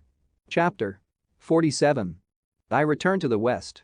I have given many yoga lessons in India and America, but I must confess that, as a Hindu, I am unusually happy to be conducting a class for English students. My London class members laughed appreciatively. No political turmoils ever disturbed our yoga peace. India was now a hallowed memory. It is September 1936. I am in England to fulfill a promise given 16 months earlier to lecture again in London. England, too, is receptive to the timeless yoga message. Reporters and newsreel cameramen swarmed over my quarters at Grosvenor House.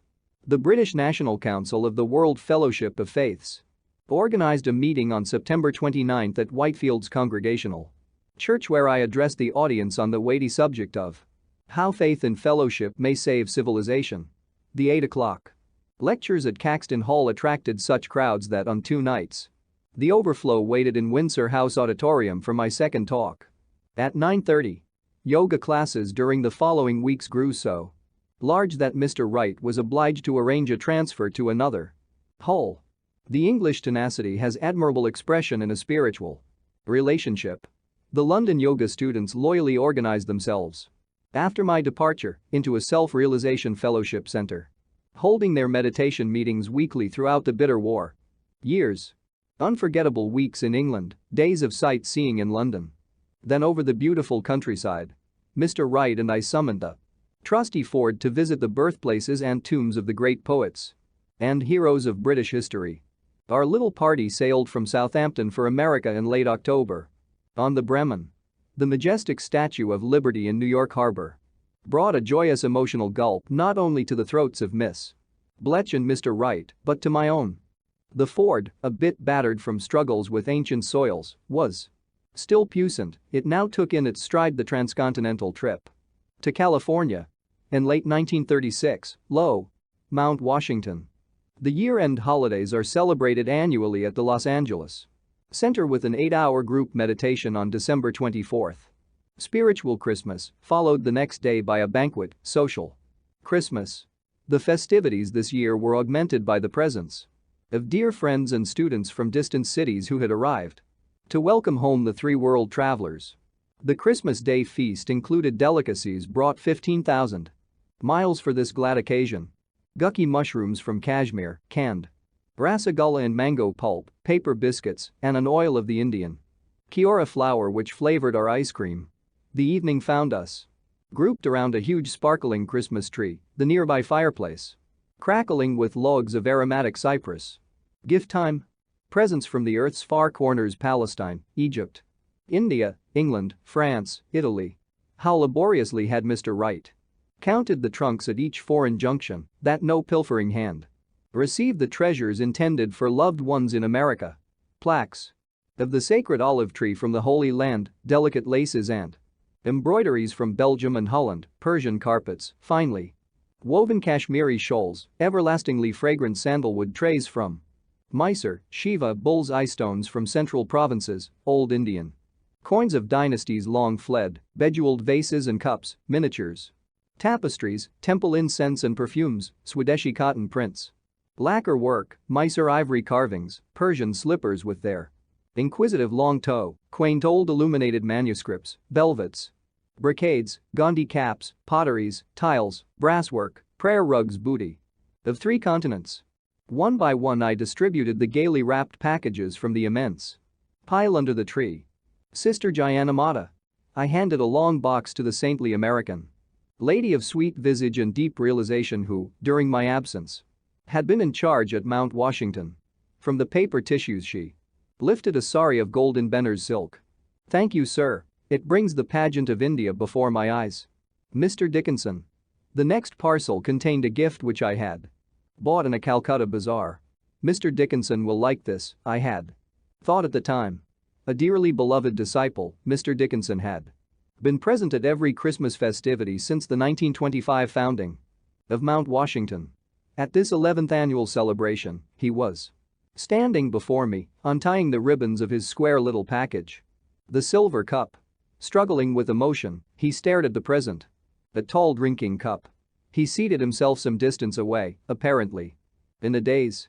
I smiled at him affectionately before resuming my role as Santa Claus.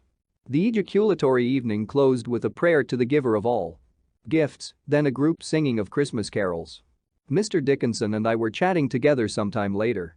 Sir, he said, please let me thank you now for the silver cup. I could not find any words on Christmas night. I brought the gift especially for you. For 43 years I have been waiting for that silver cup.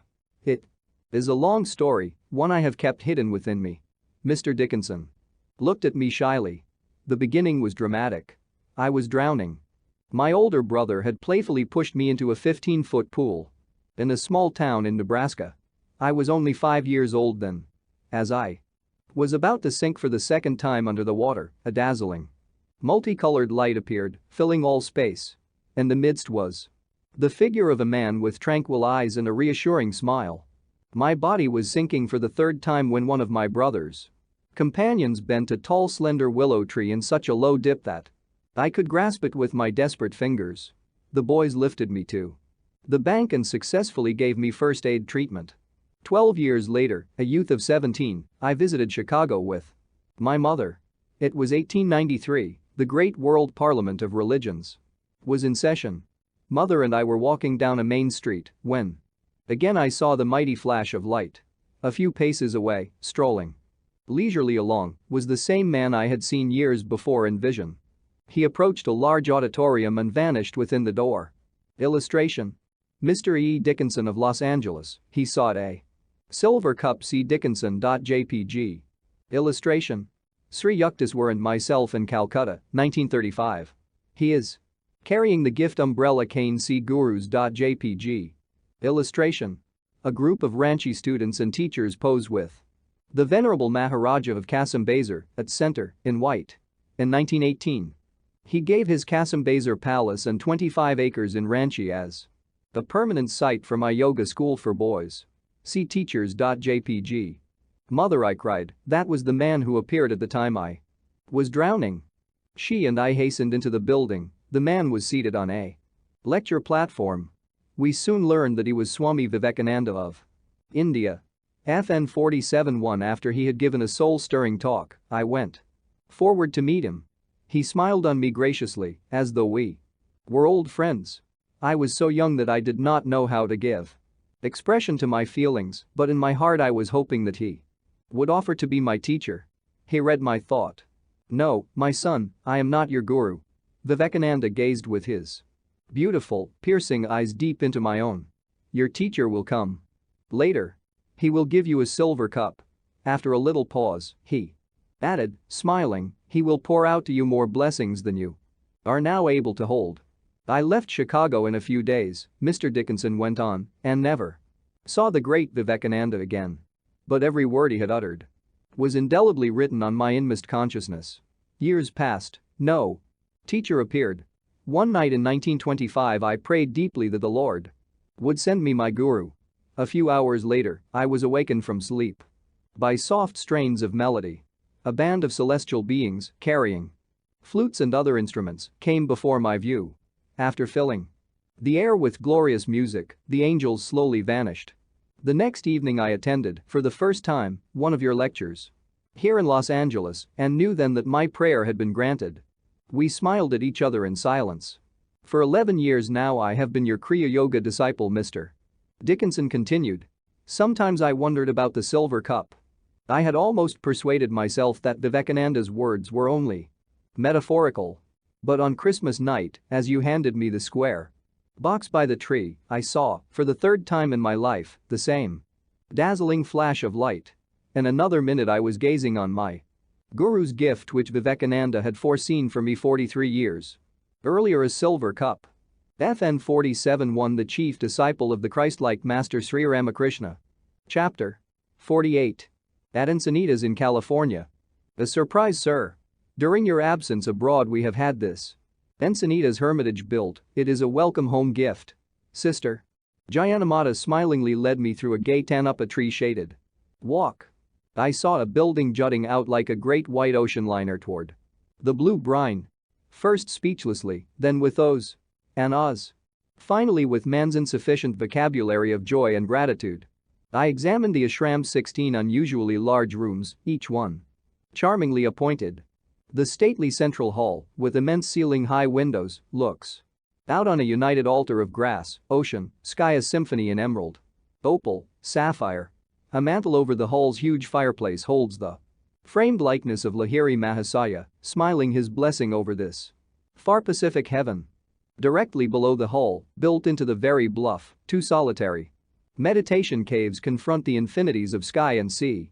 Verandas, sunbathing nooks, acres of orchard, a eucalypti grove, flagstone paths leading through roses and lilies to quiet arbors, a long flight of stairs ending on an isolated beach and the vast waters. Was dream ever more concrete? May the good and heroic and bountiful souls of the saints come here, reads a prayer for a dwelling from the Zendavesta fastened on one of the hermitage doors, and may they go hand in hand with us, giving the healing virtues of their blessed gifts as widespread as the earth, as far-flung as the rivers, as high-reaching as the sun, for the furtherance of better men, for the increase of abundance and glory. May obedience conquer disobedience within this house, may peace triumph here over discord, free-hearted giving over avarice, truthful speech over deceit, reverence over contempt. That our minds be delighted and our souls uplifted, let our bodies be glorified as well, and O light divine, may we see thee, and may we, approaching, come round about thee, and attain unto thine entire companionship. Illustration. Encinitas, California, overlooking the Pacific. Main building and part of the grounds of the Self-Realization Fellowship. See encinitas.jpg. This Self-Realization Fellowship ashram had been made possible through the generosity of a few American disciples, American businessmen of endless responsibilities who yet find time daily for their Kriya Yoga. Not a word of the hermitage construction had been allowed to reach me during my stay in India and Europe. Astonishment, delight. During my earlier years in America, I had combed the coast of California in quest of a small site for a seaside ashram. Whenever I had found a suitable location, some obstacle had invariably arisen to thwart me. Gazing now over the broad acres of Encinitas, FN 48-1. Humbly I saw the effortless fulfillment of Sri Yukteswar's long ago prophecy. A hermitage by the ocean. A few months later, Easter of 1937, I conducted on the smooth lawns at Encinitas the first of many sunrise services. Like the Magi of old, several hundred students gazed in devotional awe at the daily miracle, the early solar fire right in the eastern sky. To the west lay the inexhaustible Pacific, booming its solemn praise. In the distance, a tiny white sailing boat and the lonely flight of a seagull. Christ, thou art risen. Not alone with the vernal sun, but in the eternal dawn of spirit. Many happy months sped by, in the peace of perfect beauty I was able to complete at the hermitage a long projected work, Cosmic Chants. I set to English words and Western musical notation about 40 songs, some original, others my adaptations of ancient melodies. Included were the Shankara chant, No Birth, No Death. Two favorites of Sri Yukteswar's, Wake, Yet Wake, O my Saint, and Desire, My Great Enemy, the Hari Sanskrit hymn to Brahma, old Bengali songs, What Lightning Flash, and They Have Heard Thy Name. Taggers Who Is in My Temple, and a number of my compositions. I will be thine always in the land beyond my dreams, come. Out of the silent sky, listen to my soul call, in the temple of silence, and thou art my life. For a preface to the songbook I recounted my first outstanding experience with the receptivity of Westerners to the quaintly devotional airs of the East. The occasion had been a public lecture. The time, April 18, 1926, the place, Carnegie Hall in New York. Mr. Hunsicker, I had confided to an American student, I am planning to ask the audience to sing an ancient Hindu chant, O God Beautiful. Sir, Mr. Hunsicker had protested, these Oriental songs are alien to American understanding. What a shame if the lecture were to be marred by a commentary of overripe tomatoes. I had laughingly disagreed. Music is a universal language. Americans will not fail to feel the soul aspiration in this lofty chant. FN 48-2. During the lecture Mr. Hunsicker had sat behind me on the platform, probably fearing for my safety. His doubts were groundless. Not only had there been an absence of unwelcome vegetables, but for 1 hour and 25 minutes the strains of O God Beautiful had sounded uninterruptedly from 3,000 throats. Blasé no longer, dear New Yorkers, your hearts had soared out in a simple paean of rejoicing. Divine healings had taken place that evening among the devotees chanting with love the Lord's blessed name. The secluded life of a literary minstrel was not my role for long. Soon I was dividing every fortnight between Los Angeles and Encinitas. Sunday services, classes, lectures before clubs and colleges. Interviews with students, ceaseless streams of correspondence, articles. For East-West, direction of activities in India and numerous small centers in American cities. Much time was given, also, to the arrangement of Kriya and other self-realization fellowship teachings. Into a series of studies for the distant yoga seekers whose zeal recognized no limitation of space. Joyous dedication of a self-realization church of all religions took place in 1938 at Washington, D.C. Set amidst landscaped grounds. The stately church stands in a section of the city aptly called Friendship Heights. The Washington leader is Swami Premananda. Educated at the Ranchi School and Calcutta University. I had summoned him in 1928 to assume leadership of the Washington Self-Realization Fellowship Center. Paramahansa, I told him during a visit to his new temple, this Eastern headquarters is a memorial in stone to your tireless devotion. Here in the nation's capital you have held aloft the light of Lahiri Mahasaya's ideals. Paramahansa accompanied me from Washington for a brief visit to the Self-Realization Fellowship Center in Boston. What joy to see again the Kriya Yoga band who had remained steadfast since 1920. The Boston leader, Dr. M.W. Lewis, lodged my companion and myself in a modern, artistically decorated suite. Sir, Dr. Lewis said to me, smiling, during your early years in America you stayed in this city in a single room, without bath. I wanted you to know that Boston possesses some luxurious apartments. The shadows of approaching carnage were lengthening over the world. Already the acute ear might hear the frightful drums of war. During interviews with thousands in California and through a worldwide correspondence, I found that men and women were deeply searching their hearts. The tragic outer insecurity had emphasized need for the eternal anchorage. We have indeed learned the value of meditation, the leader of the London Self-Realization Fellowship Center wrote me in 1941, and know that nothing can disturb our inner peace. In the last few weeks, during the meetings we have heard air raid warnings and listened to the explosion of delayed action bombs, but our students still gather and thoroughly enjoy our beautiful service. Another letter reached me from war-torn England just before America entered the conflict. In nobly pathetic words, Dr. L. Cranmer Bing, noted editor of the Wisdom of the East series, wrote, when I read East-West I realized how far apart we seemed to be, apparently living in two different worlds. Beauty, order, calm, and peace come to me from Los Angeles, sailing into port as a vessel laden with the blessings and comfort of the Holy Grail to a beleaguered city. I see as in a dream your palm tree grove and the temple at Encinitas with its ocean stretches and mountain views, and above all its fellowship of spiritually minded men and women, a community comprehended in unity, absorbed in creative work, and replenished in contemplation. It is the world of my own vision, in the making of which I hope to bear my little part, and now. Perhaps in the body I shall never reach your golden shores nor worship in your temple. But it is something and more to have had the vision and know that in the midst of war there is still a peace that abides in your harbors and among your hills. Greetings to all. The fellowship from a common soldier, written on the watchtower. Waiting for the dawn. The war years brought a spiritual awakening among men whose diversions had never before included a study of the New Testament. One sweet distillment from the bitter herbs of war to satisfy a growing need, an inspiring little self-realization church of all religions was built and dedicated in 1942 at Hollywood. The site faces Olive Hill and the distant Los Angeles Planetarium. The church, finished in blue, white, and gold, is reflected amidst the water hyacinths in a large pool. The gardens are gay with flowers, a few startled stone deer, a stained glass pergola, and a quaint wishing well. Thrown in with the pennies and the kaleidoscopic wishes of man has been many a pure aspiration for the sole treasure of spirit.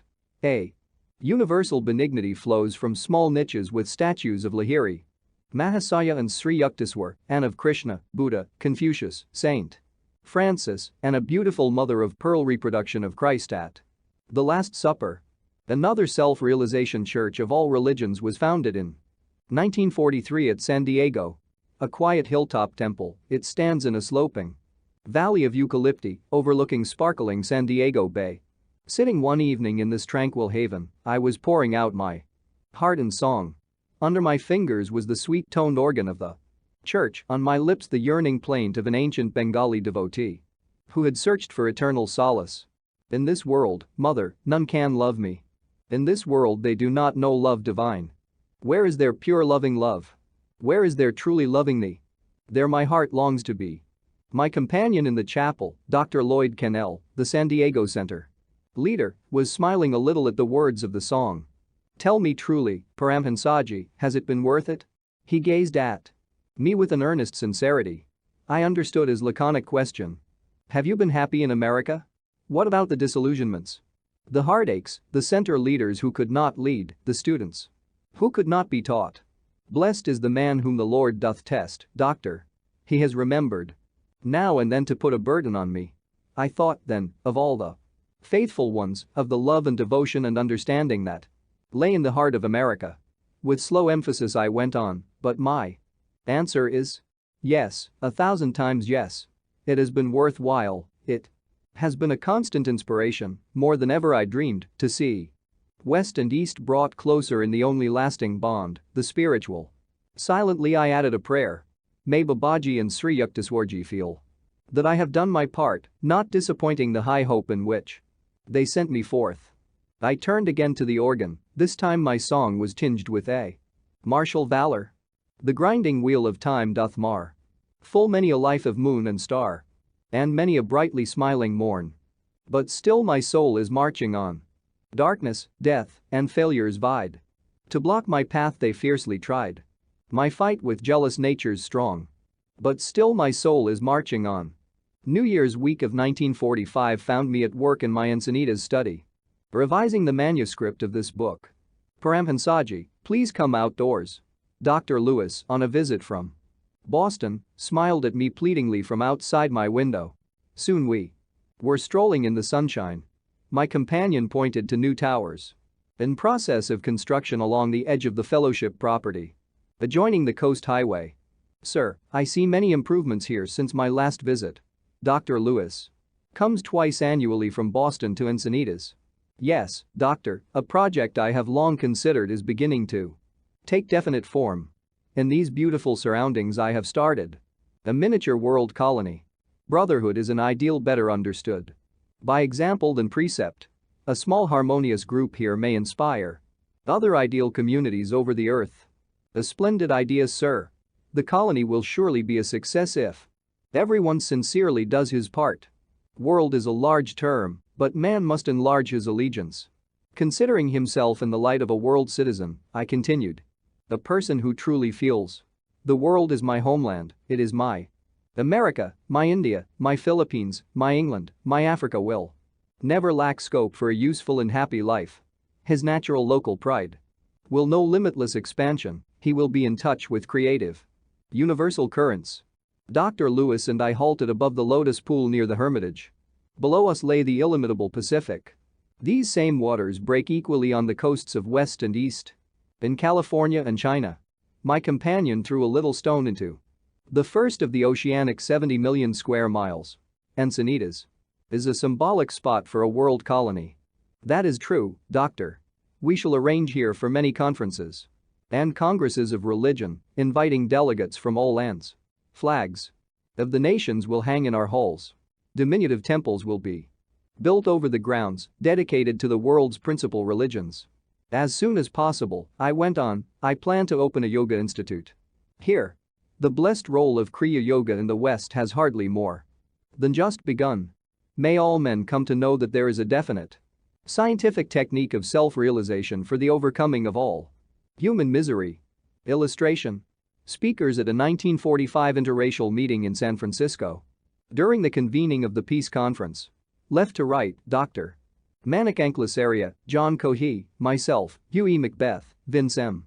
Townsend Jr., Richard B. Moore C. Sanford. JPG. Illustration. The Self-Realization Church of All Religions in Washington, D.C., whose leader, Swami Premananda, is here pictured. With me C. Premananda. JPG. Illustration. My venerable father, seated in the tranquil lotus posture, Calcutta, 1936 CFATHER 2. JPG.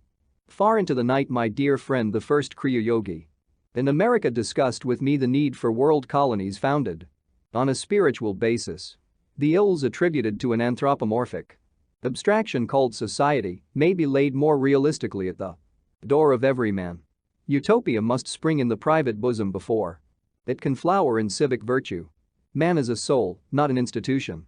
His inner reforms alone can lend permanence to outer ones.